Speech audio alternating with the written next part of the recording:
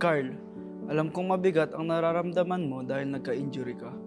Gusto mo pa naman maging professional volleyball player. Pero gusto ko lang malaman mo na ang mga pangarap ay nagbabago at lumalago. Hindi ka man nakapag-pro sa volleyball, magiging daan naman yan para mapadpad ka sa esports. Dahil sa support ni mama at lola, magiging player ka sa Mobile Legends.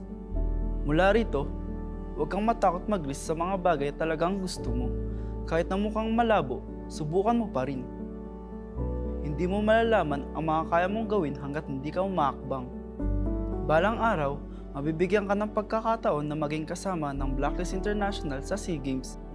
Mai-intimidate ka sa una pero okay lang yan. Huwag mong baguhin kung sino ka. Oo, hindi ka man pala imik at madalas kang nabubuli dati dahil dito.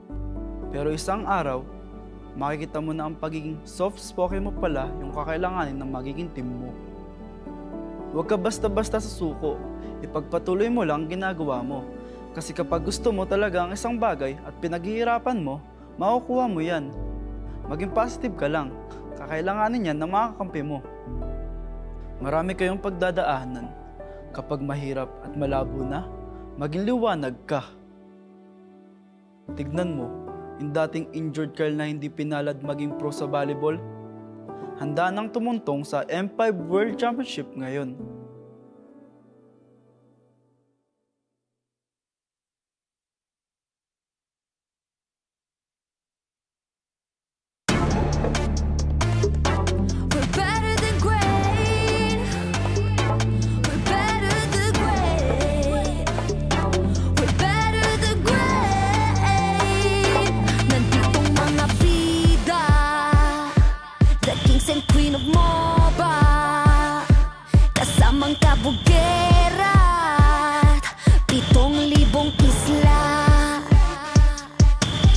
Nagsisimula pa lang tayo. Look at your face, so kabado. Dito sa aming teritoryo, can get this ground sa amin ito. Ang laban na to ang magiging binhi. Di na papayag masakop muli. Lahat ng daraanan namin ay mahawi. Alab ng puso'y di mapapawi. Sanay sa ating maandugong palaban. Babangon, babawi kahit sugatan. Sinag ng araw, tatlong bituin. Pilipinong may giting nagniningning. Sanay sa ating maandugong palaban. Babangon, babawi kahit sugatan. Sinag ng araw, tatlong bituin. Pilipinong may giting nagniningning. Dami mo daw sinasabi pero ba't na yun di ka mapakali? Panay lang ang kamot sa anit at kahit alam mo na di naman to makate. Dugo pati laway at pawis tumulo, akala mo ba lahat to madali? Hindi nagmamadali, akyatin ng hagdan na talagang matare. Ganyan talaga ang mga batang Pinas, talagang malakas kahit anong meta. Wala kang ligtas, talagang matigas na parang daliri ng mga kalaban. Sa gitna ng laban, shooters namin talagang savage. Di papaawa sa aming lupang sinilangan. Ang dami ng binilangan, ng isa, dalawa, tatlo. Handa na ba kayo? Ito na pang-apat. Kaya dami na naman iyakin kahit dadaanin pa sa mga tipi-tipi-tipikal. Paano kami hahabulin? Marami tong gasolina, lalamunin ang lahat ng tipidal. Sanay sa ating maandugong palaban. Babangon, babawi kahit sugatan. Sinag ng araw, tatlong bituin. Pilipinong may giting nagniningning. Sanay sa ating maandugong palaban. Babangon, babawi kahit sugatan. Sinag ng araw, tatlong bituin. Pilipinong may giting nagniningning. Ang maong away ang sinugdanan. Di mo sugot madakpan pagbalik. Tanang agian kay diretso mapalit. Ang init sa dughan kay dili mawakli. Sanay sa ating maandugong palaban. Babangon, babawi kahit sugatan. Sinag ng araw, tatlong bituin. Pilipinong may giting nagniningning. Sanay sa ating maandugong palaban. Babangon, babawi kahit sugatan. Sinag ng araw, tatlong bituin. Pilipinong may giting nagniningning.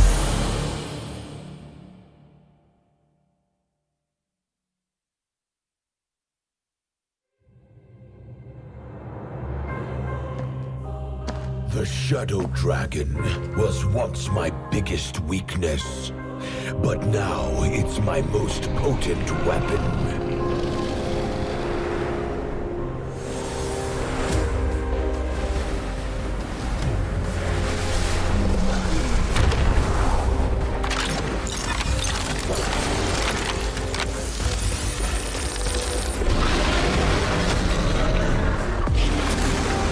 Cosmic Dragon, rise and soar!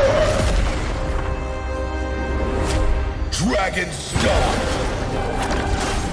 Dragon Scales! Dragon Rush! Rise beyond greatness and seize your own destiny.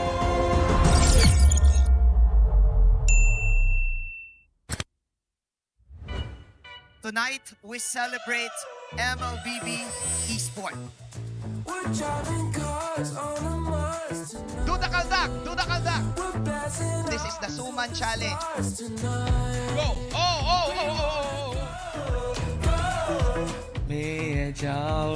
Just it.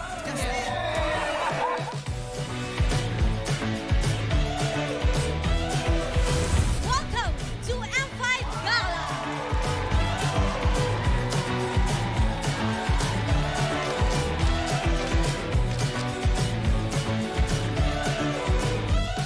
Guess the Hero Challenge. Lapu-lapu, Iritel. Franco, Nana. Nana. Nana, go! Best dressed team. Onic. Best dressed Super Marco.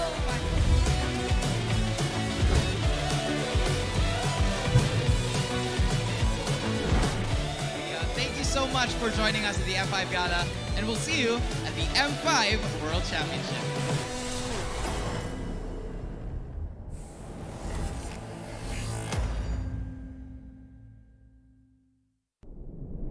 Have you ever wondered what is our identity? Our identity isn't limited to just esport players. Our style. Sweat. Our passion. And vibe. Feel our energy. When we dominate the stage,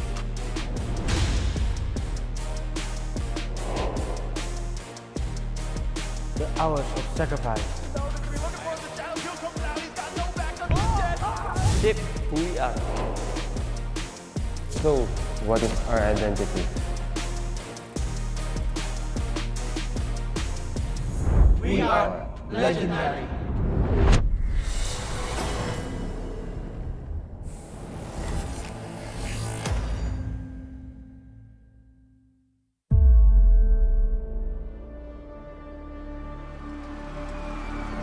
In the history of M Series,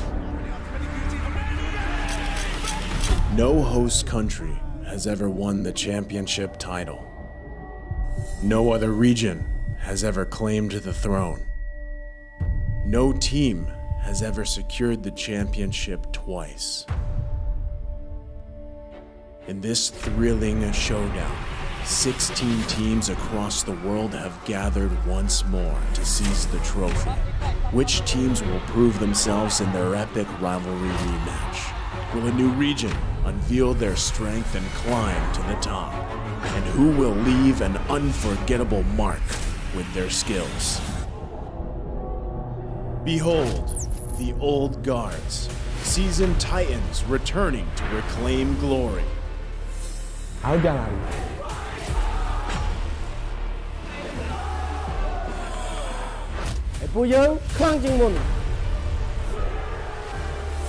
Судьба будет в наших руках. The newcomers, eager to forge their legacy.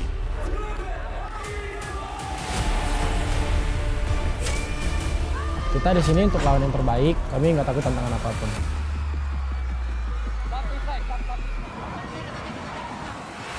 Emerging from the ashes, the rising stars are vying for the spotlight. Kita orang dah tunggu lama untuk momen ni. This is our time. It's now or never.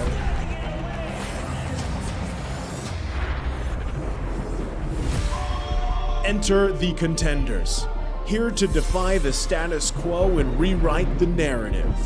We've weathered the storm. This is where we break through. Nós somos brasileiros e a gente não desiste nunca.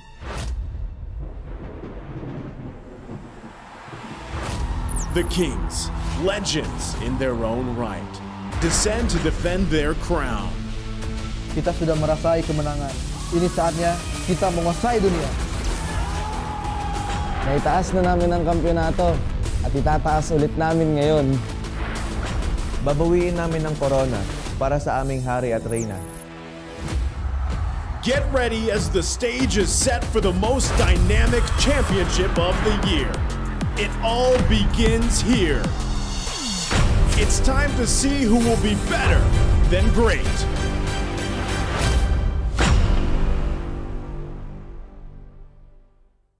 In every tournament, pros fight not only for glory, family, and their country, but also for the heart of every game. The fans. Are you one of them?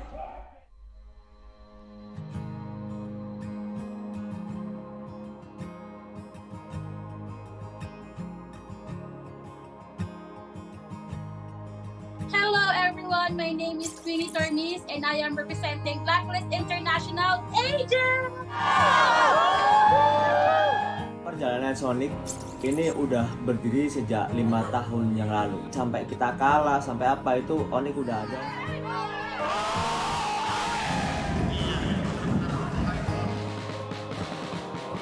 Homeboys sebenarnya sangat penting sebab dia bukan saja untuk homeboys, dia untuk tingkatkan komuniti MLBB dekat Malaysia ni. Kita nak kalau boleh komuniti tim lain bersama juga semangatnya macam Flame Boys.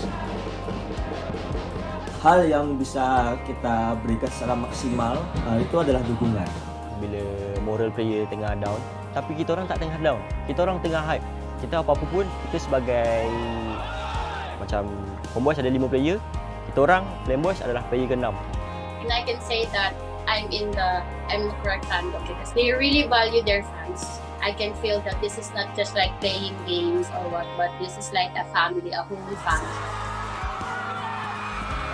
Player Homeboys punya gameplay every season macam improve. Like wins or losses, like they really not take it seriously, but they just take it as a room of improvements. Menang atau kalah, still support. Kalau mereka kalah meski sedih tapi tetap dukung. Kekalahan itu awal dari kemenangan yang lebih besar. We wanted to make sure and ensure that they still feel that we are still here for them no matter what happens. Jadi ada 8 kota yang bakal kita adain host party.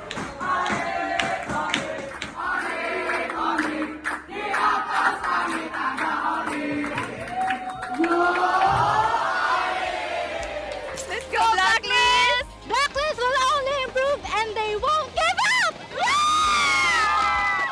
Even if they lose, they will win the next game. Blacklist! Bren!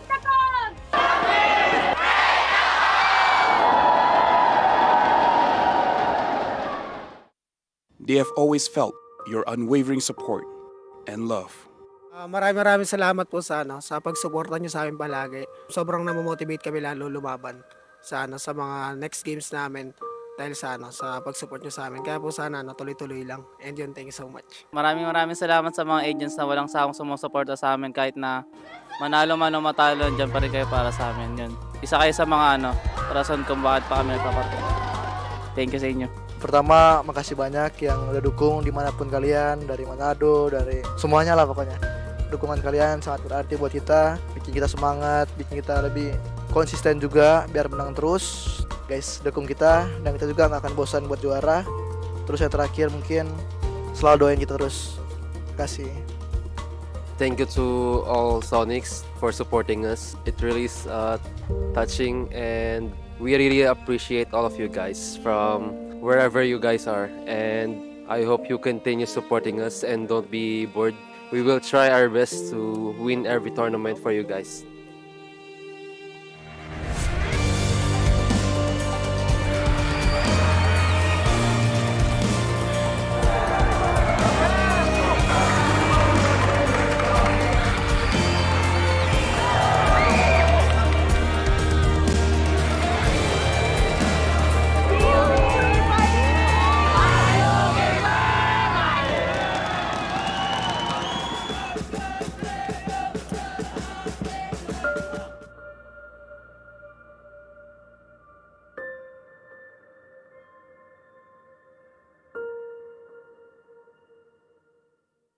undeniable, though, are the meteoric stats in the mobile gaming industry. And the Esports Mobile Game of the Year celebrates the best of the best.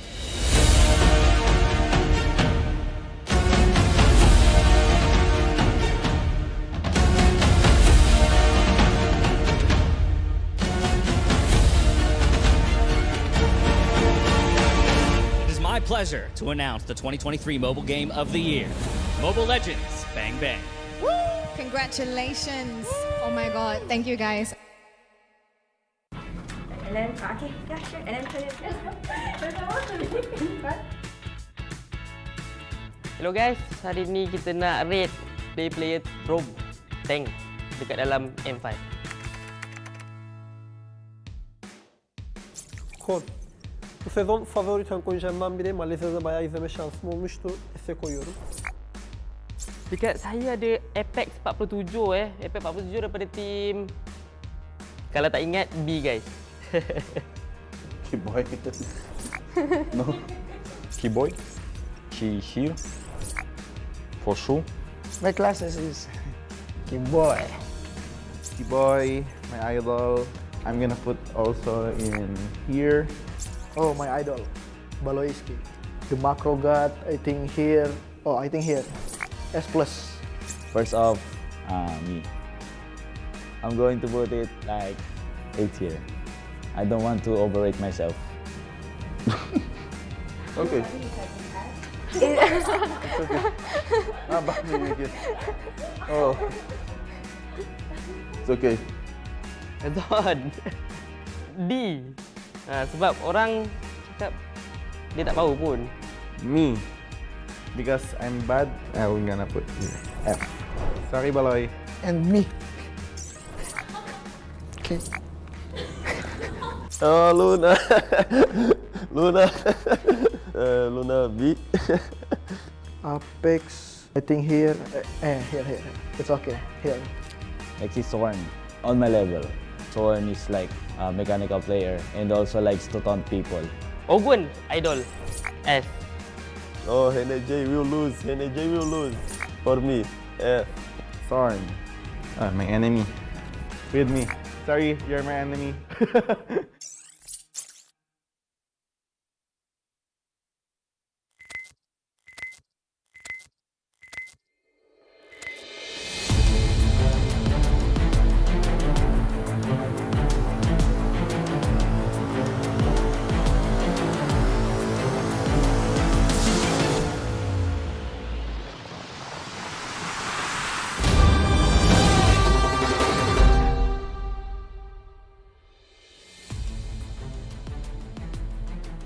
Naiba ng gaming ang buhay ko kasi dati pangarap ko lang to eh. Kumbaga nabuhay ako sa pangarap ko ngayon.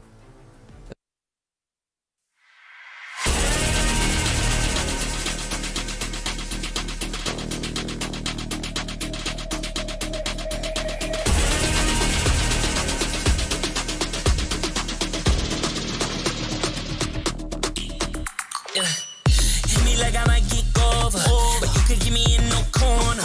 I know I can make a comeback. Ace this round and finish this game now. Got the power on my shoulders.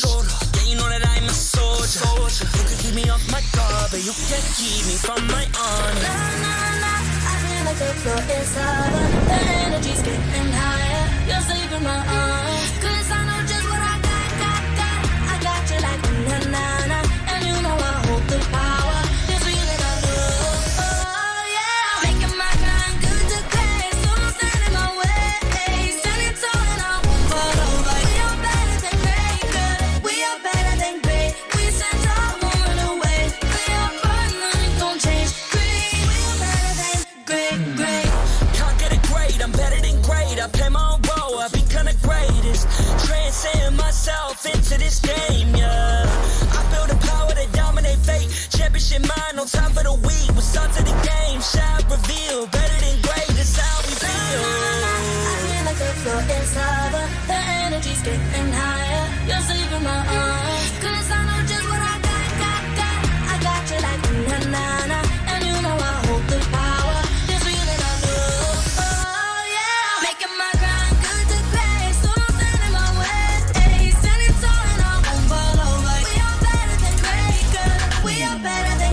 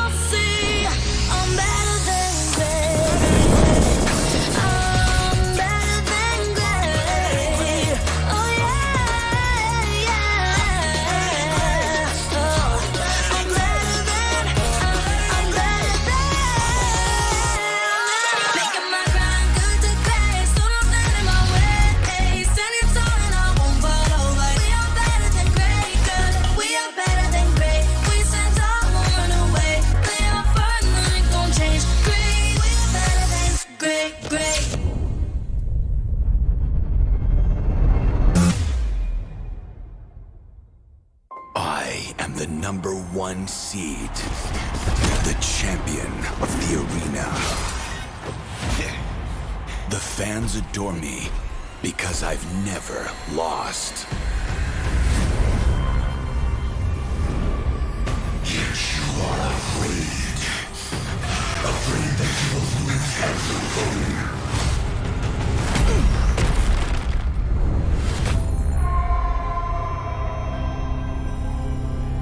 Do you ever get scared of losing, Kimmy?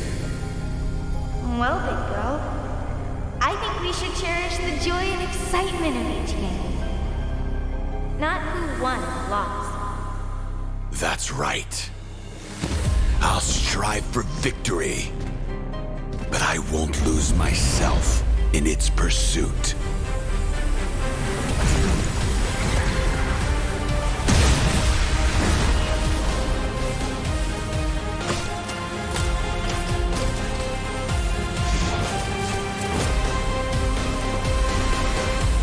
World Championship.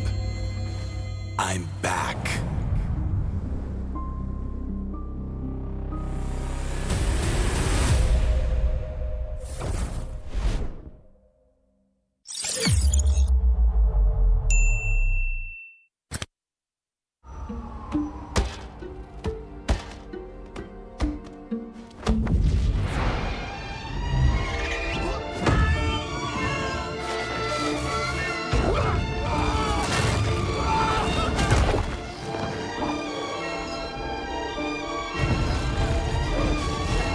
The world's first city, built for play, is coming to Saudi Arabia. Don't just live life. Play life. Qiddiya.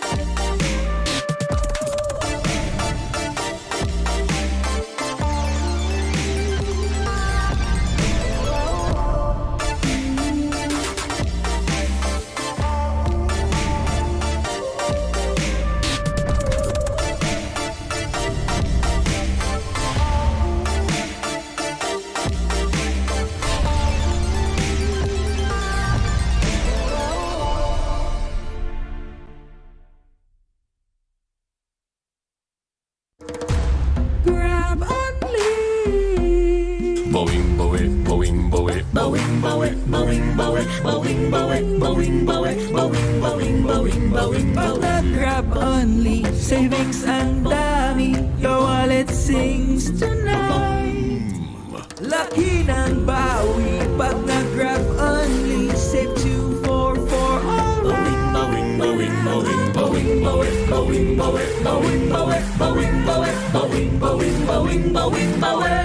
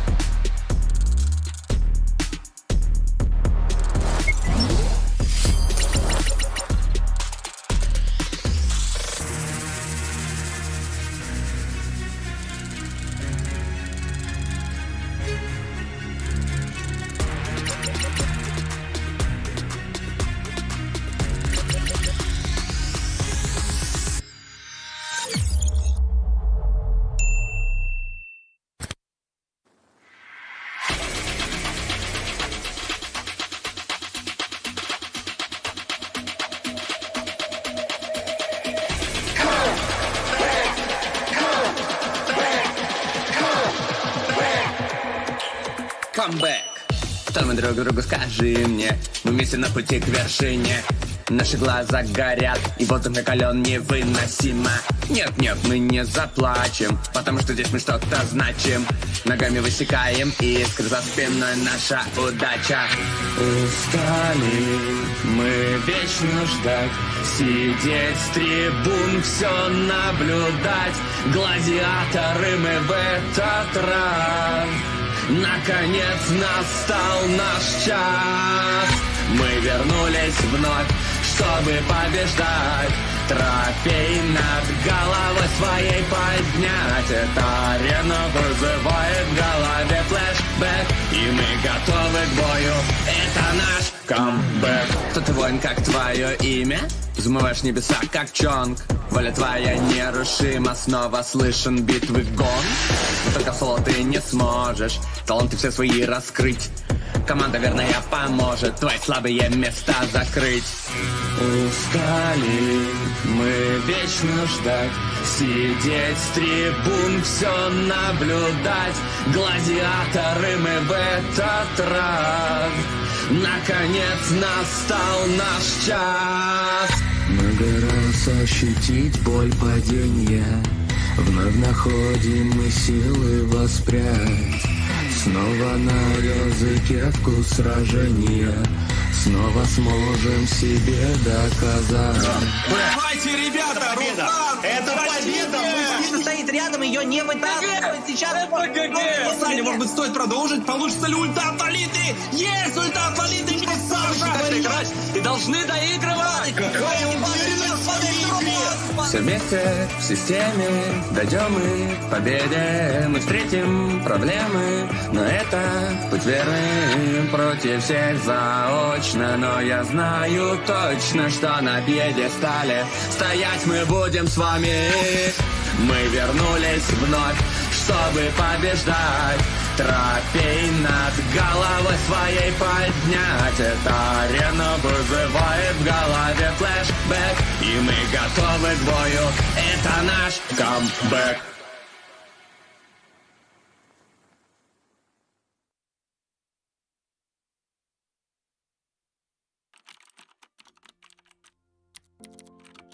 Hi Monina.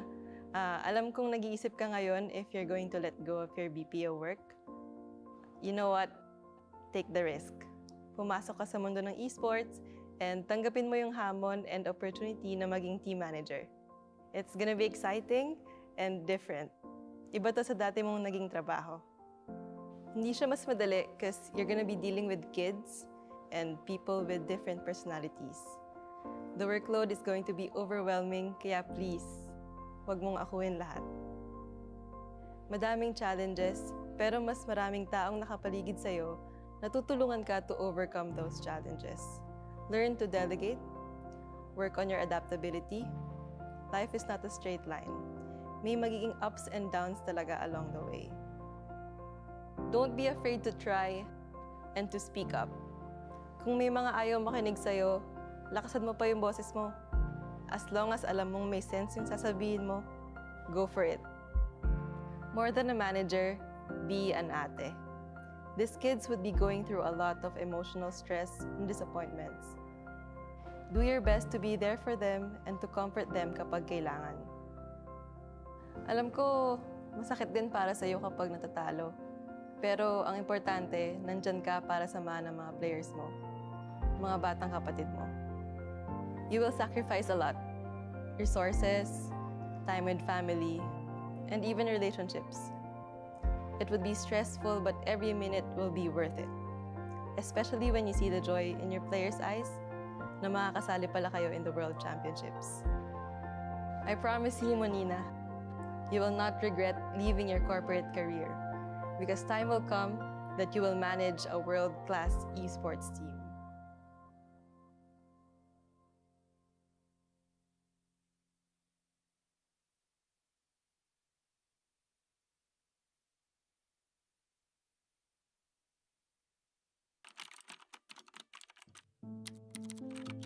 Hi Kel, alam ko tuwing tinatanong ka nila kung anong gusto mo maging, wala ka pang masabi kasi hindi mo pa naiisip yung mga ganun.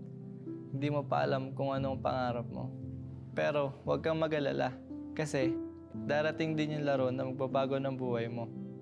Matututo kang mag-Mobile Legends, gagaling kang mag-ML at magiging passion mo to. Darating yung time na tatakas ka sa Tarlac pa Manila para lang masunod ang gusto mo. Magsasorry ka na lang pag nasa bootcamp ka na. Galingan mo lang dun kasi magpo-pro ka.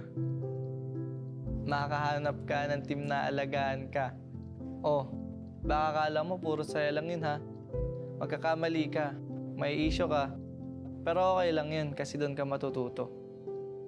Huwag ka matakot magkamali kasi kasama yung pagiging makulit mo sa journey mo towards World Championships. Lahat ng puyat, pagod at pag-argue mo hanggang makatulog. Magiging sulit yan. Magiging champion ka sa M3 at sobrang saya nun. Damin mo lang kasi bilog ang mundo.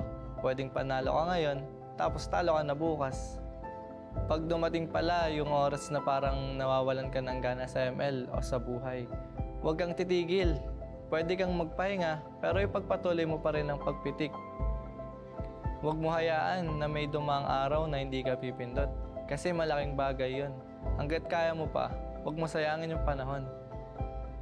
Isa pa, huwag mong kalimutan maging mabuting teammate kasi hindi lang talent ang puhunan sa esports, kundi teamwork at respeto sa isa't isa. Maniwala ka man o hindi, yung ikaw na walang pangarap noon, ginagawa ang lahat ngayon para matupad ang pangarap ng iba. Ng mga teammates mo na sabik at deserving na makapag-world champion.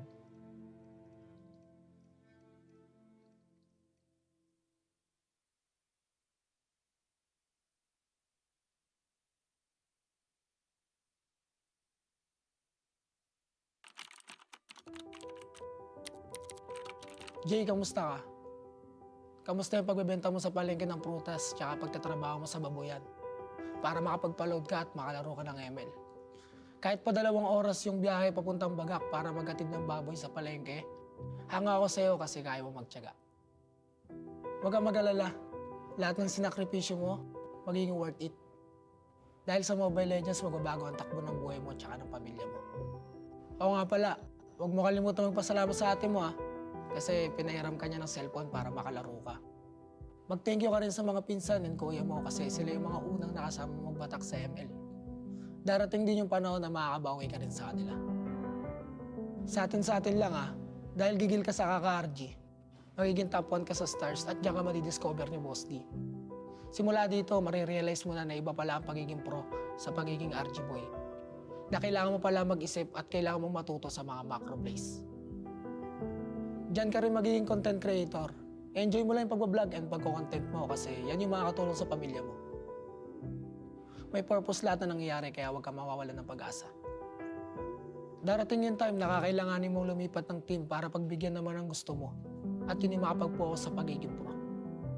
Don't get me wrong magiging thankful pa rin tayo sa content creator na Renny J kasi dahil sa kanya may abilidad ka na para sundin yung puso mo. Since natulungan mo na yung family mo, pwede mo nang tuparin yung sarili mong pangarap. Dahil dito, marami kang may sasakripisyo. Vlogging, projects, oras sa pamilya. Pero huwag kang mag-alala. Worth it lahat yan. Kasi mas magbubunga yung hirap po at magiging M5 representative kayo ng Blacklist. Ito na yung chance mo para patunayan sa buong mundo na may bubuga ka. Yung respeto na hinahanap mo, makakamit mo yun. Dahil simula pa lang, alam mo na mas matimbang ang bagay na pinaghihirapan.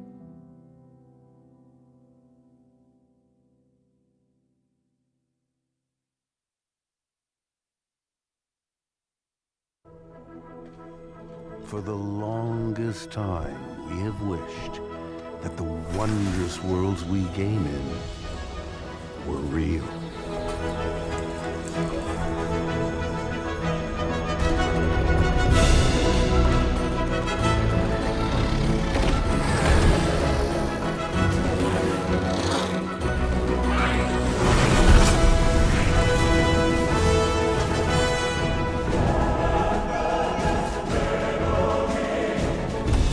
Genuine realms that we can explore, discover, and really play.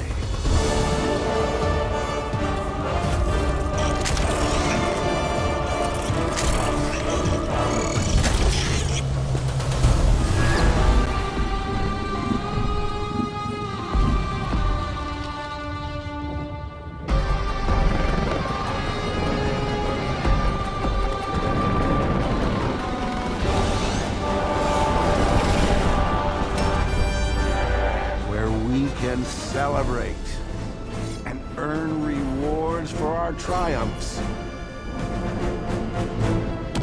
Or fail in pursuit of glory.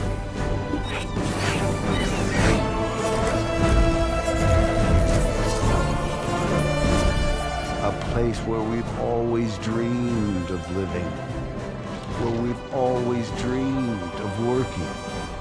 Dynamic, 24/7, and constantly evolving.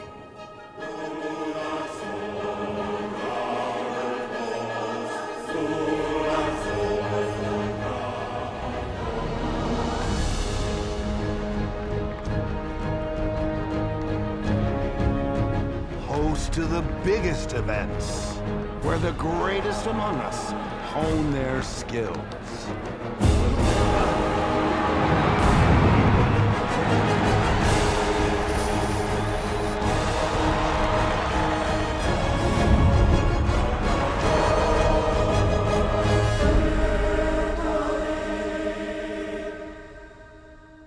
A new era of play awaits.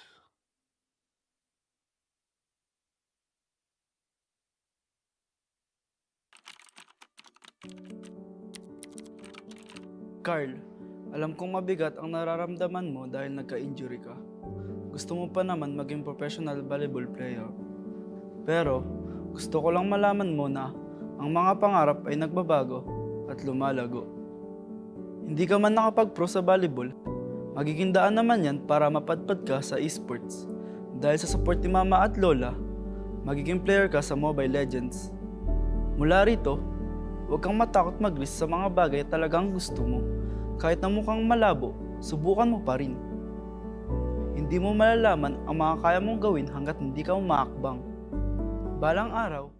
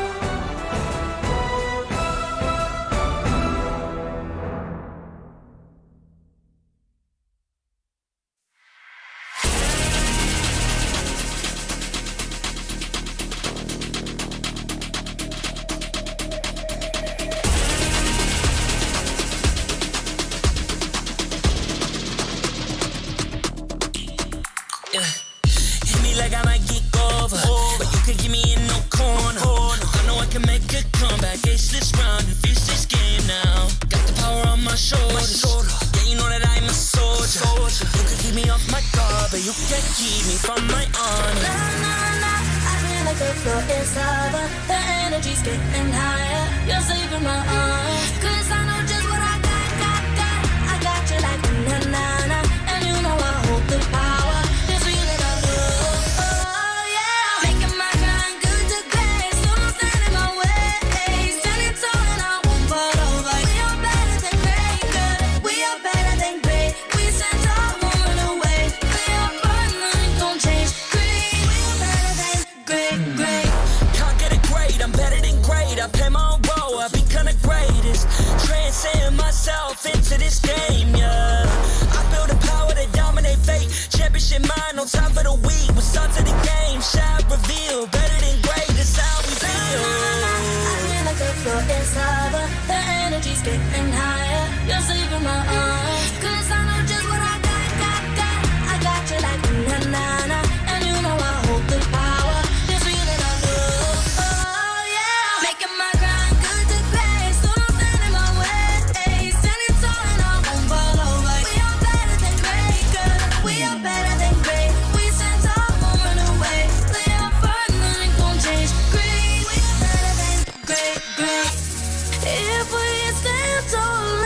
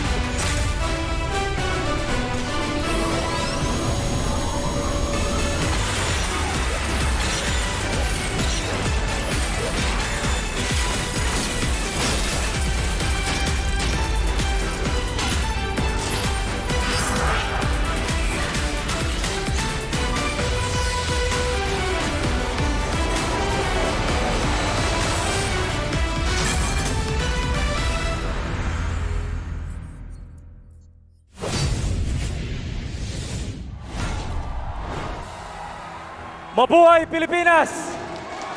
And to every Mobile Legends Bang Bang fan from around the world. We started with 16 teams. And after 11 grueling days of intense battles, we are down to the final 4. 4 great teams, but only one will be better than great. Ladies and gentlemen, this is your M5 World Championship. My name is Mikey Reyes. People call me Tito Mikey. And it's about to be a crazy day. Later today, it'll be the much-awaited matchup between the Sky Kings of Onic and the Filipino champions, AP Bren. But for now, yesterday, we saw 2 unbelievable comebacks. One from the team that is considered to be the dark horse of this tournament, EECA Deus Vult. And the other from the hometown heroes, performing in front of all their agents, the Blacklist International.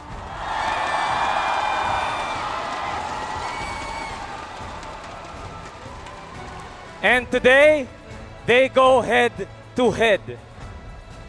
Can Renegade lead his team to the next phase? Or will Kid Bomba have anything to say about it? Can Daewoo continue this Cinderella run? Or will Blacklist International break the code? Fasten your seatbelts, people. It's about to be a great series. Talents from all around the world. It's time.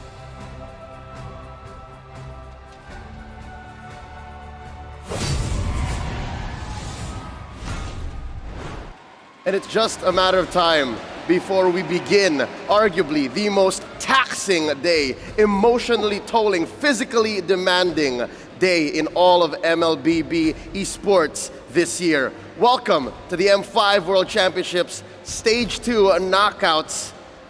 At your service, my name is Leo, here with my good friend Wolf. We're coming at you live from the Rizal Memorial Coliseum with a capacity crowd opening up day 2. How you doing, man? You know, I'm doing great. I think the weather is not that nice, but I'm sure that inside the stadium, it's gonna be great. It's gonna be intense. It's gonna be a combination of intense battles as well as good storylines, dude. It has been set already by the lovely Mikey. And with that, from all around the world, we welcome you to the broadcast. Whether you're rooting for Deus Vult or a Blacklist International, well, it's been a wild ride. Let's look back at the previous days of competition and see how exactly we got here via the daily recap. Check this out.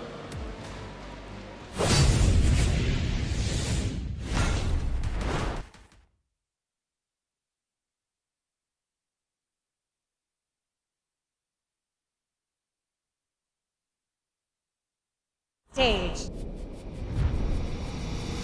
The reveal of the M5 main stage also saw 2 intense series that sent 2 more teams home, while the tournament is now down to the final 4. The showdown between the agents and the geeks started off as fierce as it can get. Flickers back, Oheb in trouble now, Blue comes in with the bravest fighter and finds 2. Blacklist International crumbling under Geek right now. With the Indonesian squad taking the first game. And Geek Fam against the odds take game number 1. Blacklist International reverted by staging an epic comeback. Boys inside with a wild charge, knock up onto Edward. Luke into the backside with the bravest fighter, looking for Oheb. Gets a stun, but wait, Bloisky goes down. Luke. Now it's Luke against the world. Marky looking for some free shots. No way, Luke goes down. Oh, as well. Black to turn the game around and take the second Lord. And Blacklist International takes game number 2. And the series was tied 1-1. The agents did it again as their patience paid off, claiming the win and reaching match point. Don't want to stop here. Netherrealm is still in play, but there comes the Nolan's Fury. A boy! First one back Edward, able to find a boy. Marking to the backside with a blazing duet. Ployski goes down. Luke is going to be next on the top of the block. As Edward picks up the double. Kyle trying to get the play, so he takes it from his fingers. And it was down to the Hitman's Estes, the signature Ube of Blacklist International, to send the Geeks home. The Cambodian champions did what they do best, attack and never look back. And they're all smashed against the wall. 4 members of Deus Vault taken out. Despite a valiant defense by Sunset Lover, See You Soon prevails. Sunset Lover doing everything he can, but they're gonna get the final shot. No way. We'll move on and take game number 1. The Sooners continued their aggression and cornered Deus Volt from the start. Victor is gonna get the knock up on Asari on Felix. With the crossbow tanks ready to unload once again. Madison gonna go down. Who's able to pick up the kill with Savo, finally getting 4-man knock up. Felix in the midst of the ball. Savo trying to get away, but he can't. Sorry, Felix picks up the kill. And now Kid Baba will fall next. Felix with the double. Sunset Lover all alone once again. Gonna go down. A triple kill for Kusei. After over 30 minutes of non-stop skirmishes, Deus Volt showed that they were not done yet. Savo looks for the kill Carvey there as well, and down goes MP. Debu, move forward. Magister unleashed his real potential by shutting down MP the King again and again and again. But still, ultimate rule. Magister able to lock on again with a violent Requiem. Savo also going to come in with Nolan's Fury. And the Bomba mentality helped EECA to extend the series. It is Rise of the West as Deus Volt completed the reverse sweep with their signature Diggy Pick. Felix down, the base drops, and the sunset closes on See You Soon as the Dark Knights rise. We are now down to the last 2 days of M5. We are so close to witnessing the crowning of the new world champions.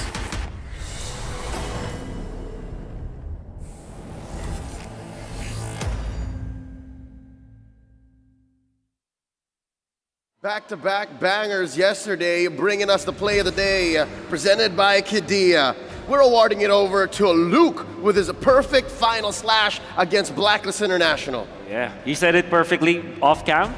Book of Luke, chapter 1, how to play the Lapu-Lapu, but this is chapter 2, how to play the Arlet. With a wonderful gameplay of the final slash, catching of the members of Blacklist. Unfortunately, they lost the series, but it was a wonderful play for sure. That's right.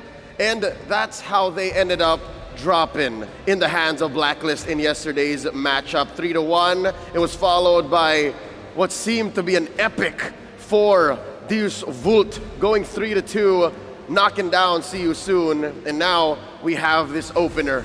The hometown heroes and Blacklist going up against See You Soon, and we're waiting on a match from the upper bracket later on. Wolf, again, I gotta ask you, is this how you expected this last stage of the knockouts to be? Oh, I guess at least at the last stage, right? When after going to RMC, we kind of pictured what the matches could be. I'm pretty sure that Debu can win against See You Soon. Blacklist, obviously, they are the hometown heroes.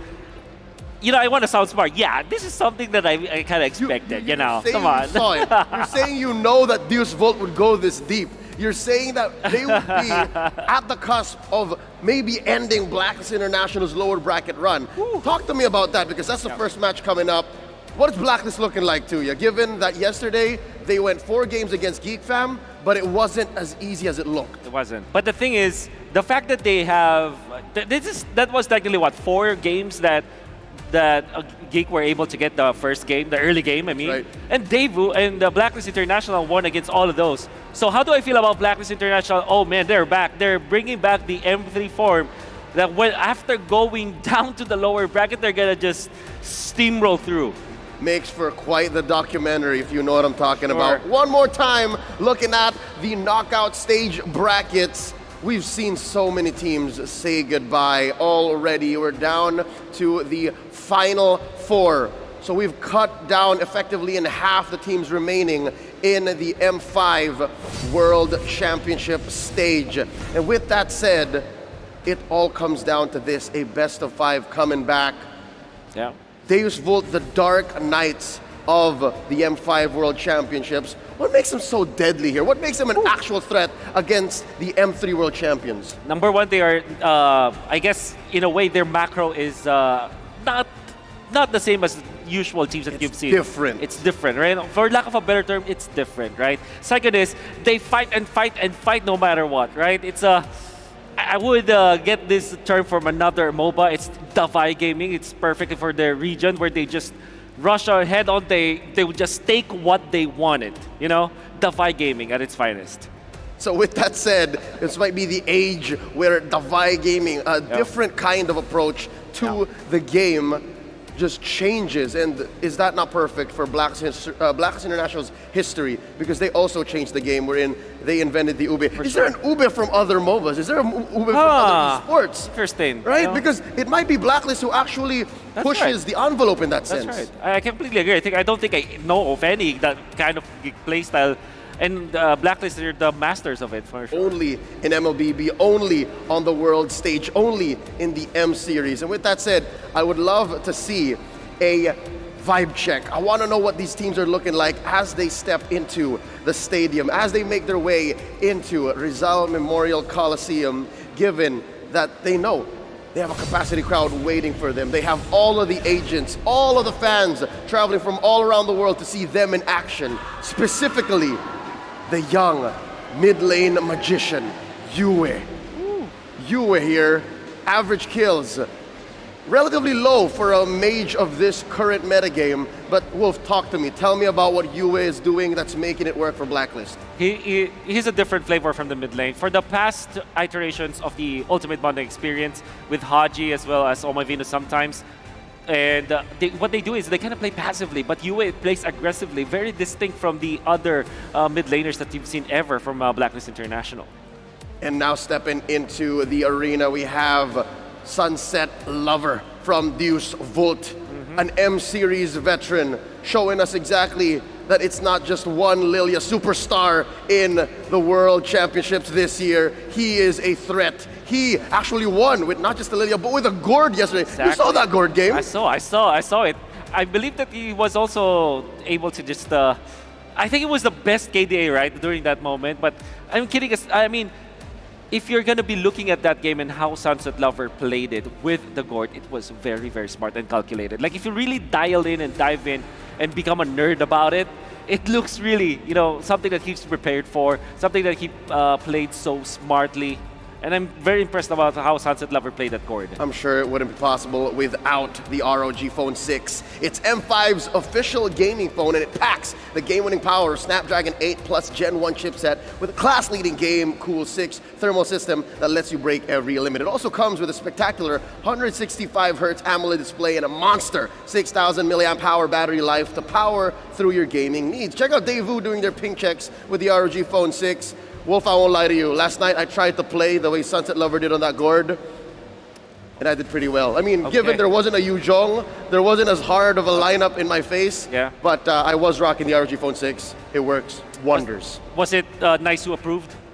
Yeah, he was watching. He was constantly over my shoulder saying, but I won. But you won, which is what matters.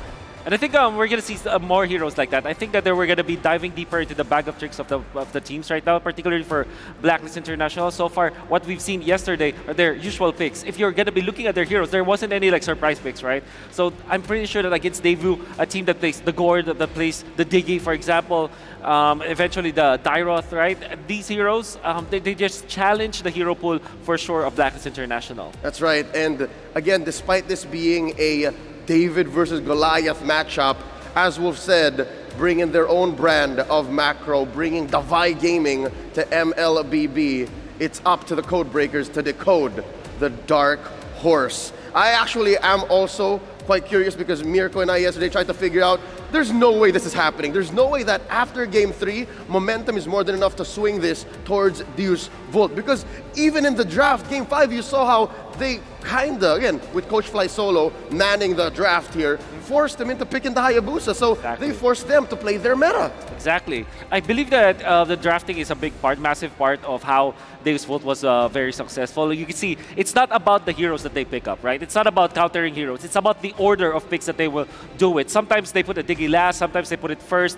Even the Minotaur, like the order that Dave will place and drafts around their composition, that is how they were able to actually win the games. That's right, and now it's up to the Hitman and the crew to figure out exactly what's going on. Where is this bomba mentality coming through? How do we stop the Bobentum? Do you allow this? The momentum, I allow it. I allow it.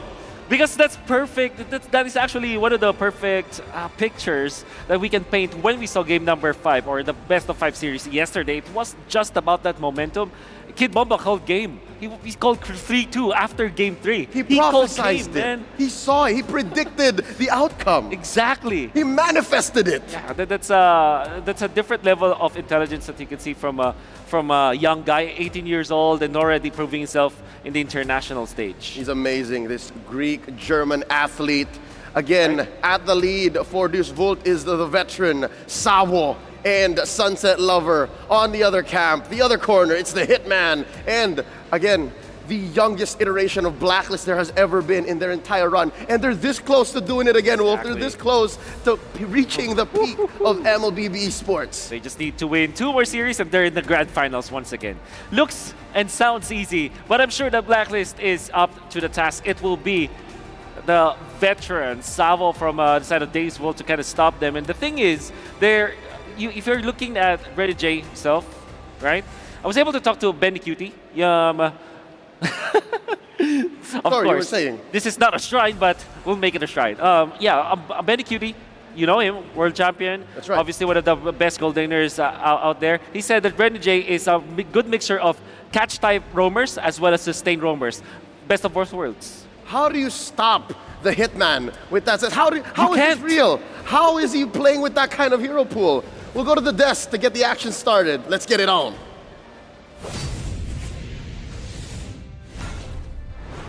Big thanks to the animals, Leo and Wolf. We are moments away from the lower bracket semi-final match between the Codebreakers, Blacklist International, and the dark horse turned full-fledged powerhouse from EECA, Deus Vault.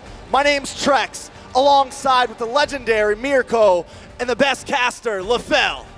How are you guys doing today? Mirko, are you ready for this? I think the crowd has made me ready, right? Even when I wasn't ready earlier, the cheers, the love given over by the PH crowd here, it's been phenomenal. For me, I'm hyped. But again, the audience here, are you guys ready for an amazing match?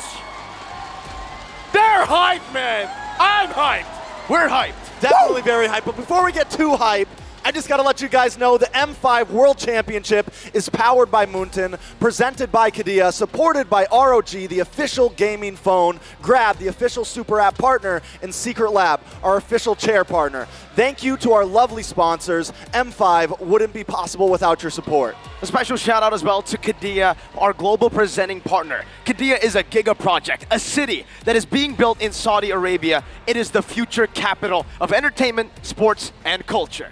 Mirko, do you want to know a secret? What's the secret? Okay, I'm just going to whisper it to you. Tell me.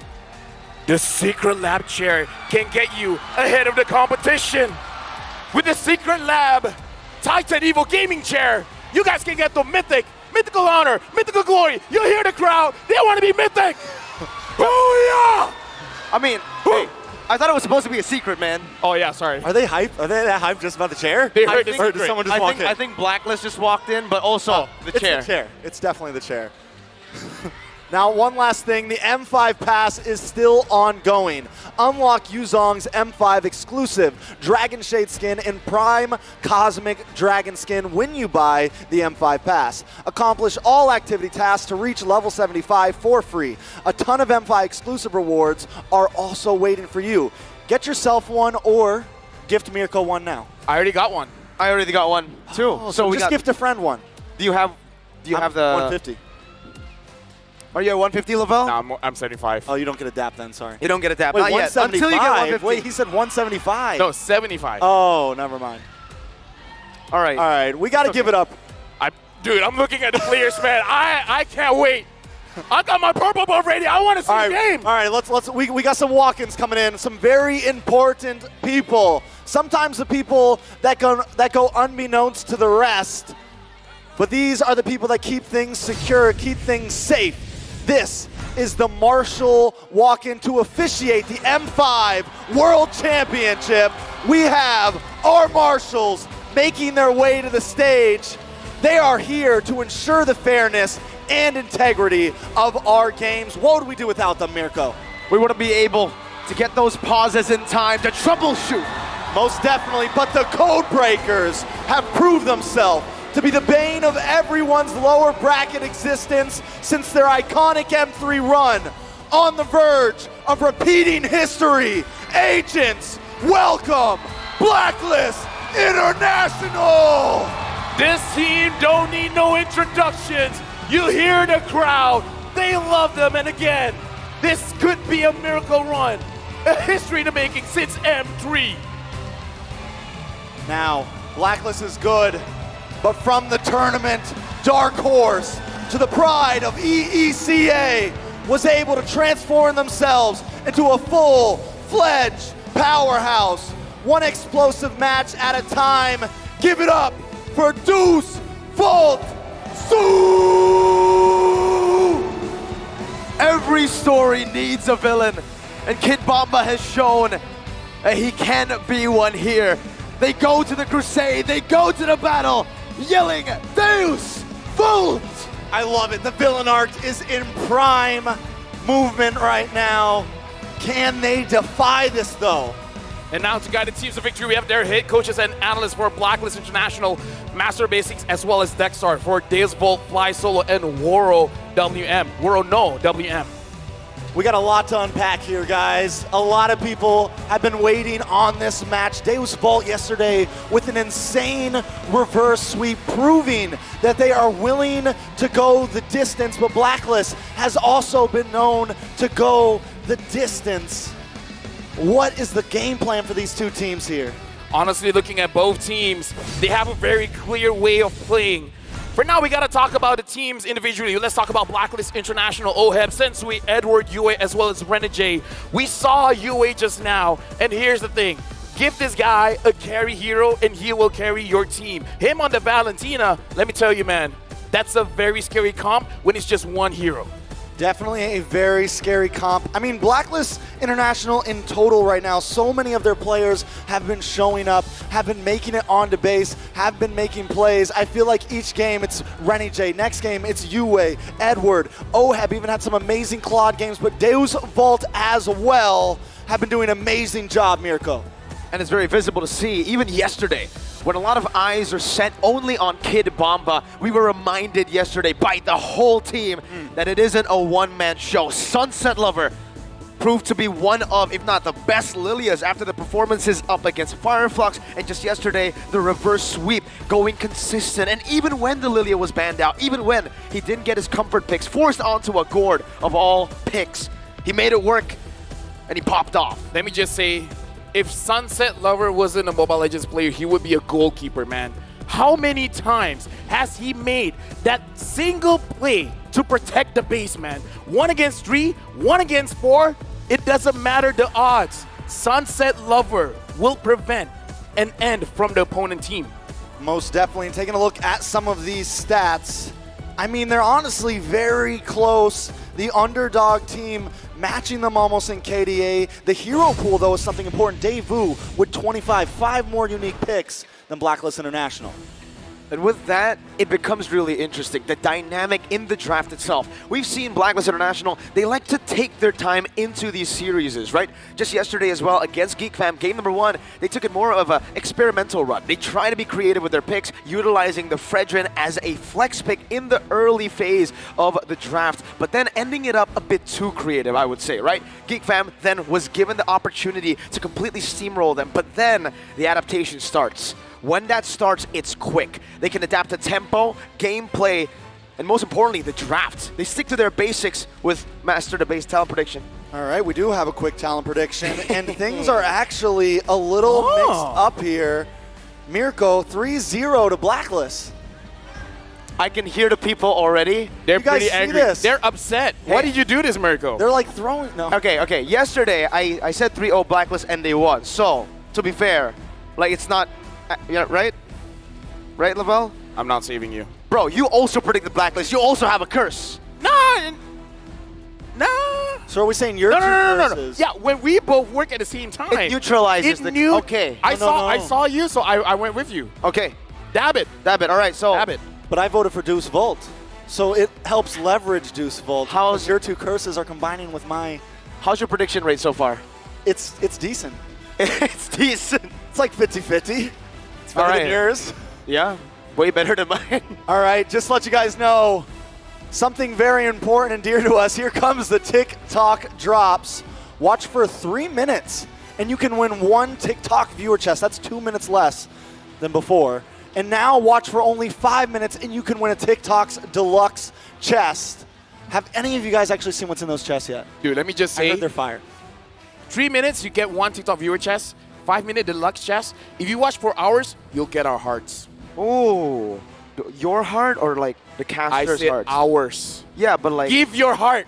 Sasageo. Sasageo, absolutely. That's exactly what the players are going to be doing here as well. They're going to give their hearts. They're going to give their hearts, especially for Blacklist International here, right? I mean, looking at how consistent this team has been, it's interesting to say that if they don't finish top 3, it's kind of a disappointment for the fans, for Blacklist, considering their entire run ever since M3 as well. They've always made it to the grand finals. I don't know. One could also say the same thing, though, about Deus Volt's run right now. They're doing such an amazing job. They've had an insane reverse sweep. They've been this dark horse. I think at this point, people are starting to have faith that if there's a team in the lower, well, they're the only team in the lower bracket currently, but if there's a team out of the Asian region, Deus Volt is the one to take down one of the top S tiers, and I think it is definitely possible.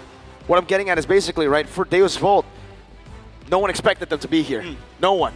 They have no pressure on their shoulders right now. They have the bomb-up mentality, right? Win or lose, they are happy. But obviously, they want to go all the way. Meanwhile, for Blacklist, being the home crowd team, being a team with the achievement, the history like that, M3, Grand Finals, and M4 as well, that consistency, there's a whole lot of pressure that comes with that support. Hey, I'm glad you guys giving me the time to talk as well as we go into the drafting phase.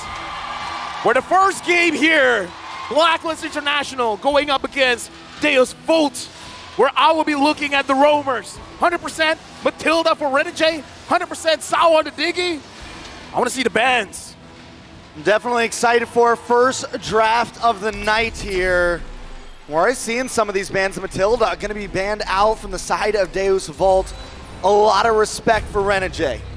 Yep, right now Deus Volt is the first pick, Blacklist International, the second pick, Blacklist, going for those jungler bans, betting out the Nolan as well as the Guinevere. Deus Volt betting out the Matilda as well as the 1-1.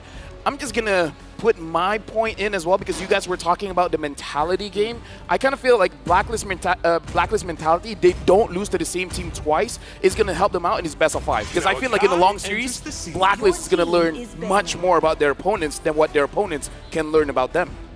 Definitely possible. I think there's a lot of angles you could come at this. Blacklist, I'm wondering, do they still have anything up their sleeve, and are they going to need to use it here? We saw that Daewoo has a little bit of a larger hero pool right now with 25 picks over Black, only showing 20. But it could also mean that Blacklist is willing to just sit. They're very comfortable. They have what they need already, and it's been working very well for them. At this point, I kind of feel like Farmis is going to be a pretty solid pick here. But again, giving Yue that Valentina is going to be very dangerous because Yue is one of those players that doesn't matter what kind of composition the opponent wants, he'll just take the Valentina just because it's going to serve the team incredibly. So I kind of feel like this is where Deus Volt, they're really considering. Do they want the Farmis? Do they want something else like an Angela? Or a Lilia, right? Something that they have been able to first pick a lot of times, but they go for the Baksha instead. A pick that kind of gave Blacklist International in the early game up against Geek Fam yesterday when Nile was on it a lot of problems. So maybe that might be the angle of attack for Deus Volt. They want to take control in the early stage and snowball. So do we think we see a response like the Valentina Bruno here? A lot of things still on. I feel like the Basha pick, yes, it's solid, but it's we don't see a first pick blue side a whole lot, just because a lot of time there are some power marksmen on the field, there's some power mid laners on the field. I think it's decent, especially like you said, taking it away from Sensui. It gives them some fast pace as well. But how much are they sacrificing just for the Basha here? I feel like they're trying to threaten Blacklist International to pick up something like the Angela, because the Angela as well as the Baxia is very good tempo play from the early going to the mid. So Blacklist International, it's up to them. They're picking on the Bruno and the Valentina, so they're not staying away from the game plan. Even if there's Volt, they pick up something like a Fireman, something like an Angela, Blacklist is going to have it too. And again, we saw Yue on this Valentina. It's Yuelentina. Yuelentina? Yuelentina. Yuelentina. Yuelentina. I like it. I like it very much. I don't, but thank you very much. It's great. It's great. Daewoo, on the other hand, still looking for 2 more picks. Do they lock in the marksman now? The Ixia maybe. We saw it last time. Carvey used it great to counter against it. Faramis, solid as well. At this point, I would kind of pick up the Claude if they're very comfortable with the Claude, but looks like they're going for the Terizla, where again, let me just say one thing. This is the stark difference that both teams' playstyle is. For Blacklist International, they're very comfortable with disengage. They're very comfortable with kiting, and they're very comfortable with a prolonged team fight. One of the reasons why I kind of feel like the Akai is banned out, because the Akai is going to make it very difficult for Deus Volt to start any kind of team fight. So I feel like the ban is dictating the picks here for Deus Volt. And right now for Blacklist International, right, this is the question now. For Deus Volt, they've already secured a basically trio mid and also that top side, a really strong side. Blacklist, it seems like the question, before I even asked it, was already answered. They want to compete in that trio mid division. They want to try to get neutral objectives as much as possible, and they need to facilitate that with giving a utility pick, a good one to last hit, like the Fredrin for Sensui. Yesterday we saw Akai's all throughout. Now it's taken away, so the Fredrin. What do you think about this choice, right? I mean, the Fredrin has fallen hard out of popularity, out of the prio list, and it hasn't really had the best of tournaments so far. I mean, Sensui has had a good Fredrin, though. Blacklist is one of the same teams that have had decent Fredrin games overall. They're one of the same teams right now that are like falling back to that regularly. Something important to point out, though, Renegade, the heel man, 100% win rate on the Raft right now, and I almost thought they were gonna slot that in before they slotted in the Fredrin. So at this point, I think something important for Daewoo, with Renegade not picked up right now, they need to focus hard in that hero pool. I think maybe ban out the Raft here. They decide to go for the Lapu instead. Maybe not a whole lot of fear. I feel like it's because that's what GeekFam tried to do against Blacklist, and it didn't work. Yeah, honestly, at this point, I feel like for Blacklist, one of the advantages that they have for Renegade, it is like a Swiss Army knife. He can do it all. He can play a catch hero. He can play a healer hero. At this point, it does become a situation. Going up against the Faramis, the Rafaela is very solid because not a lot of dashes coming in from Deus Volt, so that slow coming in from the Rafaela, it is going to have a difference. But I feel like the moment they see who is going to be their roamer is going to dictate. Is this going to be a Rafaela game? Is this going to be something different, like a Kaja, like a Cho game? So I'm looking at Blacklist International with the lineup that they have. I kind of feel like we need more of the heal man rather than the hit man. And now banning out the Minotaur as well. I don't know. I kind of feel like having something like a Rafa, having something like a Estes would be pretty good. I think so too, right? For Deus Volt, they have such a big AoE comp already. Going for the Estes, I think the Estes might be a bit more risky, right? Considering there's so much AoE damage and also already some anti-regen built into their composition with that Baxia pick. So something like a Rafaela gets you out, gets you that maneuverability as well. But something else that might come through for Blacklist is that Diggy. We haven't seen it for Blacklist International, but we have seen it from Sawo. It might be also not just a pick that's great for Blacklist, but a good deny pick from Deus Volt. I think, yeah, and we know Blacklist has that in your kit. You mentioned the Swiss Army knife. I don't think it's anything completely out of their range. Do we jump into game one with that, though? Do we deny that immediately? Daewoo didn't fall back to the Diggy pick until game 5 last night, and it makes me wonder, like, was that even a pick that they used a whole lot in the past? Was it even a pick that was very important to them, or was it something that just started really kind of hitting fruition for them in the M series? Blacklist International on the gun now, looking for the first pick. I kind of feel like for that Diggy pick, it's the strongest when you don't expect it. Yeah. Right? Like, after 3 games, after 4 games, they're like, Sawa's going to pick this, going to pick that, and then all of a sudden he picks the Diggy. He's like, how can we forget about the Diggy? Now the Paquito getting picked up here.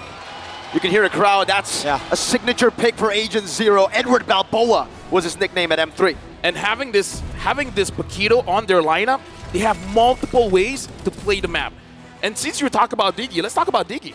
Yeah, the master of time, hoot hoot, Sawo, has recorded 100% win rate with Diggy in 4 games. So 4 games with the Raph on Renegade, 100%. 4 games with the Diggy on Sawo, 100%. 100%. So total, quick maths, 8 games, 100%. Oh yeah. 200%. 8, right? No. I mean, that's not how it works. I don't think that's how it works. I agree with you, Trex. But you also agree with Miracle. Nah, Marco can go to the side. Deswell now having the Brody as well as having the Angela here, a lot of protection. But I'm looking at the early to mid. The team has to move as a team to really contest for objectives here. You know, we saw a great game from Daewoo the other day. The Sawo Carvey combo with the Harkard and the Bruno. This time it's going to be the Brody, but still, we know that combination is lethal. I kind of feel like for Deswell, it is going to be a matchup where you have to look at the rotations 1 minute 30 to the first 3 minutes. That's where we will see whether they can actually handle what Blacklist is going to do. And now the final pick here, now that they see the Brody as well as the Angela, quite a lot of good roamer picks for Renegade. And it's also still very explosive for Deus Volt, right? They have a lot of just burst damage in the start of the fight, but then when it gets to that prolonged stage, Tigreal. Blacklist say we can try to do what you've been doing. We can team fight our way as well. If you want to be explosive, we have a Tigreal here with that implosion. We're not going to see the heel man, we're going to see the hit man. Here's the thing, looking at the composition from Blacklist as well as Deus Volt, Blacklist can play a composition of a 4-1 and then slowly get into a 5-man game again. So macro play, I kind of feel like Blacklist with their composition, they have the advantage here. Yeah, it's definitely going to be a whole lot to look at. Renegade getting a very aggressive roam pick. But we're about to jump into the land of dawn. Come on, Philippines and viewers from around the world. It's game number 1 of the semi-final lower bracket. Blacklist International going up against Deus Volt. It's gonna be a hype one, boys. Who we got? 5 seconds till the enemy reaches the battle. I was worried for a second there. I feel like even the crowd hold their breath for a bit. But now we're jumping into the game. And again, I want to see the early rotations coming in from both teams. Looking like a lot of protection coming in from Blacklist International, making sure that Sensui's early movement all around the map, all around the jungle is not going to get interrupted. And I really like that point, right? Because for Blacklist International, you mentioned they have more ways to get in this game. Mainly, I would say that XP lane advantage with the mobility, right? Maybe when it comes to clear and trades, not as good, but that mobility from the Paquito will definitely help him get more rotations on the map with Sensui to get that trio mid running. All right, so we got the Hitman Paquito. We got Renegade on a very aggressive roamer as well. I feel like Blacklist may be able to get a little bit aggressive in the early game, maybe even push into enemy jungle, try to invade, try to disrupt the aggression that Deus Volt wants to bring to them. Right now, looking at the emblem set here, looking at Carvey with the Brody with the Master Assassin, it looks like he wants to stay in the lane for quite a bit, trying to get a solo kill if possible. Look at this roam though, Edward coming down, Renegade very low. Sunset Lover needs to run away. Sawo gonna be the target, but Sensui will just commit the retreat. Doesn't really want to go for anything too much in the early stage. All right, so Blacklist International making some quick rotations. Edward is definitely going to be able to move around the map a bit more than Kid Bomba, but anything crazy about these first item buys? Oh. Honestly, looking at the Elegant Gem here coming in from Sunset Lover, I kind of feel like he's going to have a better time around the turtle, but I want to talk about the rotations here because Edward cut the lane very, very fast, and now Sensui is targeting the EXP lane. It's a good chunk of damage onto Kid Bomba, who's forced back. Magister rotating up top as well. Bomba forced to use that regen early, and he's going to lose a lot of prio in that lane. And he loses the gold crab over to UA there. Turtle going to be up in just a few seconds. Rotation advantage utilized by Blacklist International. Now onto the Turtle, the first one of the game. Appraiser's Rat by Sensui to get the job done even faster. Edward in the back, knockout strike to zone them away, but now it's going to be Edward caught in a bad spot. A good Nether Realm coming down, the implosion disengages for them. Renegade sweeps them back all the way to Edward, but they have to disengage. Renegade with a flicker, defensively. Sawo on top of Magister, running Renegade down. Yue has the flicker ready, but he doesn't need to commit it. He falls back in the way. Kid Bomba looking for a dive. Yue very low, looking for the outplay, finds it. Falls, and Yue claims first blood. Daewoo biting off a little more than they could chew right there. But well played from both sides. Blacklist coming out on top though. Right now we're looking at a hero counter here for the Boxia as well as the Fredwin. 50% win rate, but I gotta say for Blacklist International, the game that they're playing is priority. Edward having that priority allows them to maneuver better in the fight. And here's the thing, this is a Deus Vult thing. When they see an opportunity, they go for it. And Blacklist International, this is what I'm talking about. They're very good at kiting. The moment they understand they can't win, they're gonna have a safe distance. So Deus Vult, they gotta be careful. They're playing into Blacklist International's plan. Man, I gotta say, the agents are going crazy right now. Hard guard coming down, Carvey with re-engage onto Renegade. Now it's Magister, Shield Unity, locking Sensui down just for a bit. Sensui racking up those stacks into the Appraiser's Wrath. Yue still has the flicker, decides to pop it up, but now it's gonna be the chase down and the torn apart memory to equalize in the early game. That's 1-1. I would say the only mistake there was that Yue was separated from his team, and because of that, maximum damage coming in from Carvey because of his emblem setup with the Master Assassin. So if Renegade was around closer to Carvey, he could have survived. Daewoo, you know this is when they're feeling good. This is the mentality that they need coming in this game. Sawo dropping the TPs, dropping the taunts right now, but we are having a first look at these items, LaFell. I kind of feel like the power spike is going to be a little bit faster for Sunset Lover just because the item that he's building is a little bit cheaper. But before that, Edward goes in! A big punch onto Sawa, knocks him out. Sunset Lover zoned away. Now it's Magister who's looking for an angle back to try to claim this turtle, but Sensui is one level ahead. Yue dealing some good damage. The Terrify as well to pressure Kid Bomba. That's an explosion from Renegade. Forcing the Nether Realm, but Edward looking for the flank right now. Jumps in with a jab. Another one to take the Nether Realm HP. That's Yue with another Nether Realm as well, and Renegade will fall. Deus Vult have won on this team fight. Appraiser's Wrath. Nice flicker from Kid Bomba with amazing flicker. Sensui disengaging. Now it's going to be Edward jumping out of Sunset Lover, finding the kill. And Carvey flicker forward onto the minion waves. Edward still surviving. The torn apart memory dealing not enough damage to take him down as Oheb rotates as well. Meanwhile, Magister with a good steal onto the enemy purple buff. Blacklist International lose out on this turtle pit fight. We're only 5 minutes in, guys. 5 minutes in on game one. And Deus Vult and Blacklist International are swinging right now. It's been a kill a minute, technically. I kind of feel like for Blacklist, the idea is we start the engage. Don't allow Deus Vult to start the engage, because for Deus Vult to win the team fight, they got to go in hard. They got to make sure whatever they want, they get it as fast as they can, because Blacklist International, even though they don't have a healer, this is how they play. They know how to play prolonged team fights. So Blacklist International, they're completely fine with committing first, force Deus Vult to use all of their skills, and then they just take over the team fight later. Blacklist International, they're playing with Deus Vult. Deus Vult has to recognize this. You got to be proactive. Don't let Blacklist do whatever they want first. And that's due to the rotation speed, right? That game of prio that Blacklist International are slowly utilizing to get this lead. It just seems like Deus Vult, even when they want to retaliate, they get there a bit too late. Man, Edward is definitely going to be the saving grace of the team right now. 2-0-0. He had about 1,000K gold lead over Kid Bomba, or about an 800K gold lead over Kid Bomba. He is just feeling himself right now. I can't believe he has 1,000K. 1,000K? That's like, what, a million? That's it's a lot. That's a lot of, yeah. You understood what I was saying. Yeah. Nah, you know, analysts. Anyways, looking at the situation here, looks like Blacklist International, they are hovering around the turtle pit. They're trying to figure out where Deus Vult is. They see Magister. And I kind of feel like they should have an idea of where Sunset Lover as well as Carvey is. They just confirmed it. They just confirmed it. So now, Blacklist International, they're waiting for a setup coming in from Renegade. Sensui has got an angle, a great one. The last hit, he jumps in all the way, but Magister is the one who picks it up. A bit of a miscalculation by Sensui as Carvey dishes out some damage. Edward gonna be caught right now, flickers out, but will still fall to Kid Bomba. They needed that. They needed that kill on Edward. It was very important to slow him down. Deus Vult still behind, but keeping up overall.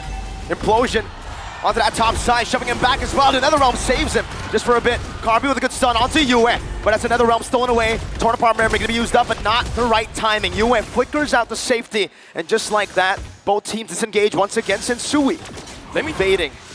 let me just say, Sunset Lover is a lover. He's all around the map. Every single time someone gets picked off, quote unquote picked off, he's there with the NetherRealm. The movement coming in, and especially because we looked at his emblem set, all about movement speed. He wants to make sure that he's a utility mid laner, but the thing is, now he has the Necklace of Durance. 2 more items, he becomes a damage dealer as well. Definitely very true. Stats starting to get evened out here. Taking a look at some of the items. Oheb's closing in on that Berserker's Fury. Once he gets that and he can start rotating around the map a bit, and there it is, it just locked in. Now we're going to start seeing some damage really start to unload from Oheb.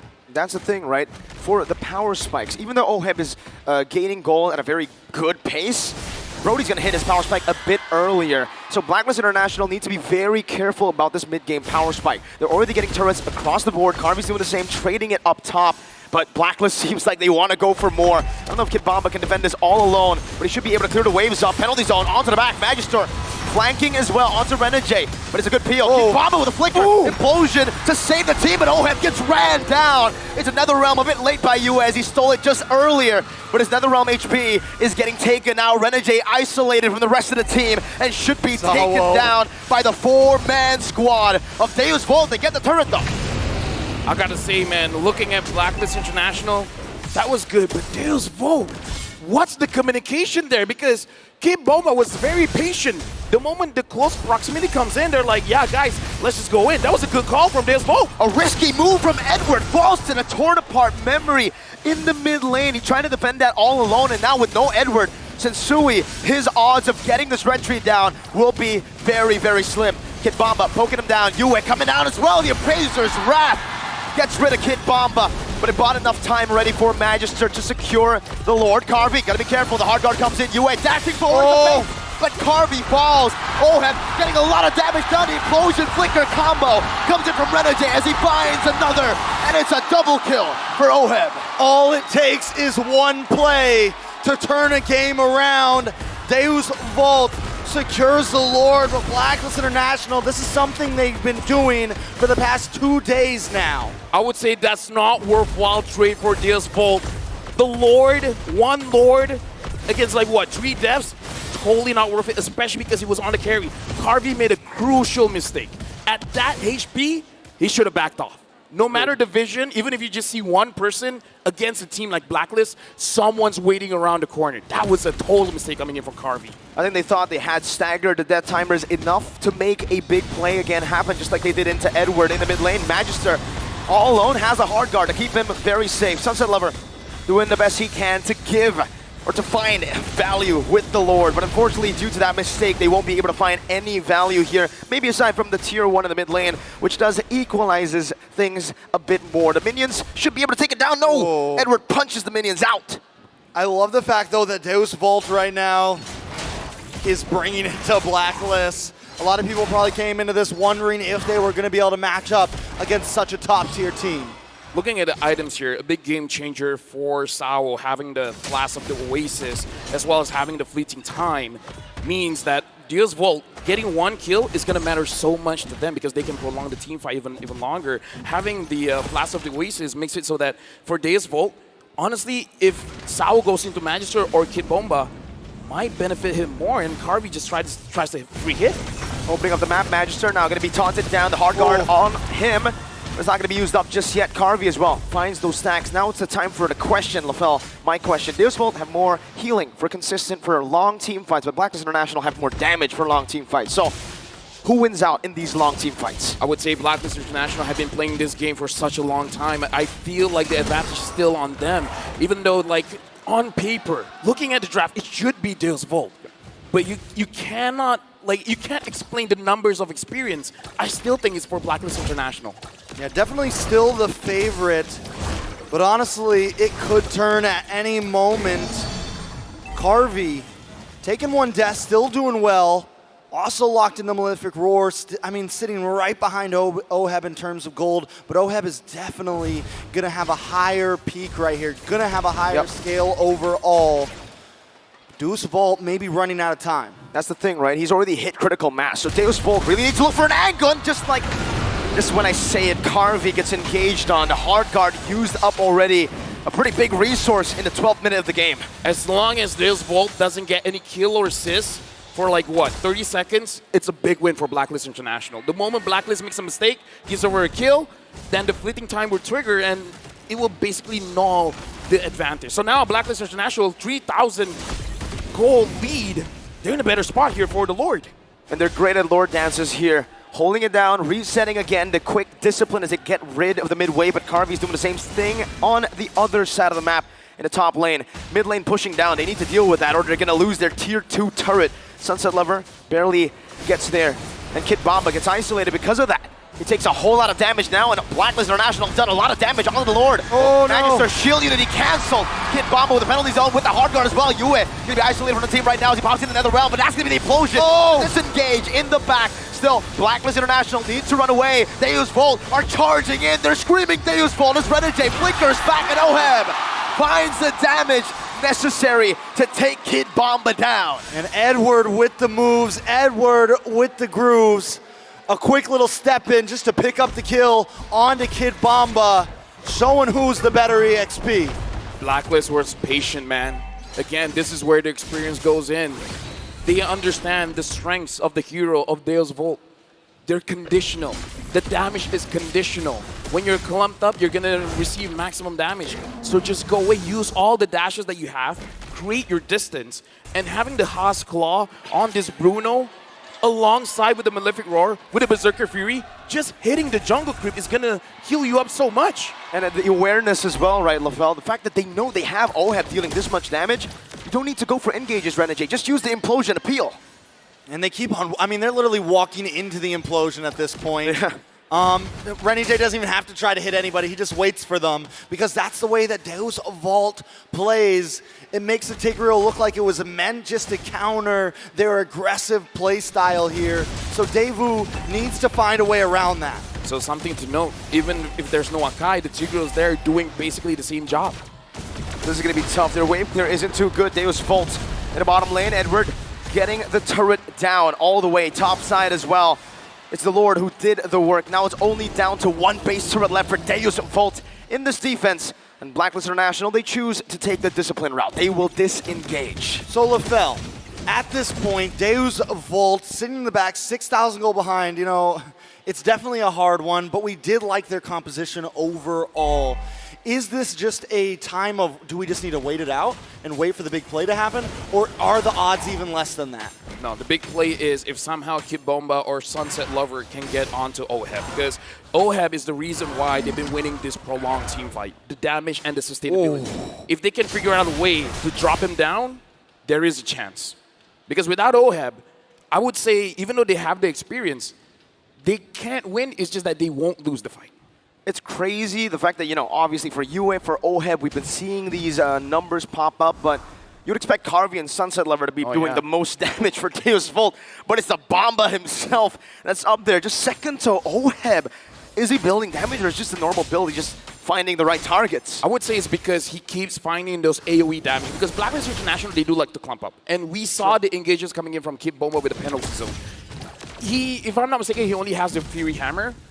And I don't think at this point it's going to be all that great unless he goes for a Hunter Strike. Hunter Strike, maybe. But only if your mentality is to get Oheb. All right, so Devu, I think they're going to have to try to go for this Lord. But if they're going to do that, Magister can't take too much damage before they engage. He needs to make sure he gets close and maybe look for the cheap play here. Devu taking their time with it, though. The kiting is beautiful from Blacklist International. The Lord dance here has been phenomenal for Blacklist. Sensui's on it. Yue doing some damage. Penalty zone. Then locks onto Yue. It's on the part memory coming down into the back line, but another round is going to be popped in. Renegade, implosion, locking him down, but it's another round. Renegade going to be zoned away, and Sensui finds a massive Appraiser's Wrath to take it down. Edward loses immortality. Yue very low, still able to survive. Carvey going to get the stun, but Oheb flickers forward. That's a triple. Yue steals it away, and now it's just Sunset Lover all alone in his base. He's done it before. Can he do it again? The agents are on fire. A valiant effort from Deus Volt, but Blacklist are closing in. He won't be able to. 1 second on Sunset Lover against 5 members, 5 agents who stay targeted down the base. Game number 1. Blacklist International strikes first. Blacklist International repping the Philippines right now. showing Deus Vult who runs this show. Again, Blacklist understands this game, and they make Deus Vult play their game. Deus Vult, they got to figure out, based on game number 1, the changes they have to make. Because Blacklist International, they knew what they were going up against. The Akai is not there. Well, it looks like the Tigreal is a very good substitute. Yeah, very solid pick indeed. I think that pick alone was the bane of Deus Vult's existence that game. So many times they got close to getting the pickoffs, but then would just get stopped in their tracks. But we aren't the brains of this show. Let's throw it over to the wonderful, beautiful, handsome Leo and Wolf. A very entertaining and explosive way to start this best of 5 between Blacks International and Deus Vult. Welcome to the Analyst Stand. At your service, my name is Leo, here with Wolf. And I gotta say, Rizal Memorial Coliseum, are you not entertained? Is that not the kind of match you want to start with? Then we can see that it was the signature playstyle of Daewoo at the same time the signature playstyle of Blacklist International clashing together. We knew that at the start of this match, this will be a styles clash, and we were given what we wanted. It's just that the Ube specialists reigned through. And was it not just yesterday, less than 24 hours ago, that Blacklist International had to dealt with a very aggressive team in Geek Fam who owned the better part of the 8 and 9 minute mark, and then that's when Blacklist had to figure it out. Here, they were coming in, cocked and loaded. They were ready to face off against a team that was so ready to fight. Again, Davai Gaming at its best. I'm just surprised how Daewoo went for this play, going for the Angela plus the Brody. It allowed them to be that aggressive, and that is actually the way to go.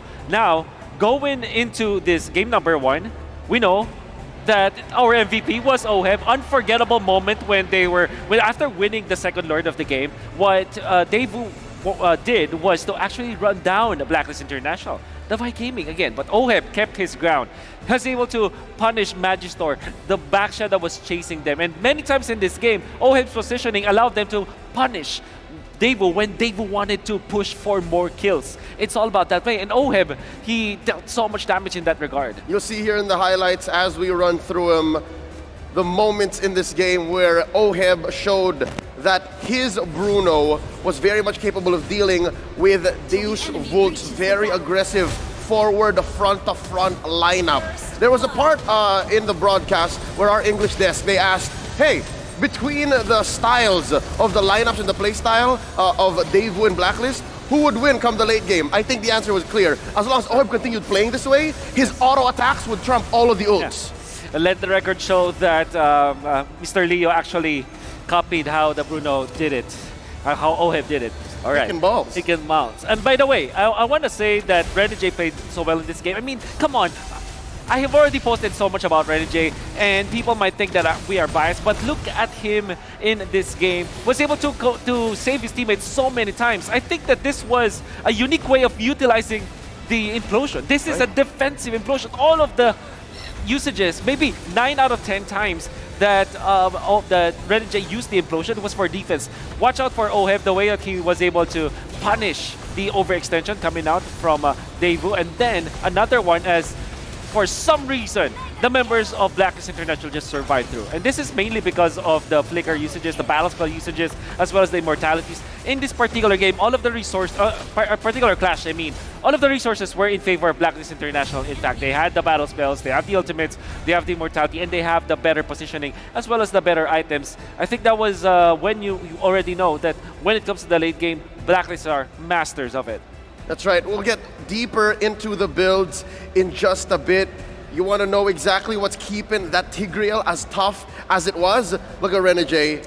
All right. That's what you got to build, folks. And as well, I like the touch on the concussive blast. It helps clear waves faster for you to be able to reposition and then allow for a game to end at a reasonable pace. That's right. And we know for sure that the Wilder's Blessing also plays very big part in this particular playstyle of Renegade. You saw he's able to get into the position faster when it comes to punishing, more so than when it is them trying to start the fights. Because, again, why would you try to start the fight as Blacklist International? You're facing Davai Gaming. Let them come to you, counter it with Implosion.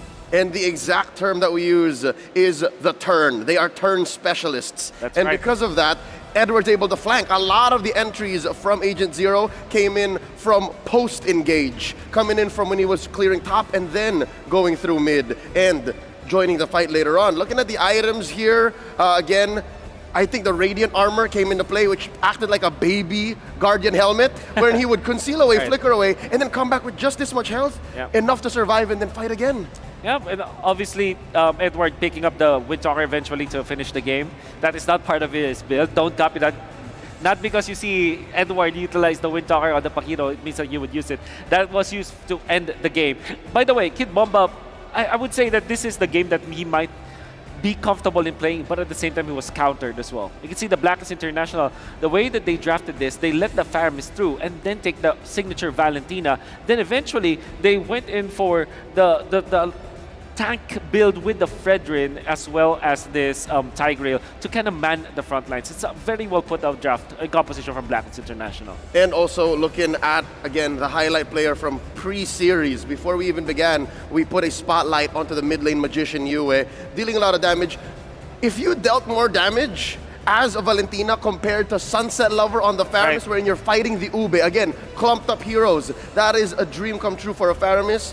Yue was doing amazing. He was doing great work, better than great work. Because what is that? You're playing with range, you're playing with threat assessment, with target acquisition, which I think you'll see if you roll back the tape. Blacks International had just trumped Deus Volt. Despite being Davai Gaming, when it came down to picking the right targets at the right time, Blacklist got them checked. And what is really weird about this Davai Gaming is that it makes a lot of sense going for the Brody as well as the Angela. But I guess the combination of double supports plus the Brody might not work so much. Maybe if it was the Claude, right, it will deal the damage in the late game. But you can see that there was severe lack of damage from the side of Daewoo, that you felt it in the late game or the mid-game stages of the game. You saw that when they jump in, yeah, they do. It was very explosive. They have the Faramis as well. But they didn't have a closing statement to their sentences, for example, or their paragraphs. They cannot close it even with the torn apart memory because of two things. First, they don't have enough damage because of their composition. Second, man, Blacklist is good at kiting. They actually avoid the torn apart memory so many times. Yeah, again, it's become more and more popular in the past couple of months. The reverse collapse,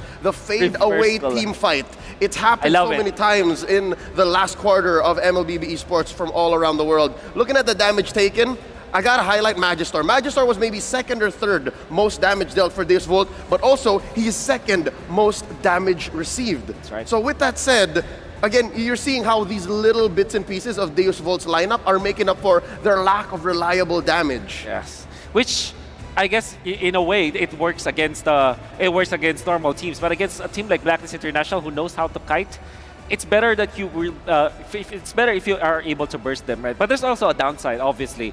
This Daewoo lineup, it was at least in my eyes, it was a gamble because they went in for Brody plus the Angela. Makes a lot of sense, but going up against a team that is great at kiting, and I think that the casters pointed that so well in the particular skirmishes that when it comes to like kiting, it seems like Daewoo should have gotten many more kills, but they weren't able to do so because of the magical kiting that you see coming up from Blacklist International. Yeah, and again, compare that to the amount of CC, well, I guess reliable CC that Blacklist has. It's very hard to, again, even get good target acquisition. As soon as Blacklist makes the call, all right, Ube time, we're backing off. For Deus Volt, it's either, okay, we force the advantage, we get one kill and then walk away, we waste all of our ults, or we walk away, it's a wasted rotation. And that's what our casters were actually watching here in the English desk. They were saying, okay, if in the next 30 seconds there's not a kill from Deus Volt, that was a wasted approach. And as long as Blacks can waste your time and they can find that window, Deus Volt won't even go past 20 minutes. I completely agree with what you said. I might just reduce that 30 seconds to maybe just actually 10 seconds. That's how fast you need to kill the members of Blacklist International. The teams that have exposed weaknesses of Blacklist International kill them faster, you know? Yeah, and again, if you're at this stage, again, a single best of 5, how fast can you learn that? Here's a quick quote from Coach Bon Chan, a SEA Games gold medalist, an MLBB world champion. All right, at first, Renegade didn't want to play utility heroes until we taught him how to properly use those heroes. Should we use tank roamers, he can also do that because that's his specialty. So this is just a little bit of an insight as to how the Hitman became the heel man, how he evolved before Blacklist eyes and now before ours. And you can see that when he played Matilda, I will never ever forget what he did yesterday, because he protected Oheb to the point where, as the Matilda, he's not initiating. In fact, was sitting far back so that the guiding wind will be there. When he's playing the Tigreal, he's playing a sustain. So I think that the perfect hero for Renegade, and hear me out, the Minotaur. The Minotaur has heal and catch. I would argue it's the Matilda because it has a way to go into the back line. That's true, yeah, all right. Imagine that. I can't believe that if you looked at Renegade's signature heroes from the M5 World Championships, it would look very different to the way he played his career. So with that said, we're going to throw it over to our casters to get back into game number 2. Talk to us.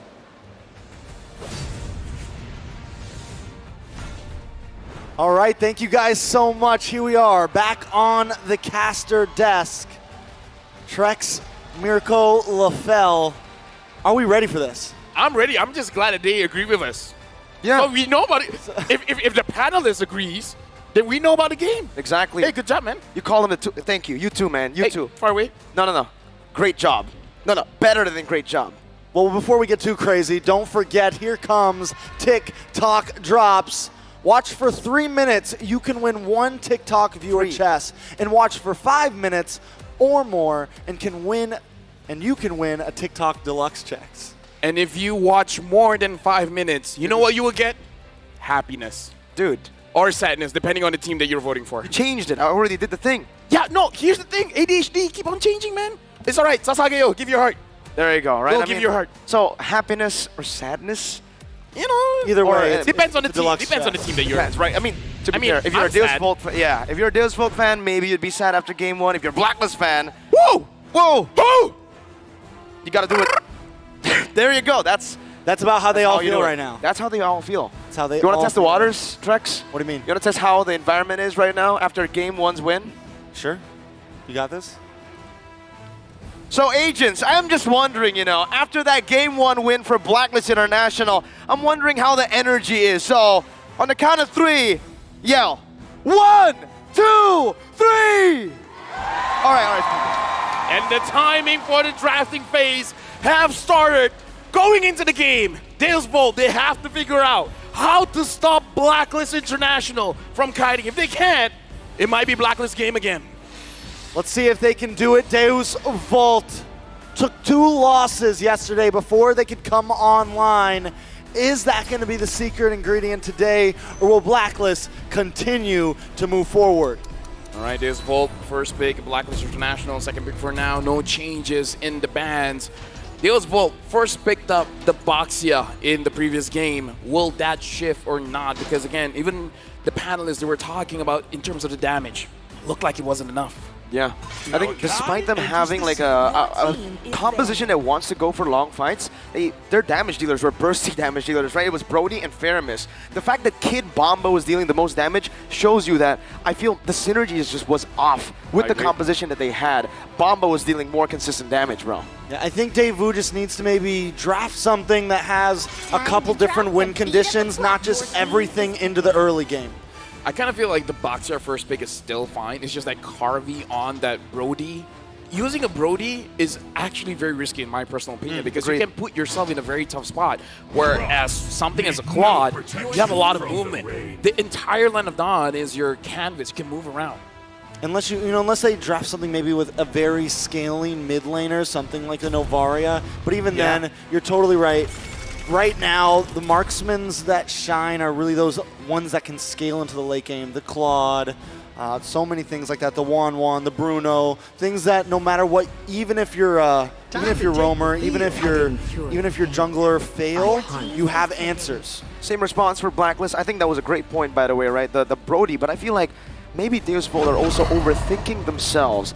They could have just gone for a signature Diggy pick against the CC coming in for Blacklist. It would have also denied that peel with the Tigreal. That was obviously last pick, but still, Deus Volt went for the risky choice with the Angela as well. Yeah, I kind of feel like why the Diggy is so strong is just because they have information with the Vision Getter, right? Yes. But the more important thing is that no one is stopping their engage. Exactly. And I feel like that's the very big difference here because if there was a Diggy, Implosion is a no solution.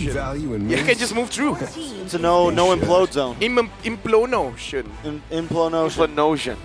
It's a notion to implosion. It's my It is a way Fredrin or as the well. highway. That's Same exact draft as last time. Same exact draft. No changes. Even the bans. You could have guessed this 100%. We could have. Yeah, but we are meant to be challenged. Exactly. We're men. We're meant to be challenged. Oh, We're I meant thought to you be said challenged. something else. Yeah, it is something else. But that's the way we like to play, you know. Like if it's difficult, This land is then I love it. I love being difficult. So far, the drafts haven't been difficult. Both of the teams know exactly Yeah, what's what going does to happen Daewoo here. change here? Do you think they went into the room and were just like, it wasn't the draft. We Probably. had that. Yeah. We made some mistakes in game, so now we just play better. Or it was the mistake wasn't in the first phase of drafts. It was in the second. True. Because again, it's coming to the mentality, right? Because we talked with Kid Bomba behind the scenes, and he was very crucial when it comes to the micro mechanics. He understands at a certain power spike, you're able to do this and that. And the thing that he said before when he went up against Onic was that they were focused on a problem that did not exist. So maybe in the first game, that was the problem. They were worried about things that did not exist. So maybe this time, the damage dealers are going to do a better job. Maybe this time, Carvey is going to make sure that he doesn't do those mistakes where the mistakes is easily avoidable. I worry about things that don't exist all the time. Ghost, cuckoo birds. Ooh. T-Rexes. T-Rexes. That's why I made it my name. Reptars. Reptars I'm are the real. priestess Reptars of primal are real. hunting, One in the hunter of all talent the room. evil gods. But this right here is even realer. It's the same draft, exactly. Literally even towards the second phase ban, so nothing has changed so far. So Paquito? Imagine the one time we say the hero. Exactly, right? That's what I'm scared And of. then why they we're pick not out something like an guessing. Arlet. Right, Blacklist will go Paquito. Let's see if the curse works. I don't know if you want to test that out, you know, because I predicted Blacklist. Oh wow, all right. Your team Who would have guessed that, man? Even Wolf wouldn't have been able to guess that. No, because he would have got inside his own head. For sure. True, yeah. Only the meant to be challenged like us would be able to get. Is it a this BA? draft. Is it a Brody Angela? A BA or an AB? Or a Diggy. A BD? A Brody Diggy? A I will BD. be there upon Okay. the first blossom. That's the Angela. Angela. We've got it. One more. Will it be the I think pick up like a Beatrix here. Just switch it up. Yeah. I'm okay with the Beatrix. Something else. consistent damage? I like it, right? If it's not the Beatrix, what do they want to go for? Do they want to go for something like a Claude, actually, right? Claude, yeah. Claude. Yeah. Anything other than the Brody right now, honestly. Because that was definitely actually the Claude would be This great. Yeah. is my tempo. Your team is picking.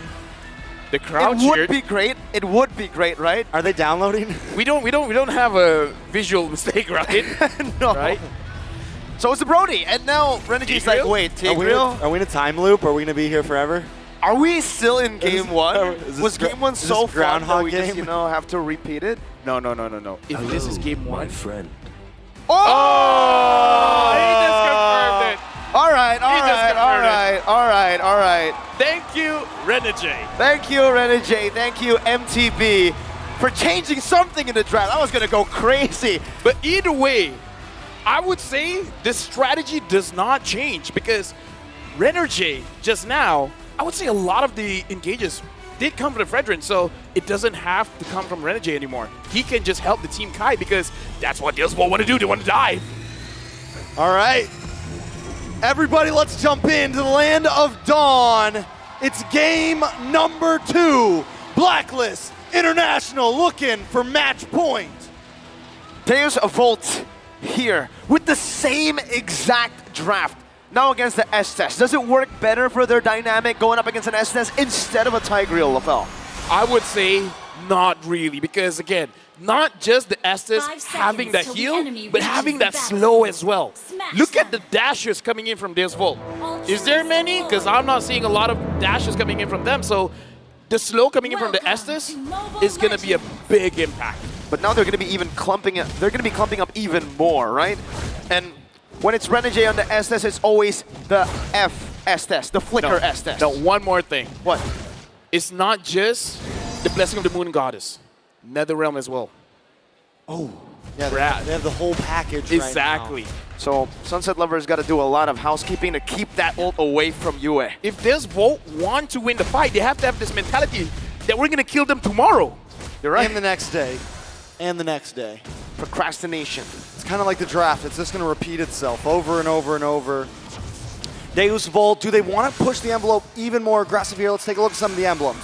Oh, but before that, Renjay taking quite a lot of damage, surviving still, and again, having a lot of movement speed here.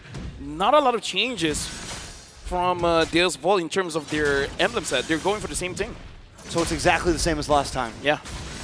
What a surprise. On the side of Deus Vult now, I think the goal here, if they're going to really just invest into this, just try to go even harder than last time. Just try to be even more aggressive and really just try to push Blacklist into a corner. So overload them. And I'm not going to lie, I do kind of agree, but again, they got to figure out a way to isolate Blacklist International, but that's the thing. Blacklist International, they don't get isolated. They make sure whenever they're moving together. Even Edward, where theoretically he's going to be the one soloing a lane, all of a sudden, either Sensui is nearby, Yue, and right now even Renegade is going to get close. Wow. A lot of emphasis around this bottom side. Blacklist International want to clear it, and they do it just with one splash of damage. Yue takes away that Nether Realm, just what we mentioned. And Blacklist International, once again, just like in Game 1, are first onto the turtle. Edward, or the zoning Magister, poking him down, getting him to half with a knockout strike as well. Magister might not be able to even contest for this. Has the regen, pops it in, shield unity onto Edward with the penalty zone onto the back line. Another realm from both teams, the blessing of the moon goddess as well. Yue, another realm HP gonna be gone. Edward looking for the knockout strike on a Sunset Lover, but they're dealing a lot of damage still. Magister losing out in the retribution battle. The Sensui, the Appraiser's wrath comes down. The first blood will be claimed by Kid Bomba. A big trade back as Yue dashes forward, but then gets caught in the Ghost Bursters of Sunset Lover to make it kind of worth it for Deus Vult. Yeah, honestly, in the end of things, Magister does go down. It's not good to lose your jungler, and they also lose the turtle, but you find Yue and Edward, two of the huge damage dealers, especially when it comes to the mid-game spike. I would say just now it was all Kid Bomba as well as Sunset Lover, man. Like, doing a lot of damage and actually controlling Blacklist International. I feel like Sunset Lover with the first kill was able to interrupt some of their abilities, making it so that Blacklist International did not do as much damage as they wanted to. Here's a big problem, though. Edward continues time and time again to just out-rotate Kid Bomba, and has so much to do with the passive. It has so much to do with the Paquito, and this is where Edward shines. We used to love to see him on the Benedetta, those proactive EXP laners, those ones that can move around the map, and even earlier when they cut that lane just to get a good position on the turtle was a great maneuver. Now looking at the items, honestly quite a lot of same things going on for both teams, but definitely a bigger power spike for Bruno. Magister shield unity onto Yue. Sunset Lover trying to deal some damage as well on the back, but Magister's gonna be stunned up right now. Goes on to Sensui, who dashes out. That's another realm baited out from Deus Vult. And Blacklist International decides to disengage with the help of Renegade's Blessing of the Moon Goddess. I feel like that engage was a little bit too early. I kind of feel like going in when it's around 7 or 8 seconds when a turtle is about to spawn could give you a better lead because you're going to make sure that their HP is chunked down. But I don't know, man, going up against this Estes, even when you're doing something right, it feels like you're doing something wrong because even when you get to trade, the trade becomes invisible because he just heals back up. Looks like they may be going for the lane swap here. Around the 4.5 minute mark, Kid Bomba gonna move to the top side along with Edward Turtle spawning up. So Daewoo, they've been a little bit aggressive. They're still falling behind in gold so far. Can they take this turtle? Good damage in the mid lane onto Yue, taking him to half HP, but he goes in to terrify them instead. Edward doing a good job at jabbing Magister, poking him down. Meanwhile, Bomba's more concerned with the waves. He'll be able to make it in time. It shouldn't be too much. Magister also going to secure the purple buff. Can they go for the steal? He retreat that. Edward force a flicker out. Hard guard coming down. Forward man penalty zone by Kid Bomba, but Sensui still finds the turtle. That was a blessing of the moon goddess, but Renegade's caught in the midst of it all. Flickers out to save the Sunset Lover with a flicker of his own. And Edward is forced back. Now under the turret, going to be taken down as well by Sawa. Let me just say, if you want to give an MVP, man, look at Sunset Lover. The Shadow Stampedes. Again, we're talking about you got to figure out a way how to make sure that Blacklist International don't kind of look at Kid Bomba. Bomba's caught under the turret, now caught under the Appraiser's wrath. Sensui takes him out. As I was saying, Deus Vult, they find the answer. Time when Blacklist International wants to kite away, when they want to move back. At that moment, press again the Shadow Stampede to interrupt their movement. So I kind of feel like for Deus Volt, Sunset Lover is the key. He is the disruptor. He is the enabler for their team. He's a player that has gone very, you know, just not as known in the beginning of M5, but so far in the knockout stage, he has been turning up. A 2v4. That could have been deadly there. Magister goes in, taunted up with Razor's Wrath once again, but Magister still is able to survive. Torn apart memory just to poke Blacklist down, and Blacklist will just take another structure. Well, the first structure of this game in the bottom lane. All right, Deus Volt now behind 1K gold. I feel like they have to, I think they kind of just have to step up their macro a bit, but Yue taking low. Should be able to get away there. Let's take a look at these items. Honestly, one notable thing is just that for this time, Kid Bomba doesn't have the Fury Hammer, so he shouldn't be able to do as much damage as before. So that may be the adjustment, going straight for defense instead of delaying it for a little bit of offense. So it's an interesting change. We do have to see if it will work out. Could be the answer here, right? It could be something that helps him survive a little bit longer when he goes for those big OPZs, right? When he goes for those big engages into the back line, because what happens to him a lot is when he jumps back there, he's immediately shredded down. And with Sunset Lover, Carvey, Sawo able to kind of be aggressive, it might be the magic ingredient. And now, how does this play out, LaFell? Does the mid-game power spike still hit for Deus Volt where they want to look for big fights? Carvey taken low, up top, no hard guard. What happened? Was Sawo canceled? No, it was a complete miscalculation, and Blacklist capitalized. That's one of those moments where you feel hurt, man. You have two ways to help your teammate, and none were there. Yeah, definitely a big miscalculation for Deus Volt, and this is what separates the boys from the men. This is what separates the S-tier teams and the A-tier teams. Blacklist International not making those minute mistakes right now as Deus Volt unable to keep up. The saddest thing, Sunset Level was there. He had the Netherrealm, but I feel like the call was save the Netherrealm for the bigger fight. Yeah, just use the hard guard, and Sawo was like, wait, are you gonna use it?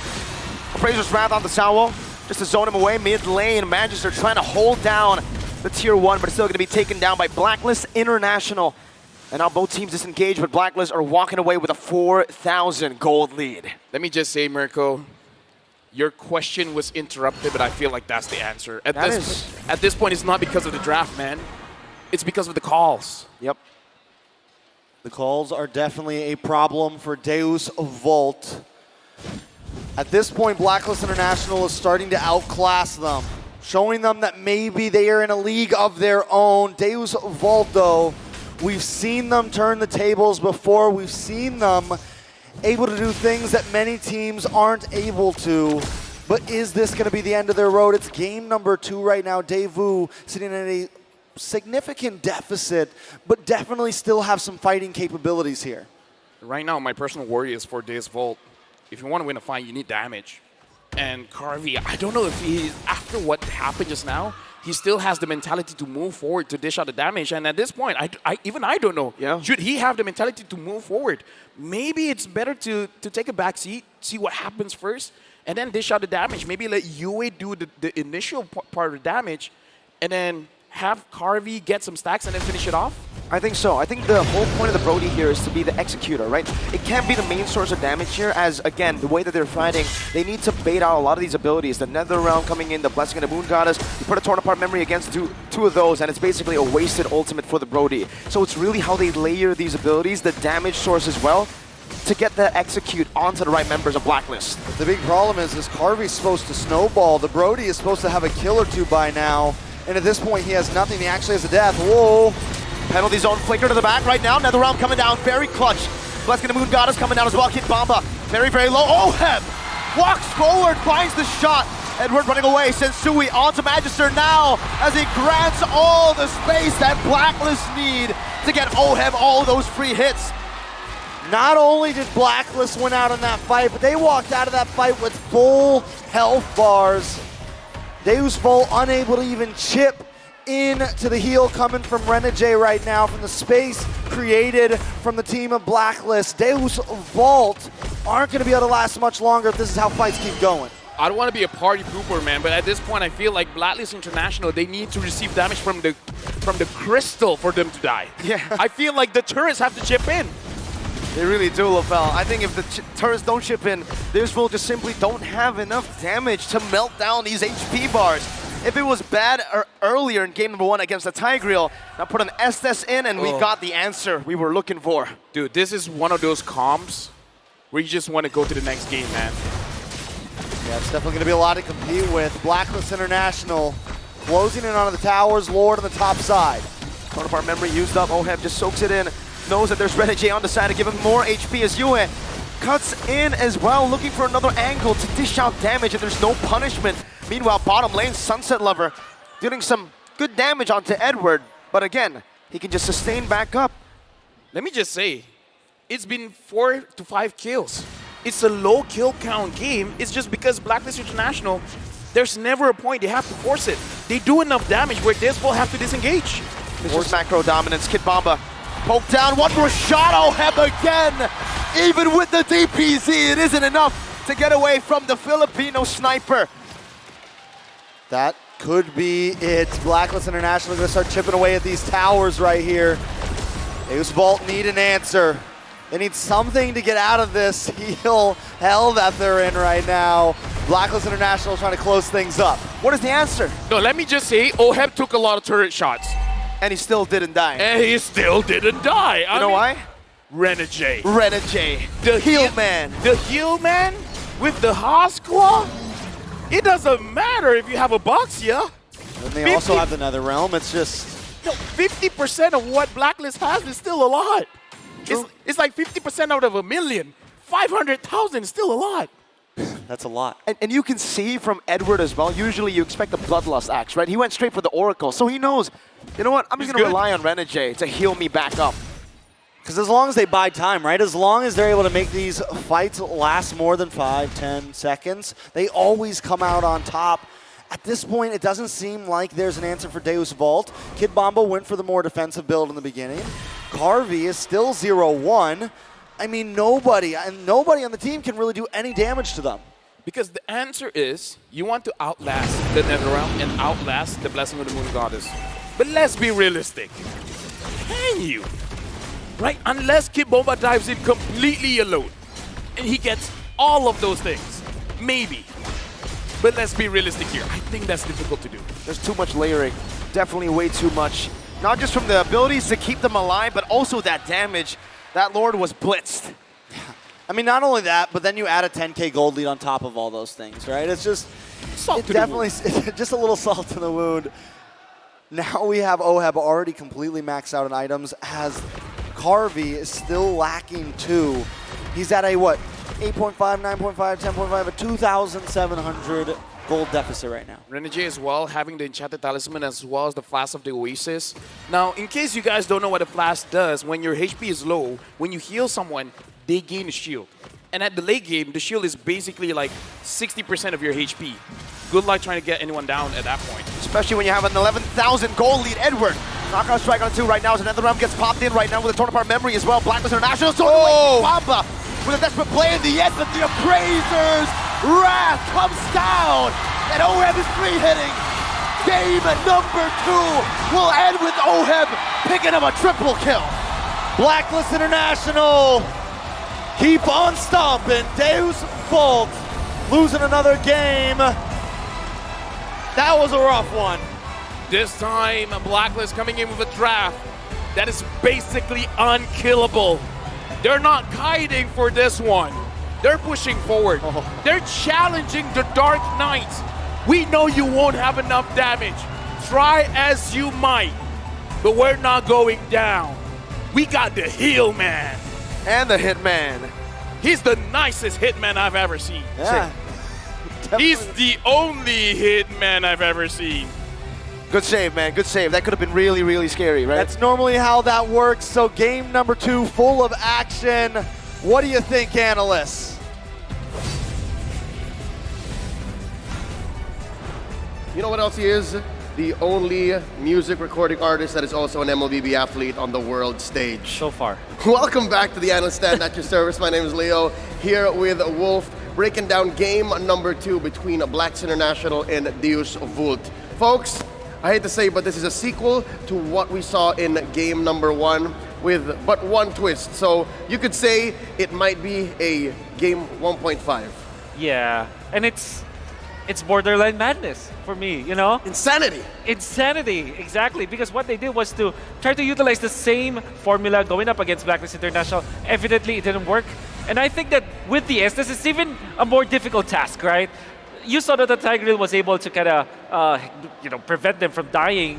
Estes literally is not going to have any problem in that game. Back-to-back, I mean, of course, this is game 1.5. 1.5, so same MVP. Game 1B. Game 1B, exactly. And it's the same concept. The auto attacks from Oheb, able to overload the Netherrealm, able to disincentivize Hearthguards. Yeah. And he had to just do better than great. He had to do better than what he did in game 1 and just follow the momentum, follow the flow. Oheb is on a whole nother level. There was an improvement that Blacklist International did from yesterday when they went for the turtle fights. This time, actually, if you're going to be looking at Blacklist International, they're faster at the turtles. They're cleaner when it comes to taking care of their jungle. It's because of their heroes. And my God, Edward was phenomenal when it comes to zoning out their opponents in many moments in this game. We can see, again, lack of damage, dude. It's just how it feels. I mean, maybe the first 2 minutes you can't take them out. Look at the beautiful penalty zone, but no kills afterwards. It's just so difficult to fight if you're Daewoo, even if you have all of these members. Eventually, they took out Renegade, but man, they got punished afterwards. Yep, it's one thing to pick another lineup and work on your target acquisition, because that's one thing they had lacking from game 1. But now, Blacklist just came in and fixed their issues, tightened up their screws, and came in ended much, much sooner. Yeah. I mean, you know for sure that this is going to happen. If you're going for the Brody Angela 1v1, well, it's not technically a 1v1, but you know what I'm getting at, right? Doing duels, it will win. But when it comes to full-blown skirmishes, especially when there's a looming Estes threat all the time and there's the Valentina Faramis, I think that that's just not gonna work. For Daewoo, they should rethink this Faramis strategy and maybe not give the Valentina, or just don't get the Brody, get a Claude instead. So something tells me there's gotta be a see you soon versus Deus Vult like switch within the EECA's Dark Knights. Coach Fly Solos to come in and switch up the game, change the lineup completely. Looking at the emblem set, again, I am falling in love with Renegade's Estes emblem set. The fact that it's Quantum Charge means he's always combat ready. Exactly. And the way that he can juggle between 2 lanes. I think that it happened so many times in this game where he was up top, helping out Oheb, and then eventually was in mid. They were controlling the Little Wanderer as well. He's just taken over maybe 75% of the map just because of the Quantum Charge in combination with the Wilderness Blessing. I mean, say what you will about Sawo's Angela, it does also bring in quite a bit of map presence. Also rocking the Wilderness Blessing, able to cross rivers and jungles much, much faster. And then Hearthguard for the omnipresent threat. But from then on, again, it's literally a walking green dot. After your ult, you're a subpar wave clearer. It's difficult. You also are a somewhat vision getter, but that's not your problem. You have solid vision. You're able to engage and disengage at will, but where's the damage? Where's the follow-through? Yeah, and when it comes to the other items, the other parts of the game that we have to talk about, I guess it's not just about the items now if you're looking at what Blacklist got, because it's standard. It's actually what they got in the previous game. But this time it's much faster. You can see around 7 minutes you already have the Radiant Armor, which now deals with or against the Brody as well as the Angela Faramis combo. I mean, I'm not saying that Radiant Armor deals with the Brody. It's just that they have Antikyras as well as Radiant Armor on Sensui at 7 minutes. Already 7 minutes before the Lord fight, you already have 2 items to go up against the main damage dealers of Daewoo. And for Daewoo, you see here they're building up towards what they did as well in game 1. You see here the Sea Halberd on Carvey. You see the Durance on the way for Sawo, and the Durance already built on Sunset Lover. And of course the anti-heal from Magister's Baksha. And this was against the Tigreal, and it was already difficult.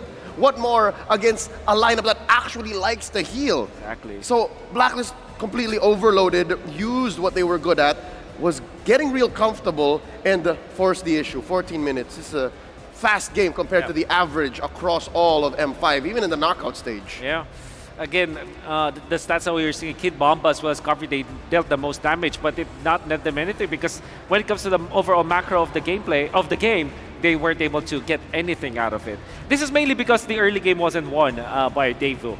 Brody Angela, they need to snowball. With Brody Angela with the backshot, the win condition of that kind of composition is to win the game as soon as possible. Make sure that the SDs will not hit critical mass. Make sure that Bruno will not be able to take out your turrets. Unfortunately, it didn't happen at all. It's basically breaking down a wall with a sledgehammer that keeps rebuilding itself. Or missing the wall entirely, because that's what Deus Volt's lineup was. It was a sledgehammer. Yeah. And you needed to break through past the 9 minute mark and own that part of the game to be able to move on forward. We'll see here. In the damage dealt, exactly what they were packing. It's just that, at some point, they couldn't get through effective damage anymore. Not at all. You can see that you have to look at the mid lane matchup. It's Sunset Lover versus UWeb V2. It's a Faramis versus the Valentina. Then the overall idea here for Daewoo is to have this Faramis as well as the Angela. Well, guess what? Because they gave the Valentina for the side of Blacklist International, not only does Yue deal the damage, he also takes care of business when it comes to the sustain. Renegade, in combination with having the NetherRealm, imagine Estes as well as NetherRealm. How much sustain can you get? That's natural for Blacklist International. Basically, everyone in Blacklist International is Masha. Right. Or Xborg, whichever you want to look at that's it. right. Right? I agree. That's why you gotta see Daewoo. If that was not Blacklist's lineup, there would have been more kills. So this is a relatively low kill count game for a lineup like Deus Vult. So with that said, again, the onus is on Coach Fly Solo. The ball is in their court. How do they switch up their game? I think that they're so convinced about this lineup after playing that in their first game and then playing it again in the second game.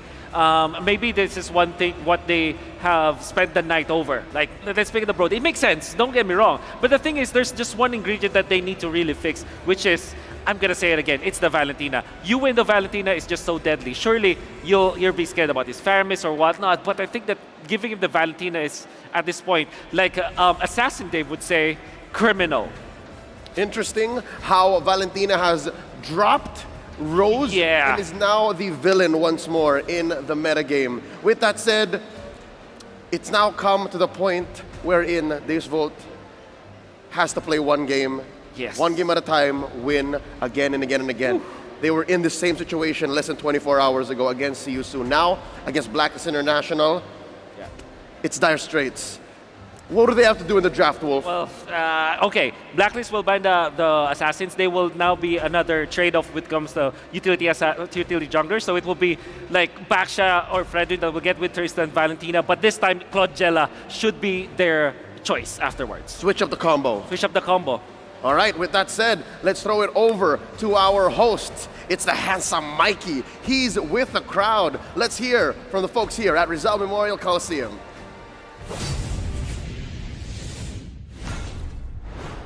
Thank you, talents. This is your very own Odin on the side with Mikey. That was a very, very thrilling match. I'm so nervous right now. Yeah, that was a great match and a 2-0 lead for Blacklist International. Tanong mo yung mga agents natin, kumusta sila? Let's ask our agents. Yes, let's do some vibe check. Let me hear it from Blacklist International. When I say Blacklist, you know what to do, guys. Blacklist! Well, they are on the verge of winning this series, but Daewoo showed us that they can come back from a 0-2 deficit. So, the Daewoo fans over there, kaya pa? Do they have what it takes to come back, Daewoo fans? We'll see what happens in this next game, but for now, I believe we have time to play a game with one of our, or with two of our fans. Let's get some fans. Yeah, let's look for fans I want to go have some vibe check Yes. here. Blacklist fan. Let me have some Blacklist fans. Blacklist fans. Blacklist fans. Madam. Come with me. Get some Daewoo fan. Madam. Hi, what's your name? Hi, I'm Lian. Lian. And obviously, she's supporting Blacklist International. Who's your bias? Edward. Edward! Edward! Why Edward and why Blacklist International? Edward kasi feeling ko sa lahat ng players ng Blacklist, siya talaga yung pinaka nag-step up sa kanilang lahat.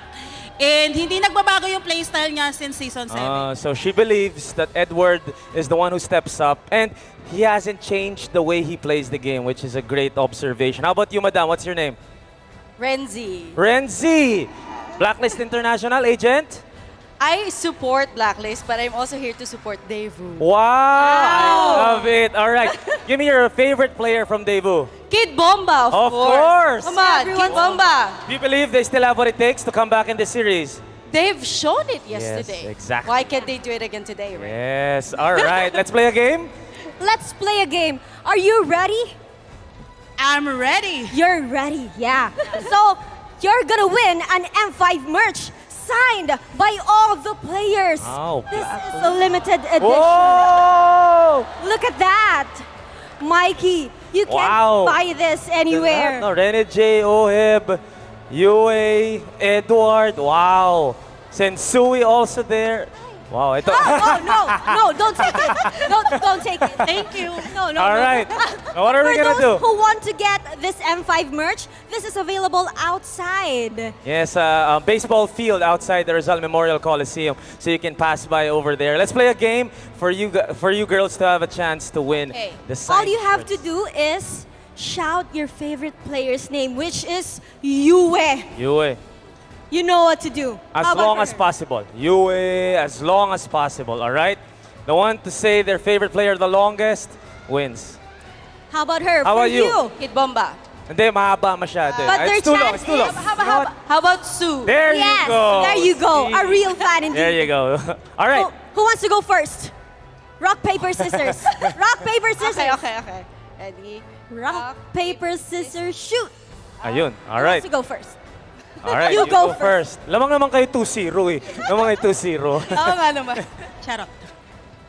At the count of 3, Lian, you shout Yue. 3, 2, 1, go!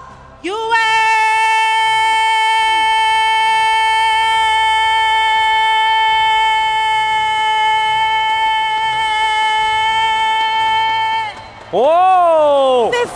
12 15. seconds. 12 seconds. 12 seconds? 12 seconds. 12 seconds on the All right, clock. 12 Can you seconds, beat Renzi. that? Oh. Kaya. All right. Kaya. She For can. Daewoo's comeback. Daewoo. Yes, sir. Let's go. Ready?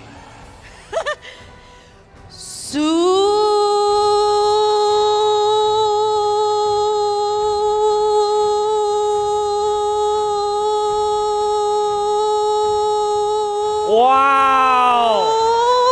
Oy, there you go. Ayan! Congratulations, Renzi! Wild! Hopefully na-inspire yung Daewoo doon. You will win a signed shirt, signed of course by all our members. There you go. There you go. You manifested it well. Yes. But you're not I gonna just go want to add, Yes. idol ng pamangkit ko si Kid Bomba. Kid Bomba, pag uwi ka na sa amin. She said her niece is a fan of Kid Kid Bomba. Bomba. You want to take Kid if you Bomba home? win, go home with them. Yes! He needs a playmate. He's a playmate. All right. Oh, okay. But It's a nephew. It's a nephew. It's a nephew. You're not gonna go home empty-handed. We also have a prize for you later on today, but there you have it, all right? Thank you so much for joining us here. Have some fun. Agents and fans of DU's Vote, thank you so much to the crowd. And now, let's head back to the game with our very own talents. Thank you.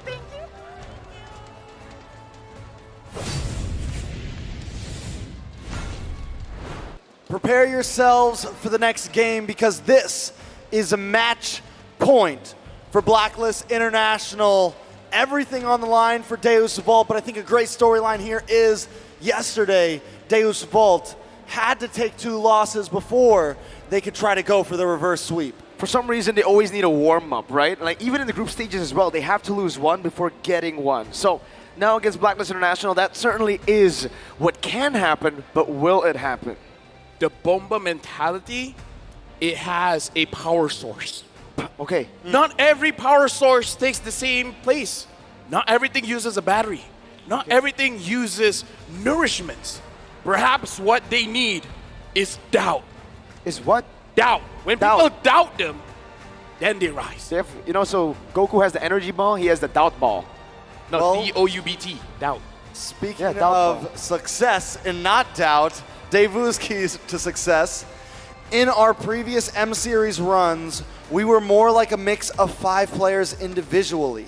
This time, we feel more like not only a team, but a family. A big Bomba family. They already have the kid, now it's the rest. Needs to change the Bomba. Not gonna lie. Whenever I'm going for a job interview and they're saying they're like a family, big red flag for me. Why? I don't know, man. Something about him saying we're like a family. It's Listen, kid. I've worked in the real world. Trax, you've worked in the real world. Yes, Mirko hasn't. I'm 21, man. Dude. Family, man, family. Family. Must be cool. Oh. Hey, dab it up, dab it up, dab it up. We're getting real it must dark be here, cool, bro. Phil. What? Must be cool. Oh! If you know, you know. You know, if you know, you know. I'm gonna dab myself up. Shout outs to family and shout outs to mental health. Now, going into the game here, you know what's. Even though I'm down, I wanna see some drops. I wanna see some TikTok drops. Some TikTok drops. Well, here comes TikTok drops. Watch for 3 minutes. You can win 1 TikTok viewer chess.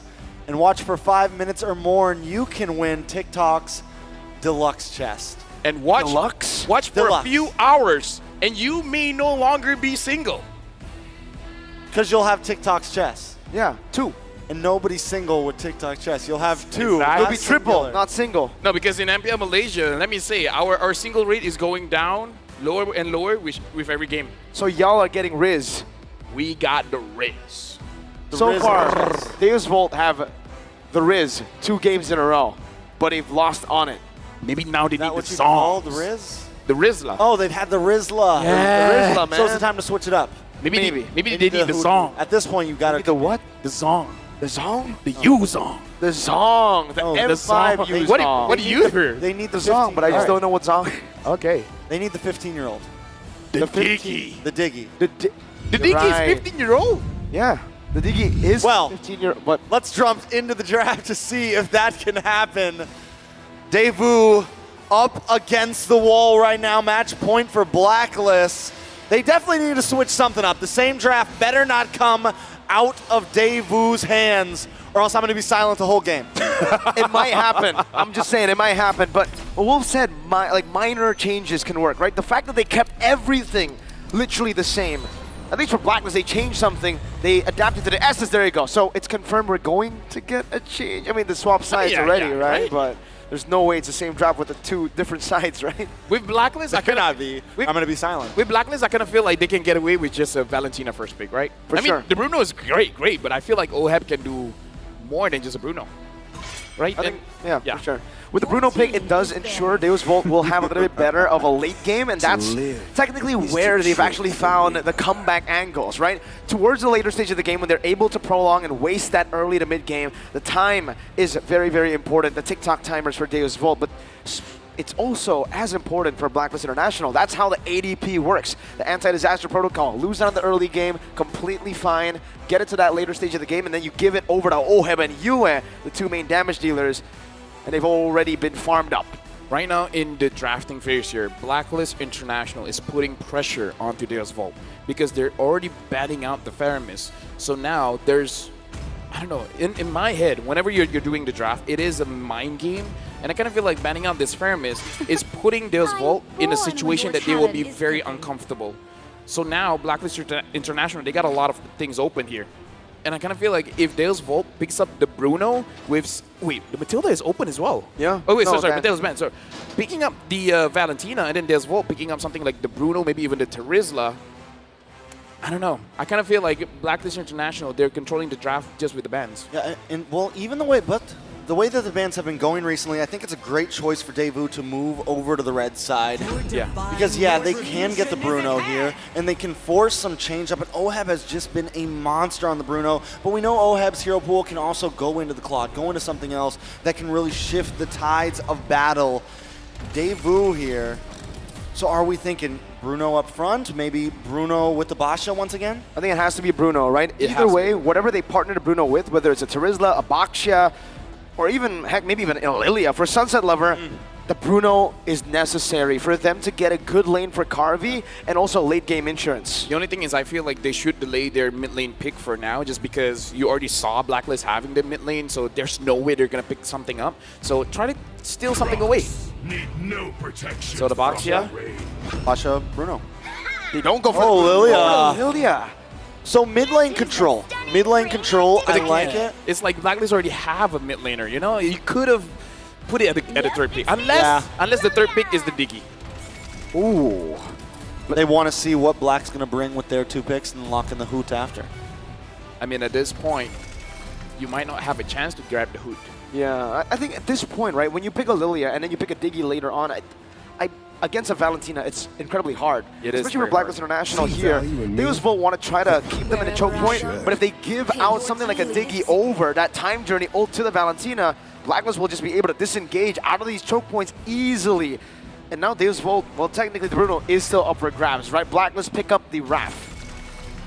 I don't know, at this point, the Wrath plus most gold laners is going to be very scary. If they don't pick up an aggressive gold laner here, it's going to be very difficult. They're picking up the Ixia. They ban everything out but the Bruno and try to give... Maybe just because looking at the composition, they're thinking there's no way that Blacklist wants to dive. So this Ixia is going to be safe. So, but you kind of are forced to ban certain EXP laners, right? For sure. The Lapu, maybe even the Yuzong. Yeah, Lapu, Yuzong, the Terizla maybe as well, unless they feel like they can handle it. I mean, definitely a possibility. I think I like the idea of they know that Ixia is going to be safe in the back line. So now Blacklist definitely maybe wanting something that can get to the back line here. Lapu, Terizla, plenty of options still out there. But I love that Wrath pick because it denied any idea of like, all right, we're not going for heavy CC here. You're not going to pick the Diggy. It'd be pointless at this point. We know the composition we have. And again, it just goes to show how much diversity just that one pick from Renegade can make with the team. At this point, like our panelists were talking about how Blacklist is like a wall. Now this wall has wheels or wings. There you go. It's a moving wall. It is a moving wall. That's very scary. It's a floating moving. It's a flying wall. Once in my life, I saw a wall moving towards me, and I was like, how does that happen? Were you driving? No. That would be the logical explanation, right? Yeah, no. Okay, now I see it. No, I wasn't driving. No, but so far for Carvey and for Oheb, it's been the Bruno that's, been the most successful, or maybe not for Carvey, but most used hero for both these players. Maybe because Carvey's seen this win rate as well, he's like, you know what, maybe we'll just try to utilize this Ixia. We were able to beat the Bruno with this just yesterday against See You Soon, so why not try again? If Blacklist loved the Bruno so much, Oheb heck got 2 MVPs back-to-back on the Bruno. Let's try to counter him. So what do we think about Daewoo maybe picking up the Tigreal or picking up something a bit more aggressive for their roam here, LaFell? Actually, just looking at the Bruno here, I know you asked a question, but I call it Sunset Lover a goalkeeper. Looks like Oheb the better striker, man. Yeah, the way better striker. He's been getting those goals in so easily. Tigreal banned out, so 2 setters taken out from Deus Volt. They don't want to give the combo away, but the Tigreal, or the Terizla rather, will still be picked up. Kid Baba loves this hero. When I give the word. Are they going to just last pick the Hoot here, LaFell? Ooh. The Khalid, very fast pick here. I love the confidence, and it goes with the team's playstyle where the Khalid can move around the map very, very fast. And he can do very well alone in the lane. And we've seen that for Edward, the way he plays the Khalid when he has a Rafaela on the team is full damage. He's an assassin, not a fighter. He relies on the Rafaela to keep him tanky, sustainable, and the quicksand guard. And again, it's another fast-moving EXP laner, something that Edward just thrives on. Every single time he's on this, he's able to move around. I don't have to explain myself again. Now, Oheb, does he just pick up the Bruno? Ooh, signature pick. Signature pick, and here's the thing, just want to add on for Edward, I feel like whenever they're training, the coach told him, Edward, you have to take care of the lanes. All of it. The coach didn't specify which lane. He just assumed all of it. Yes. Right? Which lanes? Yes. Yes. And that's exactly what he does, honestly. We saw yesterday Blacklist come in, and Edward would even try to, they would send 3 or 4, literally first lane into the mid side just to get some advantage. And so you just never know where Edward is coming from. And with the heal, with Renegade as well, giving them all even more of a speed boost around the map, it's definitely a deadly composition. Okay, last pick here. Is it the Hood? Is it an Estes? Ooh, that would be very interesting to go for. They go for the Kaja. Ooh, okay, so literally just a cover comp, right? They want to play for the Lilia and Ixia. That's it. It's very honest. Definitely very honest, able to get some pick pressure too. Might be a little bit easier to catch Renegade off here. That's going to definitely be a target for them, but Sawo's going to have to choose, you know, as the game moves on. Does he go for the gold laner? Does he go for Renegade? What is his choice here? Early game don't matter, man. I kind of feel like their idea is to separate Blacklist because they've been clubbing up way too much. So in the early game, don't care. Just pick anyone and finish them off. And they've been winning in the clubbed up team fight, so maybe that might be it. Isolating them in the early game and then clumping up in the late game with the Ixia, punished with a full barrage. All right, Blacklist International, agents all around. It's match point as Deuce Bolt looks for another reverse sweep. Is it something that can be done? Well, they got to do it here. They changed their strategy in terms of the draft, as well as having the roamer, the Kaja as the roamer. They got to be aggressive. But at this point, they got to make sure the calls are solid, the calls are good. Whoever they catch, the damage has to be there. If the damage dealers aren't ready, it's going to be a Blacklist game. All right, so with what you said, they have to be aggressive. Do they just immediately start pushing in?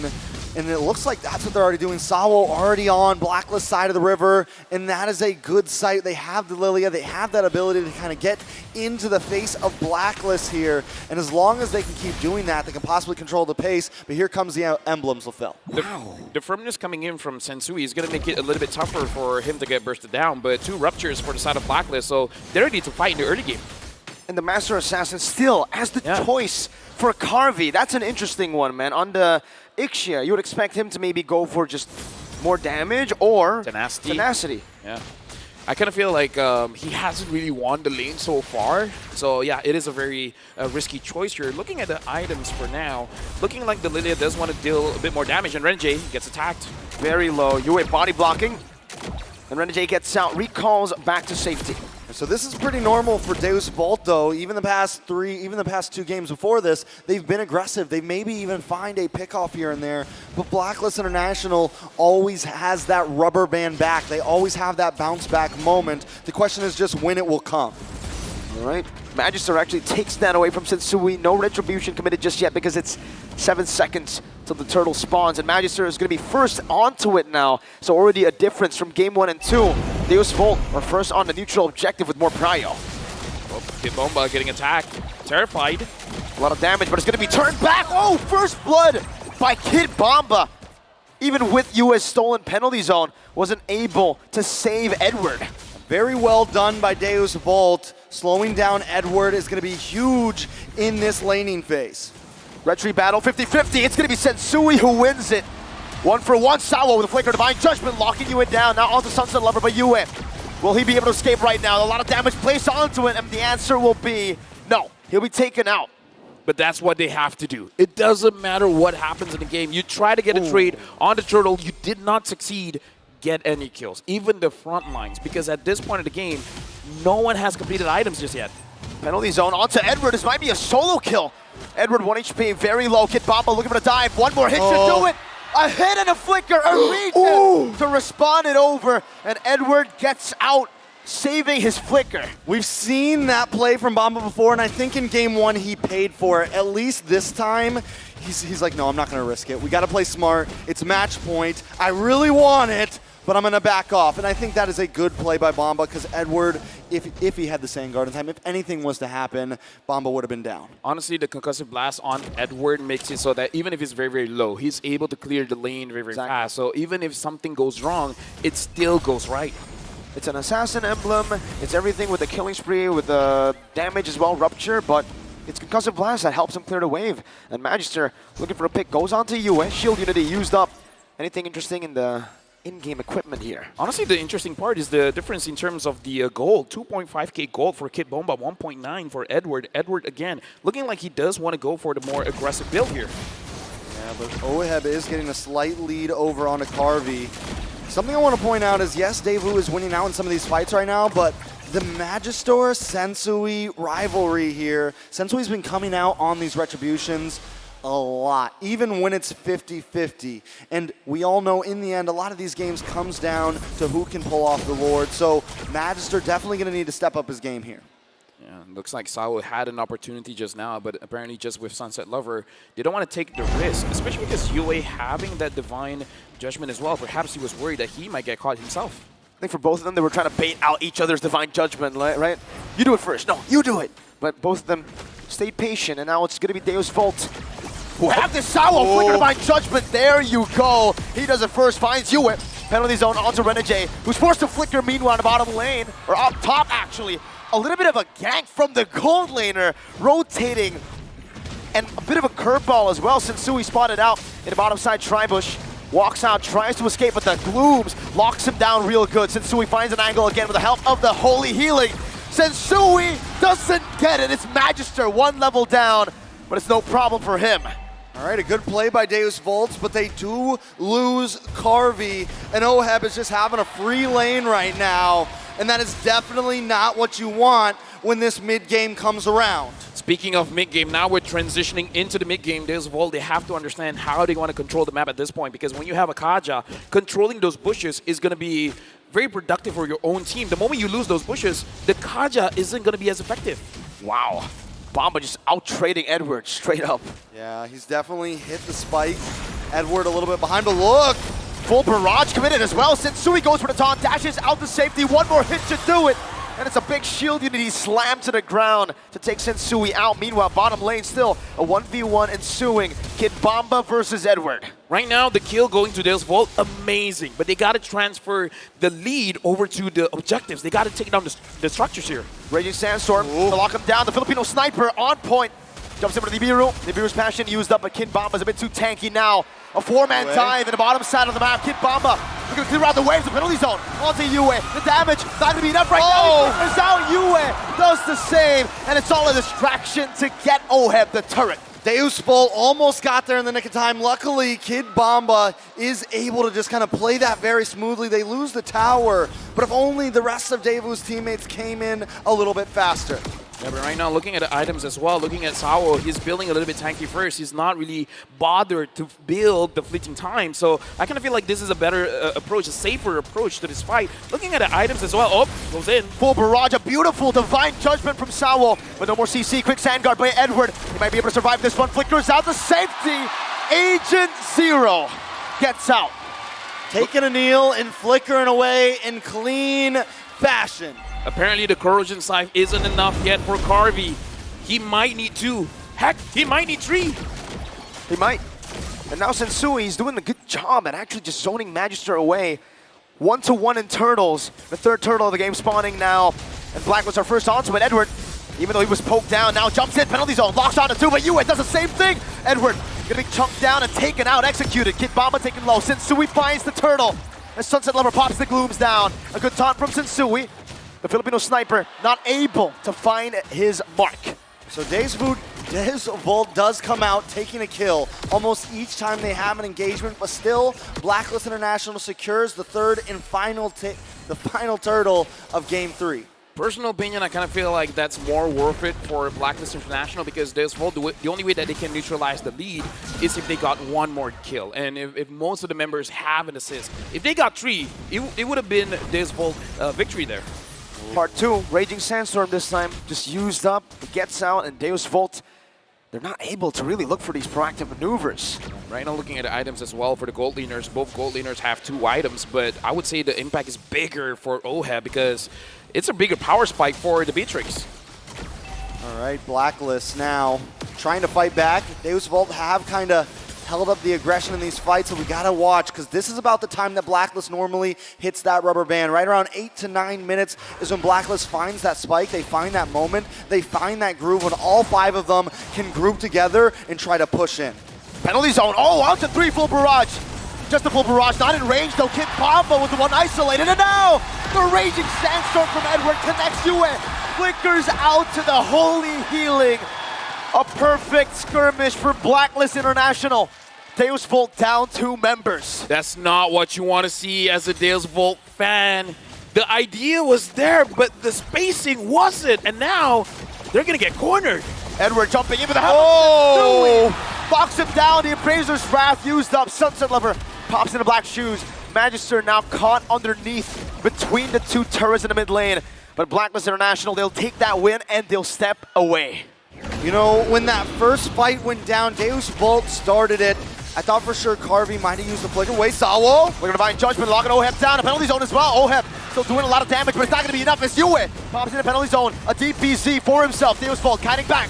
Holy baptism from Renegade. The Hitman turned to heel man. Turns it around again. Deus Vult forced to run back to their turrets. Once again, Deus Vult looks for the play, but Blacklist counters time and time again. Deus Vult just can't get a full win here. You said it right, man. Blacklist, they keep doing it. Whenever they're running away, they're not really running away. It's a setup. They're getting ready for a bite back. And the thing is, Deus Vult just keep going for it. Like, Sensui was a superstar just now. Taunting 2, making it easy for the Hitman to get the Holy Baptism, that was amazing. They're 2 to 3 steps ahead every single time. Deus Vult are going in with these honest initiations, and Blacklist have so much up their sleeve. Now, with the items finally, coming into this mid-late, what are we looking at, LaFell? It's scary. 8.4k on the Beatrix. The Beatrix has 3 items completed. The Ixia only has 2. And Renegade now having the Enchanted Talisman as well. They can do this Lord Dance all day. They got the mana regeneration. They got the cooldowns. Yeah, and this has been the story for the past few games. OHEB has just had a free lane, and as long as OHEB gets a free lane, it is a problem, especially on something like this, a super comfort pick for him. Conceal play, though. Not going to find anything. Blacklist International read that out with Edward earlier. And now Deus Vult, they take control, better space, I would say, around this Lord pit, but Blacklist just are holding on to it. Sensui's holding on to the Lord. He's not going to be giving it over to Deus Vult as the bottom side of the map will be cleared out. Deus Vult holding it down still, and Sensui is denying this reset from Deus Vult. Get Bomba, taunt it up. Holy Baptist connecting as well. Raging Sandstorm to the back. Sawo going to be gone away with a penalty zone. And with some damage. Oh! Carvey turns it around. Sensui finds the Lord. Magister running for dear life. And Blacklist International, they lose 2, but they find a big objective. I would say I see what Deus Vult was trying to do. They tried to split the map up, having 2 different squads. You're going to go for the Lord. We're going to going for the kills. We're going to look at the instant replay here. Looking at the positioning coming in from Deus Vult. 2-man Magister as well as Kid Bomba there on the side. Sawa was there, was able to basically protect Carvey in the backside, making sure that they deal the damage. But when it comes to kills and deaths, it's 2 for 2. But Blacklist, having the Lord, especially with their goal lead, it is still Blacklist favored. Yeah, but there again, if Magister could have just got the 50-50 there, we would be telling a different story. It'd be 2 for 2 in the hands of Deus Vult with the Lord, though. And this is becoming the problem. Samo's opening up Divine Judgment with a full barrage. Also Sensui just tanks it up. That's the damage coming down from OHEB. A 4-man penalty zone, but OHEB is able to flicker. Outraging Sandstorm coming down. Connecting on a Magister. The crowd goes wild. Deus Vult getting the health bars of Blacklist really low, but unable to execute anyone. Meanwhile, bottom lane, that's a base turret taken down. What do they do here? Carvey, even when he's getting a full barrage, he's not... Oh! 3 shots! Back to back to back! They're feeling it. Sunset Lover forced to use the Purify in the back twos. UA chasing it down. What a Blazers wrap! And the 4th shot in a row for the Filipino sniper. Blacklist International are ramping up the pace. They're trying to end this soon. Dude, the damage from Blacklist is unreal. What can Desmond do? Holy Baptist and raging sandstorm. Everything in the kitchen sink to send the home ground favorites to the lower bracket finals. Blacklist International have swept Deus Vult. That one felt like a UFC fight night. The punch connected. Deus Vult got dizzy. And Blacklist International went in for the kill. Another couple jabs, and Deus Vult fall. Going into the boxing ring against Blacklist International, man. I don't know. Any arena feels like a bloodbath. And Blacklist International, they're masters of this, man. They're bobbing and weaving. They're dodging. I mean, guys. But more importantly, they hit back hard. Guys, they literally brought a sniper to a boxing match. Dude. The way that went though, once they caught him, man, Deus Vult were not able to stop them at all. I am speechless, but I'm sure our wonderful analysts have got a lot of words to say about that one. Or over to our host. A clean sweep for Blacklist International, but for now, may we please a warm round of applause for Daewoo, Sunset Lover, Magistor, Carvey, Kid Bomba, Sawa, and of course, Coach Fly Solo. Coach Fly Solo, if we can have Coach.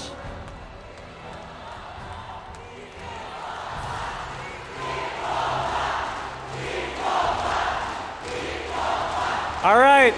Before I turn the mic or hand the mic to Kid Bomba, let's hear first from Coach Fly Solo. Coach Fly Solo, what a great run. Again, the dark horse of the tournament.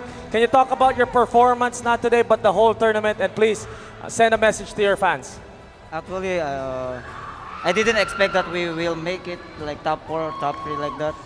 And yeah, I'm so proud that we went from far.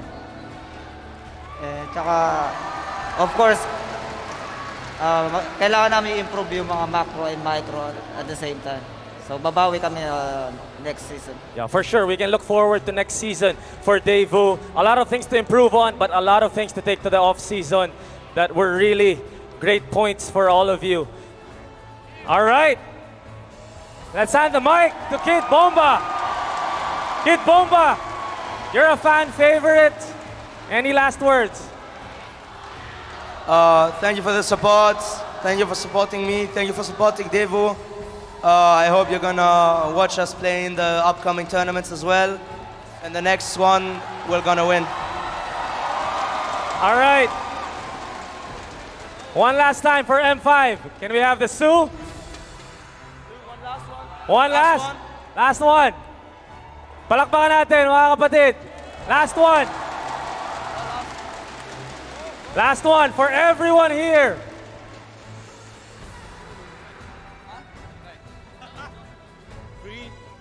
One.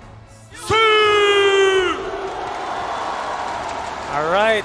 Daewoo, please take your final bow. Your journey ends here. Thank you very much. And we'll see you all again next year. What a great tournament for all of you.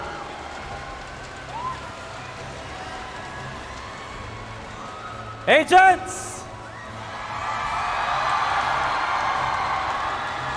A sweep for your Blacklist International!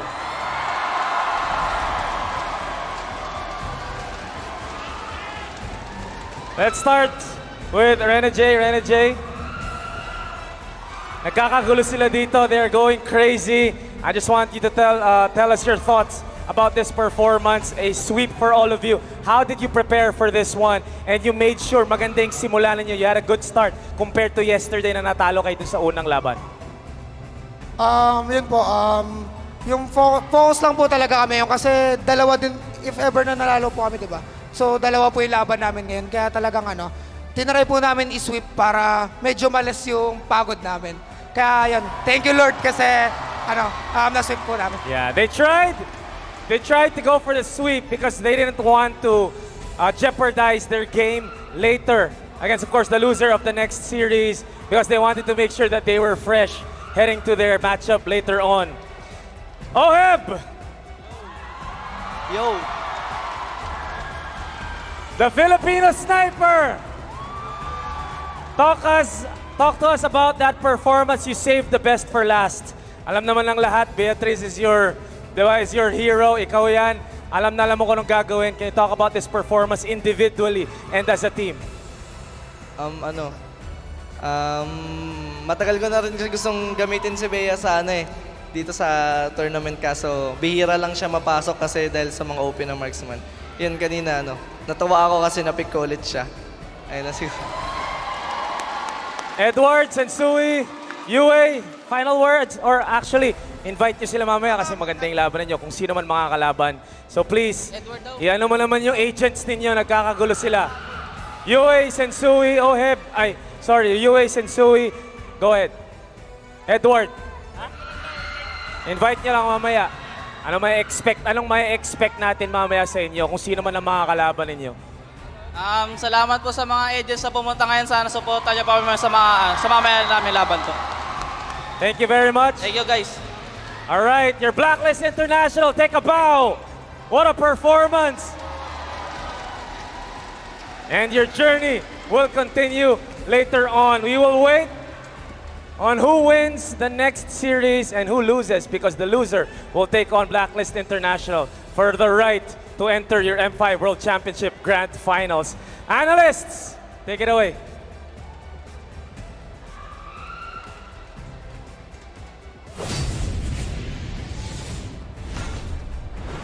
Thanks, Tito Mikey. Again, reminding us how Oheb saved the best for last from Singapore with his Grand Finals MVP performance to today, winning a sweep against Deus Volt. Oheb on the Beatrix. It makes my insides all fuzzy. Yeah, I think that I can fairly remember both of us actually in that stage, being amazed of how good the OHEB was. But I think that this particular game, in particular series, Versada Blacklist International was perfectly won by Blacklist because of the style that they're playing and how proven this Ube strategy is going up against an aggressive team like Daewoo. The box that they were able to build in many stages in this game was perfect. Which throws back to the M4 World Championships metagame. If you'll remember, the heroes that were big during that time, Eve, Farsa, it was all about drawing a box, Akai, disrupting that box. They brought that back here. So we're not only throwing back to M3 in Singapore, beautiful Suntech, that arena, the very first we had live with an audience. Also back to Indoor Tennis Senayan in Jakarta. So already it's coming into full circle. I can't believe how as we lead up to tomorrow's Grand Finals, we're seeing remnants of the past come back to show us what this new metagame brings. With that said, let's bring out our MVP. We're awarding Game 3's performance. Wouldn't be possible without, of course, Blacklist International's very own Sensui. Dare I say, this is the best Sensui we've seen since their bout against Onic. That 3-2 performance, this is the Sensui with the divine retribution. Yeah, you know what? I'm going to back that out because I think that the movements as you saw from Sensui all throughout this game, very, very fluid. It started with how they were able to farm and get the advantage, and they're not spreading themselves thinly. I would say that Sensui knew exactly when to go and when not to go to aid his teammates. And we can see even look at this invade, he goes back to help his teammates as well as taunt Magister so that Magister will not be able to follow up.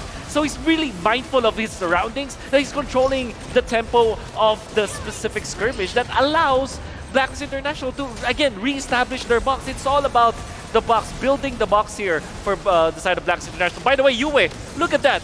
Beautiful chain of events, chain of spells. And at the same time, Renjay and Oheb, this is an inseparable duo now. Yeah, and again, it's not like it's Blacklist who set the pace. Again, Deus Volt always the aggressors, ever the forward pushing lineup, combat ready at all times, which came to their detriment at some points wherein there was a fight here, I think earlier, before even the 13-minute mark, where they were going in one at a time. Yes, sir. If only it was perfectly placed, if Sawa started with the Divine Judgment, it would have gone well. But again, when you're playing against Blacklist who are so good at timers, it's gonna be difficult. Yeah, this is a very scientific approach coming out from the side of Blacklist International. Dare I say, though, geometric approach. Because of, I'm talking about space here, right? Every time that they set up their box, you can literally see all of their positioning where they have influence over one another. No matter what happens, somebody will be able to save one another. Sensui will be able to land the taunt so that nobody, or Magister will be blocked off. And then there will be Renegade to go for the backlines. Eventually, Renegade will be able to save Oheb. Then Edward goes for the backlines. That's what I'm trying to say. The box that the Blacklist built today is just perfect. And what makes that box possible is, in addition to what Wolf said, not just the physical space, but the way these heroes move and what their kit brings. Again, I'm looking at Edward's Khalid, and it's not your tank Khalid. Sure, it's rocking Concussive Blast, but it's full assassin, Master Assassin, the penetration, assassin emblem. But he used the very important bit of his kit that makes sense. The passive that allows him to reposition, and the quick sand guard, which, mind you, there's only really, what, 2 ways to get rid of it. One of them is an ult. Yeah.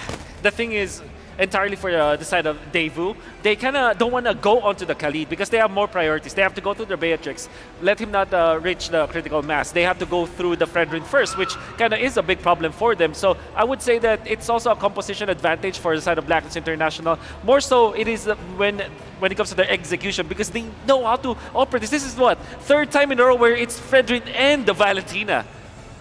Again, new villain, folks. Again, returning villain. It's as if you brought back Ultron from the early Avengers movies, and he's worse. That's what Valentina's doing right now in the current metagame in late 2023.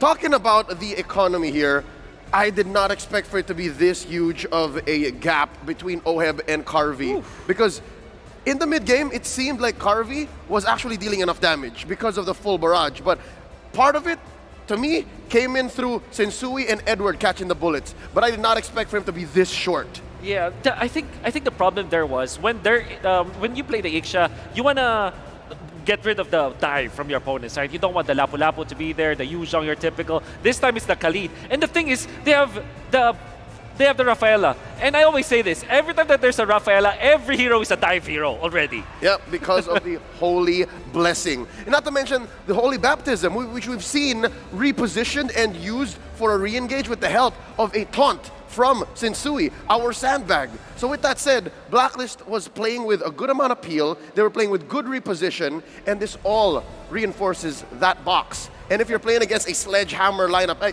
dare I say, a sledgehammer team like Deus Volt, it'll be hard to penetrate. Yeah, I think that we say about Blacklist International, they're really good at kiting, and the thing is, they improved a lot from their previous match. You can see that this was a 3-0 compared to a 3-1 yesterday when they lost all of the early game. This time, they have fixed all of their mistakes, and they have a cleaner execution in the first 2 minutes of the match, then winning the early game, the entire series. Yep, check it out. The damage dealt stats show that, of course, you have Oheb and Yue dealing the most damage. They are the cores for Blacklist. But check this out. Even if you do shut either down, and you have Sensui and Edward peeling for Blacklist, look at the damage that Edward dealt. If you're not able to, again, deal with that, or at least protect Carvey from that, who cares about the Lapu-Lapu? This is worse. The Khalid is in the metagame and banned out in the second phase, often for a reason. And if your Baksha is not even at par when it comes to damage dealt compared to the enemy roamer, you know there's a problem. You know that you weren't able to activate Magister in this particular game as much as you would for the Baksha. Baksha is a hero that deals damage and also tanks up. So that is the main disconnect here from the side of Daewoo. Although you want them to play this divide, this all-out aggression kind of gameplay, they weren't able to do so. Looking at the damage taken, on the other hand, Sensui, again, making the most of the crystal energy that Fredrin has. Once he hits the big bonk, he's able to recapitulate and then come back. And of course, the holy healing from Renegade. Check out Kid Bomba, though. Kid Bomba here had solid engages. He had maybe more than a good couple penalty zones, was stolen away by Yue to go DPZ, but think about it. If he's already peeled for you and he's already died, there's no Angela here to save him. This is a full-on aggression lineup. Sawa on the Kaja, which I think explains why Kaja these days hasn't been as successful, is because he's so initiative reliant. You have to have won the initiative already and gained the catch before you can even follow through. Speaking of initiative, I think that it was Blacklist International who took control of that initiative. Like, they're controlling the tempo. They're making Devo react, and they always have the punish for it. It's mainly because of the utility-based composition. I think the Blacklist International have developed so much in the whole M5 series to the point where they're very comfortable now playing this utility game. They just literally banned out Nolan, Joy, as well as Guinevere all 3 games, and they will keep on doing it. They will be trading blows when it comes to like utility versus utility jungler, and they might, take over the lower bracket because of that kind of gameplay. And here I was thinking that we've seen it all. Here I was thinking we've seen Blacklist International with this youngest roster ever grow before our eyes in MPL Philippines Season 12 in the playoffs of said season, in the grand finals nonetheless. Now they are but a few steps away from breaking the code, from reinventing themselves again with the Hitman at the lead. Once again, M5 is powered by Moonton, presented by Qiddiya, our global presenting partner, powered by ROG, our official gaming phone, Grab, our official Super App partner, and Secret Lab, our official chair partner. Up next, we're going to be witnessing what the world has been looking for. The clash of these 2 superpowers on top of the MLBB esports world. It's AP Bren versus Onic Indonesia in another best of 5 for the upper bracket finals. Wolf, any final thoughts before we get into that one? Hey, Tito Mike is here, right? And there's going to be a bunch of Titos later on. It's Ducky versus Yev, man. Oh, here we go. Stay with us because that matchup is bound to be better than great. Stay with us. You're watching the M5 World Championships. Don't go anywhere.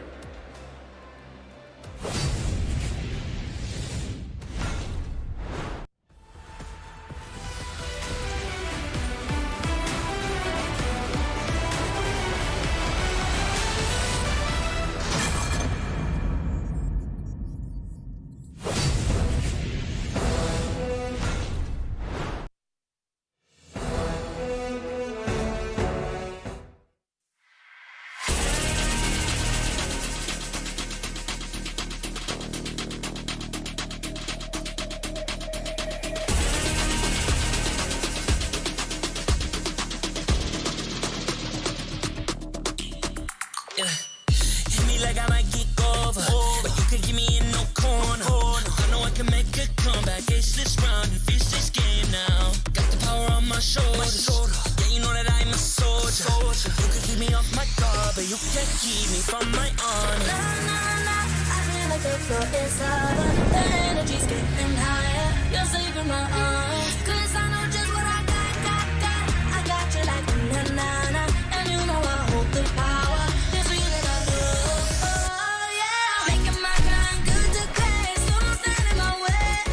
Standing tall and I won't fall over. We are better than great, good. We are better than great. We stand tall, won't run away. We are fun, nothing gon' change. Great, we are better than great.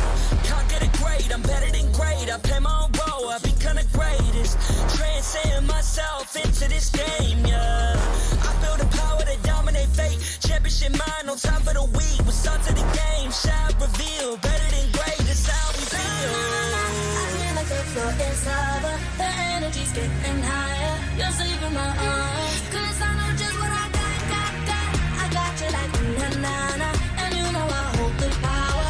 This feeling I do, oh yeah. Making my grind good to great, so don't stand in my way. Standing tall and I won't fall over. We are better than great, good. We are better than great. We stand tall, won't run away. We are fun, nothing gon' change. Great, we are better than great. If we stand tall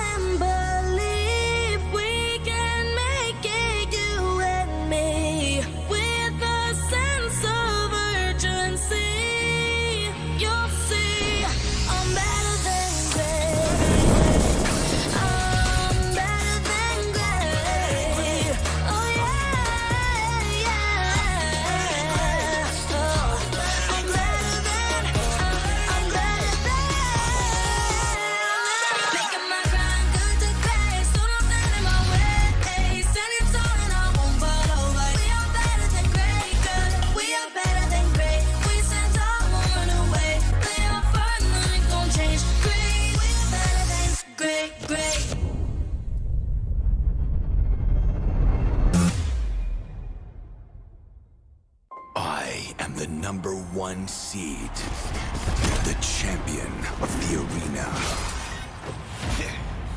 The fans adore me because I've never lost. Yet you are afraid. Afraid that you will lose everything.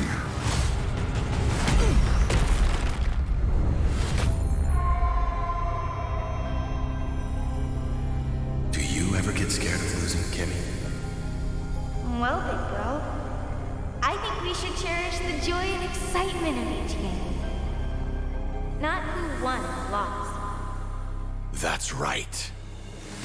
I'll strive for victory, but I won't lose myself in its pursuit.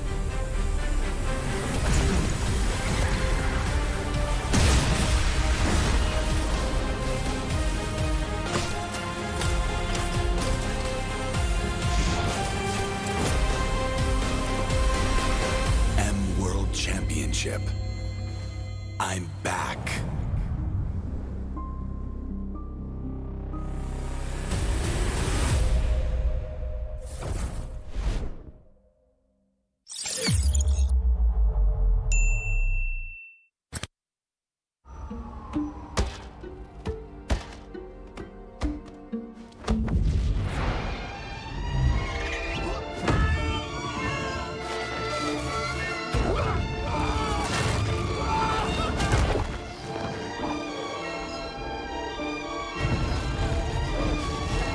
The world's first city, built for play, is coming to Saudi Arabia.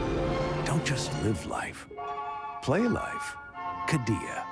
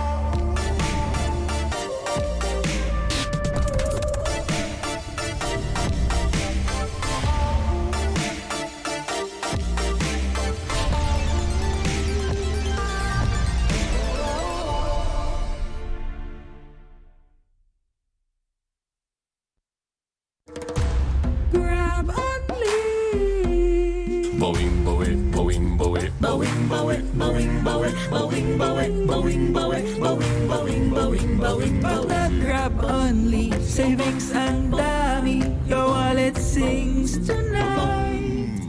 Laki ng bawi, pag nag-grab only, save 244 alright. Bawing, bawing, bawing, bawing, bawing, bawing, bawing, bawing, bawing, bawing, bawing, bawing, bawing, bawing, bawing, bawing.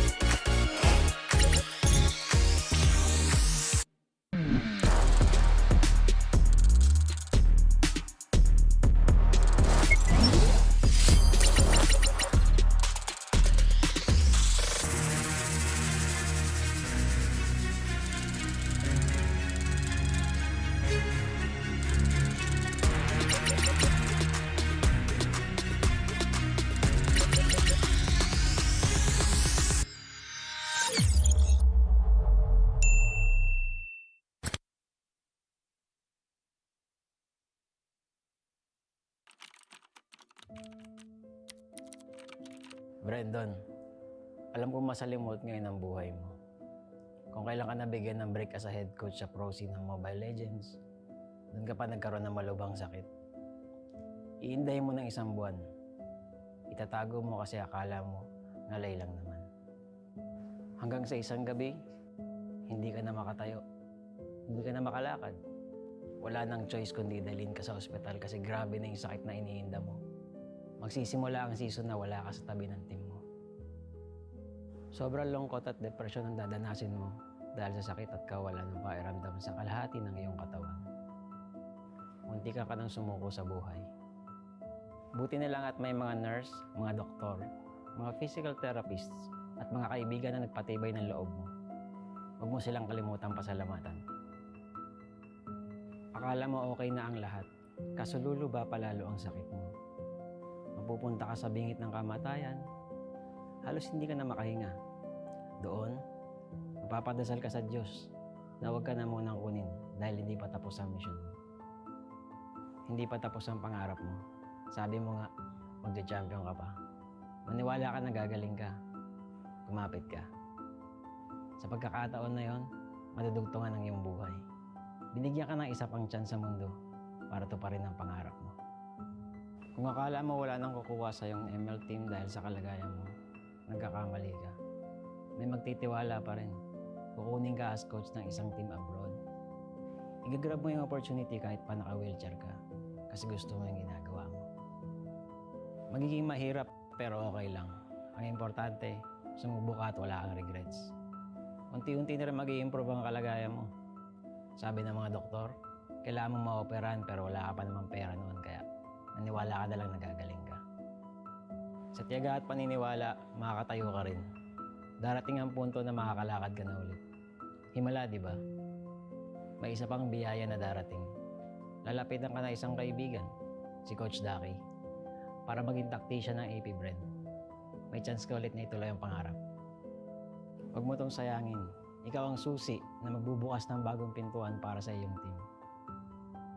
Makapagsibol kayo at dito magsisimula ang sunod-sunod niyong pagkapanalo sa iba't ibang tournament, kabilang ang MPL Philippines Season 12. Kung dati ay literal na hindi ka makalakad, ngayon lakad matatag ka nang ire-representa ang Pilipinas sa M5 World Championships.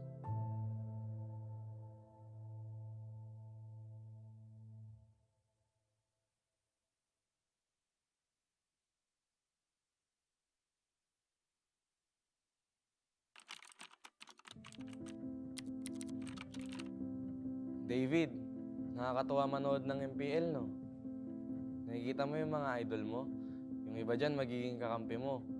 Maglaro ka lang na maglaro, tapos magpataas ka ng rank at stars.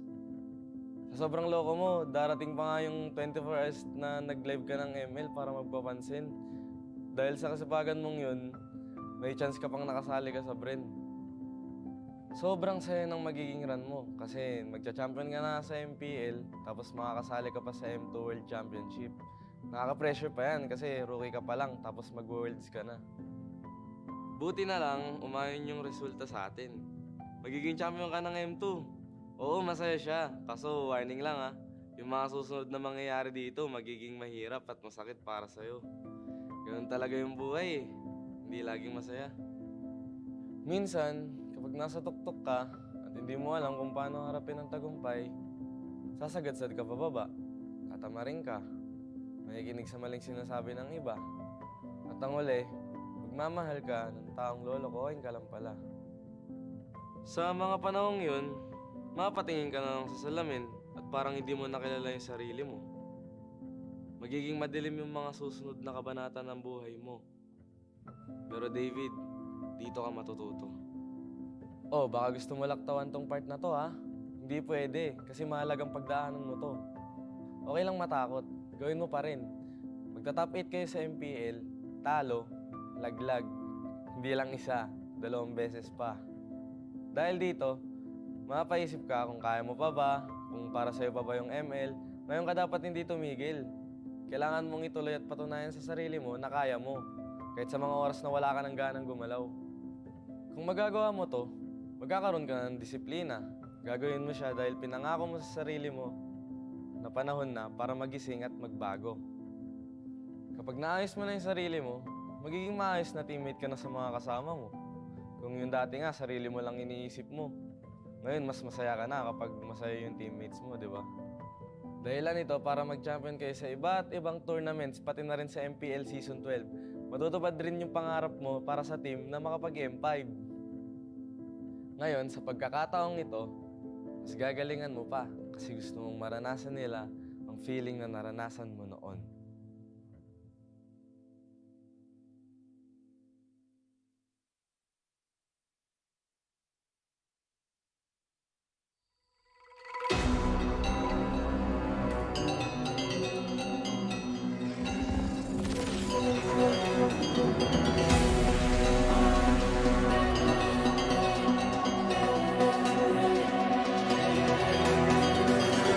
Kinetic hour Kung tabi sa sunod kamko Kung tawag kita kan bangki As this rally versus game now Got power on my shoulders Kung tawag ko siyang pataro Kung isa buhat ko lang But you can keep me from my honor I feel like the floor is lava The energy's getting higher Yourself in my arms Cause I know just what we got I got you like na-na-na-na And you know you hold the power Cause we are better than great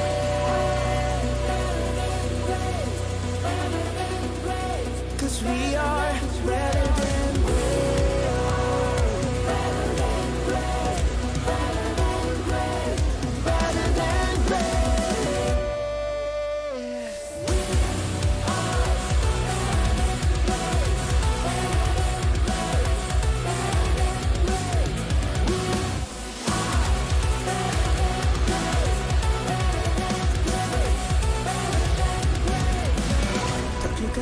Aku yang terhebat, apa yang malu ku jadi terhebat Transcend myself into this game, yeah I believe the power to turn me afraid Kemenangan bukan tim yang lemah Let's turn off the game, we shall reveal Better than great, it's how we feel I feel like the floor is lava The energy's getting higher Yourself in my arms Cause I know just what we got I got you like na-na-na-na And you know you hold the power Cause we are better than great I can tell you if I don't stand in my way Stand tall and we talking We are better than great Kita yang terhebat Hadapi dan tak terbagi Leopard tak berubah We are better than great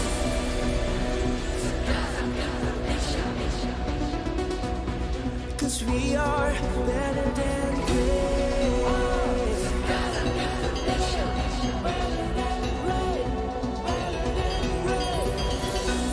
If we stand tall and believe Kau dan aku kan bisa Dengan tekad membara You'll see I'm better than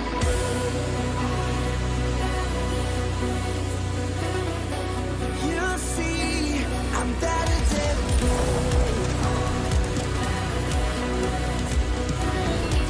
You'll see I'm better than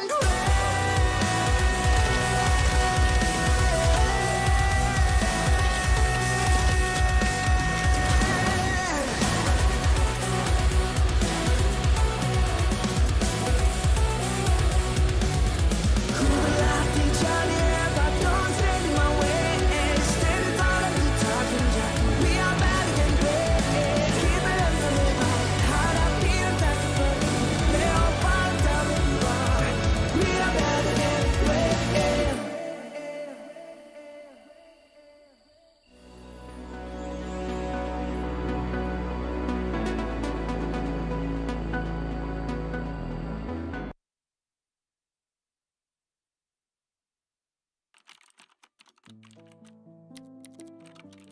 Kai, siguradong may echo pa dyan sa banyo kung saan ka naglalaro ng ML. Hindi ka kasi pwede maglaro sa kwarto nyo, no? Dahil sure na mapapagalitan ka na naman. Tatagan mo ang loob mo kasi masasabihan ka pa ng magulang mo na wala kang mapapala dyan. Huwag mong i-take yun negatively. Instead, gawin mong motivation yun para mapatunayan sa kanila at sa sarili mo na may future ka sa ML. Magpasalamat ka pa rin sa parents mo Kasi kahit na pinapagalitan ka nila palagi dahil sa kaka-ML mo, lagi ka pa rin naman nilang pinapairam ng cellphone para malaro to.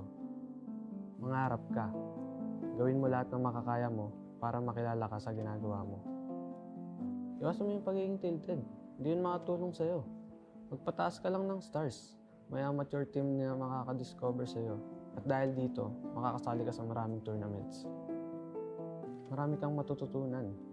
Hindi lang sa in-game aspect, kundi pati na rin sa pakikitungo sa ibang tao. Sa tamang panahon, makakapasok ka ng AP Bren. Magiging ganap na pro player ka. Oh, huwag kang kabahan. May mga coach ka na gagabay sa'yo. Tsaka mabubuting tao rin mga magiging teammates mo. Kapag may napapansin kang mali o kailangan i-improve, magsalita ka. Mas okay maging totoo kaysa maging pabaya. Matuto ka rin tumanggap pag ikaw naman ang may mali. Di ka rin naman laging tama eh. Magkakaroon pa nga ng pagkakataon na hindi ka makakaretry sa isang pinaka-importanteng laro sa karera mo. Pero alalahanin mo lang rason mo kung bakit ka nandito. Kung bakit ka naipagsapalaran sa ML. Magpapagawa ka pa ng bahay para sa pamilya mo, di ba? May pangbubong ka na, di ba? Kaya laban lang. Triplein mo ang sipag mo. Marami ka pang pagsubok na pagdadaanan. Ihahanda ka ng lahat ng yan para sa M5 World Championship. Malay mo, ang kasunod pala ng tagumpay dito. Sarili mo ng bahay at mas maginhawang buhay.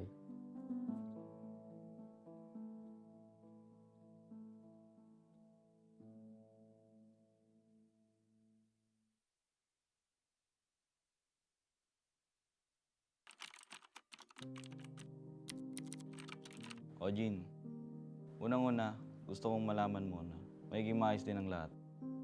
Alam kong pagod na pagod ka ngayon kasi pinagsabay mo yung work, paglalaro ng ML at pag-aaral mo. Call center agent ka sa gabi, estudyante sa umaga, tapos sumasali ka pa sa ML tournaments tuwing weekends. Maga kang namulat sa hirap ng buhay. 7 kayong magkakapatid at walang ibang maasahan ng mama mo kundi ikaw. Kahit minsan, ang sakit-sakit na. Nakihin mo muna. Tibayin mo loob mo para makatulong ka sa pamilya mo at mabigyan sila ng maayos na kinabukasan. Darating ka rin naman sa point na ma-realize mo na kailangan mag-focus ka lang sa isang bagay. Huwag ka magpapaubos. Mas makakatulong ka sa kanila kung masaya ka rin sa ginagawa mo. Sa unang sabak mo sa amateur scene ng ML, wala ka pag-aanong ipapanalo. Pero dahil sa pagtitiyaga mo, magtiwala kang may makakapansin din sa talento mo. May makakaalala ng pangalan mo. Nakakatawa man isipin, pero napakaswerte mo pa rin. Dadaling ka rin tadaan na dyan sa AP Bren. Narating ang chance mo na patunayan ng sarili. Sa kawalan ng player na pupuno, ikaw ang magbubuo sa team nyo. Pero Jin, kahit na by chance ang pagpasok mo, binigay mo naman ang lahat ng oras mo sa paglalaro ng ML. Kaya naging magaling ka dito. Marami kayong pagsubok na pagdadaanan as a team. Pero malalagpasan nyo rin lahat yan. Di ba nga, minsan sa buhay kailangan mo muna maranasan yung hirap para mas ma-appreciate mo yung ginhawa pag narating mo na. Ituloy mo lang yung pagsusumikap mo kasi dadaling ka niyan sa landas kung saan matutulungan mo na ang pamilya mo, matutupad mo pa ang pangarap mo. Magka-champion ka sa MPL at magiging parte ka ng M5. Ngayon, ay thankful ka dahil alam mong mas masarap ang tagumpay dahil naranasan mo ang pait ng buhay.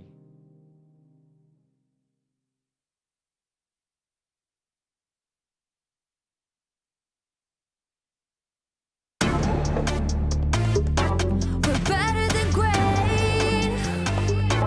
We're better than great.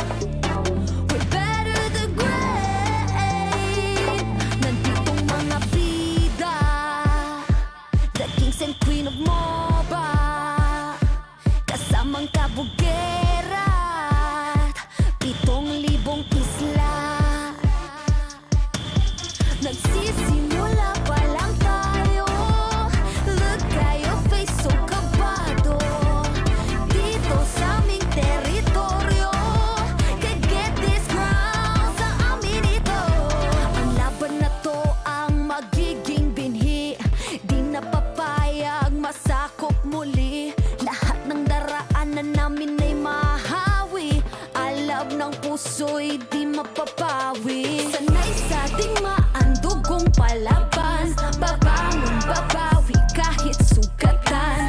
Sinag ng araw, tatlong bituin. Pilipinong may giting nagniningning. Sanay sa digmaan, dugong palaban. Babangon, babawi kahit sugatan.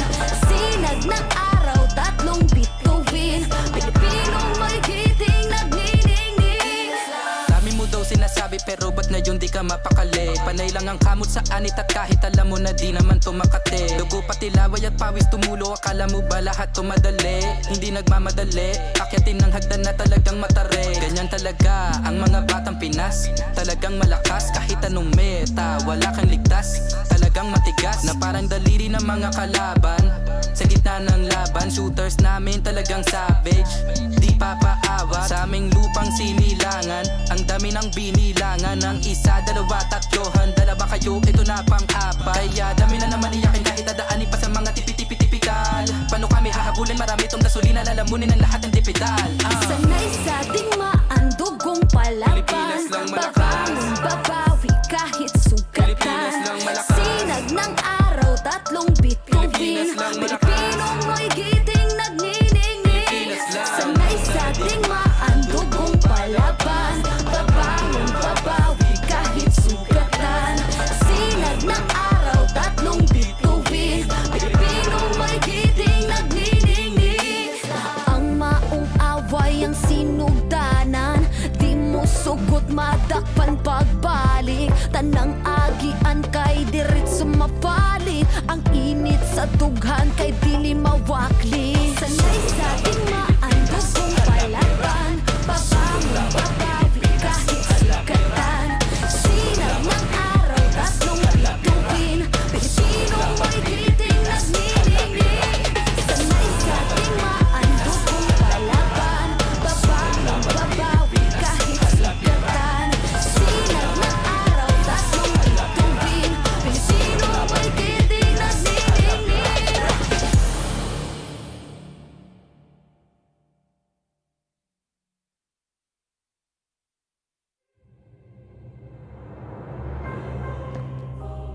The Shadow Dragon was once my biggest weakness, but now it's my most potent weapon.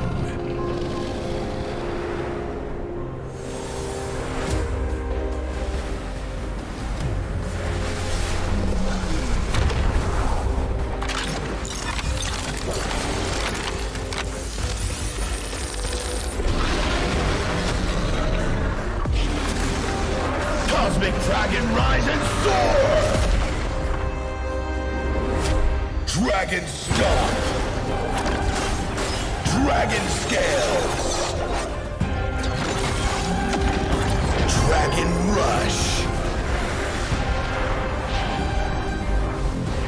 Rise beyond greatness and seize your own destiny.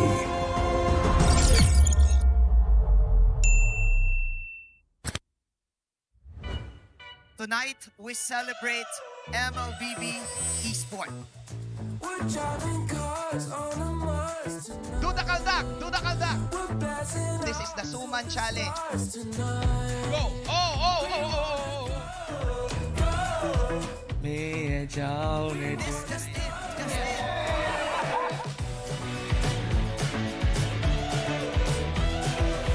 Welcome to M5 Gala!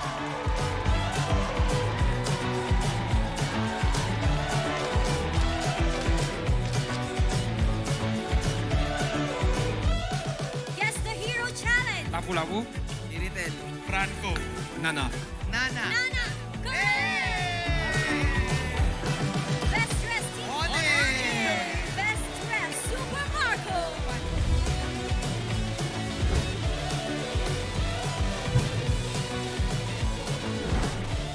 Thank you so much for joining us at the M5 Gala, and we'll see you at the M5 World Championship.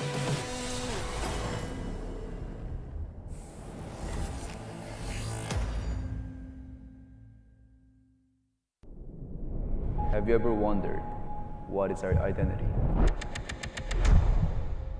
Our identity isn't limited to just esport players. Our style.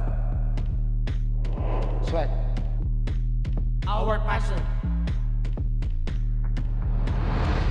And vibe.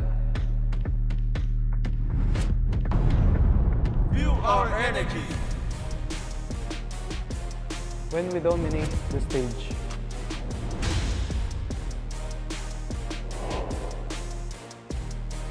The hours of sacrifice. Shape who we are. So, what is our identity? We are legendary.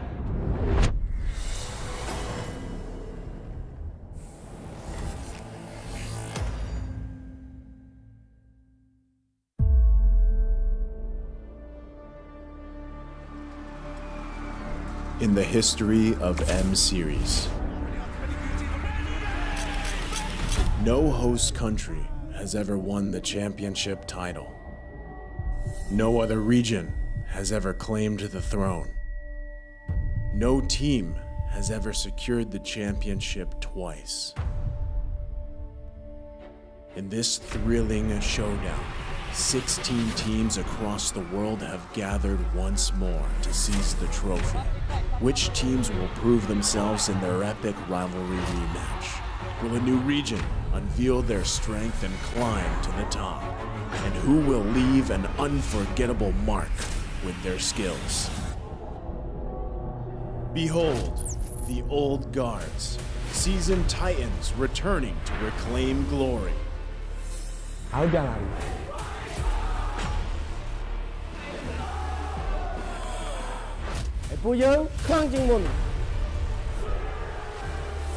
Судьба будет в наших руках.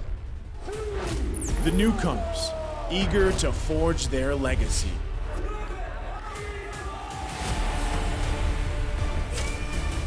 Kita di sini untuk lawan yang terbaik. Kami nggak takut tantangan apapun.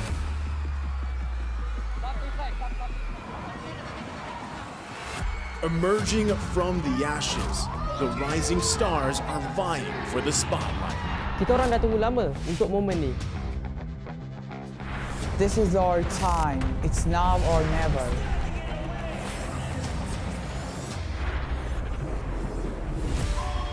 Enter the contenders, here to defy the status quo and rewrite the narrative. We've weathered the storm. This is where we break through. Nós somos brasileiros e a gente não desiste nunca.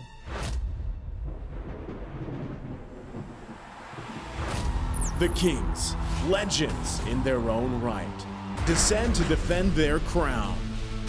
Kita sudah merasai kemenangan. Ini saatnya kita menguasai dunia. Naitaas na namin ang kampyonato at itataas ulit namin ngayon. Babawiin namin ang corona para sa aming hari at reyna. Get ready as the stage is set for the most dynamic championship of the year. It all begins here. It's time to see who will be better than great.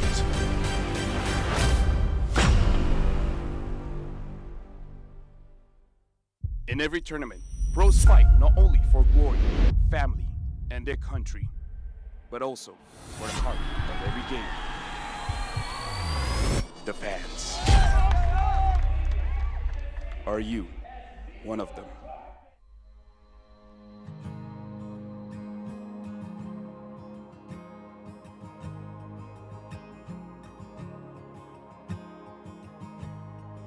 Hello everyone, my name is Queenie Tornis and I am representing Blacklist International Agent!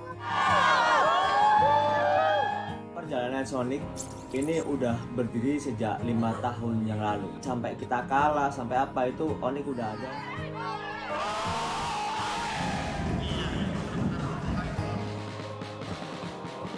Homeboys sebenarnya sangat penting sebab dia bukan saja untuk homeboys, dia untuk tingkatkan komuniti MLBB dekat Malaysia ni. Kita nak kalau boleh komuniti tim lain bersama juga semangatnya macam Flameboys. Hal yang bisa kita berikan secara maksimal itu adalah dukungan. Bila moral player tengah down, tapi kita orang tak tengah down. Kita orang tengah hype. Kita apa-apa pun, kita sebagai macam Homeboys ada 5 player, kita orang Flameboys adalah player ke-6. And I can say that I'm the correct fandom because they really value their fans. I can feel that this is not just like playing games or what, but this is like a family, a whole family. Player Homeboys punya gameplay every season macam improve. Like wins or losses, like they're really not take it seriously, but they just take it as a room of improvements. Menang atau kalah, still support. Kalau mereka kalah meski sedih tapi tetap dukung. Kekalahan itu awal dari kemenangan yang lebih besar. We wanted to make sure and ensure that they still feel that we are still here for them no matter what happens. Jadi ada 8 kota yang bakal kita adain host party.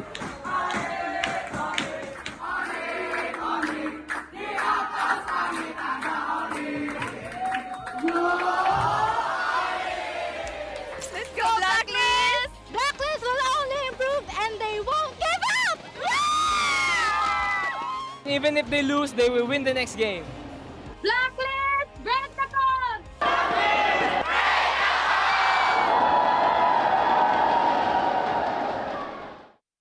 They have always felt your unwavering support and love. Maraming salamat po sa pagsuporta niyo sa amin palagi. Sobrang namomotivate kami lalo lumaban sa mga next games namin dahil sa pagsupport niyo sa amin. Kaya po sana tuloy-tuloy lang. And yun, thank you so much. Maraming salamat sa mga agents na walang sawang sumusuporta sa amin kahit na manalo man o matalo, dyan pa rin kayo para sa amin. Yun. Isa kayo sa mga rason kung bakit pa kami nagpapatuloy. Thank you sa inyo. Pertama, makasih banyak yang udah dukung dimanapun kalian, dari Manado, dari semuanya lah pokoknya. Dukungan kalian sangat berarti buat kita, bikin kita semangat, bikin kita lebih konsisten juga biar menang terus. Guys, dukung kita dan kita juga nggak akan bosan buat juara. Terus yang terakhir mungkin selalu doain kita terus. Terima kasih. Thank you to all Sonics for supporting us. It really is touching, and we really appreciate all of you guys from wherever you guys are, and I hope you continue supporting us and don't be bored. We will try our best to win every tournament for you guys.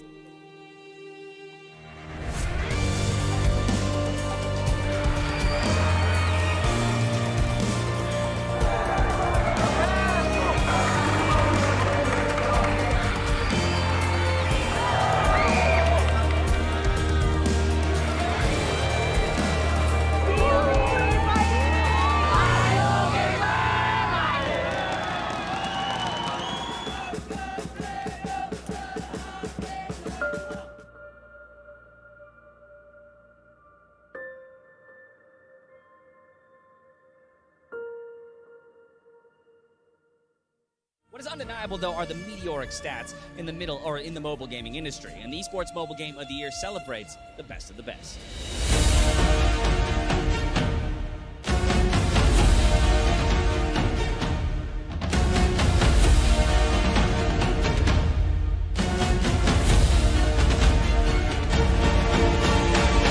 It is my pleasure to announce the 2023 Mobile Game of the Year, Mobile Legends Bang Bang. Congratulations! Oh my god, thank you guys. And then, okay, yeah, sure. And then Hello guys, hari ni kita nak rate player Rob tank dekat dalam M5. Kod. Bu sezon favori tank oyuncularımdan biri. Malezya'da bayağı izleme şansım olmuştu. S'e koyuyorum. Dekat saya ada Apex 47 Apex 47 daripada tim, kalau tak ingat, B guys. Keyboy. No. Keyboy. She here. For sure. My classes is Keyboy. Keyboy, my idol. I'm gonna put also in here. Oh, my idol, Baloiski. The macro god, I think here. Oh, I think here. S+. First off, me. I'm going to put it like 8 here. I don't want to overrate myself. Okay. It's okay. Oh. It's okay. Method. D. Sebab orang cakap dia tak tahu pun. Me. Because I'm bad, I'm gonna put F. Sorry, Baloy. And me. Okay. Oh, Luna. Luna.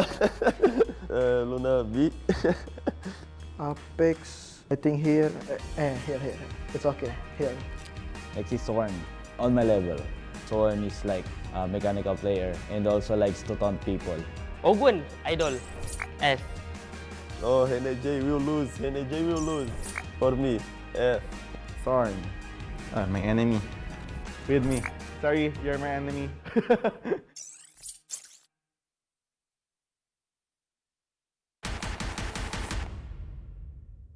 Back-to-back elimination matches will kick off the opening phase of the Phase 2 of the knockout stage.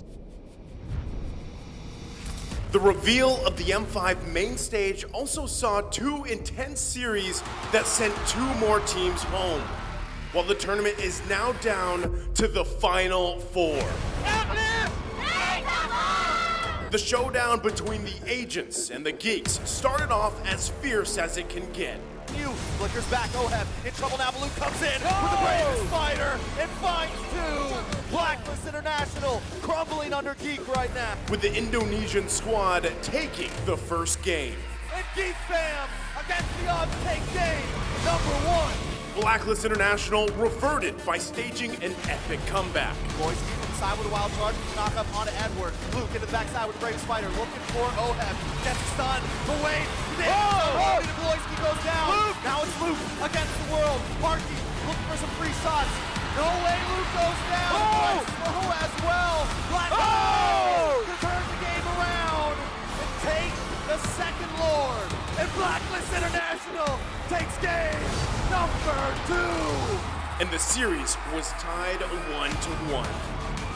The agents did it again as their patience paid off, claiming the win and reaching match point. Don't want to stop here. Netherrealm is still in play, but there comes the Nolan's Fury. A boy! Edward able to find a boy. Marking to the backside with a blazing duet. Bloisky goes down. Luke is going to be next on the chopping block. As Edward picks up the double. Kyle trying to get the play. So he takes it from his fingers. And it was down to the Hitman's Estes, the signature Ube of Blacklist International, to send the geeks home. The Cambodian champions did what they do best, attack and never look back. And they're all smashed against the wall. 4 members of Deus Vault taken out. Despite a valiant defense by Sunset Lover, See You Soon prevails. Sunset Lover doing everything he can, but they're gonna get the final shot. No way. We'll move on and take game number 1.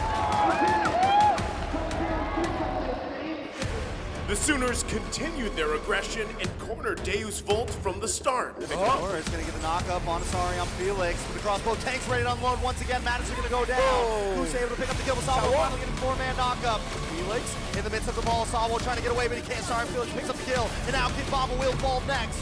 Felix with the double. Sunset Lover all alone once again. Going to go down. A triple kill for Kusei. After over 30 minutes of non-stop skirmishes, Deus Volt showed that they were not done yet. Savo looks for the kill Carvey there as well, and down goes MP. Debu, move forward. Magister unleashed his real potential by shutting down MP the King again and again and again. But still, ultimate rule. Magister able to lock on again with a violent Requiem. Savo also going to come in with Nolan's Fury. And the Bomba mentality helped EECA to extend the series. It is Rise of the West as Deus Volt completed the reverse sweep with their signature Diggy Pick. Felix down, the base drops, and the sunset closes on See You Soon as the Dark Knights rise. We are now down to the last 2 days of M5. We are so close to witnessing the crowning of the new world champions.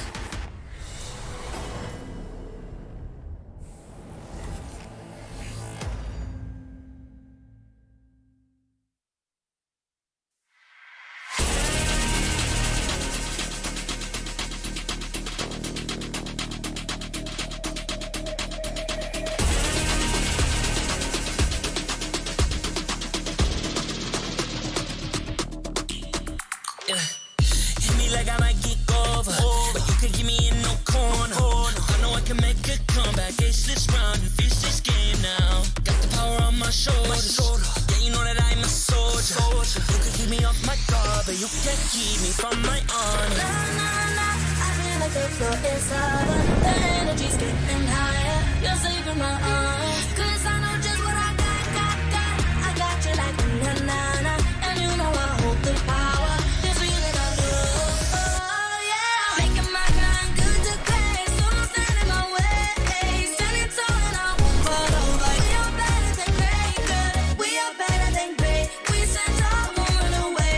We are burning, nothing gon' change. Great, we are better than great. Can't get it great, I'm better than great. I play my own role, I become the greatest. Transcend myself into this game, yeah.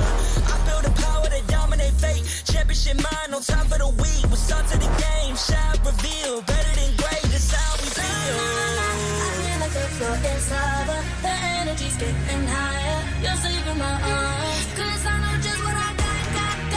I got you like na na na, and you know I hold the power. This feeling I do, oh yeah. Making my grind good to great, so don't stand in my way.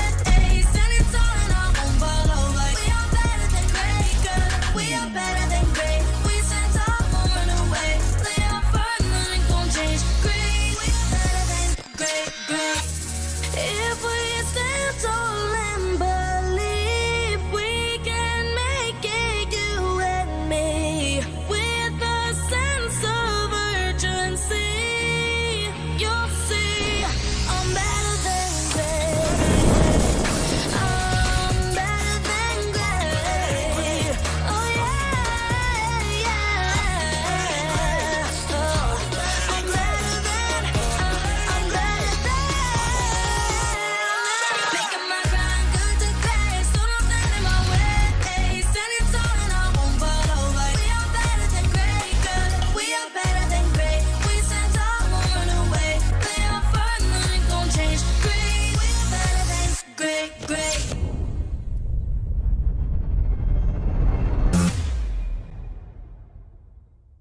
I am the #1 seed, the champion of the arena. The fans adore me because I've never lost. Yet you are afraid that you will lose everything.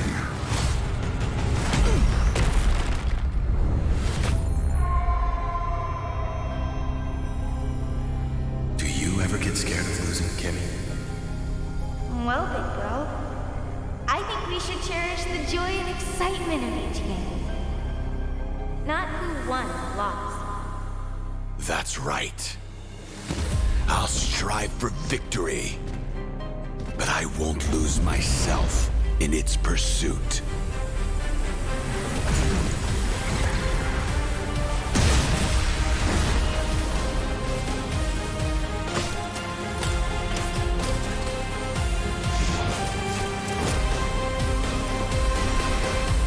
World Championship.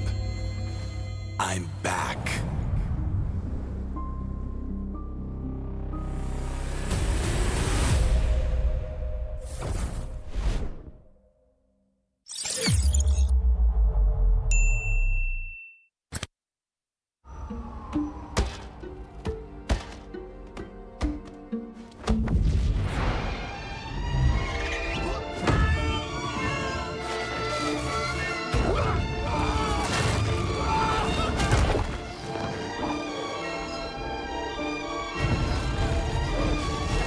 The world's first city, built for play, is coming to Saudi Arabia. Don't just live life.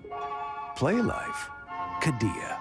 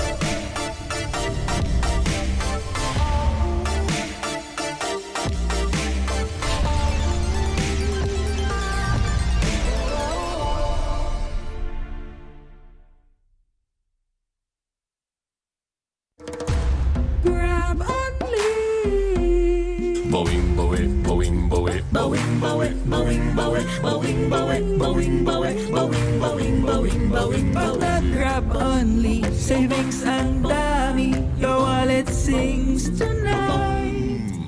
Laki ng bawi, pag nag-grab only, save 244 alright. Bawing, bawing, bawing, bawing, bawing, bawing, bawing, bawing, bawing, bawing, bawing, bawing, bawing, bawing, bawing, bawing.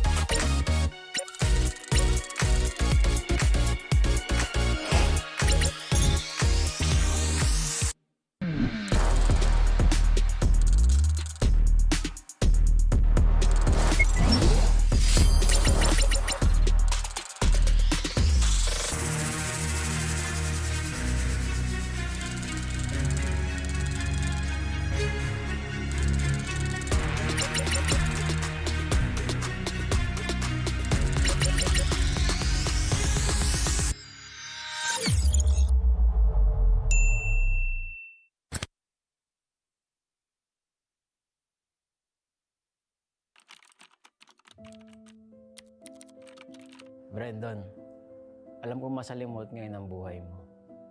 Kung kailan ka nabigyan ng break as a head coach sa pro scene ng Mobile Legends, doon ka pa nagkaroon ng malubhang sakit. Iinday mo ng 1 buwan. Itatago mo kasi akala mo ngalay lang naman. Hanggang sa isang gabi, hindi ka na makatayo. Hindi ka na makalakad. Wala nang choice kundi dalhin ka sa ospital kasi grabe na yung sakit na iniinda mo. Magsisimula ang season na wala ka sa tabi ng team mo. Sobrang lungkot at depression ang dadanasin mo dahil sa sakit at kawalan ng pakiramdam sa kalahati ng iyong katawan. Munti ka nang sumuko sa buhay. Buti na lang at may mga nurse, mga doktor, mga physical therapists, at mga kaibigan na nagpatibay ng loob mo. Huwag mo silang kalimutang pasalamatan. Akala mo okay na ang lahat, kaso luluba palalo ang sakit mo. Mapupunta ka sa bingit ng kamatayan, halos hindi ka na makahinga. Doon, mapapadasal ka sa Diyos na huwag ka na munang kunin dahil hindi pa tapos ang mission mo. Hindi pa tapos ang pangarap mo. Sabi mo nga, magja-champion ka pa. Maniwala ka na gagaling ka. Kumapit ka. Sa pagkakataon na yon, madudugtungan ang iyong buhay. Binigyan ka ng isa pang chance sa mundo para tuparin ang pangarap mo. Kung akala mo wala nang kukuha sa iyong ML team dahil sa kalagayan mo, nagkakamali ka. May magtitiwala pa rin. Kukunin ka as coach ng isang team abroad. Igagrab mo yung opportunity kahit pa naka-wheelchair ka kasi gusto mo yung ginagawa mo. Magiging mahirap pero okay lang. Ang importante, sumubok ka at wala kang regrets. Unti-unti na rin mag-i-improve ang kalagayan mo. Sabi ng mga doktor, kailangan mo ma-operahan pero wala ka pa namang pera noon kaya naniwala ka na lang nagagaling ka. Sa tiyaga at paniniwala, makakatayo ka rin. Darating ang punto na makakalakad ka na ulit. Himala, di ba? May isa pang biyaya na darating. Lalapitan ka na isang kaibigan. si Coach Daki, para maging tactician ng AP Bren. May chance ka ulit na ituloy ang pangarap. Huwag mo tong sayangin. Ikaw ang susi na magbubukas ng bagong pintuan para sa iyong team. Makakapagsibol kayo at dito magsisimula ang sunod-sunod niyong pagkapanalo sa iba't ibang tournament, kabilang ang MPL Philippines Season 12. Kung dati ay literal na hindi ka makalakad, ngayon lakad matatag ka na ire-representa ang Pilipinas sa M5 World Championships.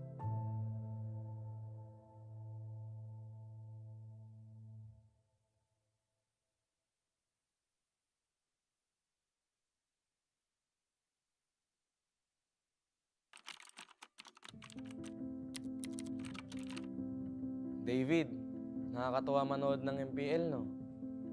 Nakikita mo yung mga idol mo. Yung iba dyan, magiging kakampi mo.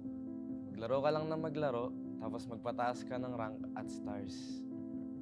Sa sobrang loko mo, darating pa nga yung 24 hours na nag-live ka ng ML para magpapansin.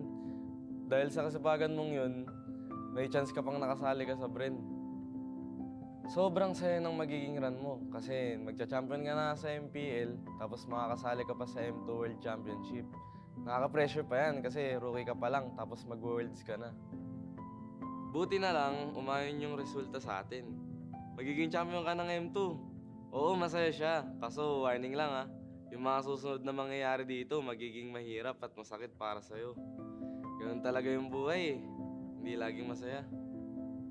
Minsan, kapag nasa tuktok ka at hindi mo alam kung paano harapin ang tagumpay, sasagadsad ka pababa, tatamarin ka, makikinig sa maling sinasabi ng iba, at ang uli, magmamahal ka ng taong lolokohin ka lang pala.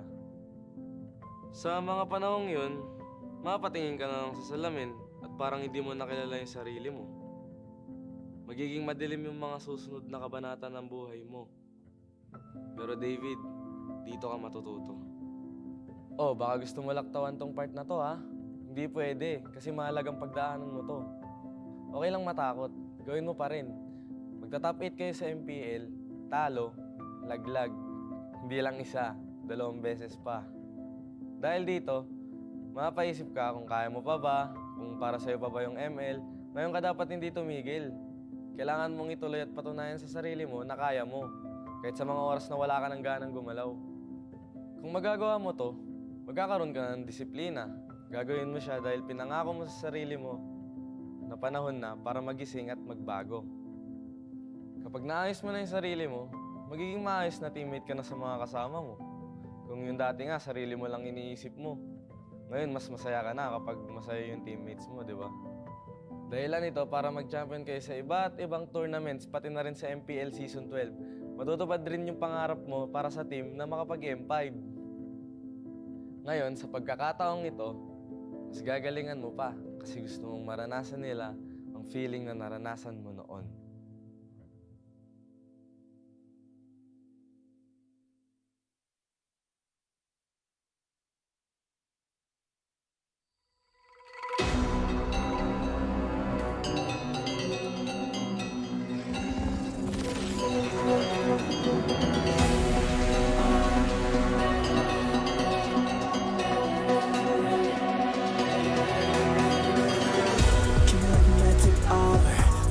Surut kaku Ku tahu kita akan bangkit as this rally versus game now.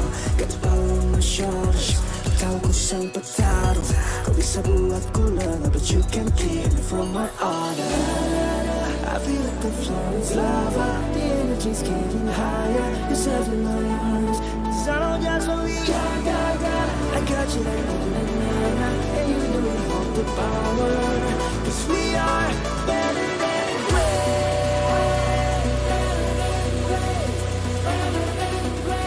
Cause we are better than great. Better than great. Better than great. Better than great. We are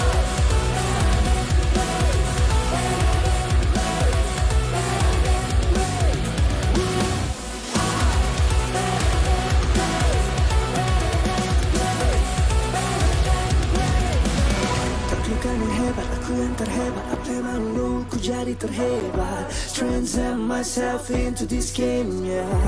I need the power to turn me free. Kemenangan bukan tim yang lemah. Let's shoot up the game, share fulfil. Better than great, it's how we feel. I feel like the flow is lava. The energy's getting higher. You're serving my arms, 'cause I know just what we got. I got you like banana, and you know you hold the power. 'Cause we are better than great. I can try it, but don't stand in my way. Stand in front of you, talking. We are better than great. Kita yang terhebat, hadapi dan tak terbagi. Leopard tak berubah. We are better than great.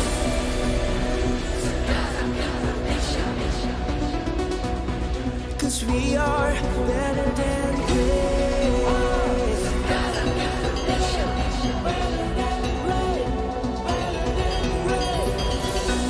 If we stand tall and believe, kau dan aku kan bisa. Dengan tekad membara, you'll see I'm better than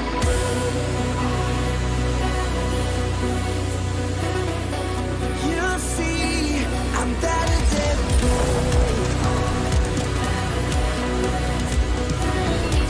you'll see I'm better than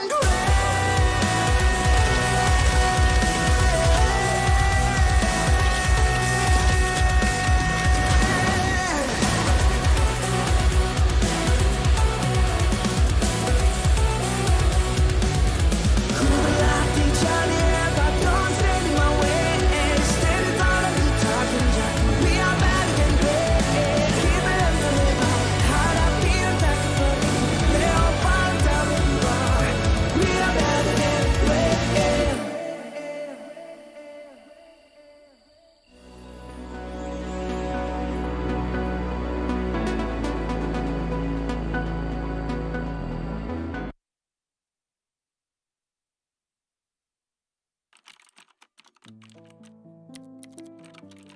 Kai, siguradong may echo pa dyan sa banyo kung saan ka naglalaro ng ML. Hindi ka kasi pwede maglaro sa kwarto nyon dahil sure na mapapagalitan ka na naman. Tatagan mo ang loob mo kasi masasabihan ka pa ng magulang mo na wala kang mapapala dyan. Huwag mong i-take yun negatively. Instead, gawin mong motivation yun para mapatunayan sa kanila at sa sarili mo na may future ka sa ML. Magpasalamat ka pa rin sa parents mo. Kasi kahit na pinapagalitan ka nila palagi dahil sa kaka-ML mo, lagi ka pa rin naman nilang pinapairam ng cellphone para malaro to. Mangarap ka. Gawin mo lahat ng makakaya mo para makilala ka sa ginagawa mo. Iwasan mo yung pagiging tilted. Hindi yun makatulong sa'yo. Magpataas ka lang ng stars. May amateur team na makakadiscover sa'yo. At dahil dito, makakasali ka sa maraming tournaments. Marami kang matututunan. Hindi lang sa in-game aspect, kundi pati na rin sa pakikitungo sa ibang tao. Sa tamang panahon, makakapasok ka ng AP Bren. Magiging ganap na pro player ka. Oh, huwag kang kabahan. May mga coach ka na gagabay sa'yo. Tsaka mabubuting tao rin mga magiging teammates mo. Kapag may napapansin kang mali o kailangan i-improve, magsalita ka. Mas okay maging totoo kaysa maging pabaya. Matuto ka rin tumanggap pag ikaw naman ang may mali. Di ka rin naman laging tama eh. Magkakaroon pa nga ng pagkakataon na hindi ka makakaretry sa isang pinaka-importanteng laro sa karera mo. Pero alalahanin mo lang rason mo kung bakit ka nandito. Kung bakit ka naipagsapalaran sa ML. Magpapagawa ka pa ng bahay para sa pamilya mo, di ba? May pangbubong ka na, di ba? Kaya laban lang. Triplein mo ang sipag mo. Marami ka pang pagsubok na pagdadaanan. Ihahanda ka ng lahat ng yan para sa M5 World Championship. Malay mo, ang kasunod pala ng tagumpay dito, sarili mo ng bahay at mas maginhawang buhay.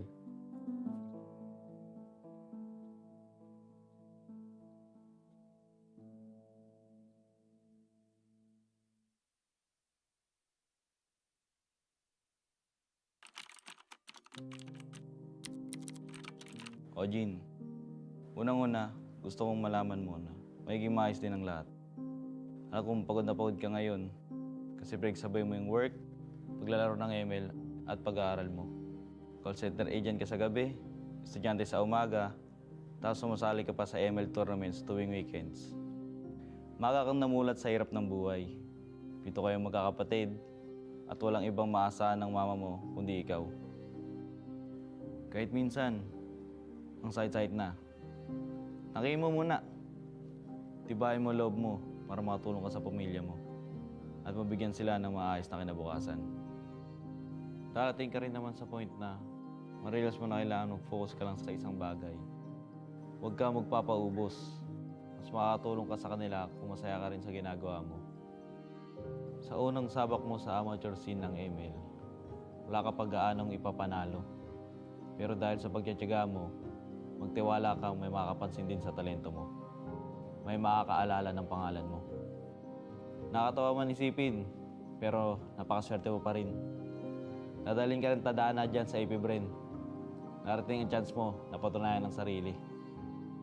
Sa kawalan ng player na pupuno, ikaw ang magbubuo sa team nyo. Pero Jin, kahit na by chance ang pagpasok mo, binigay mo naman ang lahat ng oras mo sa paglalaro ng ML. Kaya naging magaling ka dito. Marami kayong pagsubok na pagdadaanan as a team. Pero malalagpasan nyo rin lahat yan. Di ba nga, minsan sa buhay kailangan mo muna maranasan yung hirap para mas ma-appreciate mo yung ginhawa pag narating mo na. Ituloy mo lang yung pagsusumikap mo kasi dadaling ka niyan sa landas kung saan matutulungan mo na ang pamilya mo, matutupad mo pa ang pangarap mo. Magka-champion ka sa MPL at magiging parte ka ng M5. Ngayon, ay thankful ka dahil alam mong mas masarap ang tagumpay dahil naranasan mo ang pait ng buhay.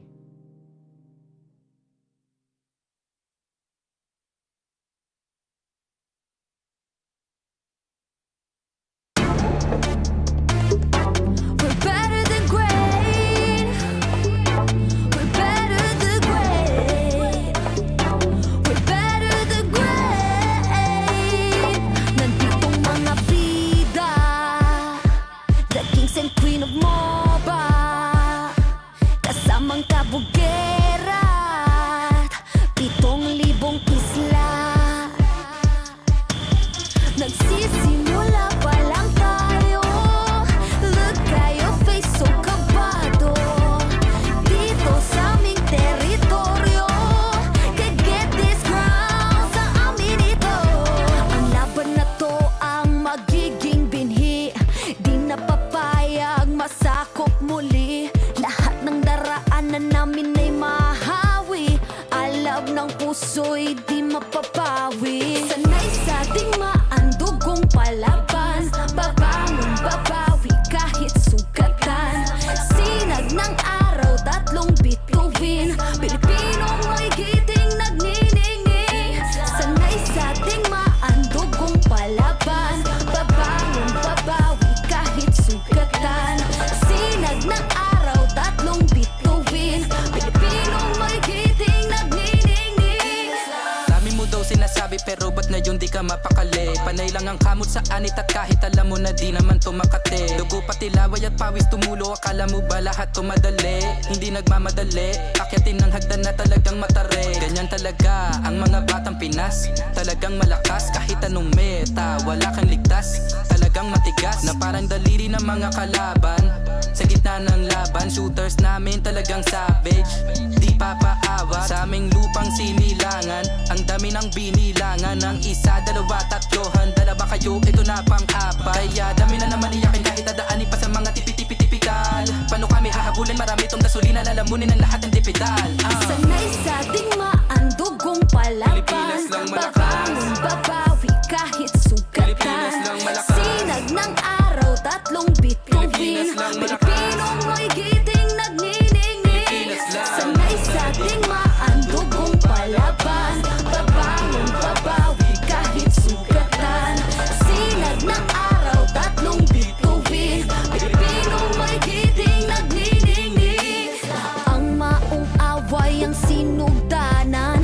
Di mo sugot madakpan pagbalik. Tanang agian kay dirit sumapalik. Ang init sa dughan kay dili mawakli. Sanay sa ating maandugong palaban. Babangon, babawi kahit sugatan. Sinag ng araw, 3 bituin.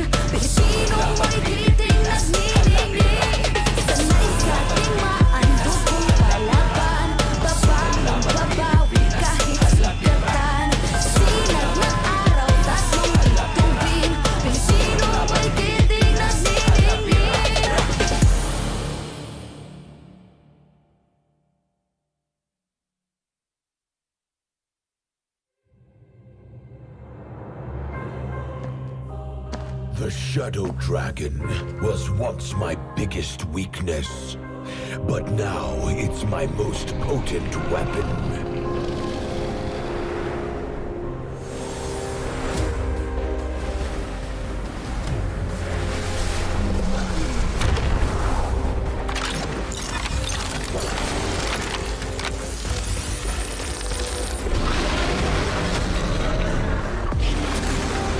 Cosmic Dragon, rise and soar! Dragon Stomp! Dragon Scales! Dragon Rush!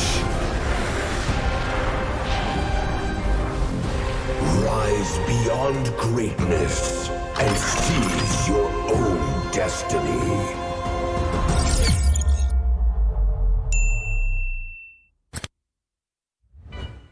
Tonight, we celebrate MLBB Esport. Do the kaldak! Do the kaldak! This is the Suman Challenge. Go! Oh! This just it.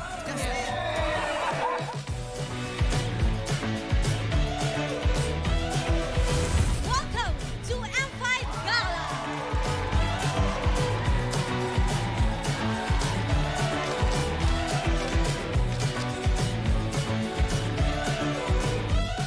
Guess the Hero Challenge! Lapu-lapu, Iritel, Franco, Nana. Nana. Best Dressed Team Onic! Best Dressed Super Marco!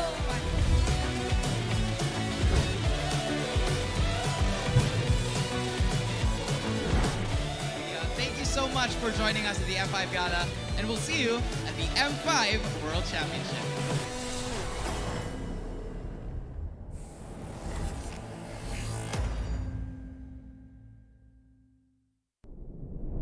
Have you ever wondered what is our identity? Our identity isn't limited to just esport players. Our style. Sweat. Our passion. And vibe. Feel our energy. When we dominate the stage,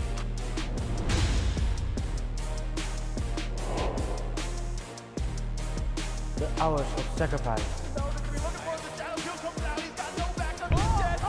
Shape who we are. So, what is our identity? We are legendary.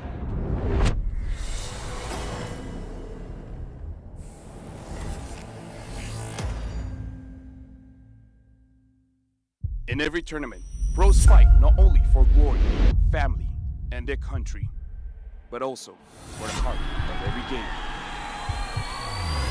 The fans. Are you one of them?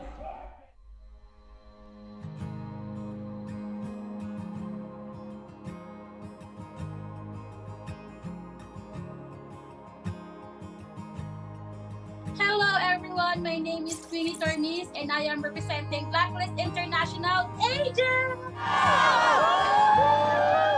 Perjalanan Sonic ini udah berdiri sejak 5 tahun yang lalu. Sampai kita kalah, sampai apa itu Onic udah ada.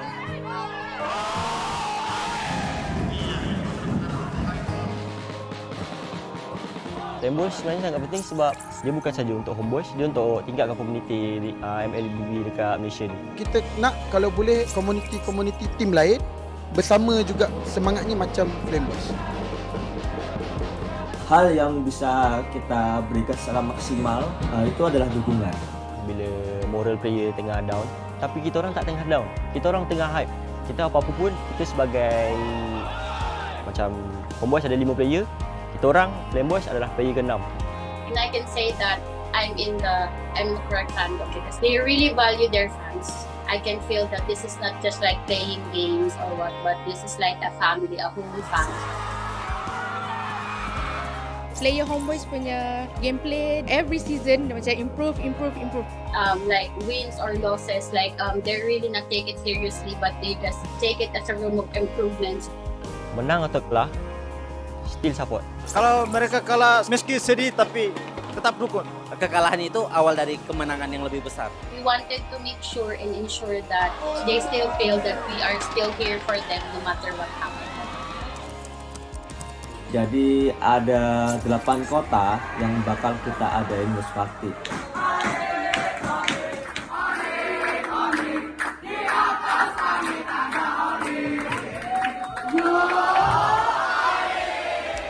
Let's go, Blacklist! Blacklist will only improve and they won't give up!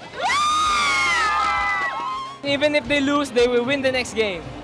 Blacklist, break the code!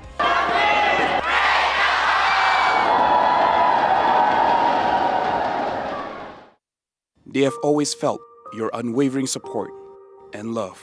Maraming salamat po sa pagsuporta niyo sa amin palagi. Sobrang namomotivate kami lalo lumaban sa mga next games namin dahil sa pagsupport niyo sa amin. Kaya po sana tuloy-tuloy lang. And yun, thank you so much. Maraming salamat sa mga agents na walang sawang sumusuporta sa amin kahit na manalo man o matalo, dyan pa rin kayo para sa amin. Yun. Isa kayo sa mga rason kung bakit pa kami nagpapatuloy. Thank you sa inyo. Pertama, makasih banyak yang udah dukung dimanapun kalian, dari Manado, dari semuanya lah pokoknya. Dukungan kalian sangat berarti buat kita, bikin kita semangat, bikin kita lebih konsisten juga biar menang terus. Guys, dukung kita dan kita juga nggak akan bosan buat juara. Terus yang terakhir mungkin selalu doain kita terus. Terima kasih. Thank you to all Sonics for supporting us. It really is touching, and we really appreciate all of you guys from wherever you guys are, and I hope you continue supporting us and don't be bored. We will try our best to win every tournament for you guys.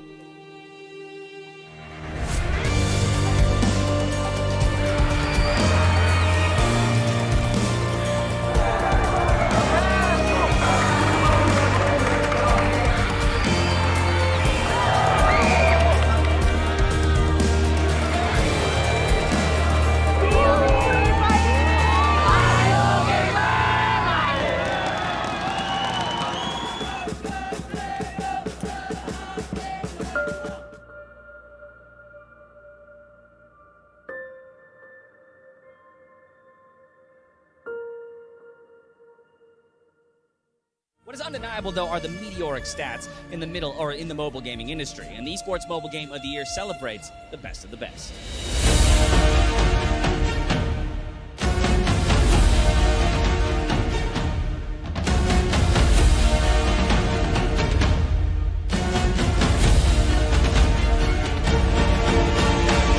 It is my pleasure to announce the 2023 Mobile Game of the Year, Mobile Legends Bang Bang. Congratulations! Oh my god, thank you guys. And then, okay, yeah, sure. And then Hello guys, hari ni kita nak rate player roam tank dekat dalam M5. Kon. Bu sezon favori tank oyuncularımdan biri. Malezya'da bayağı izleme şansım olmuştu. Size koyuyorum. Dekat saya ada Apex 47 Apex 47 daripada tim, kalau tak ingat, B guys. Keyboy. No. Keyboy. She here. For sure. My classes is Keyboy. Keyboy, my idol. I'm gonna put also in here. Oh, my idol, Baloiski. The macro god, I think here. Oh, I think here. S+. First off, me. I'm going to put it like 8 here. I don't want to overrate myself. Okay. It's okay. Abang ni Oh. It's okay. Betul. D. Sebab orang cakap dia tak tahu pun. Me. Because I'm bad, I'm gonna put F. Sorry, Baloy. And me. Okay. Oh, Luna. Luna. Luna B. Apex, I think here. Here. It's okay. Here. Next is Zorn, on my level. Zorn is like a mechanical player and also likes to taunt people. Ogun, idol. S. Oh, NJ will lose. NJ will lose. For me, F. Zorn, my enemy. With me. Sorry, you're my enemy.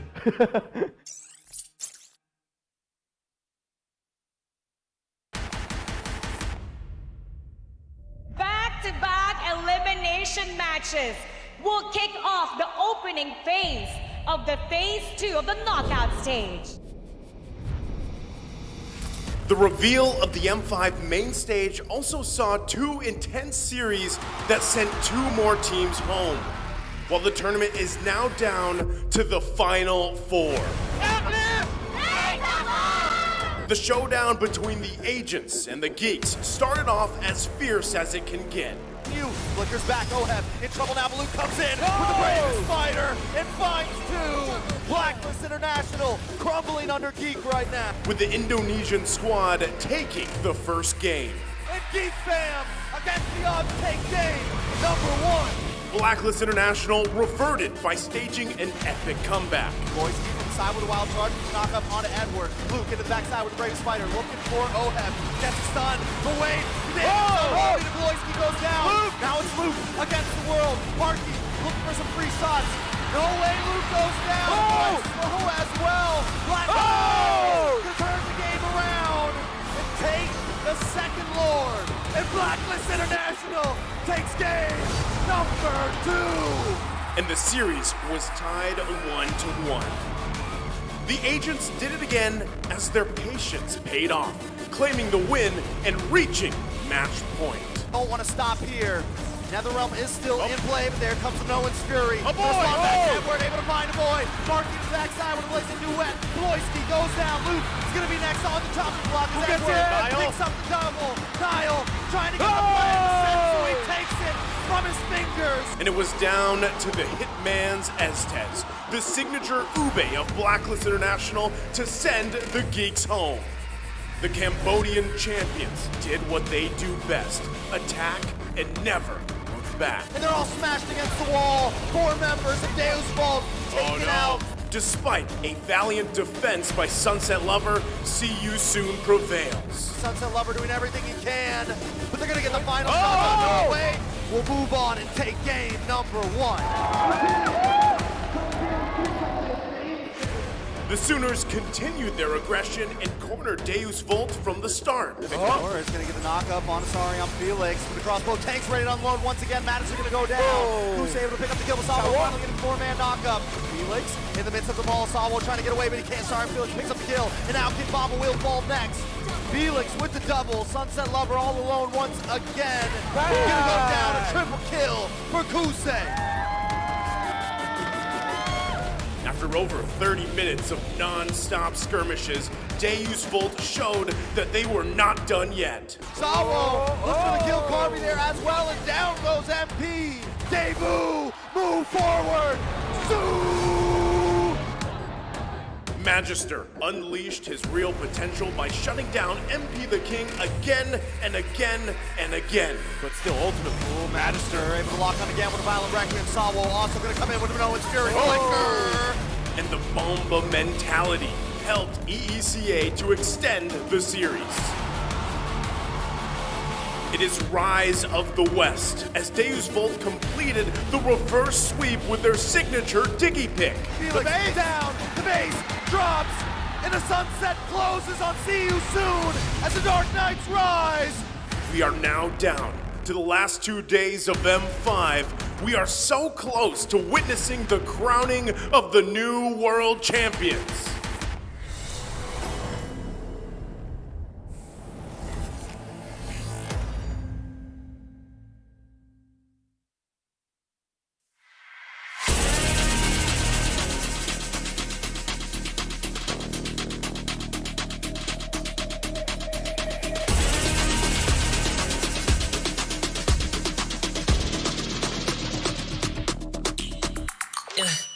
Hit me like I might kick over, but you can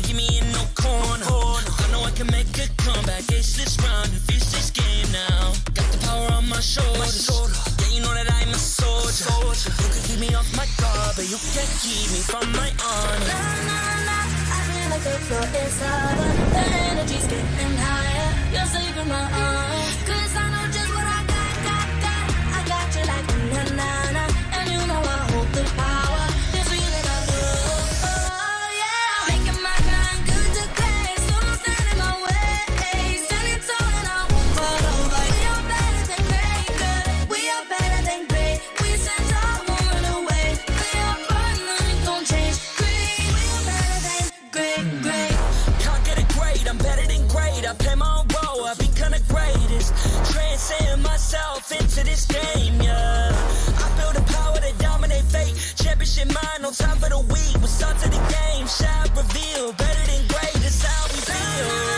I feel like the floor is lava. The energy's getting higher. You're saving my arm. 'Cause I know just what I got. I got you like na-na-na. And you know I hold the power. This feeling I love. Oh yeah. Making my grind good to great. So don't stand in my way. Standing tall and I won't fall over. We are better than great, good. We are better than great. We stand tall, won't run away. We are fun, nothing gon' change. Great, we are better than great. If we stand tall and believe, we can make it, you and me. With a sense of urgency, you'll see I'm better than great. I'm better than great. Oh yeah. Oh, I'm better than.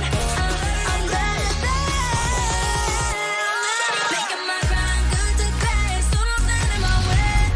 Standing tall and I won't fall over. We are better than great, good. We are better than great. We stand tall, won't run away. We are fun, nothing gon' change. Great, we are better than great.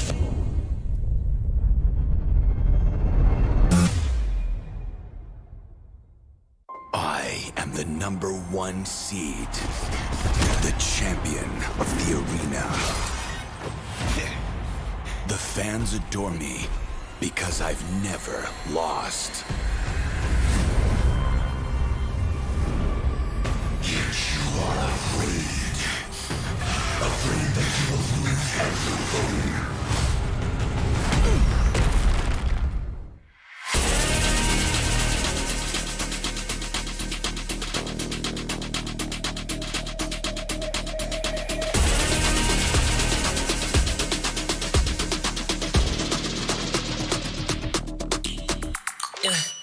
Hit me like I might get over, but you could give me in no corner.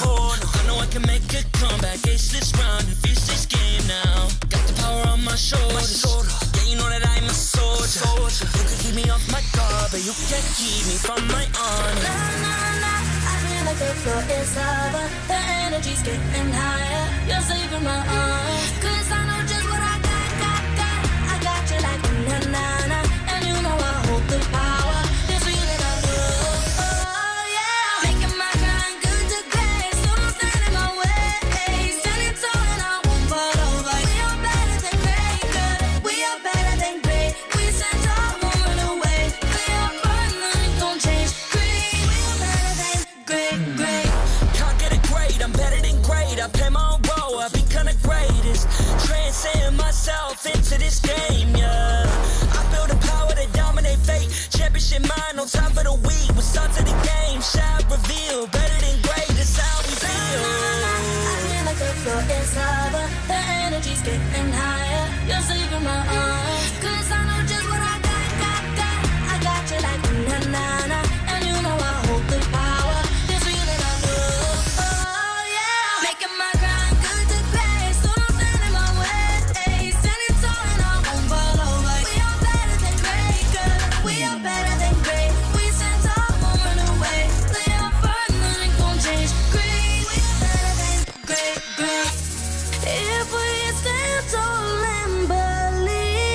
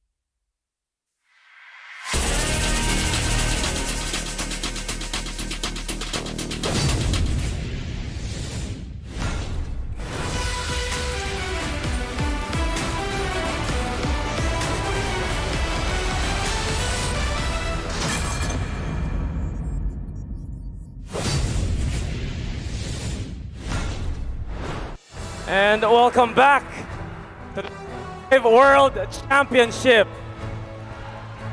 The name is Mike Reyes. They call me Tito Mikey. And what a big win earlier for Blacklist International. A clean sweep to earn the right to play later this afternoon. And they will be waiting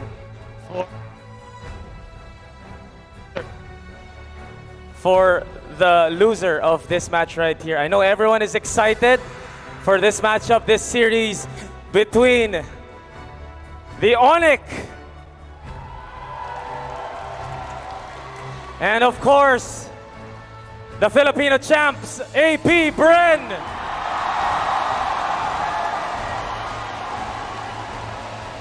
But before we kick off our second best of 5 series today, allow me to take the honor of introducing a cultural group that promotes art and culture through the restaging of various folk dances of the Philippines. And in celebration of the biggest mobile esports tournament being held here in the Philippines, they will be performing Bagong Umaga, an uplifting song about facing a new day with positivity and hope. This performance is brought to you by the Department of the Philippines and Love the Philippines. So without further ado, please welcome Sindao Philippines Performing Arts Guild.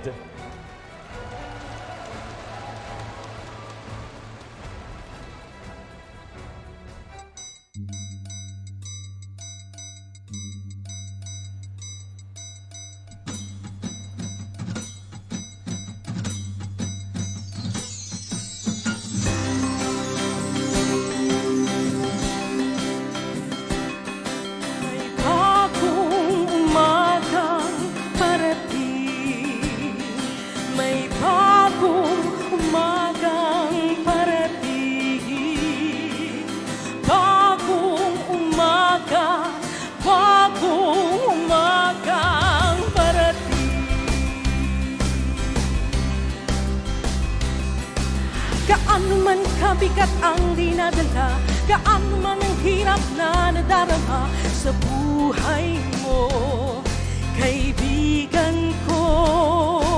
Walang pasanin na hindi gumagaan, walang pagsubok na hindi nalalagpasan. May bagong umagang parating, may bagong umagang parating, bagong umaga, bagong umagang parating.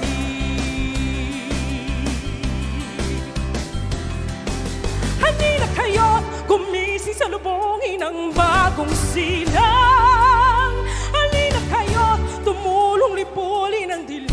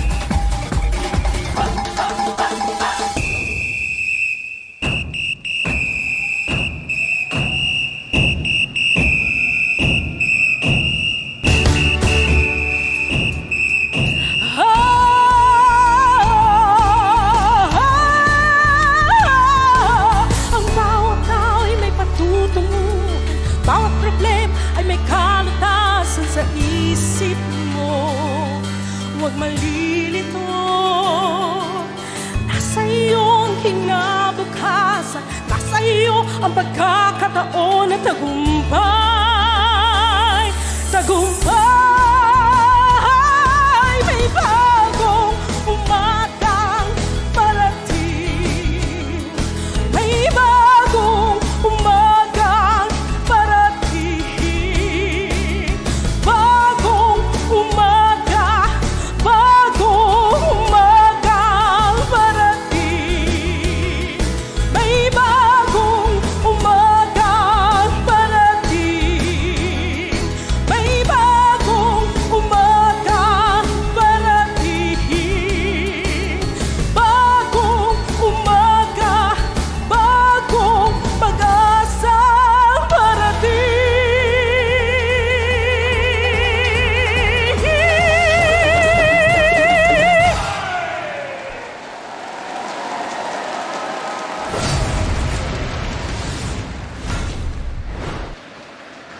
The much-awaited matchup is about again at the World Championship.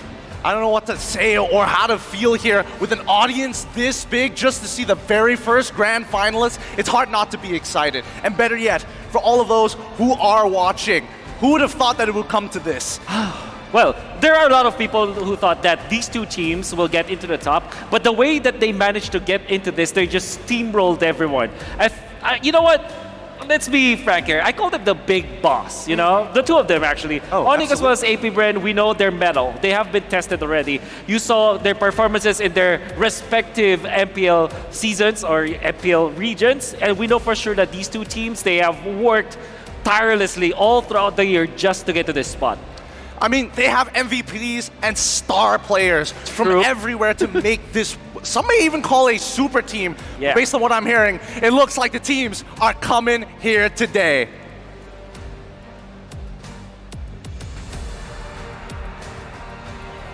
Dominating match against DU's Volt. Of course, it's your advantage being in the upper bracket. How did you prepare for today's match? Mga nag-practice po kami ng mga hero as usual, tapos pinagandaan po talaga namin. Their practice, their heroes as usual, and they prepared for this. Is your streaming on TikTok part of it? Hindi po ako yun eh. Fake. That's fake? It's not Kyrie, guys. So, in an interview, you said that Kyle TZ is that one strong jungler that could stop you. How do you say so? Kasi po sa nakita ko po sa laro niya eh. Tapos nung last scrim po namin matagal na, pero sobrang ganda po ng galaw niya eh. According to him, he sees that in Kyle TZ's action, and they played a long time ago, but it's evident that he can stop you from that. Okay, Kyrie, Flap TZ, apart from doing that hair sweep that you're doing, he also said that he's gonna sweep this game against you. What can you say about that? Wala po eh. None. There's none. There's No nothing comment, he no can comment. say. No comment about it. Flap TZ, you're that strong. Good luck, Kyrie. Any Thank message you. to your fans? Thank you po sa mga sumusuporta, tapos panoorin nyo lang kami hanggang matapos sa M5. Bibigyan namin kayo ng magandang laban. He's gonna give you a good fight. And how about a message to AP Bren? Good luck, have fun. Good luck, have fun. That's just as simple as that. Thank you so much, Kyrie. Good luck. Thank you.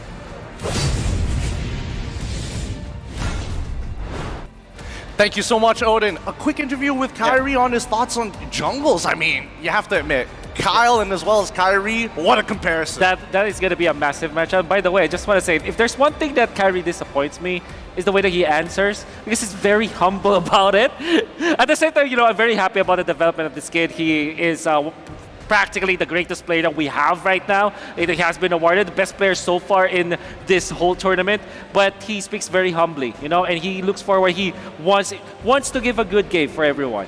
I mean, it feels like the entire sentiment that Coach Yeb has been teaching the entire team is to stay humble. However, on the other hand, I don't think anybody needs any introduction for this team, especially considering that they have been crushing it at MPLPH. Odin, please take it away. We have the arrival of AP Bren. All the way from the Hive, the bees are here to survive. Players are now arriving at the venue. Hi, View. Can I have some few words with you? Come with me. Let's have an interview, short interview. Few, we haven't seen you in action ever since your game against the Geeks. How did you guys prepare for this match? Ayun, nag-scrim lang kami sa hotel kasi goods naman yung internet doon eh. So, yung time na wala kaming laban, nagte-training pa rin kami. During the time that they had no match, they were still training, having their scrims inside the hotel. Is the TikTok challenge part of your warm-up? I've been seeing a lot of TikToks from your team. Ayun, lagi naman nagti-TikTok yan sila Flap eh. So, yung lahat ng challenge parang kabisado na nila eh. Okay, Flap and the other players have always been doing some TikToks, and he thinks that all the challenges on TikTok are memorized by the players. Where can we see you join them? When? Hindi ko alam eh. Siguro pag-iisipan ko kung saaling mag-champion kami. Baka pagbigyan ko sila. Oh, if they are going to be the champions here in M5, you're gonna see Few doing some TikTok dances with them. Few, your match against Onic is the most anticipated match in this tournament. Do you share the same feeling with the community? Siguro parang na-tense din kasi nga pares kaming undefeated ngayon eh. Tapos ayun, magkakalaban na kami. Parang lahat ng tao nakatingin sa match na to eh. According to Few, they have been looking forward to this match because they are both undefeated. And now, is there anyone from Onic that could stop the idol ng mga kids? Any player na kayang pumigil sa'yo? Kung meron man siguro yung tank support nila. Ayun. Sobrang aggressive nila eh. Oh, if there's someone who can stop Few, it's their tank support. Now, Few, any message para sa Onic? Para sa Onic, good luck sa atin. Sana mabigyan natin ng magandang laban yung mga fans. Onic, good luck. Few hopes that you can give them a good match. Thank you so much, Few. Good luck on your match. And now let's head back to our game with our very own talents. Thanks again, Odin, for the interview with Few. A couple of short words, but interesting ones as well. Yeah, Few is my goat, you know. You know why? Because he's played for what? Ever since MPL Season 1.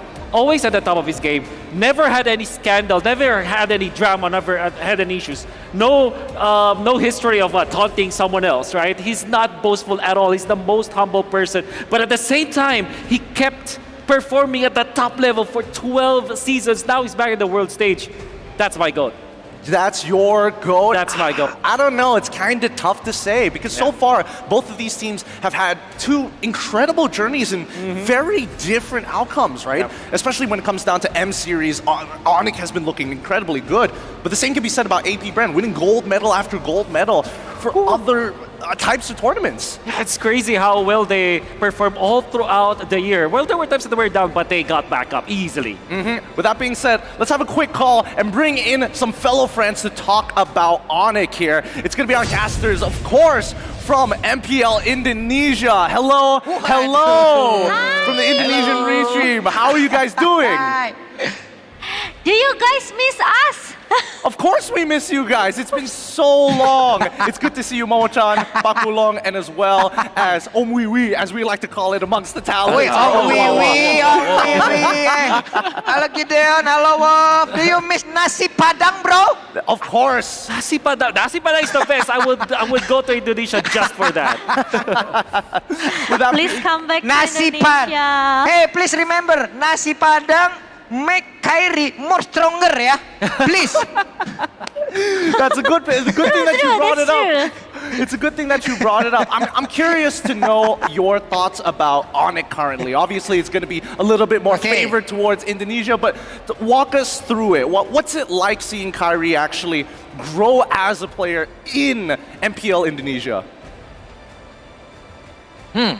For me, I think that Kyrie is doing really well as a team, apparently, right?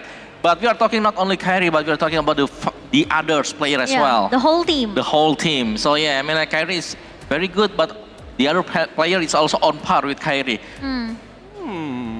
Rather interesting. You agree with that sentiment, Wolf? Yeah, I guess you can say that. I mean, these people have watched Kyrie and the scene for sure. They know what they're saying. But I do wanted to ask these people, like, okay, let's get straight to it. Who do you think is gonna win, and what's the score? What heroes are you expecting? Let's get straight to the business. You know. Okay, maybe Pulong? Maybe 3-1 for Onic. 3-1 for Onic. I will go with Pulong as well. How about you? I think- Wee Wee? Wow, okay. I must say that I quite agree with all of my friends here. 3-1 for Onic. And I would love to see a few against Suns with Novaria. Me too. I'm kind of curious though. You? That sounds like fun. I don't know about you, Wolf. I don't know how much I trust Pakpulong. I've heard the crowd in Indonesia call him Pakpulong anti-Onic to a certain degree. He even has a jersey with the name on it as well. That's what I heard. You know? Exceptional for M series. It's exceptional. Okay. That's totally fine. That's for totally M fine. series, yep. Let's for have a M look. series, Pulong for M series, Pulong Indo Pride, Onic. Of course, it's gonna happen. Only naturally. Let's have a look at the graphic up on the screen and we'll talk a little bit more. The epitome of greatness. We are seeing the achievements listed down from both sides. And obviously our Indonesian counterparts is gonna lean into Onic, but walk me through, what are you guys' thoughts about AP Bren specifically? Because they're tough competitors. They're tough competitors because they were tested by time. This was #TrustTheProcess for AP Bren. It started in Season 10 when they drafted these players. They kept few as well as Flap TZ. And you cannot look at AP Bren and just say that it's FPL page Season 12 and their accolades this year. It's a 2-year span of development with their coaching staff, with their players to get them into this spot. A lot of tough work, a lot of hard work, some may say. You know, Coach Ducky and as well as Bren have done a great job with these boys. And this is what we were hoping for. I mean, Papulon brought it up, and as well as Omanwa. This matchup between Gilak Sans and as well as your GOAT, all-time great, Few. Here are the stats, and obviously some of the hero picks are going to be interesting. Yeah. I'm interested to know, from the side of MPL ID, like, Gushin, are we going to see it today? Yep. I think maybe not only Gushin. Yeah, I think if Coach Yep wanna bringing something flashy, he could use a Gushin, but it's kind of like too risky. More risk and no reward if you're using Gushin against AP Bren. Yeah, AP Bren is very tough contender, as we know. And I think Coach Yep, he should prepare something better or maybe the best for Onic, because one step ahead for Onic to the grand finals. Yeah, or maybe I would love to see Gushin against Odette. Oh, maybe. Okay. Gushin against Odette. What the crowd did we? It's so crazy, bro. The crowd. It's a buff home crowd, you know. Crack up too much. It makes me crack up too much. I love the sentiments that you guys have, and especially amongst Onic, and even for the AP Bren boys. I'm curious. Just a couple of last thoughts, a couple of last sentiments as our games are going to start really, really soon. I can hear the crowd getting excited already. What do you think is going to be the game score? Is it going to be 3-2? Are you thinking 3-0? What's the game line? I think three of us agree it's gonna be 3-1 for Onic. 3-1 for Onic. 3-1 for Onic. Sorry, you guys? Sorry, AP Bren. Sorry. I'm Onic. Hey, they're here. Today I'm Onic. Today I'm Onic. Let me speak for the Filipinos at least, because there is an all Indonesia panel. I gotta say, it's AP Bren 3-1 in our favor. I'm pretty sure. Somebody had to say it. Okay. Somebody had to say it. And who else in the audience agrees with that? Wow. Sorry guys. But with that being said, thank you so much. Thank you so much, Momo-chan. Thank you so much, Papulong. Thank you so much, Awawa. Thank you, Gideon. Terima kasih. guys. Terima kasih. Terima kasih. Thank you, Wolf. Thank you, Gideon. Wah, Oh man, That was fun. that was fun. I was scared for my life for half a second there. I'm glad I didn't have to make the predictions all across the board because this matchup has been long awaited. People have been talking about it since SEA Games. People have been talking about it since Snapdragon, even MSC. There was a very good argument. But match made in heaven. You can see Kaltis and Kyrie, good phenoms, like very young prodigies, you know, and we know that they're strong. Sans and Few, the veterans, both coming from a hyper carry stance, getting into the support role. I think that's great. And then you have your explainers. Keyboy is there, Rising Star Ogwen. This is a match made in heaven, man. Look, we could talk about this forever. But without further ado, I'm sure the crowd is excited from all over the world, not just us here live, but more so everybody else watching from the stream. With that being said, everyone, I don't want to steal the hype from them. Yeah. We're here just to analyze on the panel. Let's throw it to our casters.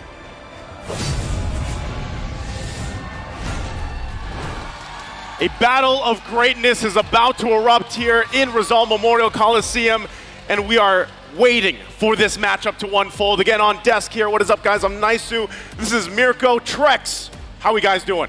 We're doing great. We're doing better than great. After that first series going 3-0, it can only mean one thing. It can only mean that we're gonna get a banger of a series here. Definitely going to get a banger of a series, hopefully, right? Hopefully it goes the whole way. The epitome may... Close. Greatness. It's epitome, right? It's epitome. Oh, just making sure, All right, we've cleared that up now before we talk about the matchup some more. Of course, we have to thank our sponsors. M5 is powered by Moonton. It's presented by Kadia, supported by ROG, the official gaming phone. Grab, the official Super App partner, and Secret Lab, our official chair partner. Thank you to our lovely sponsors. M5 would not be possible without you guys. Special shout out as well to our global presenting partner, Qiddiya. Qiddiya is a giga project, a city that is being built in Saudi Arabia, and it is the future capital of entertainment, sports, and culture. And that every big city, as some of the other casters like to say, they definitely need some chairs. So don't forget about Secret Lab.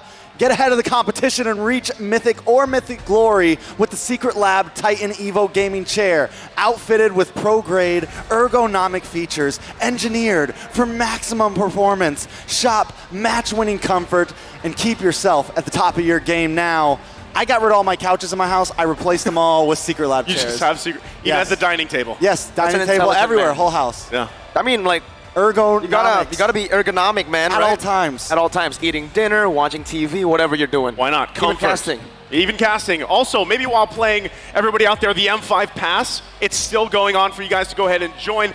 Unlock the Yuzhong M5 exclusive Dragon Shade skin, the Prime Cosmic Dragon skin when you buy the M5 Pass. Accomplish all tasks, hit level 75 for free. There are a ton of exclusive M5 rewards waiting for you guys, so get yours now. Don't forget to gift it to your friends as well. And now everybody's been waiting for this moment, but I just want to test the waters real quick, right? Rizal Memorial Coliseum, are you ready? They're pretty ready, right? They're pretty hyped up, they're pretty ready. And by the way, you heard Wolf's prediction. He was kind of outnumbered there, right? He went with a 3-1 for AP Bren, but we'll leave it up to the players, right? But before we welcome the players out to the stage, we of course have to welcome the men behind it all, keeping things fair and the integrity of the game, the Marshals. Now to officiate the M5 World Championship, we have our Marshals making their way onto the stage. They're here to ensure the integrity and fairness of play. We have Rain, Wilbert, Shun, and Ivan. Thank you guys so much for your hard work throughout this entire thing. And now, let's get ready. The champions of Indonesia soar back to the World Championship stage to inch closer to fulfilling the Golden Road. Everybody bow before the Sky King's presence. It's Onic.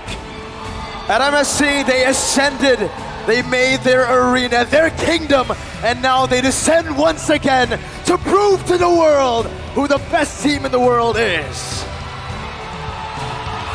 And across from them, the crowd loves it, looking to put an end to their golden road as the Filipino champions. They're on a glorious journey of their own, and now they seek to make the Sky Kings kneel. Hive, we can hear you. Buzz for AP Bren.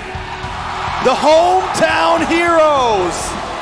And you're right, Nice Suit. The crowd is buzzing right now. And AP Bren might just be busted. And to guide the teams to victory, the brains behind it all, the coaches, the analysts for Onic, we have Coach Yeb, we have Addy, for AP Bren, Coach Ducky, and Coach Bren. We'll see exactly how they approach this electric series ahead of us. Ooh. And once again, what's at stake here, the upper bracket final leading into that first slot for the grand final tomorrow. That's what's here, that's the stakes. This is massive for both these teams, right? But for AP Bren first, man, you got the home crowd advantage. You have literally the Filipinos chanting, yelling your names out, and they can break that M-Series curse. No, you should do it.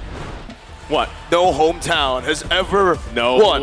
You want me to do it? Do it. No hometown has ever won. All right, well, let's take a look at the roster first here. Onic Indonesia, we have CW, Kyrie, Boots, Sands, Keyboy. These guys have been electrifying so far. With this lineup as well, this is the MSC winning lineup for Onic Indonesia. They have been on a win streak all throughout. I think only losing to AP Bren, actually, funnily enough, in SPS, in the group stages. But then they were able to avenge their defeat in the knockout stages, knocking AP Bren down from the upper bracket finals to the lower brackets. Speaking of AP Bren, we've got Super Marco, Kyle Teasy, Flap Teasy, Few, and Ogwin. And in my mind, this is one of the most oppressing teams in M5 right now. They strangle all of their opponents, put them in the chokehold, and send them off to bed. It's just their play style, discipline. I can't just single down on one player because that is just how they are. It is a full team effort. Man, again, as we take a look at the team head-to-head here, it's looking even in a way, but you have to point out Onic here. Look at these stats that they've had so far up here to M5. But I think one thing, too, that you really have to talk about, AP Bren has been a team that has been really focused on solidifying these objective takes, right? Focusing on the Turtles early on, the Lords later on. Teams have a trouble to match up with them, but Onic, look at the statistic. It's nearly even there. Something I want to point out, in the previous series, both teams, 20-25 hero pool. When we look at these two teams, we're talking 28 and 32 heroes that they've been playing with throughout the M5 series, never scared to push the limits. But who's going to push it a little bit farther today? Both will have to push each other. We're going to have to see, well, it can't go any other way, right? Every single time we see AP Bren match up against Onic, it's almost like when their fate collides, we're bound to see a full game series, a full series. And it's happened many times before in SPS. Now we're going to take a look at the talent prediction here. Speaking of full series, Mirko, what are we doing? What is that? Usually if I say something, then it's wrong. So if I say 3-0, it means 3-2. Okay. So I know this is the trend now. This is your thing, right? You're always the 3-0. Yeah, because I want to see full 5 games, bro. Hey, well, there's very flip-floppy there, but it looks like from the other talents, we're going to have possibly the 5-game series. But of course, the teams are the ones to kind of bring that to fruition here. But 3-2 for me, for AP Bren. Trex, you're going the other side, going with Onic. They look good this year, man. This is a year that I think a lot of us want to see if they can finally grasp it. They've fallen short for so many years, and personally, I just love a good story like that. Now, the audience prediction, on the other hand, also on the side of Onic here, all the way down. Let's see what the next page has in line. Yeah, interesting as you look at that. Here we go. Of course, hey, there's 24% of the Philippines going for Onic here, but still dominated by the rest of the parts of the world, leaning towards Onic. I think due to a lot of the, obviously the history, the matchups, right? When they did meet in SPS, Onic was able to edge out a victory against AP Bren through their multi-dimensional gameplay. Though AP Bren has grown so much since that SPS loss. We've seen them in the grand finals of MPLP Season 12. We've seen them at ISF as well, popping off with super wild drafts. Heck, even here in the group stages, they brought out the Odette. That you doubted, but that's what great teams do. They silence the doubters, and they make it work. And I can't wait to see what they bring to the table this time around. But before that, before we wait for this draft to get going, we want to go ahead and mention once again for all our viewers out there, maybe even some of you here as well, there's TikTok drops happening right now. Watch for 3 minutes. And wow, they changed it. It used to be 5. Yes. It's now 3. You can go ahead and grab yourself a TikTok viewer chest, and if you watch for 5 minutes or more, you now get the deluxe chest. So we went from 5 to 3, 20 to 5. Or you could take the best route. What's the best route? Watch the entire duration of the stream, and you don't just get chests, but you get our hearts. Not only that, but you get to be the epitome of greatness. Epitome. Epitome of greatness. Epitome. Epitome. Epitomos. One of the two, right? Epitomos. We got to get a dictionary here, man. That's part of the English broadcast, right? You need a dictionary with you now. Again, as we go ahead and get ready for this draft, we've already kind of talked about this, especially the fact that, yeah, both teams, at this point, you don't actually know. I mean, there's already an established meta, let's be honest. For M5, it's kind of fallen into place. Whoa! Whoa, there's Flame Boys out there, too. The Flame Boys are still here, They're still here. Just shows you the passion they have, not just for the homeboys, obviously, but the passion they have for the game. It doesn't matter in the end that the team got knocked out. Sorry, LaFell, I had to mention it. But they want to see the peak MLBB on stage, and this is what we are at. This is where we're at. Yeah, this is a part of it, you know, and speaking of peak MLBB, this could be a preview of what's ahead of us, you know, for the most part. If they can, depending where things fall into place, again, waiting for them later on is, of course, Blacklist International after a very strong series himself.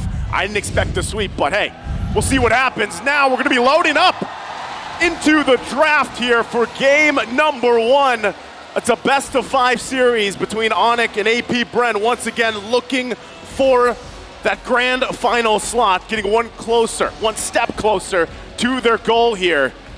And we'll see how they want to pace this draft. You can already see the Fairness being taken out, but where are they falling here? Once again with the draft, the bans, Minotaur, Kaja, Valentina, heroes that are constantly picked up or banned out. This is the right course, though. Again, game 1 here, Onic on the blue, AP Bren on the red. Something really interesting about this, though, just to start off, the Fermis during group stage wasn't the most popular band. It was sitting at like number 8, number 9 slot in most picked in band. And over the past of knockout stage, it has shot up. It is even more picked in band than the Matilda right now. It has just become a pick so important to so many teams. And then another interesting band on the side of AP Bren, something that we're not seeing a whole lot of teams do, is banning out that Kaja, showing that maybe they want to try something a little different, want to maybe try something a little more fast-moving, maybe some, something with dive potential, something like the Joy that is open right now, something like the Nolan that is open right now. Both teams leaving so many of that Trinity kind of open right now from the jungle side. Okay.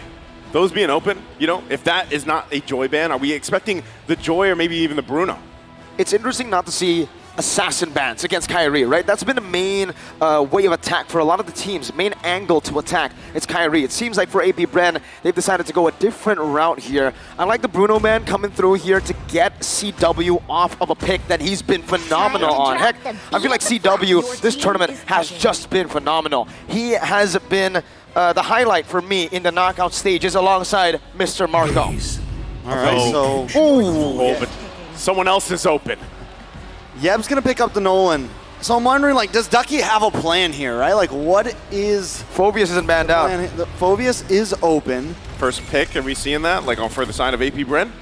I don't think so. I think last pick in the first phase. I think you want to get the Bruno. You want to get something very strong up front, something powerful. Because if you're giving up the Nolan and the Bruno, that is a huge problem. So Bruno, Gwyn. I think that's a good plan. They already lock in the Gwyn, but no. Matilda. They go Matilda. That's open as well. You know, you can at least provide some of the mobility, the utility that Matilda brings. We've seen a lot of playmaking happen from other teams as well. You know, just utilizing this hero, and we know it's banned quite a bit, honestly. So 2 heroes now that kind of slipped through the cracks so far for this first phase. I love, and I'm wondering, you know, Ducky coming into this game, it's like, this is what we're going to do. We're going to leave a lot of things open and see how things go. This is a great game to kind of test the boundaries, test the waters, come into game 1, and both coaches love to do this. We saw it from Coach Yeb, letting the Benedetta, letting Kyrie play the Benedetta. It's a great time to test things out, but giving up the Nolan and the Bruno is pretty huge here. On the side of AP Bren, we do have some great divers. We have some great engagers with the Gwyn and the Matilda. We've seen some of those heroes fault before. They're going to pick up the Rizla. And we got a little bit of some information. Sky is the limit. Wow, Onic has the highest gold lead difference against opponents with an average of 8,245 An per game. average? That's crazy. An average. An average of 8,245. If there's a rich guy, there's got to be a rich team, right? So far, Onic are the rich team of the tournament, but AP Bren are definitely looking to take that away. You can see the emphasis, huge emphasis around trio mid-control with the Guinevere, the Matilda as well. They want to get in and get out as fast as possible to secure neutral objectives. And when Onic goes for more damage output, AP Bren goes for more maneuverability. Thing is about Onic's comp here, aside from the Bruno, is it's dodgeable, right? The Nolan and the Terizla, both these heroes, if you dodge away from them, most of the damage will actually be negated. And for AP Bren, this is the pick that we already spoke about. It is bound to be picked up when the Nolan is left open and the Phoveus is left open. So that leaves the question right here, Trex, is you kind of know, all right, we picked Nolan, we're probably going to have to give up this Phoveus. We didn't ban it out, it's going to be taken.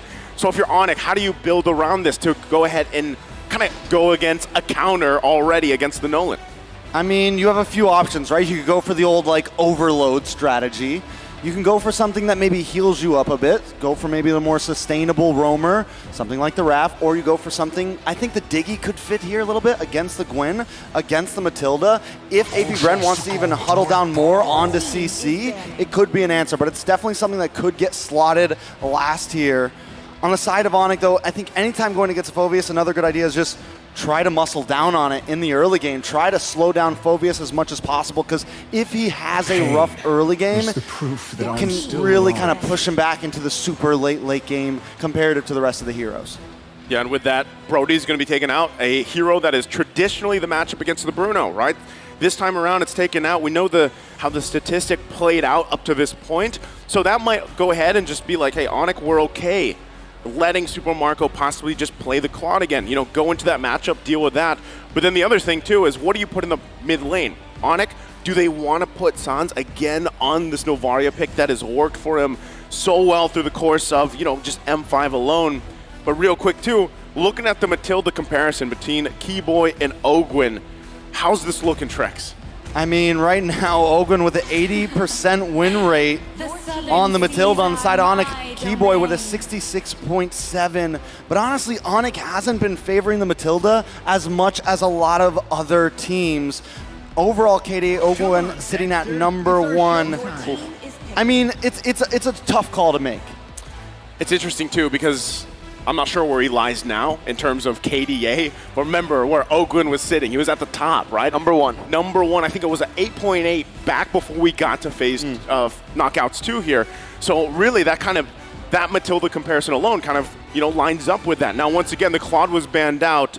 Where does this leave Super Marco even for the gold lane against the Bruno matchup? The only hero I can think about right now has to be, you know, the Carry and the Beatrix, right? Those two heroes are still up for grabs. The Khalid gets chosen first. They know that, well, Ixia could be a very good choice Matilda as well. With the Matilda, you're right. Oh, we saw that combination. Yeah. Literally just yesterday. It was I think it's a given right here, in game number 5, I believe, right? Against you soon. But you can really see for Onic here, it's really strange usually to see a Brody ban when a Terizla is already picked up, right? Yeah. I think they know that AP Bren want to go for offense is the best defense kind of route. They want to dive in, and when they do dive in like that, penalty zones will be used in a defensive manner, and that's when the Brody can actually free hit. So it's actually a good read, in my opinion, by Onic to ban out the Brody, ban out the Claude as well, take any sort of maneuverability away from their gold lane. Like this pickup, Lilia gets locked in, another hero that has been making waves up to this point. Just how much damage you can do. It's nearly up there with Novaria and Valentina, of course, and then the Tigreal to cap it off here for Onic's lineup. All right, so they have a few answers with the Tigreal, right? They're able to possibly mess up the Khalid here during those sand guards, during those clinch moments.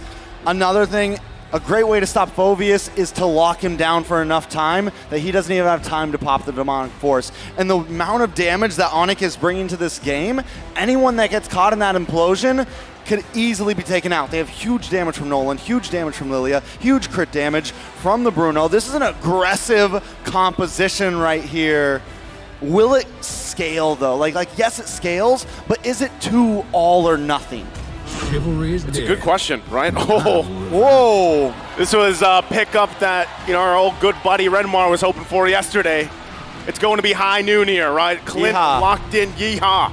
Super Marco, this is a hero that he loves to pick up. We saw this even back in ISF it was played with the Claude a lot of the time. So it was either those, and they kind of cornered him into this pocket. He picks it up now in this first game. Even in SBS, right, we did see the clinch start to be very popular amongst, well, for sure, Mr. Marco. Me and Leo even gave him the nickname Sheriff Marco whenever he's on the clinch. So Sheriff Marco's in town. Sheriff Marco's in town. So I think, honestly, it's a great pick. I mean, it's an okay pick. The Ixie is decent, but what it can do is it can kind of kite back with that second skill. If the Nolan's coming after him, it does have some abilities of that, the heroes that are trying to dive onto it, to where Ixia does not have that. So maybe that's going through the mind. Going through the mind or not, we're going to be loading up into the land of Dawn. Once again, game number 1 here, the upper bracket final.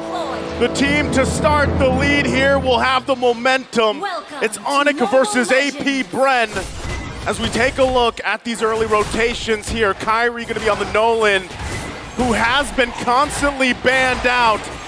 And when it's been locked in, teams have had to come up with an answer against it.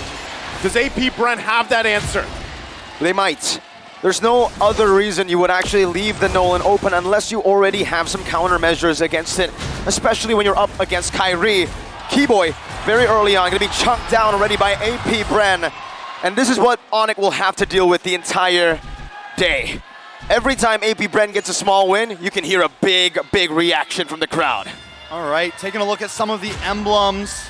Does look like Sans is going to go for a little bit more utility there, get some movement speed, get some cooldown, but Boots building pretty aggressively, building sustainably, going for some spell vamp there, could be the answer. So far, we've seen the Khalid with so much damage, and we've seen the Khalid actually win out on top of the Terizla recently. It does become a little bit of a skill matchup, but Flapteezy with the movement speed doesn't have to pick up the Boots here, and he can still probably outspeed Boots here. So definitely going to be interesting the way that this EXP lane pans out overall. I'm excited to see how it works. And hold up, so wait, it is, we completely looked over this. It is mid lane Phoveus. Yeah. You know, again, when that Khalid was locked in, we didn't really point it out, but I think a lot of people at this point, they're so used to Few just being like, all right, I'm going to throw a Fredrin in the main lane. Hey, I might throw the Phoveus there, and they make it work usually, right? That's one thing, again, when we talked about both these teams, the capability to go ahead and just channel that hero pool, bring something surprising out or make it work is what gives them that advantage in a lot of these matches. And again, considering this is what AP Bren loves to do. Go ahead and focus on these objectives. Penalty zone onto the back view. Now Demonic Force ready. Kalteezy picks up the first turtle. Oh! Amazing sandstorm from Flapteezy as well to claim first blood and a double kill to start things off in game number 1. So before the point that I'm about to give was already shown, having the Phoveus in the mid lane, especially against the Nolan, overall just feels like such a smarter choice than putting it into the XP, because you get to just follow the Nolan around. You get to always be there in these team fights. You get to rotate. So I think it is such a smart maneuver to stick this on to Few. Sometimes it's more of a, oh, we just have to put it there. But I think honestly, this was the plan from the start. Interesting fact here as well. Guinevere and Matilda combination. It's been picked 6 times, but the win rate for M5 is 83%. That is a strong duo, if you will, between the heroes, right? The way they interact. Look at this already, the aggression from Ogwin. I mean, it's essentially a guaranteed knock-up for the Guinevere. You hit the Circling Eagle, Guinevere just travels around with you. Let's say you knock 2 up. All Guinevere has to do is pop the Violent Requiem, and you don't even have to land your Spatial Migration or anything like that. So definitely works out well. And then all of it just pairs so well. The whole mid-net lane of AP Bren just complements each other perfectly right now. Again, that's one of the strengths there as well. Having the Nolan, you have the Fracture, it can help you get out of some of those landing spatial migrations, but still the pressure. Whoa! Requiem into the spatial migration, into the Demonic Force! That's an implosion by Keyboy, a flicker to the wall. A Demonic Force again for the side of AP Bren to find a kill. Sounds not gonna be caught in another spatial migration. They're styling on Onic in the 4th minute of the game, stealing the purple buff away. Not only are they styling, but this is the AP Bren you do not see all the time. Normally they take it slow. Normally they strangle them, but right now they are slamming into Onic at full force. The 2.3K lead. They've garnered themselves now the second turtle here. Onic, though, despite all that, still want to go ahead and focus on this, but AP Bren making their way for the fight. Risky move, FlapTeasy poking boots down right now. As Ogwen flies by Keyboy. Knocks him out with a circling eagle. Sans is looking for an angle. FlapTeasy on the turtle. Penalty zone coming down as well. That's going to be Kyrie who secures the turtle. But a Violent Requiem. Spatial migration with a Raging Sandstorm knocks 2 up. And it's a 2-kill trade for the neutral objective. Was it worth it? No. Probably not. But he got the turtle. Kyrie is having to put in extra work to just get these objectives even close. But every time, AP Bren has an answer.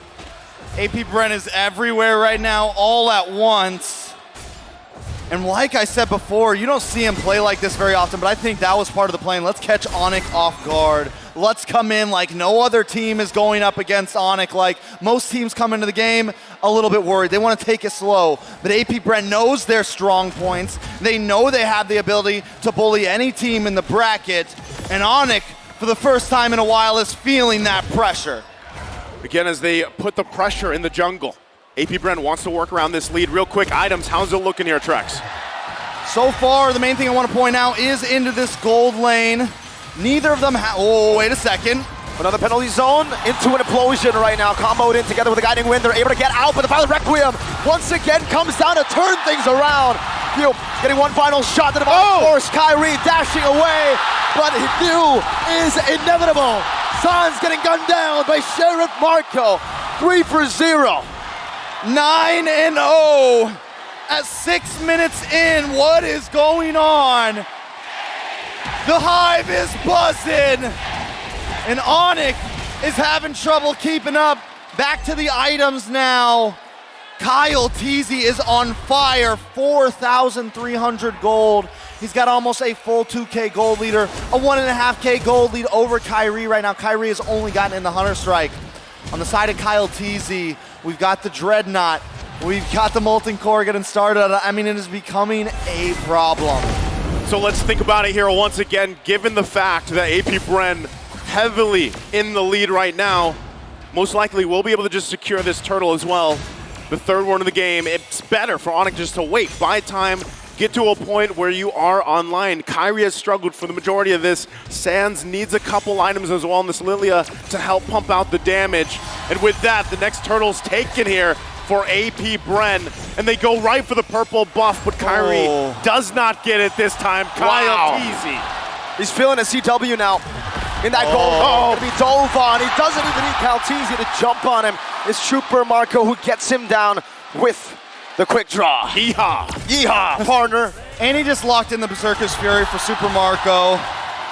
He's gonna be unloading. He hasn't even come into the equation yet.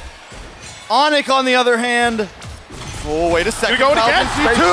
Spatial migration of the Violent Requiem into the Raging Sandstorm. The Wombo combo once again under the tier 1 to catch Keyboy for the 4th time in this game. 11-0. AP Bren are slaughtering Onic. And FlapTeasy just got in the Blade of Despair as well.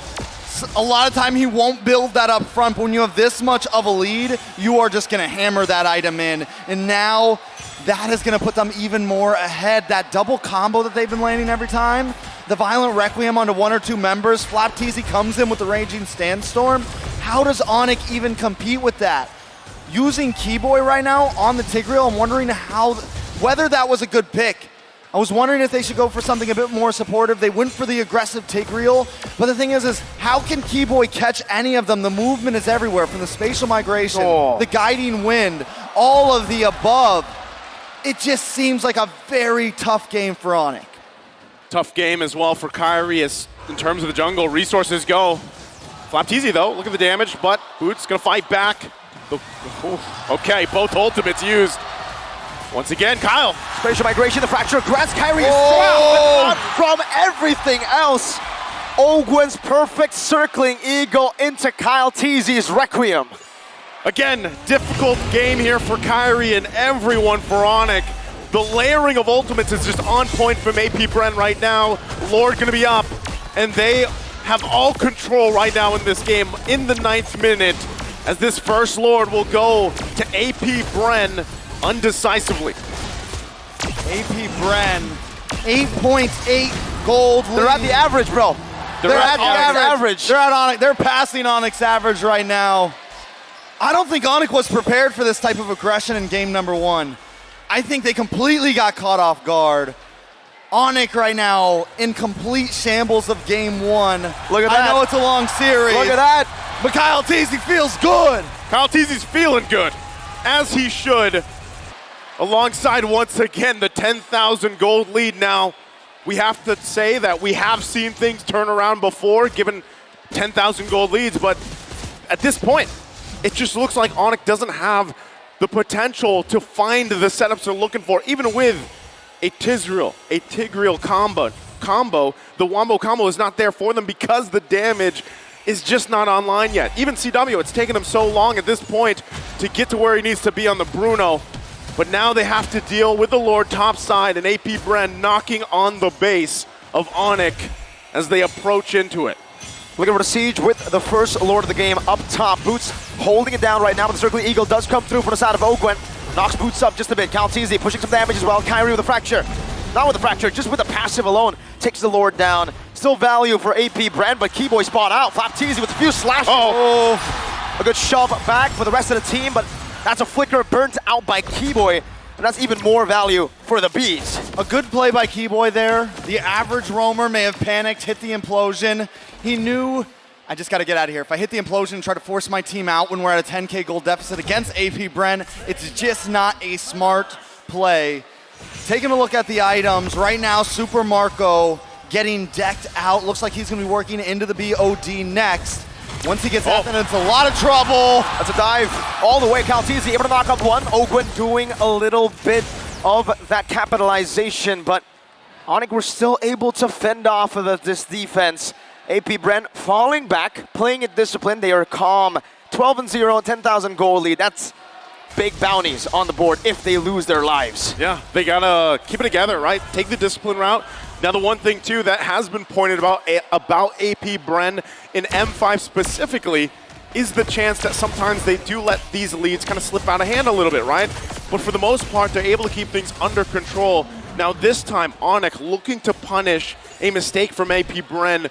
Where could that mistake be when constantly it's AP Bren on the aggressor? We do have to say, if there's any team that could come back onto AP Bren from a 10K gold deficit, if I had to choose one, I would definitely say Onic. They do have some scaling efforts here with the Lilia. We know how much damage Sans can do or Lilia can do if this game creeps on. Same thing with the Bruno. They have set potential with Keyboy. But that is a long road ahead. They're gonna have to defend this now. They do have Kyrie. If Kyrie can go for some sort of, you know, magic Lord steal, which we've seen him do before, it can buy time, but he has to do that on a solo mission. And that is a solo death mission at that, but it would be worth it. As long as the other 4 members stay up, if he goes down for a Lord steal, it could be fair. Okay, given the fact that this is gonna be another Lord here for AP Bren, uncontested, no entry points, no angles for Onic to go, but itemization-wise, they're getting to the point, right? 13 minutes in, they were quite behind. They're still far behind, but they're picking up some key items that could help them in the team fight. 2 Malefic Roars now for them, the Divine Glaive as well for Sans. That's going to be something he needs as well to help with the team fight. But again, when you're dealing with nearly what's across from you economy-wise, item-wise, it's going to be tough to turn these fights around. So they have a little bit longer. Lord going up on the top side. You look at the gold lead between the gold lane, jungle, and mid, you're like, okay, it's not that bad. And then you see a 4,000 gold lead between the XP laners. Flapteezy said in the interview, he's gonna sweep Onic, and right now, he's feeling that confidence. To really put it into perspective, it takes about 62K gold to have everybody maxed out. Onic is halfway there, and we're 14 minutes in. And the Lord just came crashing down, taking 1 turret down. San's gonna be engaged on a good black shoes. And that's a spatial migration in the Violent Requiem. Baited out from AP Bren. Kyrie dealing some damage with the help of CW to clear out that enhanced Lord in the 14th minute of the game. Looking to defend in the mid lane. Raging Sandstorm coming down. CW still able to dash away. A penalty zone onto Flapteezy. Kyrie jumps through the fracture as well, but spatial migration dodged away from Keyboy. Two back, no implosion just yet. He already used it initially, and it's not enough CC to lock any of the AP Bren members down. Hey, that held it together. Onic stays in the game a little bit longer. The way that they juggled that as well, back and forth, didn't lose a single member. Honestly, is a miracle in a sense. Onic able to kind of juggle all of that damage, use the skills correctly, and nobody went down. And this is at a 12,000 goal. Oh! Big shove over Raging Sandstorm, though. Not going to be able to catch anyone. Boots in the back line, finds the penalty zone. Oh! 4 members, almost turning it around. Bring it back. Super Marco, grenade bombardment to poke them down. One more shot might take CW out, and he dashes out of it. Slides out of the range. Still AP Bren. You're seeing it happen, right? The further the game goes, they gotta respect this damage now from Onic a little bit more, right? We talked about the key items being picked up, the Malefic Roars, the Divine Glaives, allowing some of this penetration to go through now. It's happening here, but still, there's quite a disparity amongst the lanes here, the roles. All right, so taking a look back at these items, CW still trying to bide a bit of time, but he's got the Malefic Roar in now. So he's got 3 items in. He's able to actually punch a nice bit of damage. We saw how fast he can melt down the Lord. Honestly, at this point, AP Bren was testing the waters in a sense of, can we end the game without a Lord here? Can we do something huge here? No. I don't think they can at all. They're definitely going to need the Lord, which means they need to wait a little bit. They can't try to force this. If they do and they get caught in that bottleneck, Onic could catch them off guard. The 12,000 gold lead ahead right now, but Super Marco, again, he went for the Great Dragon Spear here as his final item, I believe. Yep. Yeah, and so no win in nature, right? That does give an opportunity to Onic to maybe look for a dive, a flank towards Super Marco, but for CW, he actually is building towards that win in nature. Yeah, that could change the course of some of these fights. He also just picks up the DHS. Can have that available. Keyboy, though. Caught in the circling eagle into the Battle Requiem, into the space of migration, and it gets melted down, taken out. That's an unstoppable record for Flapteezy. AP Bren pushing their lead even further, catching Onic once again, and picking up, this time still, an enhanced Lord. Becoming a little bit of a problem here. Onic still on the back foot, and I'm talking waves coming in from every angle. If they can pull off another defense, they've got 17 seconds until Keyboy is back up. He was very important in defense. Oh! Black Shoes barely in time. Flapteezy able to flicker out with a quick sand guard as well, but the demonic force comes down onto the base. AP Bren have dealt with 2 base. CW's low, very low, forced back, still not dead though. Keyboy respawning back in time, but AP Bren will have an enhanced Lord up top, marching down.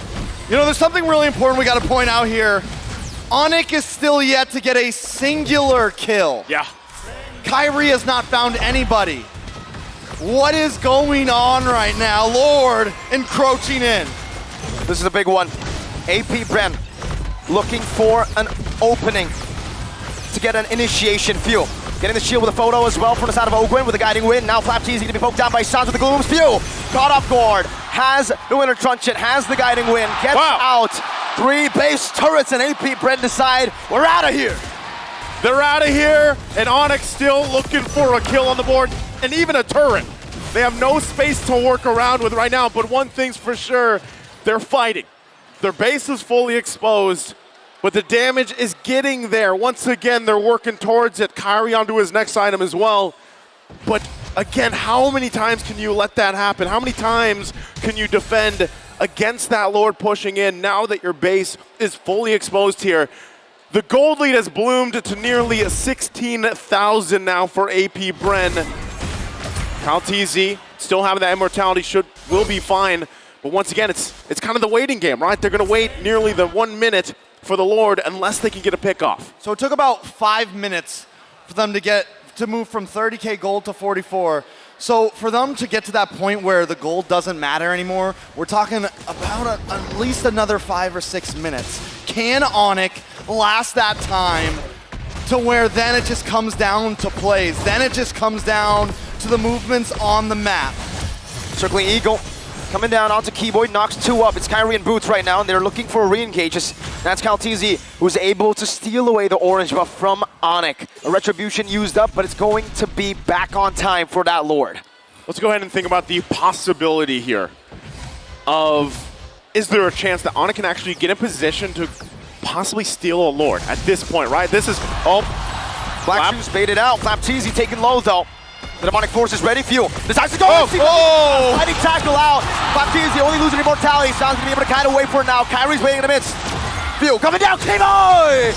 with a lot of damage, with a lot of CC lockdown. Kyrie tries to shut down the Fracture as well. Sans still able to cut away. Calteezy looking for one final hit with Retribution, slows him down. Sans pops in black shoes. Calteezy not able to dish out enough damage, and Sans gets out in time.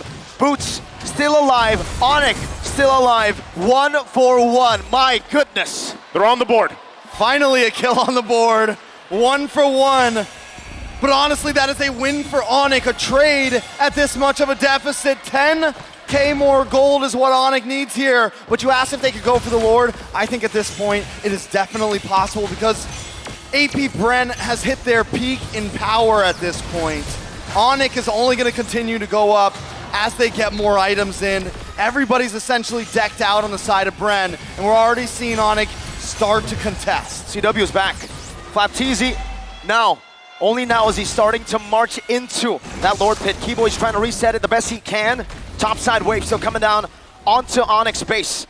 They need to be able to do that housekeeping. They're going to have to deal with these waves. Meanwhile, AP Bren going to keep the Lord less than half health for now. They're going to send CW back to deal with it. Flapteezy also putting the pressure. Onyx going to run back. Ogwin using the Circle Eagle, but nothing can happen just yet. Kyrie, though, he's got to get out as well. But the Lord, 20 minutes in, CW had to move up top. They had to send him down. Not a whole lot they could do there. Maybe switch over to Boots, but they want that engage. They want to try to give Kyrie enough space, and I get the idea, right? CW, yes, he's their damage dealer, but I don't think they were going for a team wipeout or anything. They're going, let's buy time. Let's get a moment where we can CC everybody and Kyrie can steal the Lord. That was denied. Taking a look at the items, everybody on the side of AP Bren is decked. Can Onic defend this Mirko? Not too sure about this, man. I mean, 13,000 gold lead for AP Bren, but like you said, the later the game goes, Onic will make that gold lead irrelevant. Kyrie's dealing some damage. They're actually holding out the waves. Yeah, with that too, Super Marco is going to pick up the win to nature for this fight. It comes down to this Lord push as both teams poke back and forth. Winter Truncheon already used up by few. He swapped into Immortality right now. CW to be brought back to the team right now. Is a regular Sandstorm. Will be dodged away from by Kyrie. CW pops in with the nature, able to dish out some damage. Kill. The base is wide open, but it's going to be cleared out. Sans in the back, doing some damage. Immortality's falling left and right. AP Bren losing members. Calteezy with the patient by break. Base, an implosion, and just like that, the Sky Kings descend from the skies back to the Philippines. I've got chills right now. What is going on, Onic? At 22 minutes, making the comeback. Are they going to be able to run this down mid? I said let's dream earlier. What just happened? Taking a look at the instant replay presented by Kadia. It just unfolds here. Masterclass. Keyboy finds the implosion of a lifetime. Keyboy, that one play. Now the base is wide open. One straight push. Is it all they need? Onic! What in the world was that? It should not have happened. It couldn't have happened. It happened. It happened here. Game 1. Killless, turretless, 14K behind, and Onic comes back and takes game 1. We're talking at 15 minutes. 0 kills on the board. How? Nothing. How? It's Onic time. Oh man. I have nothing to say.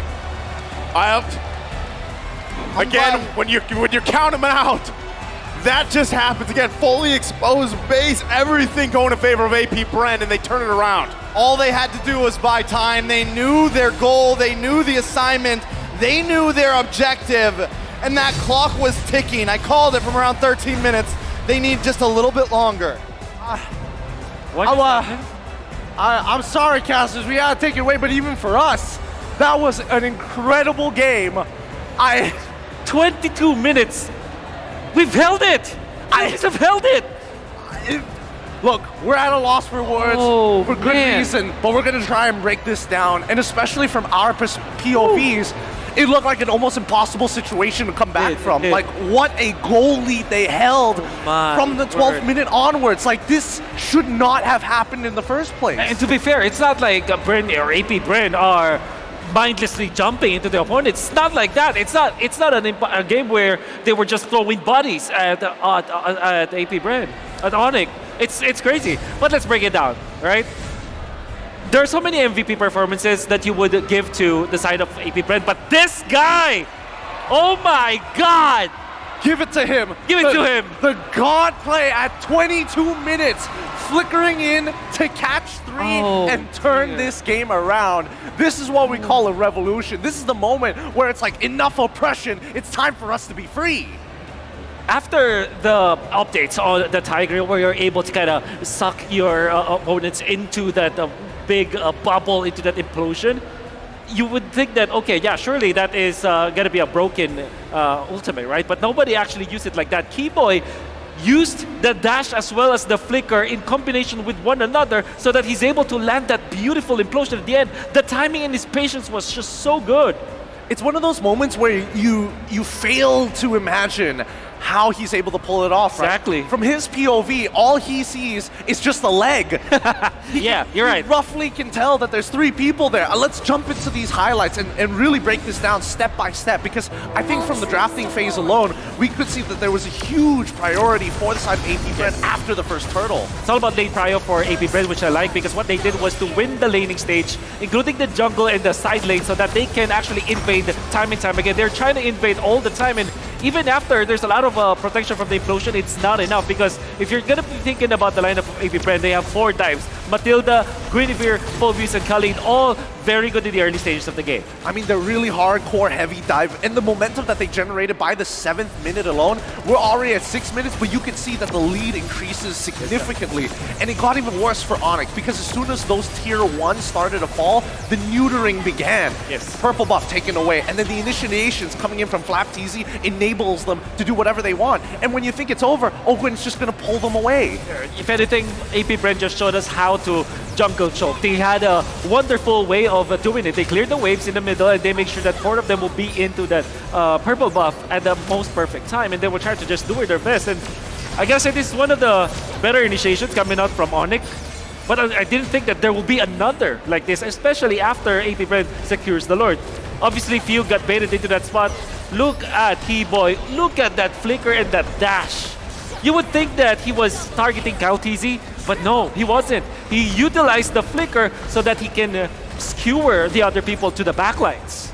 It's one of those moments where the genius of it is most people would hope that when you are pushing your opponents away, that's when you're expected to use your implosion. But instead, he just needed to close the distance. He just needs to be close enough to catch you. Now, let's have a look at the item build here, because this is where it becomes the most important for everybody, right? From emblems, starting from the emblems, immediately we see high priority on we need to be able to fight.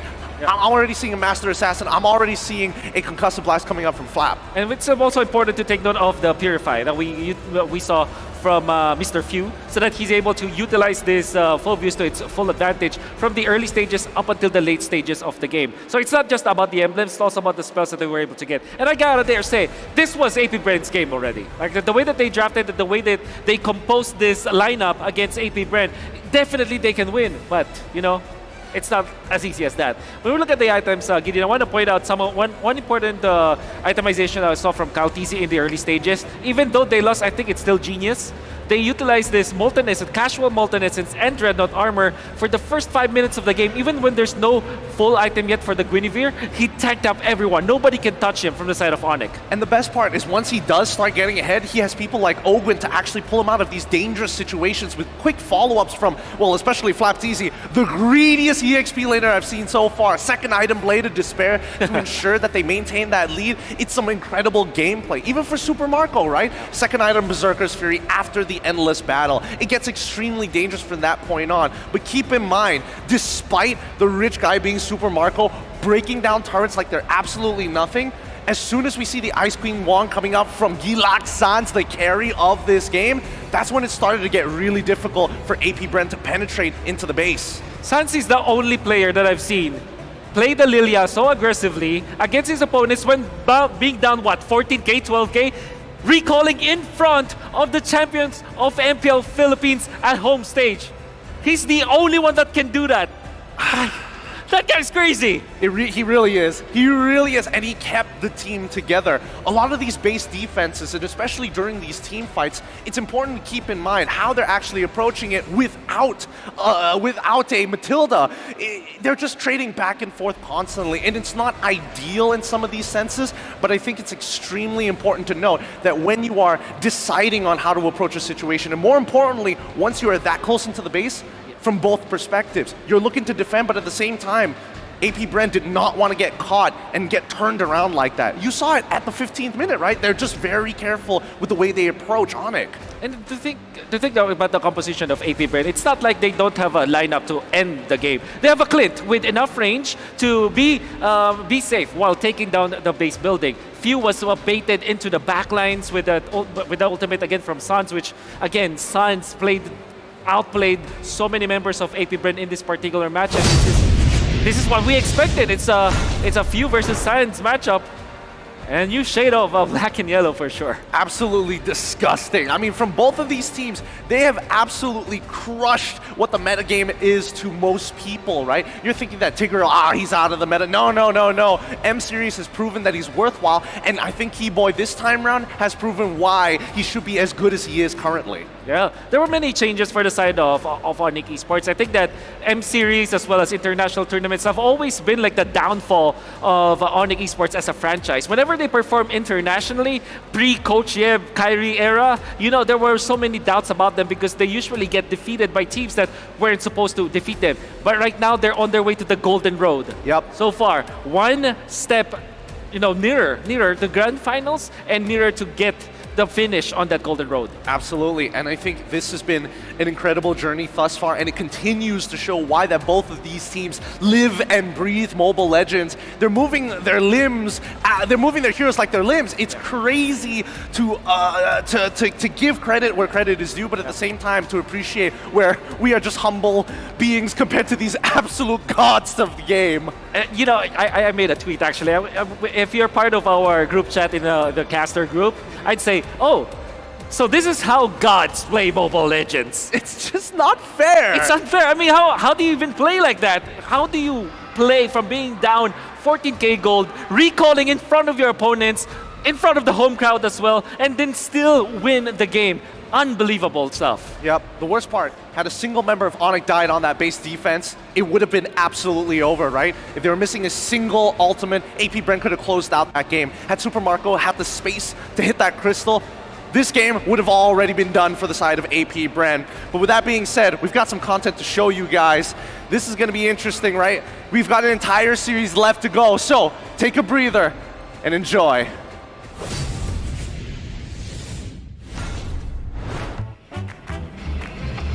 This week. Mobile Legends and yeah, so old.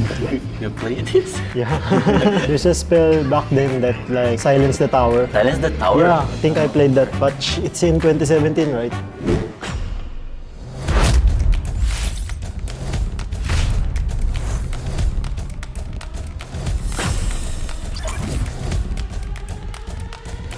Yeah, you have to only give me one answer, right? Okay. Okay. I think it's Layla. Layla. Of course. Layla. What? Season 1 Layla. Yeah, so different. What bigger? Outfit is less skin.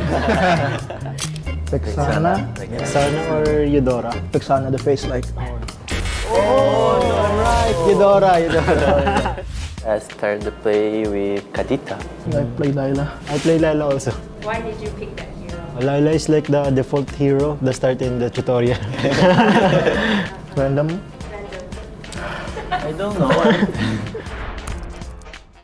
I entered the pro scene when MPL Season 1 started in the Philippines, like way back 2018. The thing who inspires me the most is my brothers and my cousins. They're the one who introduced Mobile Legends to me. How do you know the game? Yeah, in my friend.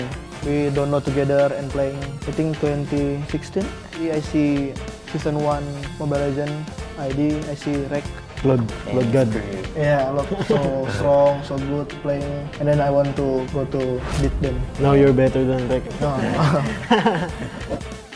What change do you see in the game? Who do you want to answer? Of course, you. Me.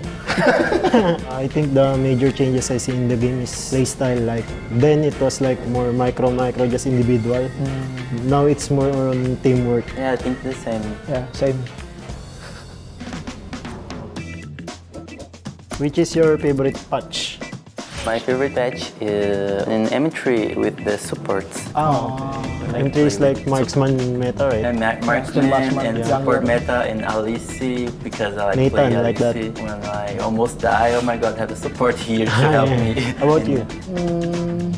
Same. Okay. Your experience in your first pro team.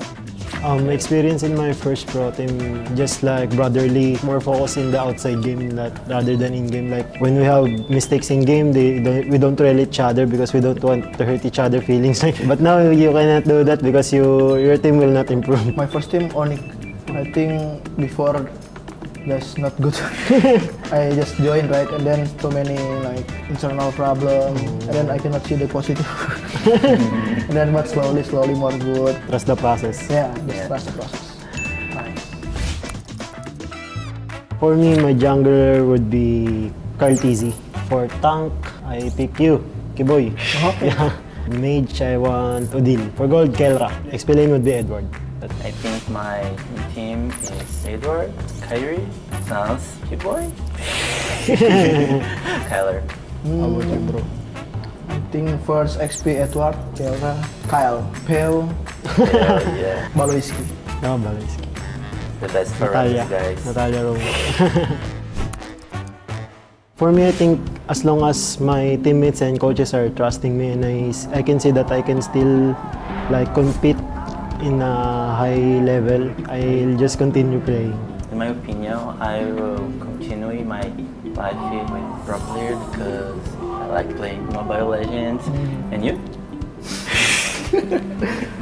I think if I can still playing like before, I have like for my Injury? hand, yeah. Yeah, you have injury. My muscles, something like that. If I have team, I still play. First of all, I would like to say to the mobile community, so not be that toxic in saying bad words against players because some players take that seriously, so be kind about your words. Keep up supporting us. Just keep support us. Don't toxic, okay? Okay.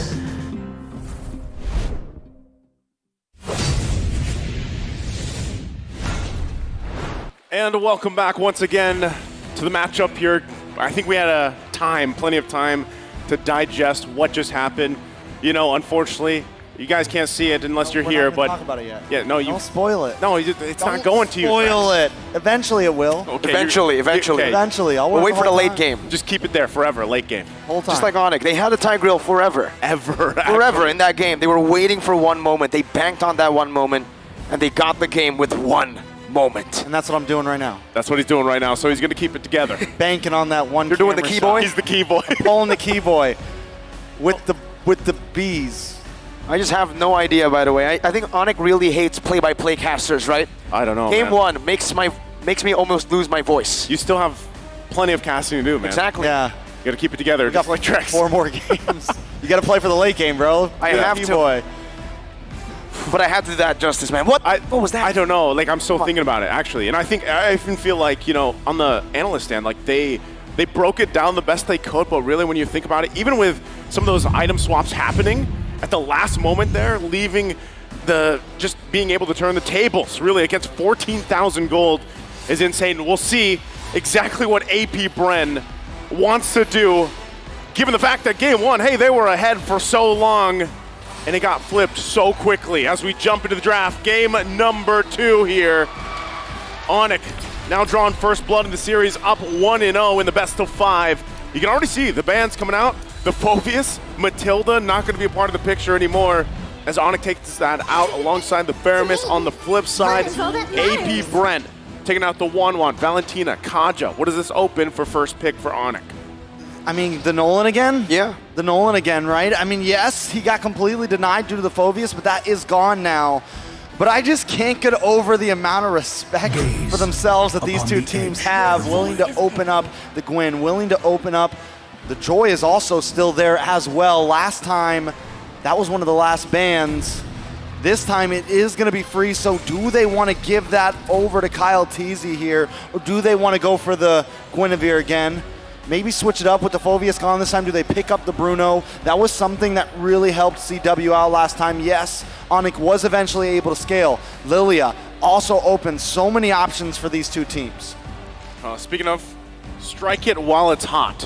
AP Bren holds a 100% win rate in games under 18 minutes. That's 12 games now. The last one was what, 22? I think it was around the 22 mark or Yeah, it passed 20. It passed 18 It was for around sure, like right? 22, 23. Yep, 22, 23. So that's the winning condition for AP Bren. They had the 15,000 gold lead. They just need to end it now a bit earlier, and that's maybe what they're trying to do here with the Arlet pickup, right? They need someone to display some of these members. When they are in that base, Flap Teasy couldn't find an angle to get a Raging Sandstorm. Yeah. Not only that, but you know, again, when you have that kind of lead, it still does pay off to be a little more disciplined, right? Don't overcommit, but then sometimes you risk that, right? Things turning topsy-turvy basically on your head, and that's kind of what happened now with the Arlot. Will it solve some of that? Because you also, once again, you have this Guinevere where we saw an amazing game the previous one. So the answers from Onic this time around, they're going to pick up the Novaria. They've got the Terizla. Once again, Novaria, though, I like it because of the fact that you now provide some vision. This is one of the struggles that Kyrie had in the previous game, was looking for his own entry points, right? That's the struggle, but now with the Novaria, that'll help. And there's the answer once again. AP Bren is going to pick up Claude here for Super Marco, a signature hero pick. Yeah, and something else that can dive into the back line, try to lock on a Novaria, be harder to hit from the Novaria, but because Onic doesn't lock in a gold lane this early, Coach Ducky gonna start closing in on that. Take out the Bruno, maybe even take out another Brody, something like that. Definitely a possibility. CW does do wonderful on it. On the side of Onic, they don't think this Arlet's going to be an EXP laner, huh? There's an Arlet, there's a Gwyn, right? Both can be flexed, so Yeah. Onic are like, you know what?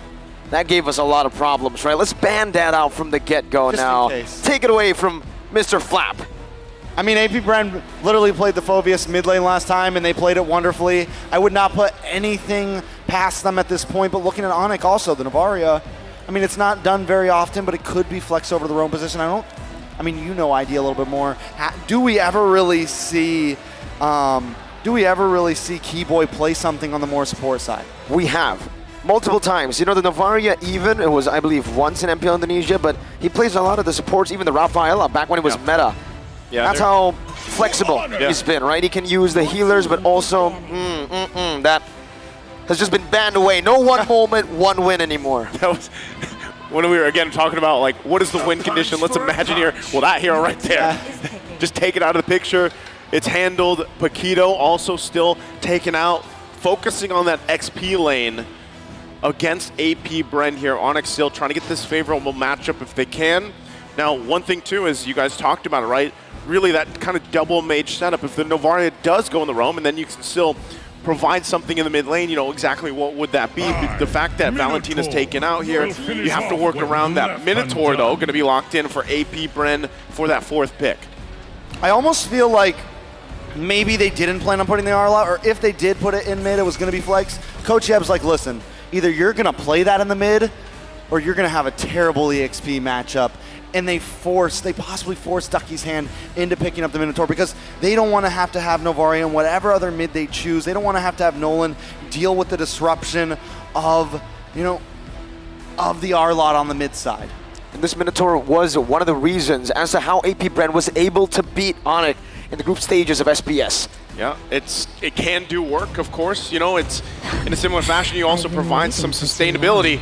But here's one of the answers, right, for these tanky heroes. The carry's going to be locked in and rounded out with a Grok. Wow. Very interesting pickups here from Onic. They can't go for a 5-man implosion. Now they'll go for a 5-man knockup, maybe. Yeah.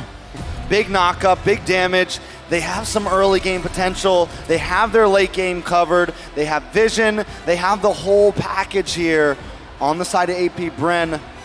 Once again, very aggressive. Very, very aggressive, but in my mind, I feel like Onic has a lot of answers to what AP Bren is bringing. Part of this, too, is the fact that, I like the Grok, not only because you're looking for wild charges. And how many wild charges have we seen actually secure objectives, right? That's one factor in it, because it adds this dynamic too. When the Lord is up, you're already watching for one knock-up. Now you got to watch out for the wild charge, right? But also it's a good peeling effect. Oh, here we go again. Once again. AP Brent pulls through with an Odette pick. Okay, so me and Gideon were brainstorming this a lot the day that Odette got picked up. Yep. And a lot of it was, okay, it helps against a lot of heroes like the Joy, like the Nolan, because here's the thing. It's not, it supplies something that the Yve or the Farza could supply in a sense of zoning, but it's constant damage. You don't have to aim it. And she has the dash. She has a way to kind of dash back from the Nolan. And as long as their marksman can kind of hang out in that space, it is a very safe and free space to just unload. Great insights once again here on both drafts as we get loaded and ready once again to head into game number 2. Onic with a miracle play, able to take game 1 in the series, the best of 5 against AP Bren. Despite all their efforts in game 1, how will AP Bren adjust to even out the series 1-1 here as we get prepped and ready to see the series unfold one step closer to achieving that golden road for Onic here?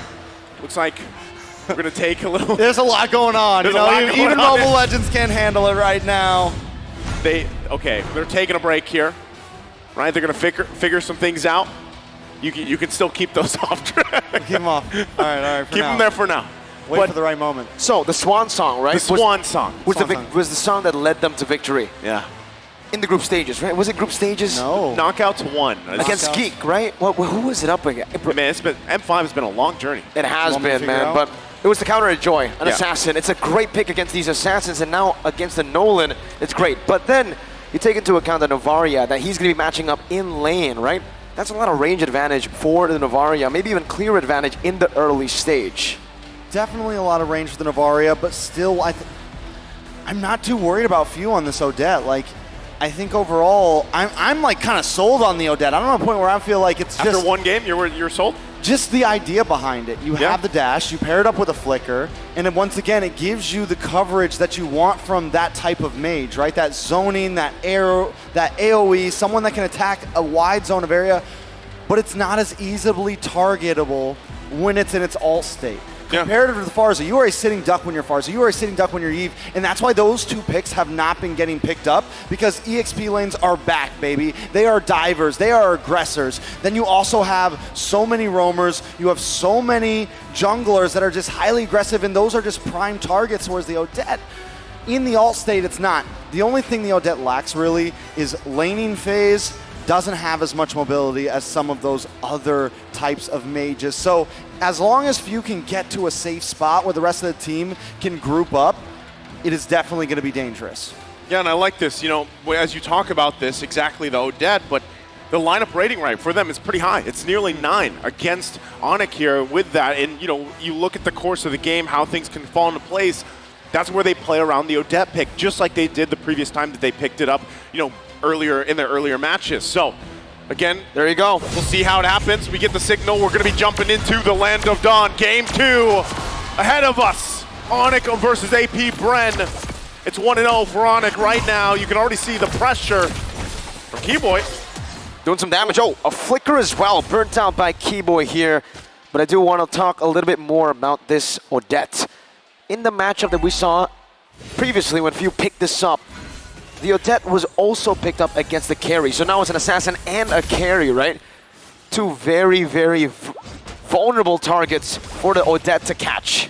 Yeah, definitely very vulnerable. Carry has to try to move in, right? So it's definitely not going to be Carry's job to deal with Few. Taking a look at the emblems, nothing too out of the ordinary. Boots going for the same exact setup as last time. CW does pick up a nice defensive emblem there. Make sure that if Carry needs to, it can kind of survive a little bit of a gank there. Taking a look at these items, CW as well doesn't go for the boots, whereas Super Marco does. Super Marco also going to pick up, going to go straight into possibly the defensive boots there. So a slightly different route than normal. Okay, speaking of, they already get the flicker out from Few, right? Putting the pressure there. Sans takes a shot, Ogren's going to block it, but you see how This time around, because Kyrie has this type of lineup to work around this Nolan pick, it allows him to farm up pretty confidently. He is a little bit ahead of Kyle Tizia as well right now, right? So Turtle's going to be up here in just a couple seconds. They'll both get in position. A lot of these still trying to get that level 4. The ultimate's available. That's why they're parking themselves in the XP lane. Both junglers lead into the Turtle. Clear up top a bit faster for Onic. Kaltizi looking for the setup as well, but Keyboy just pops in at Power of Nature. And a wild charge, and Keyboy gets the Turtle as well. Wow! Game number 1, it was 2 kills and a Turtle over to AP Bren. Game number 2 starts off with Onic doing the same thing. That is a big switch up from what we saw last time. This time Onic bringing the aggression. You can tell their morale is up. I mean, after winning a game like the last one, you gotta feel good about themselves. Onic definitely in their zone right now. AP Bren need to try to kind of get things back into the groove. It's not too huge of a loss, but it is already 2K in the first 3 minutes. The thing about it too, Super Marco is going to have the pressure here, but you know, when you're talking about the mid lane picks and you're talking especially about Sans here, the Novaria, his track record on this Novaria is insane. His success rate is very good, but not only that, the fact that the way that he plays it to the point where, yes, you're topping the damage meter, you're topping, you know, you're farming up really, really well here, but also the vision that's usually on point allows this. Wild charge flicker combo into the fracture. Kyrie gets rid of Fear, and that's another combo together. Ogwen wall down, but Onic, they'll take this win. 4-0 Sans, canceling out the recall. Keyboy looking for an angle once again to maybe cancel another recall, but Ogwen just stays behind that turret. We'll try to facilitate Flapteezy's way back to clear this wave. Take a look at the junglers right now. Kyrie with a 1,300 gold lead already. He's got the Hunter strike in. Whereas when we take a look at Kyle Teasy, he's got practically nothing on his side. That's a wall down. Super Marco gonna be caught, pinched down right now with a lot of damage coming through. Kyrie will be able to give CW the kill down below. The entire turret shield as well into an Astral Sphere and an Astral Echo, revealing Ogwen and Fuse, zoning them away for CW once again to farm up and shove the wave back to the turret. And putting the pressure once again. Sans is just on point so far. Even with the lead that he's garnered himself, right? 2-0 and 3 on the Novaria allows him to continue to do this. Just kind of siege from, you know, the safety, from distance. That's why the Novaria is so great. But as I was saying before that fight even broke out, you know, the ability to provide vision allows even Kyrie to rotate a lot more confidently. And even Keyboy, the fact that he picked up this Croc, at this point, he's just walking vision, right? He's one of those vision getters. He's a getter vision. He's a getter of the vision. And another great thing about Keyboy, why he can do this so well is when he pops that first kill, he's immune to the CC, right? So he can go into the enemy jungle without fear of the magic sum, without fear of getting knocked up. And as long as he has Sans sitting in the back lane behind him, he knows he's good. I mean, he's take the long way. Disgusting. He's making Flapteezy walk to his base. You don't get the recall. You have to walk. That's what Keyboy does. So with that, again, this is very different from the previous game, right? You're talking about now the 5 minutes in, almost 5,000 gold ahead, and you can see just how strong they are in the lanes, right? Super Marco doing a relatively, trying to keep up as much as he can, but still the pressure being put through every single lane right now as they go on. All right, so 5K gold lead for Onic right now. AP Bren cannot find an opening. I think they know, all right, let's take this slow. We're pretty much going to try to pull an Onic this game. But Onic has a composition that scales so well into the late game with CW, with Sans, with the amount of vision they can have overall. Taking a look at the item CW, he's got the Scythe in. He's got the Golden Wand in. He's 2/3 of the way to the Holy Trinity, and it's going to be trouble once he locks that in because the rest of his team is, Spatial Migration, Val Requiem, and the Swan Song onto Keyboy. Final slash as well, but Keyboy gets out with a wild charge. That was Kyrie into the back of Fracture, not getting him just yet. Minute Fury, Flicker combo, boots with the penalty zone.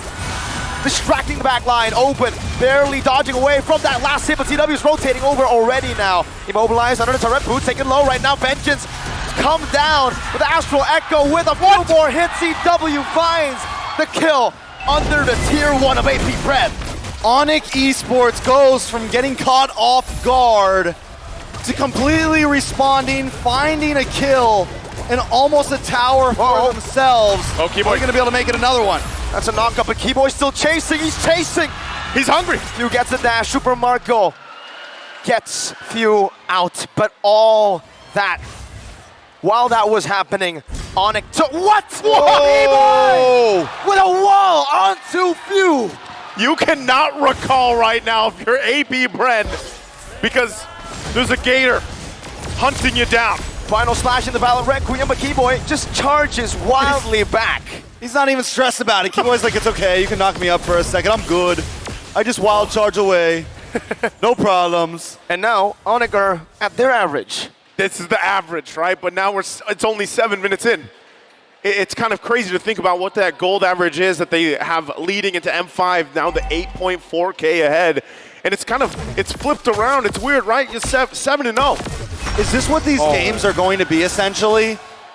We're just going to go back and forth, each team starting the game off with a 10K gold lead. And then one moment that changes everything. Is that the possibility here? That is a possibility. It's one moment. It's one moment. If you had.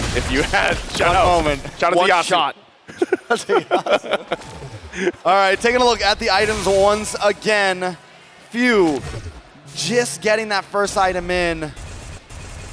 This is a problem, right? This is. We saw the same thing from AP Bren last time, but I would argue that AP Bren has a slightly worse composition to try to pull off what Onic did last time.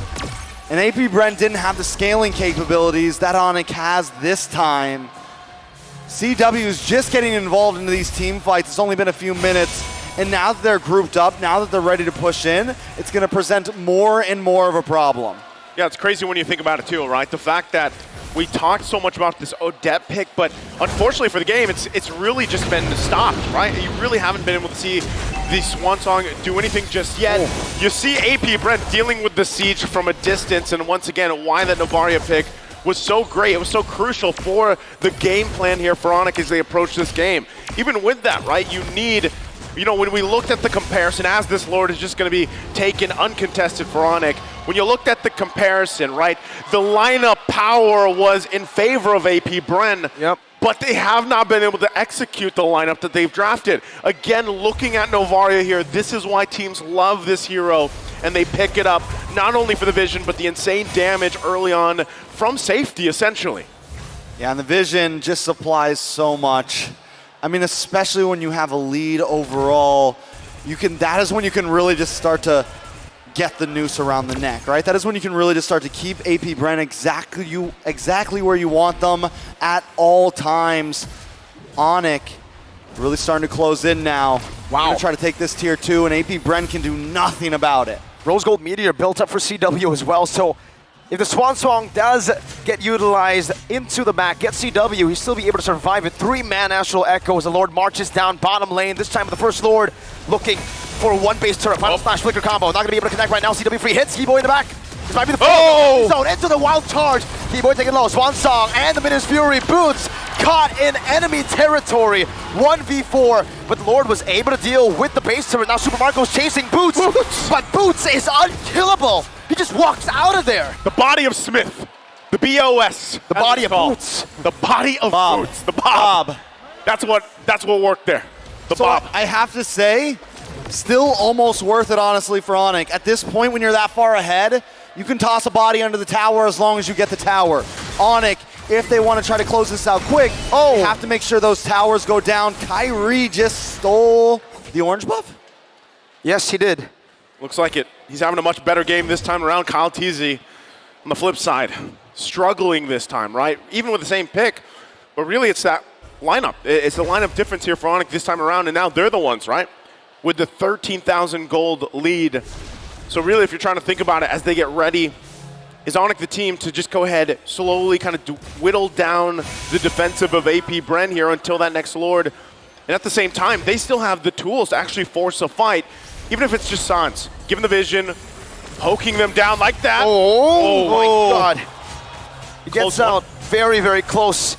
Are you telling me Onic want to go for the siege without a Lord? That they do in the mid lane. Base are going to be taken down. Boots, penalty zone, locking him down. Wild charge. Keyboy flickering back. CW melted Ogwen. And now it's Kai with a fracture of Midas Fury. Even onto the blazing new effort. It's a double kill for Kyrie, and Super Marco is forced back. Flap Teasy falls. Game number 1, they ended it in 23 minutes. Game number 2, they're looking for the end in the 11th minute. No mini waves, they have to back up. Super Marco defending with 1 H1 member. 11-1, what the heck?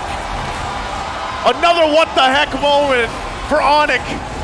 A drastic difference from game 1, calm and collected. Wow. They ended quickly, 2-0 in the series. The stadium is filling up by the minute. More and more people are flooding in to watch this series. Onic wins game 1 in 22. They cut that in half for game number 2. 11 minutes. They did not pull what AP Bren folded last game. 11 kills, 11 minutes, 1 kill. AP Bren. There's a lot of ones. There's a whole lot of ones. This time around, we're gonna have to have this broken down further with our analysts. Guys, take it away.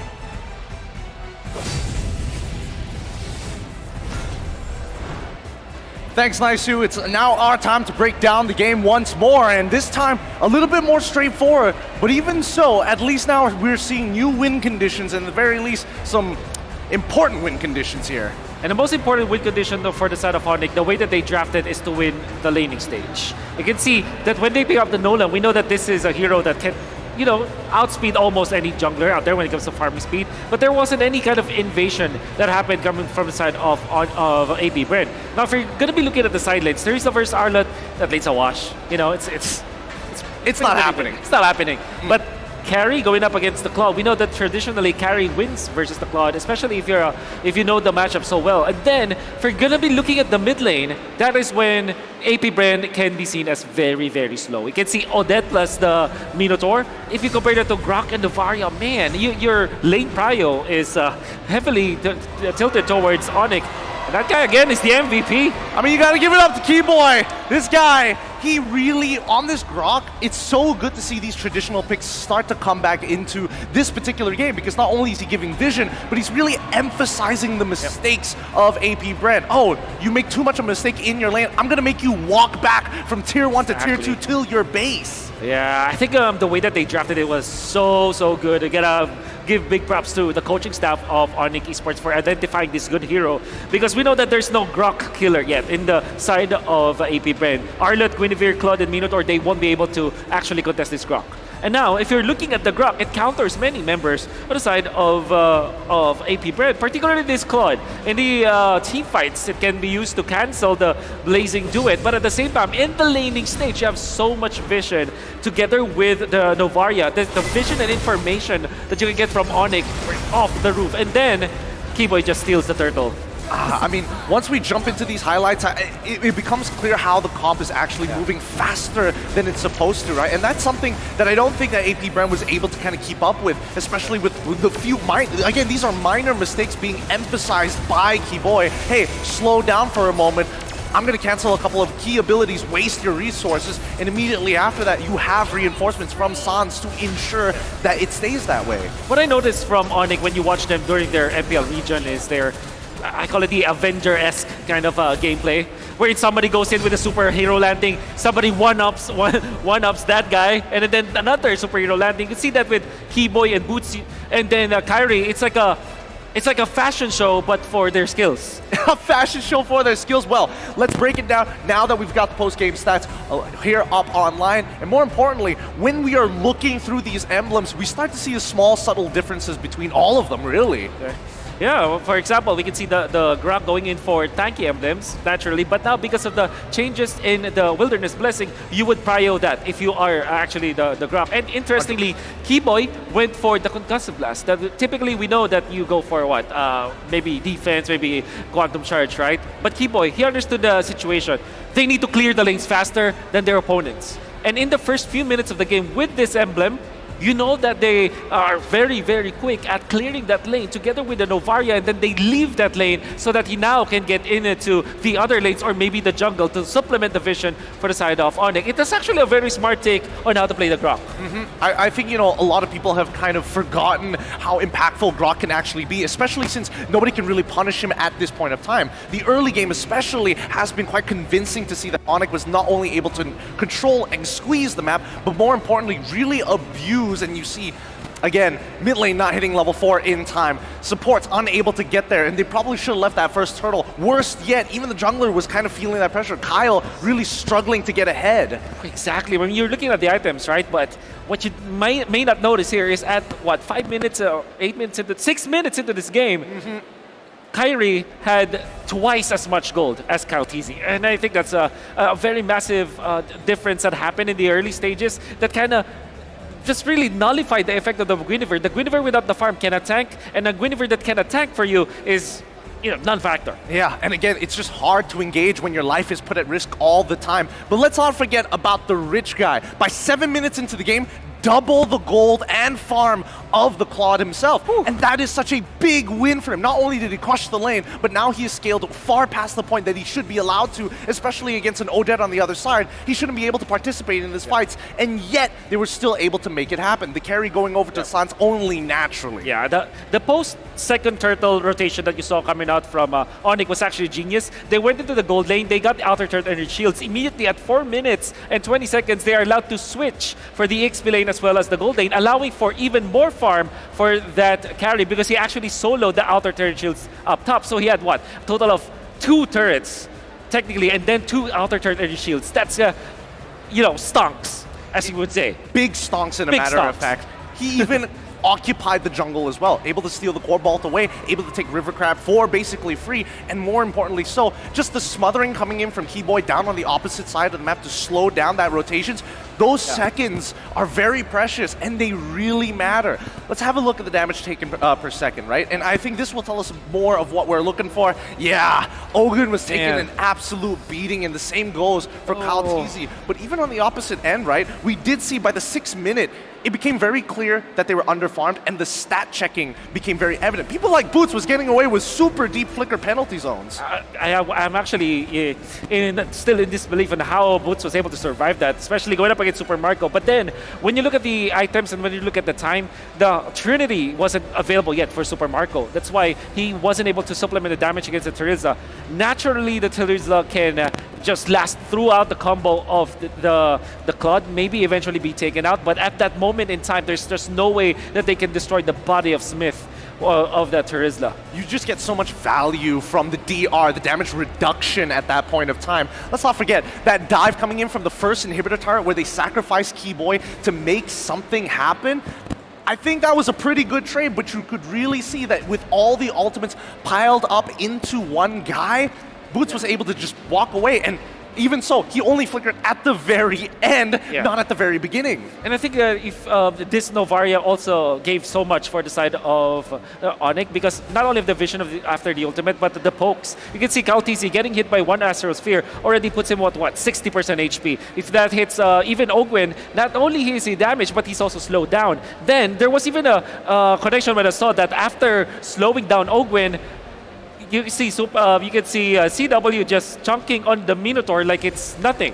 Like he spent the whole combo, the whole duration of the ultimate to clear out the Minotaur, and that's unprecedented, I mean, when they have that much vision as they had, you could see that the raw confidence in the decision making from Onic was just very, very clean, very crisp, and more so without fear. With all the variables taken into account, there's nothing much that they have to do. With that being said, it looks like we've got something happening down by the stage with our host. So we're going to be throwing it over. Mara, what's going on there?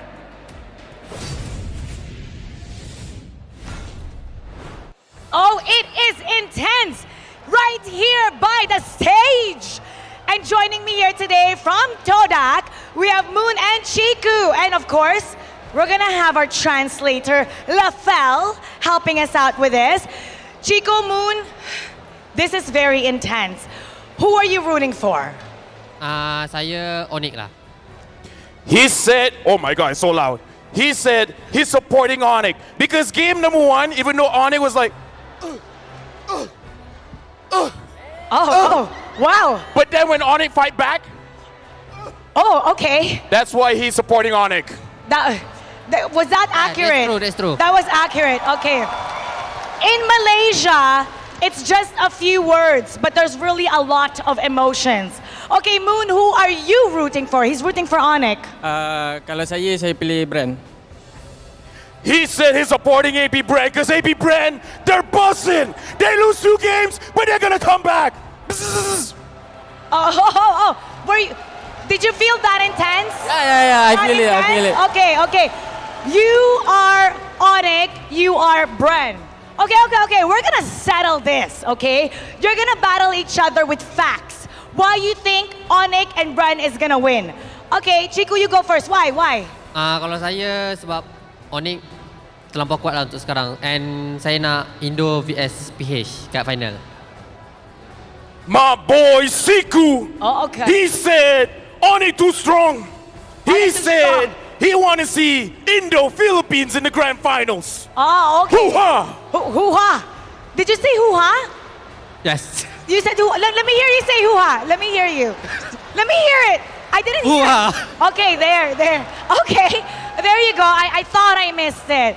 Okay, why do you think Bren is gonna win? Sebab Bren pernah menang MC Series juga, so dorang ada mentality tu. Let me go over here. My name is Zachary. Chiku, you don't know what you're talking about. Oh, you don't know what you're talking about. AP Bren won M Series before. They have the knowledge. They have the experience. They have the manpower. They have the bees. Oh. Damn, Lafel. Is that right? Yeah, that's Can what you I said. say that again with the same expressions? Oh, cannot. Can I? Cannot. Even just one. Come on. Ini tadi Lafel. The way you said it. Okay, there you go. Okay. Well, what do you have? What do you have about Onic? What else? Saya rasa tak ada apa-apa kot sebab saya dah tahu dah game ni 3-0. He said, words do not explain what I feel about Onic.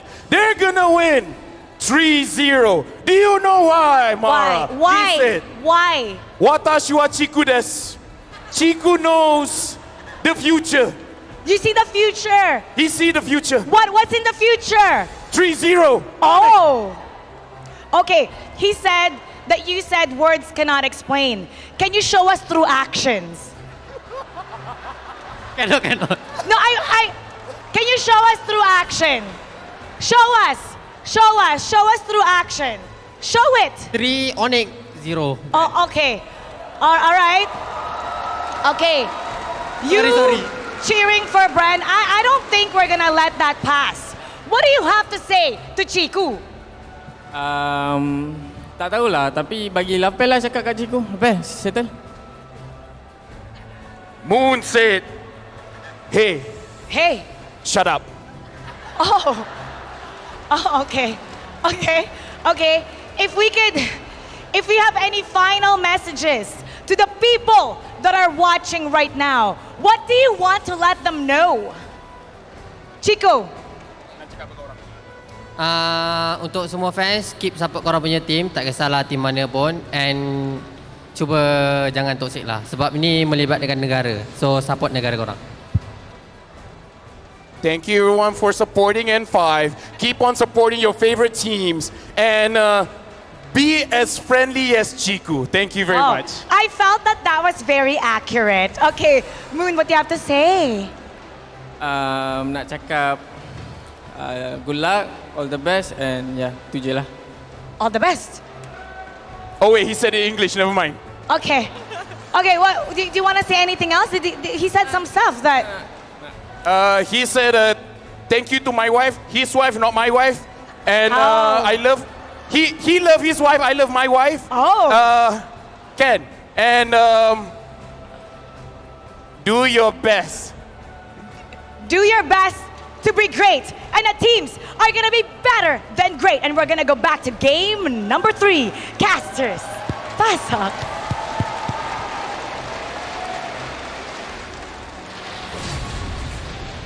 Once again, thank you so much to our guest there. Great translation. I think we all need a LaFell in our lives to translate. It's always great to have a guy who's fluent in Japanese, man. And LaFell is the most fluent in Japanese, the most fluent that I've met ever. Trex, by the way, this is your Yes. moment. What are you talking about? Do it, bro. What? There it is. Again, supporting the beast. I mean, but you predicted Onic, bro. You did. I'm a lover of mobile legends, like I think everybody in this crowd is. We want to see a great series. Yes. We want it to go the long way. I don't want to go home early tonight. I want to see LaFell happy. He's a happy guy. Pretty happy. You know what makes us happy? A 5-series upper bracket finals. So for the next 2 games, I'm a B, baby. By the way, greatest talent. I don't think this greatest talent. The greatest talent does whatever he wants. Greatest talent, LaFell. Take care. He does whatever he wants, man. That was not scripted. Seriously, he just walked up here. He's unhinged. He's part of the show. Hey, we're having a good time. Now, once again, we have to bring it back, right? What's ahead of us? We have to focus on the possibility that this might be a sweep. But for everybody watching, Don't even say that word. Hey, don't even Ali, say don't that say word. the S word. Don't say the S word. Not here. Don't do it. All right. Just 5 games. Anyway, for everybody watching online, please do give us your feedback about your experience through this QR. There's a QR now on your screen. Check it out. Go ahead, scan it the way you scan QR codes. Give us your feedback. It means a lot to us, of course, for improving as we move on forward. Again, speaking of the milestone yesterday, M5, we had the 500th game yesterday, so we continue on leading forward, and it is important as you guys are a part of that journey with us. Now, like we said, let's bring it back to the match. Game 3 upon us. This is the weird part, right? Game 1 and Game 2 was quite different for this whole series. I'm honestly trying to rack my brain for what exactly Onic can do here. They had such a great draft, such a great game in game number 1, but still weren't able to pull it off. And then game 2, Onic completely destroys them. So do they get back to the basics? Before that, we got the pressures on Onic. Yeah, love this. Again, this is from AP Bren's coach, Bren here. Actually, there's really no pressure because from the past year and this year, we've played in a lot of tournaments, and most of the time, we're the tournament favorites. I think the pressure is on Onic because they've only played 2 major tournaments so far. These are some heavy words from Coach Bren. Well, Bren. maybe he cursed himself because you know what pressure makes, right? What? Pressure makes diamonds. And right now, Onic are as hard as diamonds, and they are cutting through the glass of AP Bren. I did not expect that. That was so good. Yeah. Yo. Good job. It must be the... It must be the buzz. It's the buzz. I'm taking in all the buzzes right now. Yeah. Well, we'll see. You know they talk and dance, right? They talk and dance? Yeah, It's too bad bees that talk by dancing. It's too bad they didn't hand these out. Maybe this is the channeling energy, that they need here. Maybe if AP Bren makes There's it a few. forward. I know there's a few, but You had to be at the group stage. Oh, Or you had to be at groups. the EVM to get these. That's true. Someone came up to me and said, "You're a B now." I think I said it to And all they of gave us. these, man. I think I got it too. I think I got one Yeah. too. I just didn't bring it along I with thought me. I was special. Damn. You are. Today you are. Trex. Today you are. You're the only one that brought it to the venue. To the venue. And the bees love you for it, man. Again, we have to think. I want to reel it in and ask you guys as we wait for the draft. Speaking of draft, we're going to be jumping into it. Game 3, and I want to leave this question with you. The Odette pick, we saw it work wonders before. This time it didn't really work out. So are we seeing the flip-flop of sides here? And also priority-wise, AP Bren, what do they go for against this lineup from Onic after seeing a devastating loss in game 2? What are the adjustments here? Bands already coming forward. Faramis, Fovius, Matilda, still Onic on the blue, AP Bren on the red. Again. They want this. So I was going to start off with saying maybe ban out the Nolan, force Onic to change things up a little bit, right? But they do not. Instead, AP Bren take the difference here. They're going to put Few on the Novaria, still pick up the Arlot. So we're keeping one, we're changing the other, but still, this is going to force definitely a different draft than what we saw last time on the side of Onic. Do they continue to put Few up? Do they continue to put Sans up front on their lineup? Last time they locked in the Novaria. Bruno is still open as well. Definitely a lot of options for the side of Onic. The Bruno definitely makes sense here, right? The matchup is going to be great for CW. You need to put him on a winning matchup, but the Terizla has been phenomenal in the last 2 games. And that's going to be the Guinevere locked in, right? So AP Bren, maybe the idea behind the Novaria pick was the fact that, hey, they already picked the jungler, Onic, right? There's no way they picked this Guinevere. Wow. But then Onic pick it up, and then they have to go join. They can't let this go. Yeah. It'll be banned out. I think they were willing to go into this matchup, right? You go ahead, you might be scratching your heads. Why the Nolan once again over to Onic while AP Bren decides, hey, we'll take vision, we'll take the fact that Joy is open as well, and we'll match it up against each other. But still, right, what do we see in the gold lane for both these teams? Really, as we get through it, we're probably expecting some gold lane bans to come through. The Kadita, though, is going to be taken out from AP Bren. Kadita, definitely a solid ban, something that could punish Few in the laning phase, right?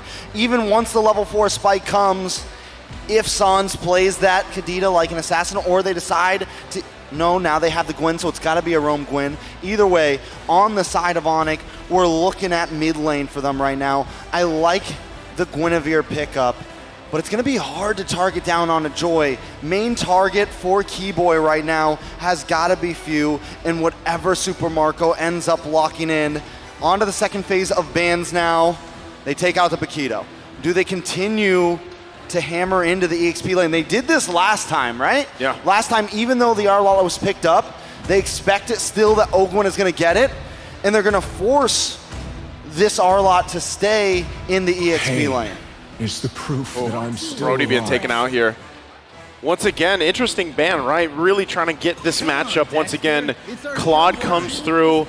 So this still, the fact that there's a couple gold laners that we've seen through, you know, up to this point. You have, of course, the Bruno that we're still talking about. You have the Claude, since that's taken out, the Brody. The answer, Bruno, comes up. Now, what do you want to play into here if you're Onic? Yeah, no Claude, no Brody, no Wanwan even, right? So, what, the only thing opens the carry here. They go for the Hereth! Oh man, Onic. They have a lot of mid control right now, but then if you have a Hereth in the side, do you want to double down on some more magic damage, even harder with the Lilia, or do you want some long range? Because right now, with the Hereth, they lack a lot of range. Wow. They go for the Gushin! They go for the dive! They go for the double down! I mean, it's match point. Wow. And Onic never seems to disappoint with their drafts. They want to do it in style. They're going to do it in such style. Last time we saw Sans on the Gushin, it was an insane I remember game. this specifically because Mirko had to Was say the losing ultimate. his mind. I had to say the ultimate. Yep, the incandescence. Exactly. Every time this Gushin is picked up, right, I'm excited, but also... You're wondering, it's kind of like epitome. Epitome. Right? Right. What about yeah. incandescence? Incandescence. I mean, if there's anyone that's going to play the Gushin and is at the epitome of the Gushin, it's definitely Sans. Oh, man. What do AP Bren close it off with, though? Right now, we'll still. There it is. Kufra. I swear I was going to say before he picked it. I was going to say that was the flex. I swear I was going to say before he picked it. Well, I believe you, but you took the buzzers off. Maybe that's why. Maybe that's why you didn't say it. You're right. You forgot the business, man. I forgot the business. Well, you're the ones with the B... the tennis. Since I know you're about to ask me what I think about the draft overall because I have the foresight. Even though it's a chaotic and insane and everyone would say it's a horrible draft most of the time, I feel like I can trust an Onic with this draft. But still, because I want a game number 5, I'm going to say that the Bees got this. You say they got it? They got it. Okay. Well, once again, we're going to see if the Bees got it, if they can extend the series. As right now, it's Onic at match point here. And a decisive game, too, that we saw them. They're going in with a very risky, interesting, flashy team composition for game 3 to possibly close out the series and get closer to the Golden Road as we jump into the land of Dawn for game number 3. All right, so let's be realistic here, right?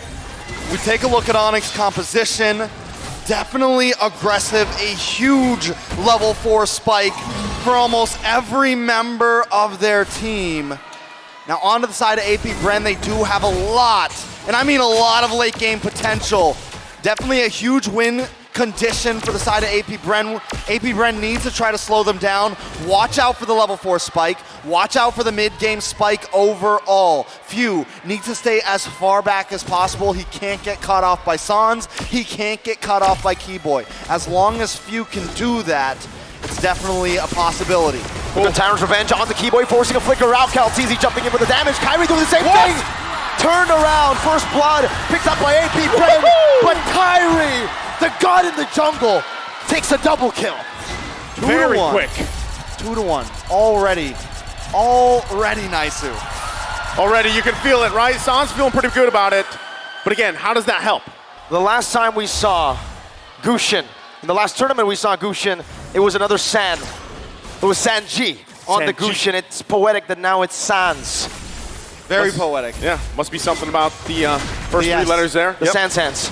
Kairi, though. Oh, he gets out. Beautiful dash away from the bouncing ball. All right, so it's 2-1.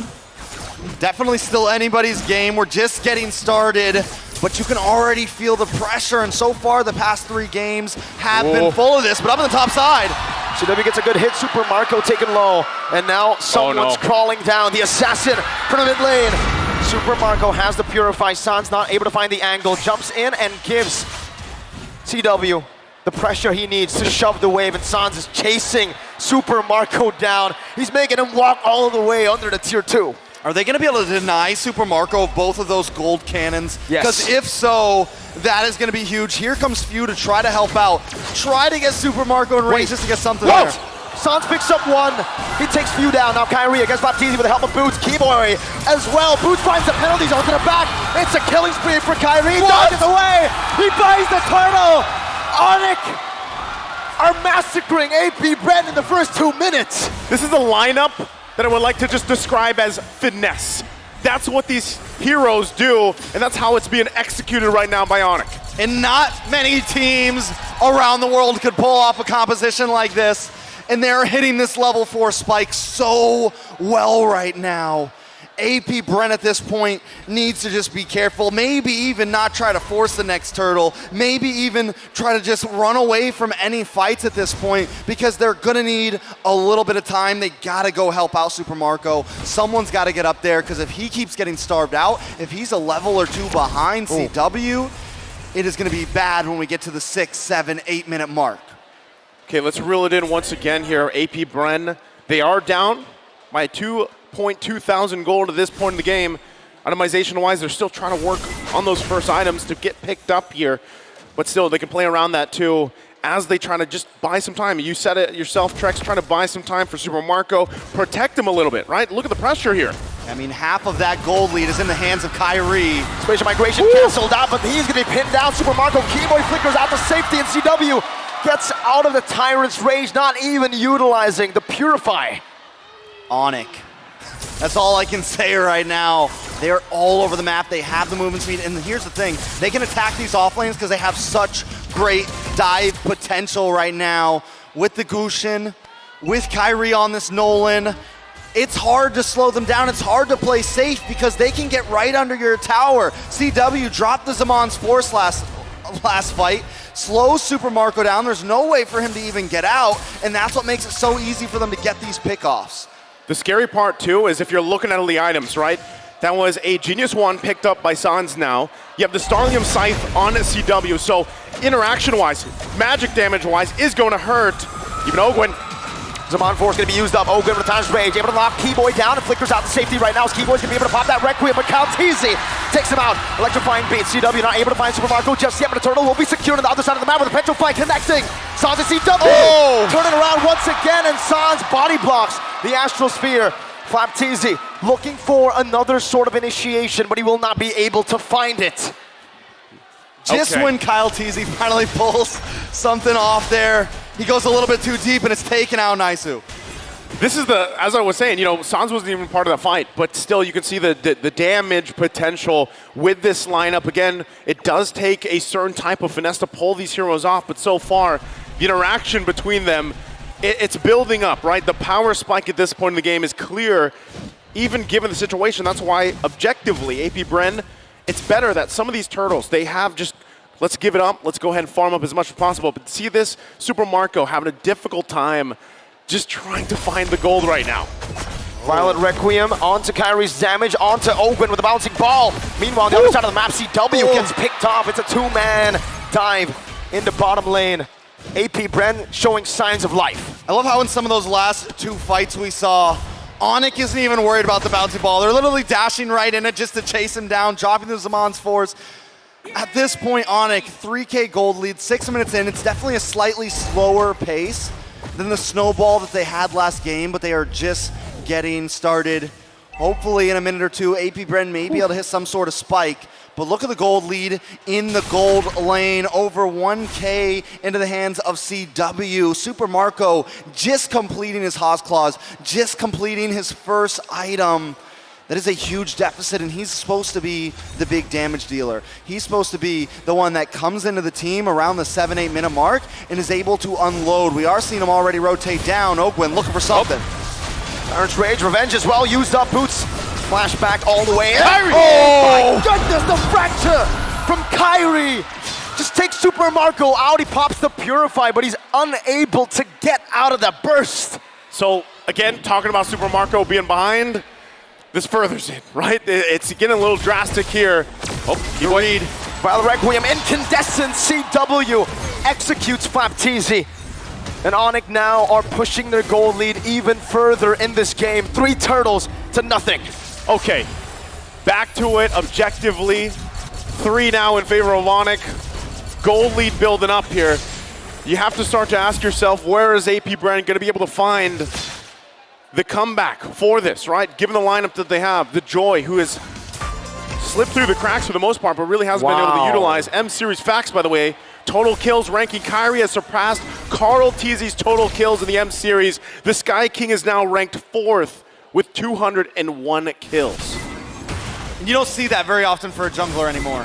He's been in 3 M-Series, right? Yeah, Onic PH M3, Onic with M4 and M5. He's come a long way, and right now, he is minutes. If they can win this game, he's minutes away from a grand final standing. Onic is hungry for this, and it shows in their gameplay. Now, look at the gold earned. Kyrie and CW just leading the pack right now. Few, Flapteezy, Super Marco sitting below almost everybody on the side of Onic.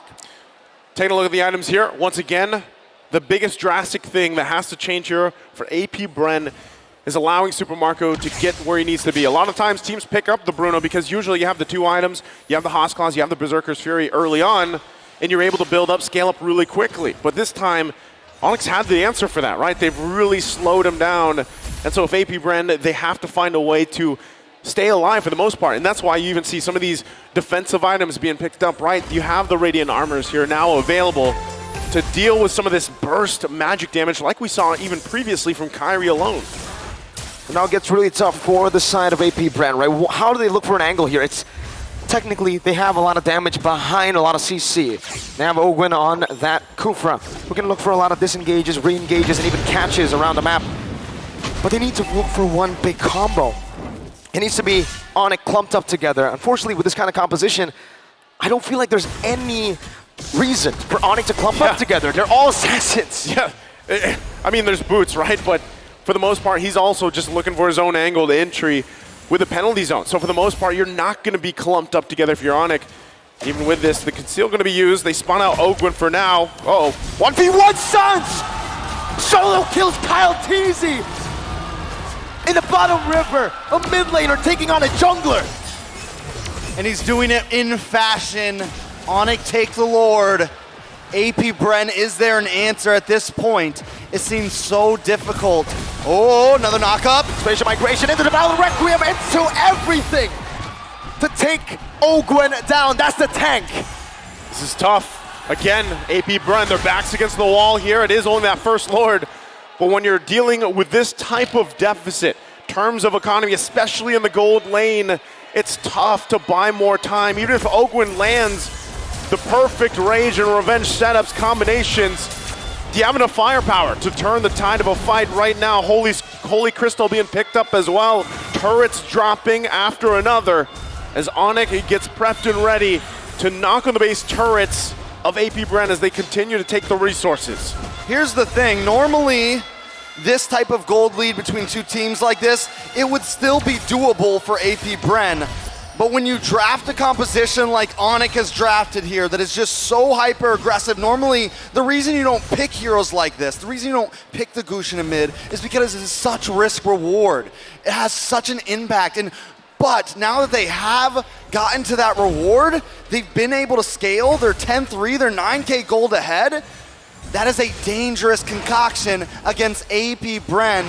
Take a look at San's build. He's got the glowing wand, and now he's even got the Winter Truncheon locked in just in case as a defensive measure. If he wants to go for that insane deep dive, he's gonna have the ability to help himself and get himself out.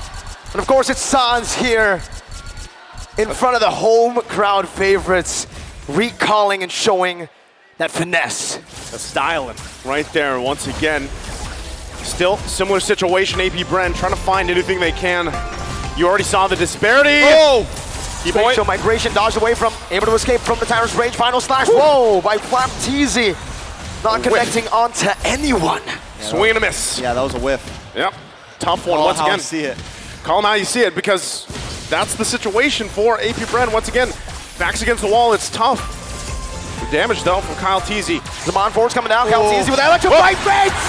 Boots finds a penalty zone! And that might just be it with a violent requiem to take Ogwen down. Only one member left standing. It's View. Oh my God, AP Bren. This could be it.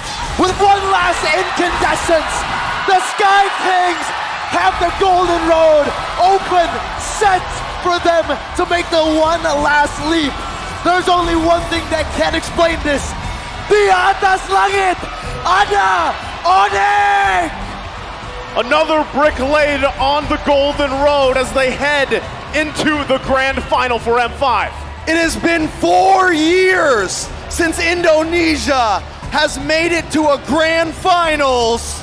Onic have gotten through it. The naysayers, the doubters, they've been trying time and time again, and finally they are closer on their golden road. Oh, and you know where that brings us once again? The matchup later on today. The work that has to be here for AP Bren against Blacklist. Oh, I did not expect 2 sweeps to start the day. That's, again, crazy how things kind of unfold here, but you gotta respect just the tenacity of Onic to keep things going. Let's go ahead and throw it over on the stage with our hosts for the winner's interview. Everybody, let's give a big round of applause for Onic. Let's hear the vibe here at Rizal Memorial Coliseum. When I say go, you say Onic. Go. One more time.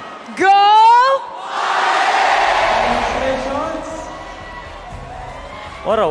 Wow. Congratulations, guys. Congratulations, Kyrie.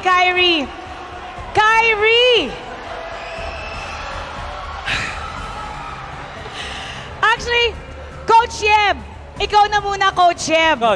Coach Yeb, dahil sa inyong lahat, because of you guys, for the first time in how many years? In about 3 years, it won't be an all-Filipino in the grand finals. It'll be Indonesia versus the Philippines. How do you guys feel about that? Actually, hindi po namin iniisip yun eh. Gusto lang namin ibigay yung best namin palagi.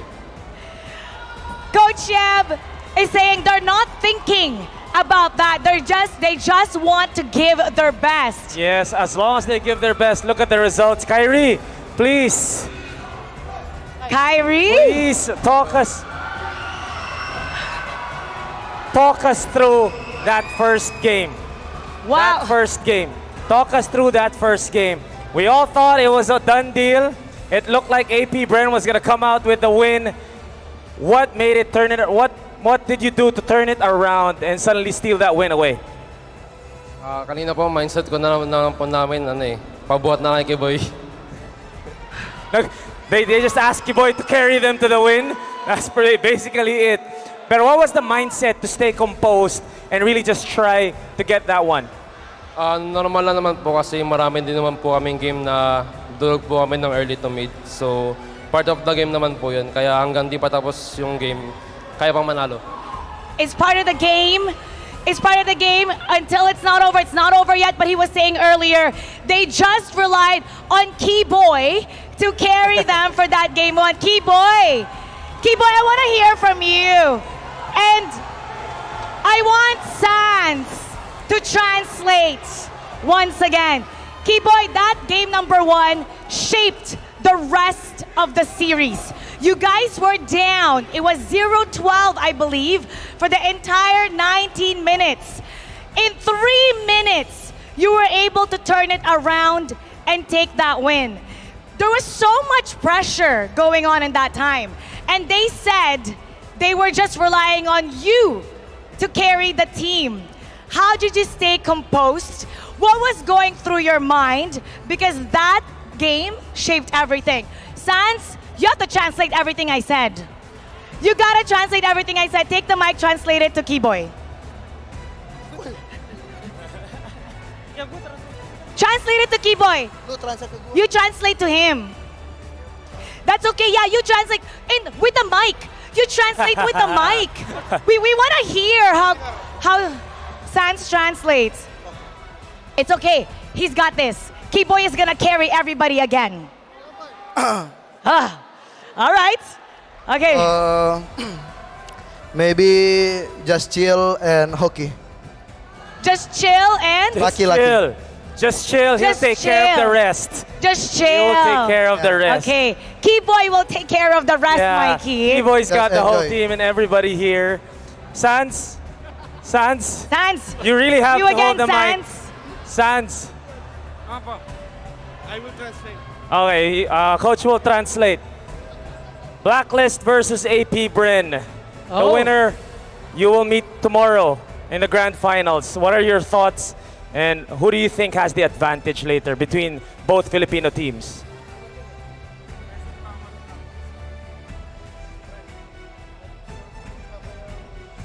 Coach, we want to hear you talk with the mic. We want to hear you translate.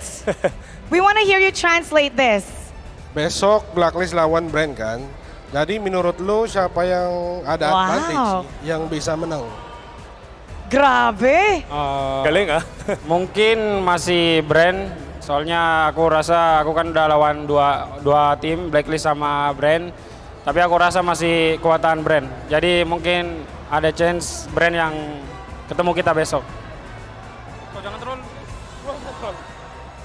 San said he thinks Bren will win because he tried versus Bren and Blacklist, right?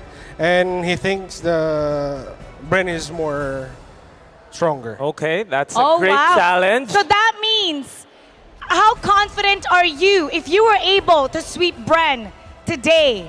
How confident are you that you're going to sweep Blacklist International?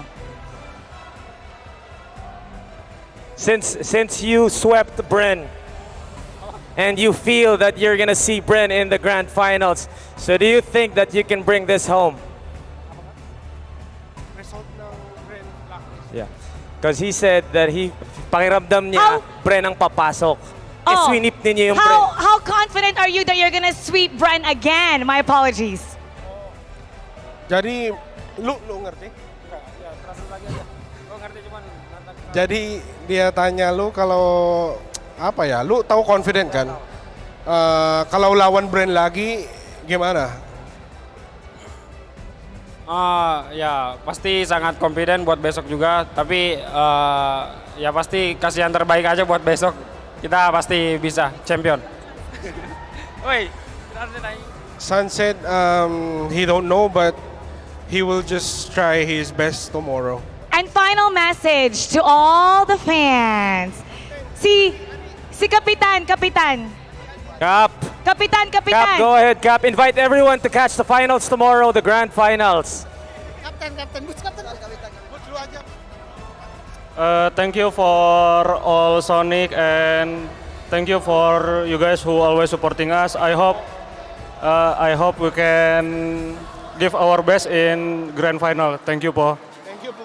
Again, congratulations to Onic. Once again, give Onic a big round of applause. Okay, wow. How about this? We're going to throw this to all the audience. Yes. Pick your spot. You Go can ahead. choose any audience you Scatter want. it around. Make sure you We're choose gonna a good throw area. it all Go ahead. around. To all Onic fans. Keyboy, over here. Over here. Go. Over here. There you go. Try to go far. Over there. Yes, a lot of Onic fans in the house. Yes, sir! Congratulations! We're gonna have one more series right after this. It'll be between Bren and Blacklist International. Between the two, we will determine who will face Onic in the grand final. So we're gonna break that down for you and turn it over to our casters. Pasok.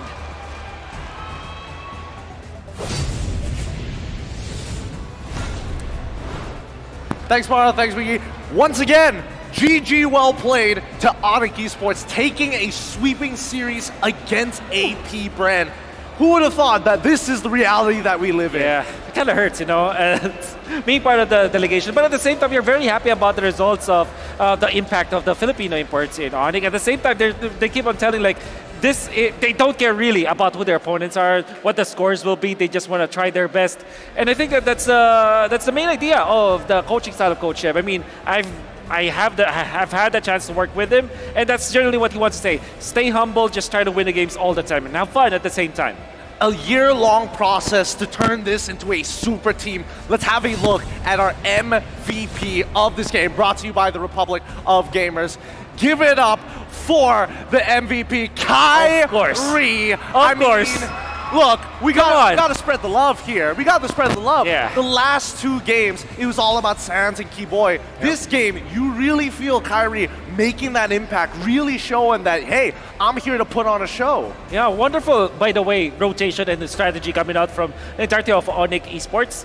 They went in for the Gushan plus the Nolan in the first purple buff, and my God, you saw that in 4K. How big, how fast they took down the purple buff and then, of course, rotate afterwards. Kyrie in his jungling pattern here, and the way that he plays is, you know, I think maybe a masterclass on how to play the assassin in and out of the fights, always calculated. So many times did he cheat death in this particular game, at the same time stealing away bonus skills like a double. The first one, and again, of course, put through the play. Genuinely disgusting gameplay coming out from Onic. I love it. There's no I better love it. way to kind of put it, because in a composition like this, you wouldn't expect them to be this aggressive. I know Yes. you want to find the snowball, but the manner that they do it is rather interesting, right? Mainly utilizing Keyboy and as well as Sans as the main skirmishers of the team. And I don't know, I have to bring this up.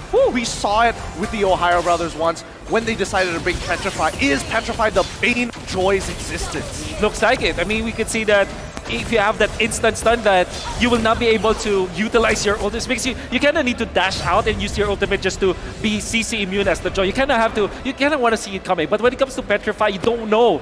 It's almost an instant kind of spell. It is actually an instant animation. That's why it's very difficult to deal with it. And then you have a ton of damage with this Gushan. I think Suns played this Gushan game so well. With that being said, let's have a look at a deeper look for all of the emblems that we see here up on screen from both sides, as a matter of fact, because again, this was not an easy game, especially if you're an AP Bren fan to watch.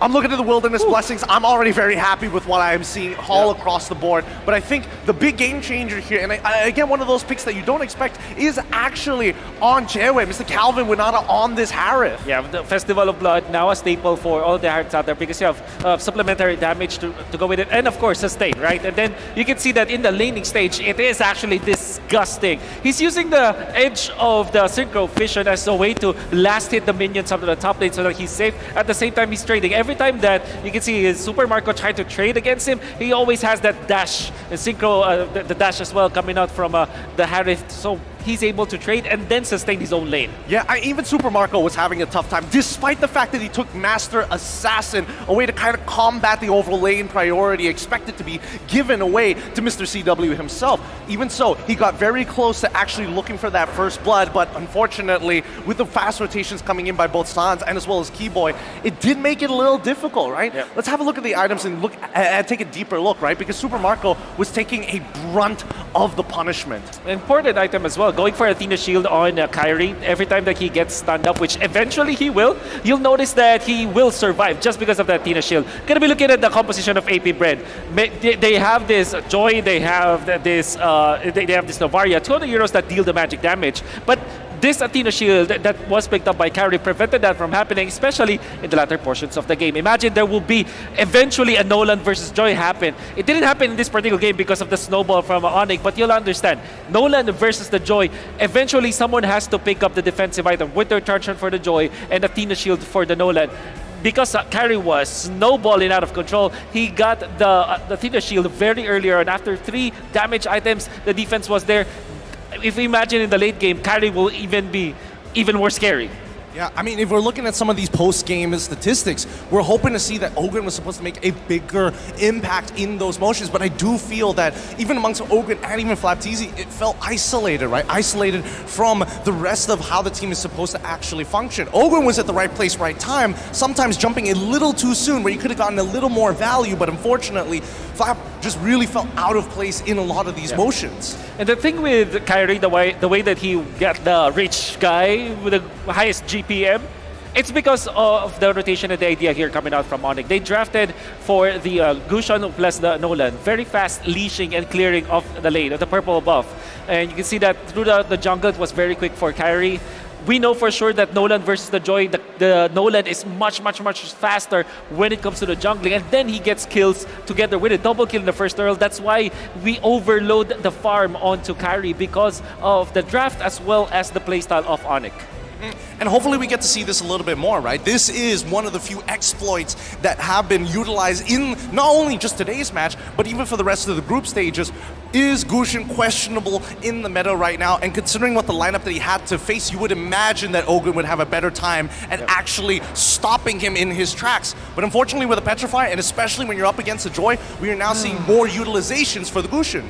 Typically, when you go for a Novaria kind of gameplay, you don't necessarily want to go for assassins because you want some people to protect you as a Novaria. Novaria is a hero that scales into the late game and then supplements the damage. And typically paired with utility junglers because you have that vision, that astral echo, so that you will take over the neutral objectives. In this case, for AP Bren, they had the choice to pick up utility junglers. They didn't. When they saw the Nolan, their last pick during the first phase of the pick stages was the Joy. And it kind of makes sense, but Joy and Novaria together, you can see that they scale too much, that there wasn't any, pad or safety net in the early stage, no trampoline for AP Bren to launch off of. Well, I think this is also the genius of Coach Yeb, right? I think he picked up on one of the few patterns that he noticed pretty early on in game number 2, locking in the Terizla as well as making sure that Gwen was on their side, given to them in the first phase. It did pose a couple of questions, right? I even thought that this might be the game that AP Bren can take it away until they locked in that Joy. So, again, interesting choices. Interesting choices, especially letting go of the Nolan. I think that this is a harsh lesson for all of the teams out there. There will be 2 teams that will eventually be facing Onic. It might be AP Bren, might be Blacklist. I will be calling it now. Nolan will not be available anymore. Never again. Never again. Never 3 again. times being defeated by Nolan. The first time was a comeback. The following 2 times were snowballs. Kyrie's a beast. And give him the OPest hero of the metagame. He's gonna do magic with it. I mean, there's even an argument that maybe AP Bren should have taken the blue side and give Kyle, the guy who has made Nolan so precise, so clean, to have that finesse like no other. The name that we have here today. Nolan is disgusting, it's gotta go, but with that being said, once again, M5 is powered by Montage, presented by Kadia, our global presenting partner, supported by ROG, our official gaming phone, Grab, our official Super App partner, and Secret Lab, our official chair partner. Now, up next, we have the last best of 5 series of the tournament between Blacklist International versus AP Bren. I don't know about you, Wolf. You got any thoughts on this? Oh man, we wanted, the Filipinos wanted a PH versus PH finals, a rematch of the MPL PH Season 12. Unfortunately, happens in the lower brackets, but it is what it is. I'm sure that we're gonna be tuned in. As both teams are fighting for the last grand final ticket, you do not want to miss this one out, so stay tuned. The M5 World Championship will be right back after these messages.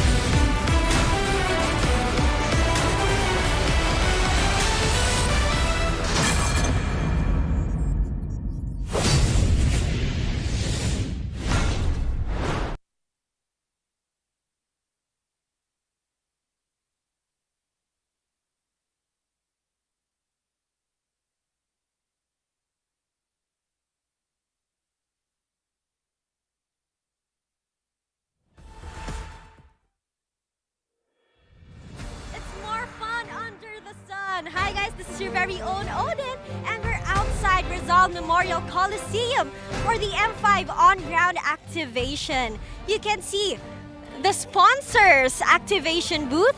We have the food park right there, and we have the main stage for the meet and greet and watch party. And of course, we have M5 corner booth. And here is the ticketing booth.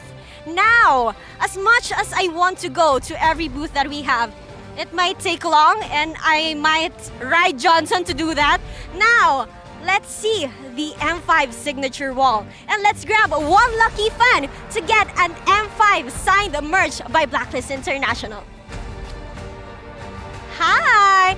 Hi! You caught my attention. What's your name? My name is June. Hi, June. Obviously, you're supporting Blacklist International. Why? Yes, because I love watching VYs. Their teamwork is the best. So I fully support them. Okay. Up until now, he's supporting Blacklist International. Who's your bias in the current lineup? My favorite is Edward. He's very consistent in being explainer. Wow. Do you want to be a player? It seems like you want to be one. No, just pretending to be. Just pretending to be. What's your main hero? My main hero is Lancelot. Can I see some Lancelot moves? Oh! Wow! You're ready, huh? Have you signed already in the wall? Yeah, I did. There's no more space, so... Okay! Tiny bit here. Oh! Look at the Blacklist International area. It's fully occupied by the fans. I'm glad I'm one of those. And we're glad we saw you here.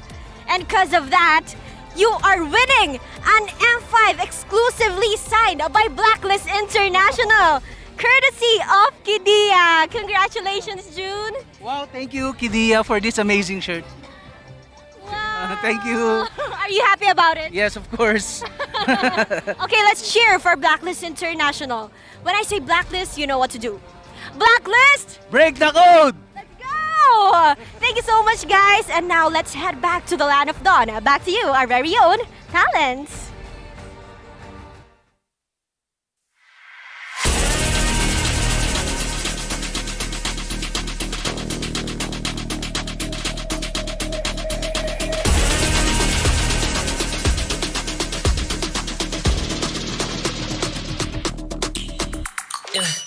Hit me like I might get over, but you could give me in no corner. I know I can make a comeback, ace this round and finish this game now. Got the power on my shoulders, yeah, you know that I'm a soldier. You could keep me off my guard, but you can't keep me from my honor. I feel like the floor is over, the energy's getting higher. You're saving my arms, 'cause I know just what I got. I got you like na-na-na, and you know I hold the power.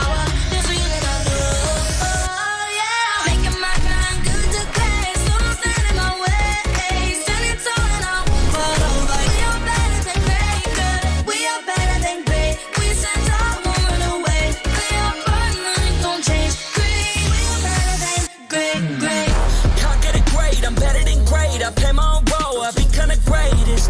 Transcend myself into this game, yeah.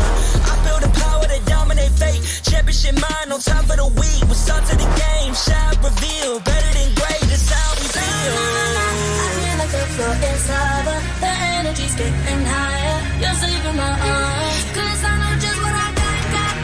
I got you like na-na-na, and you know I hold the power. This feeling I love.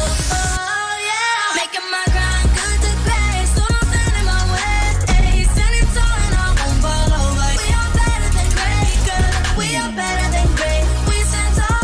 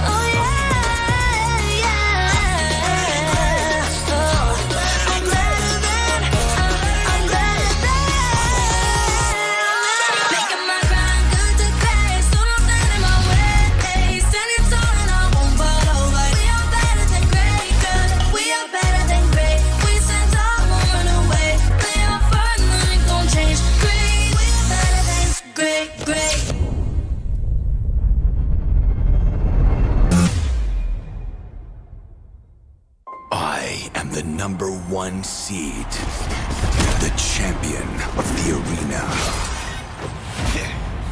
The fans adore me because I've never lost. Yet you are afraid. Afraid that you will lose everything.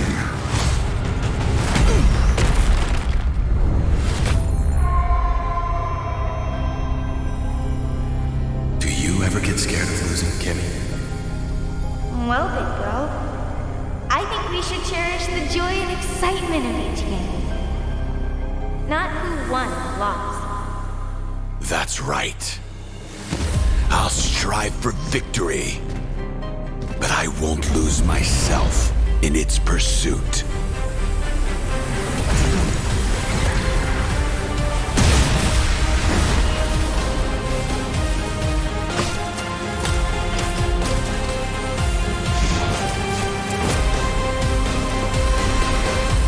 World Championship. I'm back.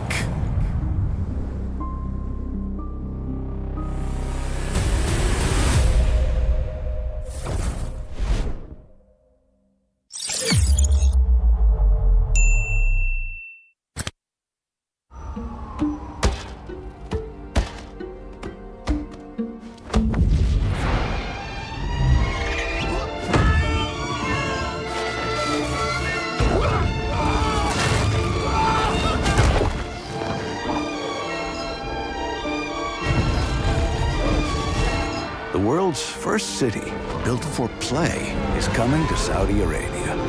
Don't just live life. Play life. Qiddiya.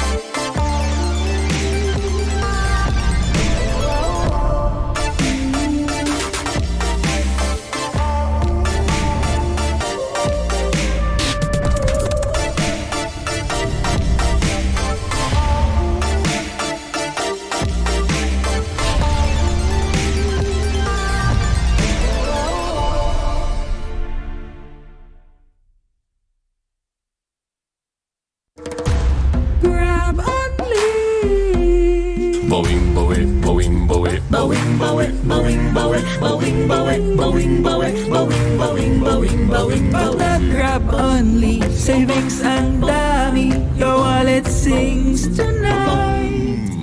Laki ng bawi pag nag-grab only. Save 244 alright. Bowing, bowing, bowing, bowing, bowing, bowing, bowing, bowing, bowing, bowing, bowing, bowing, bowing, bowing, bowing, bowing.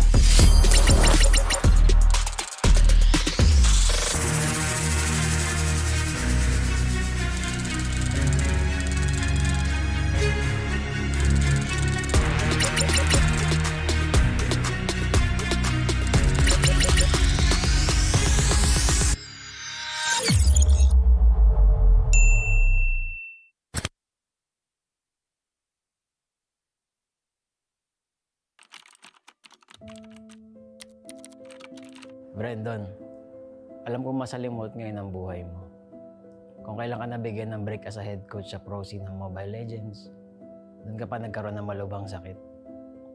Iindahin mo ng 1 buwan. Itatago mo kasi akala mo ngalay lang naman. Hanggang sa isang gabi, hindi ka na makatayo. Hindi ka na makalakad. Wala nang choice kundi dalhin ka sa ospital kasi grabe na yung sakit na iniinda mo. Magsisimula ang season na wala ka sa tabi ng team mo. Sobrang lungkot at depression ang dadanasin mo dahil sa sakit at kawalan ng pakiramdam sa kalahati ng iyong katawan. Munti ka nang sumuko sa buhay. Buti na lang at may mga nurse, mga doktor, mga physical therapists, at mga kaibigan na nagpatibay ng loob mo. Huwag mo silang kalimutang pasalamatan. Akala mo okay na ang lahat, kaso luluba palalo ang sakit mo. Mapupunta ka sa bingit ng kamatayan, halos hindi ka na makahinga. Doon, mapapadasal ka sa Diyos na huwag ka na munang kunin dahil hindi pa tapos ang mission mo. Hindi pa tapos ang pangarap mo. Sabi mo nga, magja-champion ka pa. Maniwala ka na gagaling ka. Kumapit ka. Sa pagkakataon na yon, madudugtungan ang iyong buhay. Binigyan ka ng isa pang chance sa mundo para tuparin ang pangarap mo. Kung akala mo wala nang kukuha sa iyong ML team dahil sa kalagayan mo, nagkakamali ka. May magtitiwala pa rin. Kukunin ka as coach ng isang team abroad. Igagrab mo yung opportunity kahit pa naka-wheelchair ka kasi gusto mo yung ginagawa mo. Magiging mahirap pero okay lang. Ang importante, sumubo ka at wala kang regrets. Unti-unti na rin mag-i-improve ang kalagayan mo. Sabi ng mga doktor, kailangan mong ma-operahan pero wala ka pa namang pera noon kaya naniwala ka na lang nagagaling ka. Sa tiyaga at paniniwala, makakatayo ka rin. Darating ang punto na makakalakad ka na ulit. Himala, di ba? May isa pang biyaya na darating. Lalapitan ka na isang kaibigan, si Coach Daki, para maging tactician ng AP Bren. May chance ka ulit na ituloy ang pangarap. Huwag mo tong sayangin. Ikaw ang susi na magbubukas ng bagong pintuan para sa iyong team. Makapagsibol kayo at dito magsisimula ang sunod-sunod niyong pagkapanalo sa iba't ibang tournament, kabilang ang MPL Philippines Season 12. Kung dati ay literal na hindi ka makalakad, ngayon lakad matatag ka nang ire-representa ang Pilipinas sa M5 World Championships.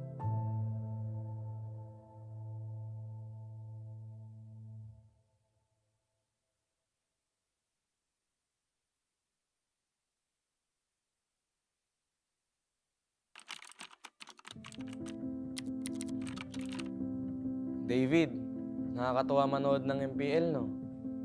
Nakikita mo yung mga idol mo. Yung iba dyan, magiging kakampi mo. Maglaro ka lang na maglaro, tapos magpataas ka ng rank at stars.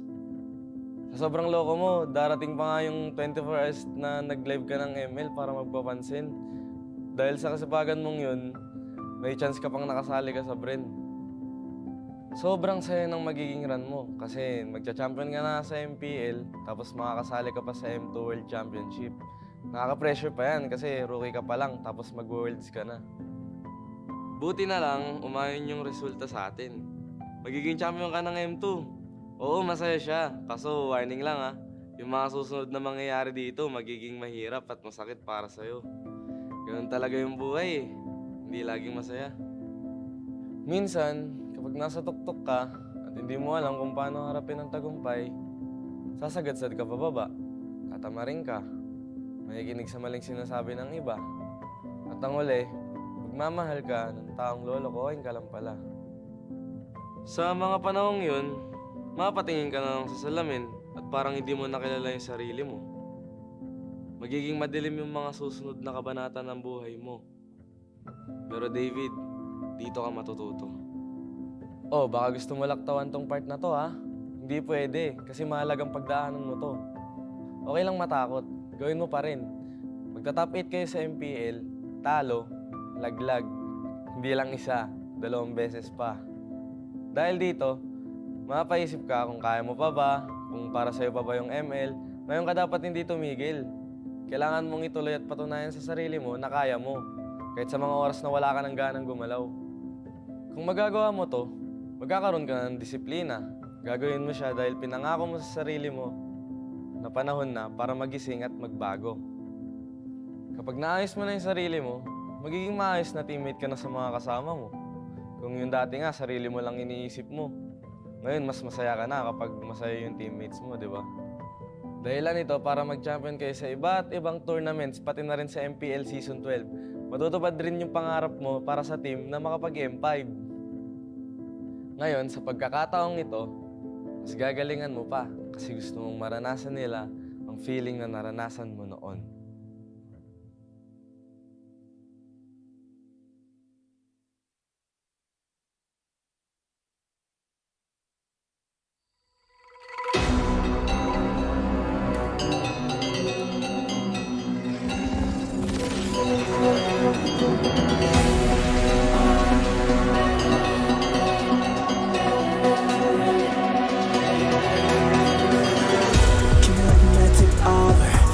Sa surut kanku Ku tahu kita akan bangkit as this rally versus game now.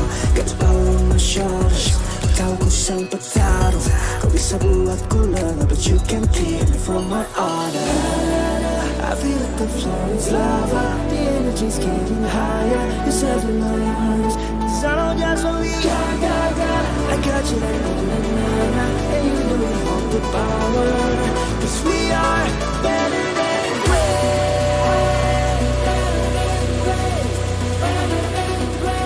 Cause we are better than great. Better than great. Better than great. Better than great. We are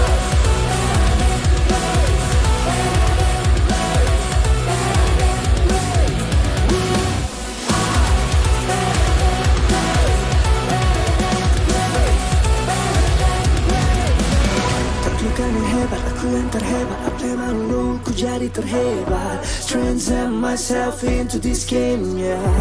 I need the power to dominate. Kemenangan bukan tiga lemah. The shoot of the game, we shall reveal. Better than great, it's how we feel. I feel like the floor is lava. The energy's getting higher. You're serving my arms. Cause I don't just want me. I got you like na-na-na-na.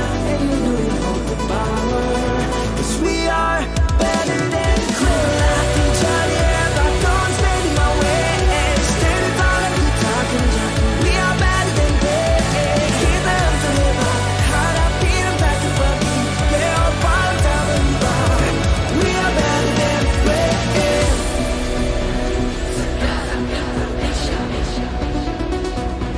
Cause we are better than great.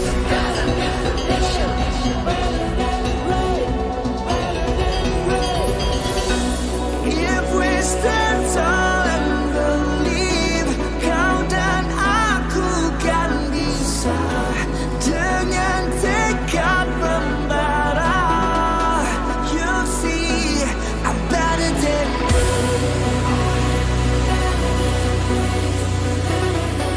you see, I'm better than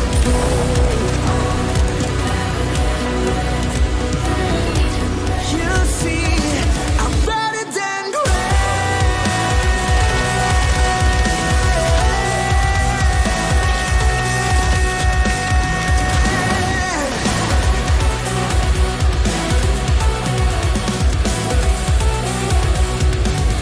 Ku berlatih jadi hebat, don't stand in my way.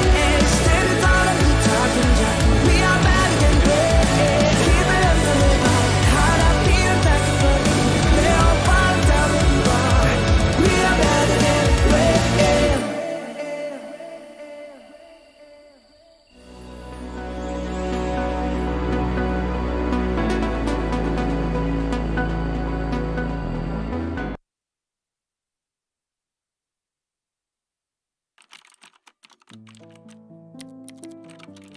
Kai, siguradong may echo pa dyan sa banyo kung saan ka naglalaro ng ML. Hindi ka kasi pwede maglaro sa kwarto nyon dahil sure na mapapagalitan ka na naman. Tatagan mo ang loob mo kasi masasabihan ka pa ng magulang mo na wala kang mapapala dyan. Huwag mong i-take yun negatively. Instead, gawin mong motivation yun para mapatunayan sa kanila at sa sarili mo na may future ka sa ML. Magpasalamat ka pa rin sa parents mo Kasi kahit na pinapagalitan ka nila palagi dahil sa kaka-ML mo, lagi ka pa rin naman nilang pinapairam ng cellphone para malaro to. Mangarap ka. Gawin mo lahat ng makakaya mo para makilala ka sa ginagawa mo. Iwasan mo yung pagiging tilted. Hindi yun makatulong sa'yo. Magpataas ka lang ng stars. May amateur team na makakadiscover sa'yo. At dahil dito, makakasali ka sa maraming tournaments. Marami kang matututunan. Hindi lang sa in-game aspect, kundi pati na rin sa pakikitungo sa ibang tao. Sa tamang panahon, makakapasok ka ng AP Bren. Magiging ganap na pro player ka. Oh, huwag kang kabahan. May mga coach ka na gagabay sa'yo. Tsaka mabubuting tao rin mga magiging teammates mo. Kapag may napapansin kang mali o kailangan i-improve, magsalita ka. Mas okay maging totoo kaysa maging pabaya. Matuto ka rin tumanggap pag ikaw naman ang may mali. Hindi ka rin naman laging tama eh. Magkakaroon pa nga ng pagkakataon na hindi ka makakaretry sa isang pinaka-importanteng laro sa karera mo. Pero alalahanin mo lang rason mo kung bakit ka nandito. Kung bakit ka naipagsapalaran sa ML. Magpapagawa ka pa ng bahay para sa pamilya mo, di ba? May pangbubong ka na, di ba? Kaya laban lang. Triplein mo ang sipag mo. Marami ka pang pagsubok na pagdadaanan. Ihahanda ka ng lahat ng yan para sa M5 World Championship. Malay mo, ang kasunod pala ng tagumpay dito. Sarili mo ng bahay at mas maginhawang buhay.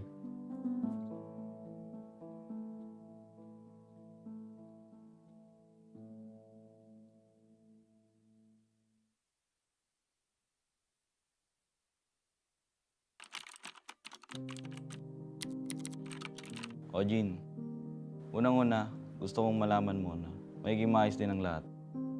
Alam kong pagod na pagod ka ngayon kasi pinagsabay mo yung work, paglalaro ng ML at pag-aaral mo. Call center agent ka sa gabi, estudyante sa umaga, tapos sumasali ka pa sa ML tournaments tuwing weekends. Maga kang namulat sa hirap ng buhay. 7 kayong magkakapatid at walang ibang maasahan ng mama mo kundi ikaw. Kahit minsan, ang sakit-sakit na. Takihin mo muna. Tibayin mo loob mo para makatulong ka sa pamilya mo at mabigyan sila ng maayos na kinabukasan. Darating ka rin naman sa point na ma-realize mo na kailangan mag-focus ka lang sa isang bagay. Huwag ka magpapaubos. Mas makakatulong ka sa kanila kung masaya ka rin sa ginagawa mo. Sa unang sabak mo sa amateur scene ng ML, wala ka pag-aanong ipapanalo. Pero dahil sa pagtitiyaga mo, magtiwala kang may makakapansin din sa talento mo. May makakaalala ng pangalan mo. Nakakatawa man isipin, pero napakaswerte mo pa rin. Dadaling ka rin tadaan na dyan sa AP Bren. Narating ang chance mo na patunayan ng sarili. Sa kawalan ng player na pupuno, ikaw ang magbubuo sa team nyo. Pero Jin, kahit na by chance ang pagpasok mo, binigay mo naman ang lahat ng oras mo sa paglalaro ng ML. Kaya naging magaling ka dito. Marami kayong pagsubok na pagdadaanan as a team. Pero malagpasan nyo rin lahat yan. Di ba nga, minsan sa buhay kailangan mo muna maranasan yung hirap para mas ma-appreciate mo yung ginhawa pag narating mo na. Ituloy mo lang yung pagsusumikap mo kasi dadaling ka niyan sa landas kung saan matutulungan mo na ang pamilya mo, matutupad mo pa ang pangarap mo. Magka-champion ka sa MPL at magiging parte ka ng M5. Ngayon, ay thankful ka dahil alam mong mas masarap ang tagumpay dahil naranasan mo ang pait ng buhay.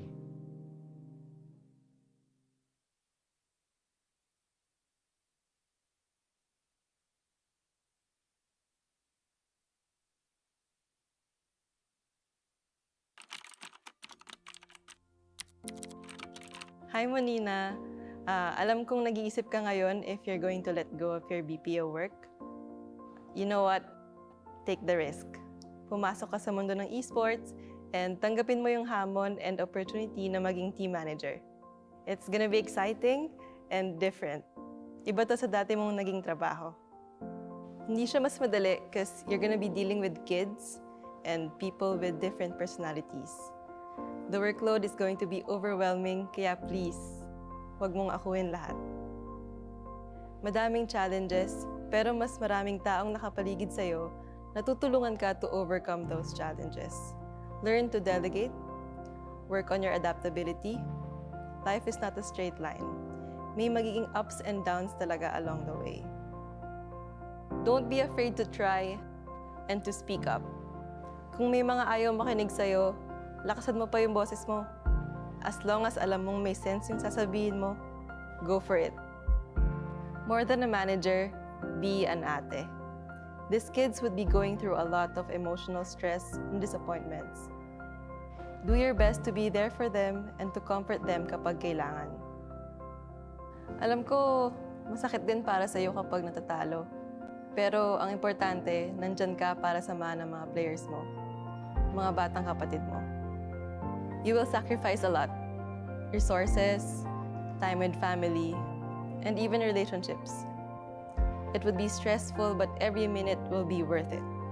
Especially when you see the joy in your players' eyes na makakasali pala kayo in the World Championships. I promise you, Monina, you will not regret leaving your corporate career because time will come that you will manage a world-class esports team.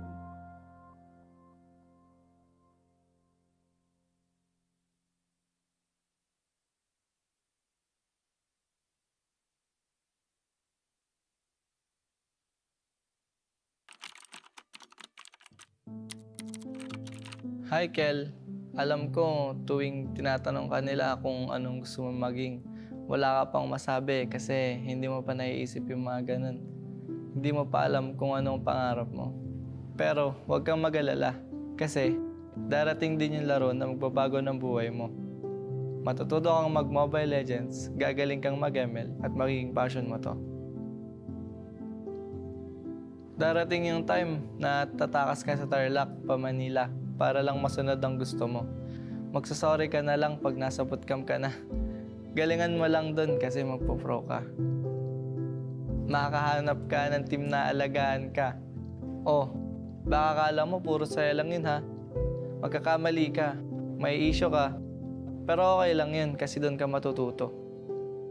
Huwag ka matakot magkamali kasi kasama yung pagiging makulit mo sa journey mo towards World Championships. Lahat ng puyat, pagod at pag-RG mo hanggang makatulog. Magiging sulit yan.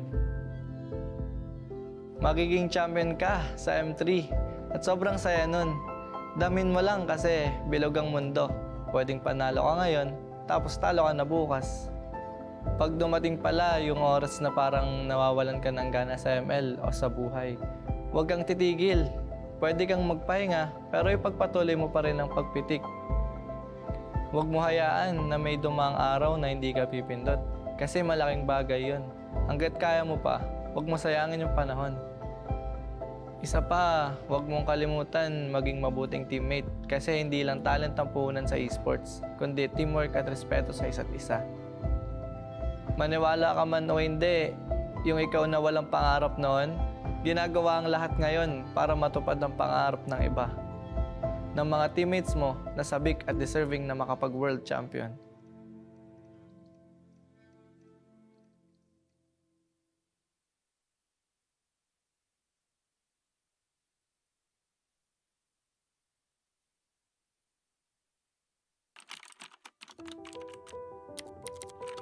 Jay, kamusta ka? Kamusta yung pagbebenta mo sa palengke ng prutas tsaka pagtatrabaho mo sa babuyan? Para makapagpa-load ka at makalaro ka ng ML. Kahit pa 2 oras yung biyahe papuntang Bagak para maghatid ng baboy sa palengke, hanga ako sa'yo kasi kaya mo magtiyaga. Huwag kang mag-alala. Lahat ng sinakripisyo mo, magiging worth it. Dahil sa Mobile Legends, magbabago ang takbo ng buhay mo at ng pamilya mo. Oo nga pala, huwag mo kalimutan magpasalamat sa ate mo kasi pinahiram ka niya ng cellphone para makalaro ka. Mag-thank you ka rin sa mga pinsan and kuya mo kasi sila yung mga unang nakasama mong batak sa ML. Darating din yung panahon na makakabawi ka rin sa kanila. Sa atin lang dahil gigil ka sa kaka-RG, magiging top 1 ka sa stars at diyan ka madidiscover ni Boss D. Simula dito, marirealize mo na iba pala ang pagiging pro sa pagiging RG boy. Na kailangan mo pala mag-isip at kailangan mong matuto sa mga macro plays. Diyan ka rin magiging content creator. Enjoy mo lang yung pag-vlog and pagko-content mo kasi yan yung makakatulong sa pamilya mo. May purpose lahat na nangyayari kaya huwag kang mawawalan ng pag-asa.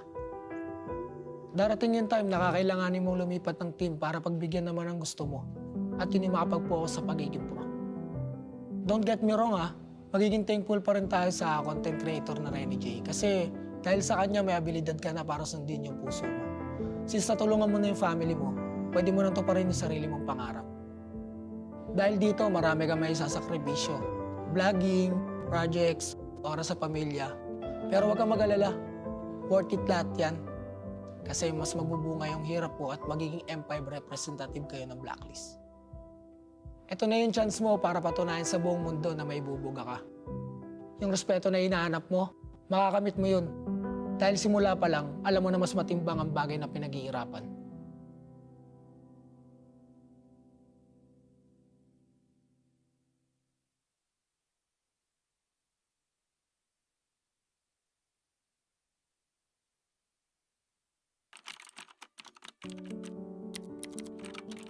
Carl, alam kong mabigat ang nararamdaman mo dahil nagka-injury ka. Gusto mo pa naman maging professional volleyball player. Pero, gusto ko lang malaman mo na ang mga pangarap ay nagbabago at lumalago. Hindi ka man nakapag-pro sa volleyball, magiging daan naman yan para mapadpad ka sa esports. Dahil sa support ni Mama at Lola, magiging player ka sa Mobile Legends. Mula rito, huwag kang matakot mag-risk sa mga bagay talagang gusto mo. Kahit na mukhang malabo, subukan mo pa rin. Hindi mo malalaman ang mga kaya mong gawin hanggat hindi ka umaakbang. Balang araw, mabibigyan ka ng pagkakataon na maging kasama ng Blacklist International sa SEA Games. Mai-intimidate ka sa una pero okay lang yan. Huwag mong baguhin kung sino ka.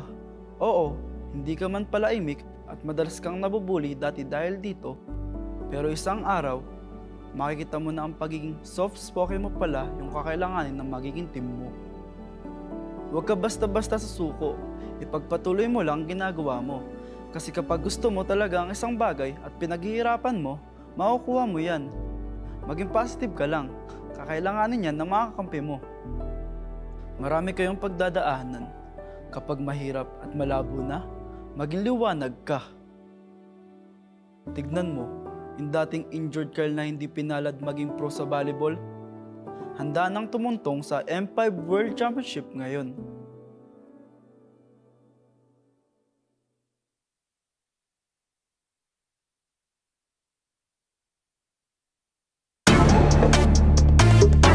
We're better than great. We're better than great. We're better than great. Nanditong mga bida, the kings and queen of MOBA, kasamang kabugera at 7,000 isla. Nagsisimula pa lang tayo. Look at your face, so kabado. Dito sa aming teritoryo, can get this crown sa amin ito. Ang laban na to ang magiging binhi. Di na papayag masakop muli. Lahat ng daraanan namin ay mahawi. Alab ng puso'y di mapapawi. Sanay sa digmaan, dugong palaban. Babangon, babawi kahit sugatan. Sinag ng araw, 3 bituin. Pilipinong may giting nagniningning. Sanay sa digmaan, dugong palaban. Babangon, babawi kahit sugatan. Sinag ng araw, 3 bituin. Pilipinong may giting nagniningning. Dami mo daw sinasabi pero ba't ngayon di ka mapakali? Panay lang ang kamot sa anit at kahit alam mo na di naman to makate. Dugo pati laway at pawis tumulo, akala mo ba lahat to madali? Hindi nagmamadali, akyatin ng hagdan na talagang matare. Ganyan talaga ang mga batang Pinas, talagang malakas kahit anong meta. Wala kang ligtas, talagang matigas na parang daliri ng mga kalaban. Sa gitna ng laban, shooters namin talagang savage. Di papaawat sa aming lupang sinilangan. Ang dami ng binilangan ng 1, 2, 3, dalawa kayo, ito na pang-apat. Kaya dami na naman iyakin kahit dadaanin pa sa mga tipi-tipi-tipikal. Paano kami hahabulin? Marami itong gasolina, lalamunin ang lahat ng dipidal. Sanay sa digmaan, dugong palaban. Babangon, babawi kahit sugatan. Sinag ng araw, 3 bituin. Pilipinong may giting nagniningning. Sanay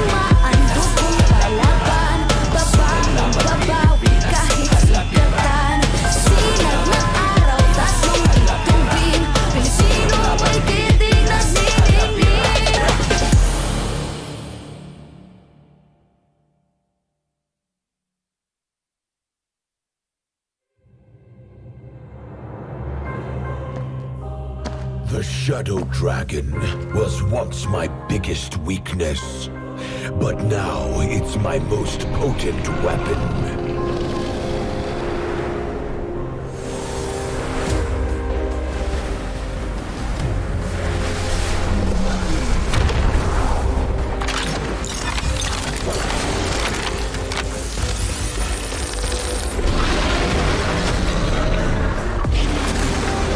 Cosmic Dragon, rise and soar! Dragon Stomp! Dragon Scales! Dragon Rush! Rise beyond greatness and seize your own destiny.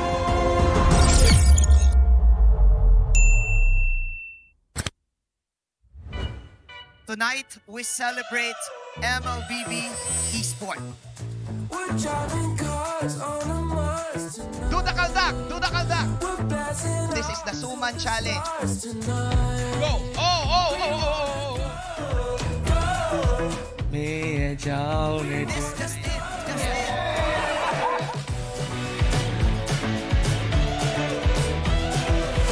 Welcome to M5 Gala!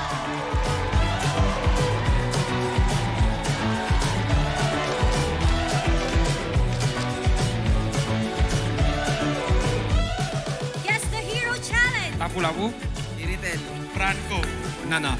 Nana! Best Dressed Team Onic!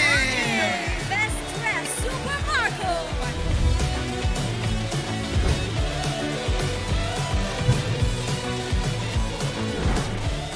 Thank you so much for joining us at the M5 Gala, and we'll see you at the M5 World Championship.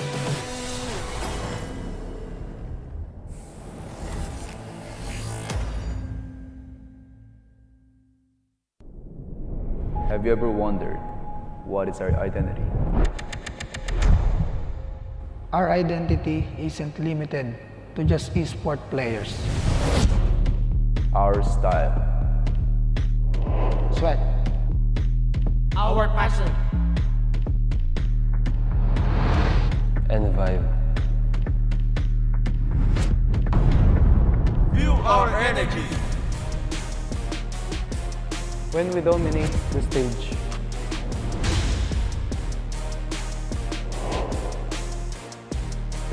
the hours of sacrifice, Shape who we are.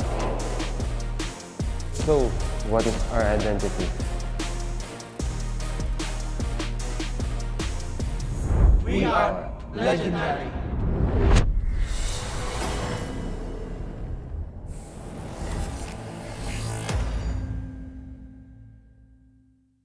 In every tournament, pros fight not only for glory, family, and their country, but also for the heart of every game. The fans. Are you one of them?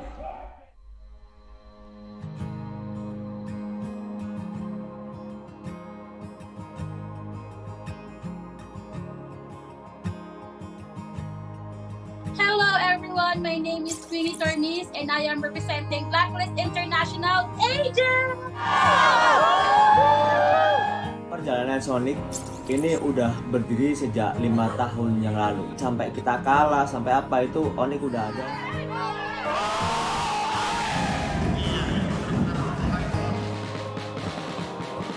Rainbow sebenarnya sangat penting sebab dia bukan saja untuk homeboys, dia untuk tingkatkan komuniti MLBB dekat Malaysia ni. Kita nak kalau boleh komuniti tim lain bersama juga semangatnya macam Rainbows. Hal yang bisa kita berikan secara maksimal itu adalah dukungan. Bila moral player tengah down, tapi kita orang tak tengah down. Kita orang tengah hype.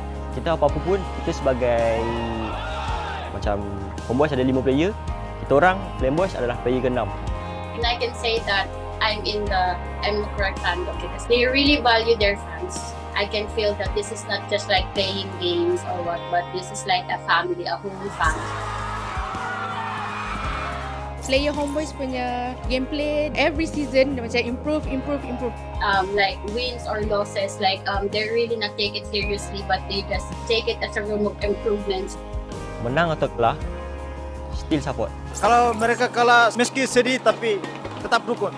Kekalahan itu awal dari kemenangan yang lebih besar. We wanted to make sure and ensure that they still feel that we are still here for them no matter what happens. Jadi ada 8 kota yang bakal kita adain muspakti.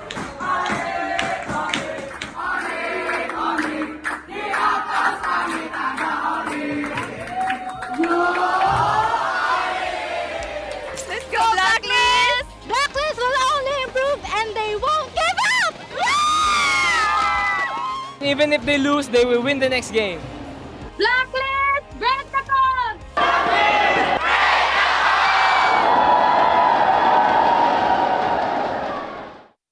They have always felt your unwavering support and love. Maraming salamat po sa pagsuporta niyo sa amin palagi. Sobrang namomotivate kami lalo lumaban sa mga next games namin dahil sa pagsupport niyo sa amin. Kaya po sana tuloy-tuloy lang. And yun, thank you so much. Maraming salamat sa mga agents na walang sawang sumusuporta sa amin kahit na manalo man o matalo, dyan pa rin kayo para sa amin. Yun. Isa kayo sa mga rason kung bakit pa kami nagpapatuloy. Thank you sa inyo. Pertama, makasih banyak yang udah dukung dimanapun kalian, dari Manado, dari semuanya lah pokoknya. Dukungan kalian sangat berarti buat kita, bikin kita semangat, bikin kita lebih konsisten juga biar menang terus. Guys, dukung kita dan kita juga nggak akan bosan buat juara. Terus yang terakhir mungkin selalu doain kita terus.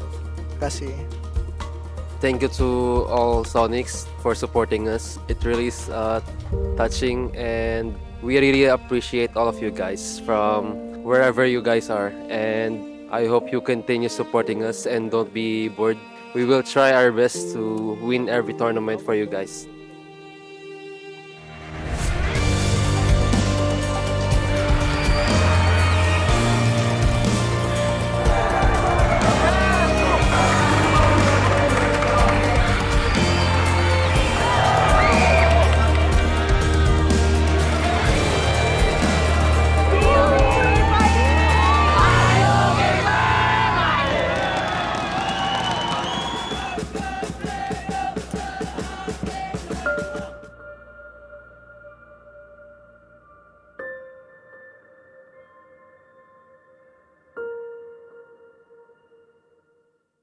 What is undeniable, though, are the meteoric stats in the middle or in the mobile gaming industry, and the Esports Mobile Game of the Year celebrates the best of the best.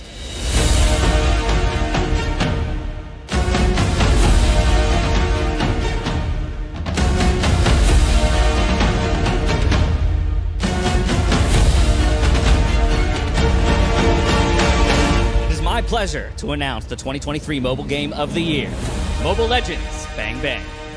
Congratulations! Oh my god, thank you guys. And then, okay, yeah, sure. And then, Hello guys, hari ni kita nak rate player roam tank dekat dalam M5. Kod. Bu sezon favori tank oyuncularımdan biri. Malezya'da bayağı izleme şansım olmuştu. Size koyuyorum. Dekat saya ada Apex 47 Apex 47 daripada tim, kalau tak ingat, B guys. Keyboy. No. Keyboy. She here. For sure. My classes is Keyboy. Keyboy, my idol. I'm gonna put also in here. Oh, my idol, Baloiski. The macro god, I think here. Oh, I think here. S+. First off, me. I'm going to put it like 8 here. I don't want to overrate myself. Okay. It's okay. Oh. It's okay. Azon. D. Sebab orang cakap dia tak tahu pun. Me. Because I'm bad, I'm gonna put F. Sorry, Baloy. And me. Okay. Oh, Luna. Luna. Luna B. Apex, I think here. Here. It's okay. Here. Like si Sorn, on my level. Sorn is like a mechanical player and also likes to taunt people. Ogun, idol. S. Oh, NJ will lose. NJ will lose. For me, F. Thorn. My enemy. With me. Sorry, you're my enemy.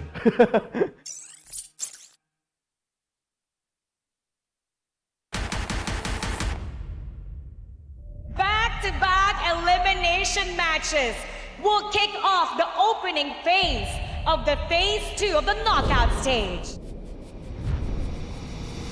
The reveal of the M5 main stage also saw two intense series that sent two more teams home, while the tournament is now down to the final four. The showdown between the agents and the geeks started off as fierce as it can get. Flickers back, Oheb in trouble now. Baloo comes in with the bravest fighter and finds two. Blacklist International crumbling under Geek right now. With the Indonesian squad taking the first game. And Geek Fam against the odds take game number 1. Blacklist International reverted by staging an epic comeback. Boys keep inside with a wild charge, knock up onto Edward. Luke into the backside with the bravest fighter, looking for Oheb. Gets a stun, the wave, Bloisky goes down. Luke. Now it's Luke against the world. Parky looking for some free shots. No way, Luke goes down. Oh, as well. Black to turn the game around and take the second Lord. And Blacklist International takes game number 2. And the series was tied 1-1. The agents did it again as their patience paid off, claiming the win and reaching match point. Don't want to stop here. Netherrealm is still in play, but there comes the Nolan's Fury. A boy! Edward able to find a boy. Marky to the backside with a blazing duet. Bloisky goes down. Luke is going to be next on the top of the block. Who gets it? Picks up the double. Niall trying to get the play in the set, so he takes it from his fingers. And it was down to the Hitman's Estes, the signature ube of Blacklist International, to send the geeks home. The Cambodian champions did what they do best, attack and never look back. And they're all smashed against the wall. 4 members of Deus Vault taken out. Despite a valiant defense by Sunset Lover, See You Soon prevails. Sunset Lover doing everything he can, but they're gonna get the final shot. No way. We'll move on and take game number 1. The Sooners continued their aggression and cornered Deus Volt from the start. Is going to get the knock-up on Asari on Felix. With the crossbow tanks ready to unload once again. Madison going to go down. Who's able to pick up the kill? Sawo finally getting 4-man knock-up. Felix in the midst of the ball. Sawo trying to get away, but he can't. Sorry, Felix picks up the kill. And now Kid Baba will fall next. Felix with the double. Sunset Lover all alone once again. Going to go down. A triple kill for Kusei. After over 30 minutes of non-stop skirmishes, Deus Volt showed that they were not done yet. Sawo looks for the kill Carvey there as well, and down goes MP. Debu, move forward. Magister unleashed his real potential by shutting down MP the King again and again and again. But still, ultimate rule. Magister able to lock on again with a violent Requiem. Sawo also going to come in with Nolan's Fury. And the Bomba mentality helped EECA to extend the series. It is Rise of the West as Deus Volt completed the reverse sweep with their signature Diggy Pick. Felix down, the base drops, and the sunset closes on See You Soon as the Dark Knights rise. We are now down to the last 2 days of M5. We are so close to witnessing the crowning of the new world champions.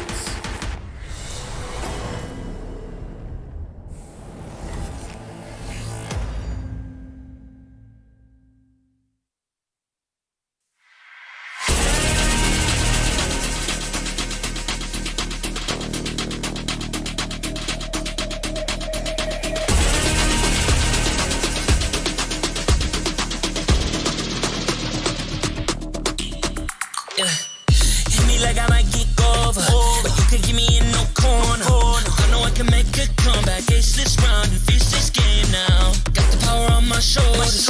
Yeah, you know that I'm a soldier. You can keep me off my guard, but you can't keep me from my honor. Nah, nah, nah, I feel like the floor is higher. The energy's getting higher. You're saving my arms, 'cause I know just what I got.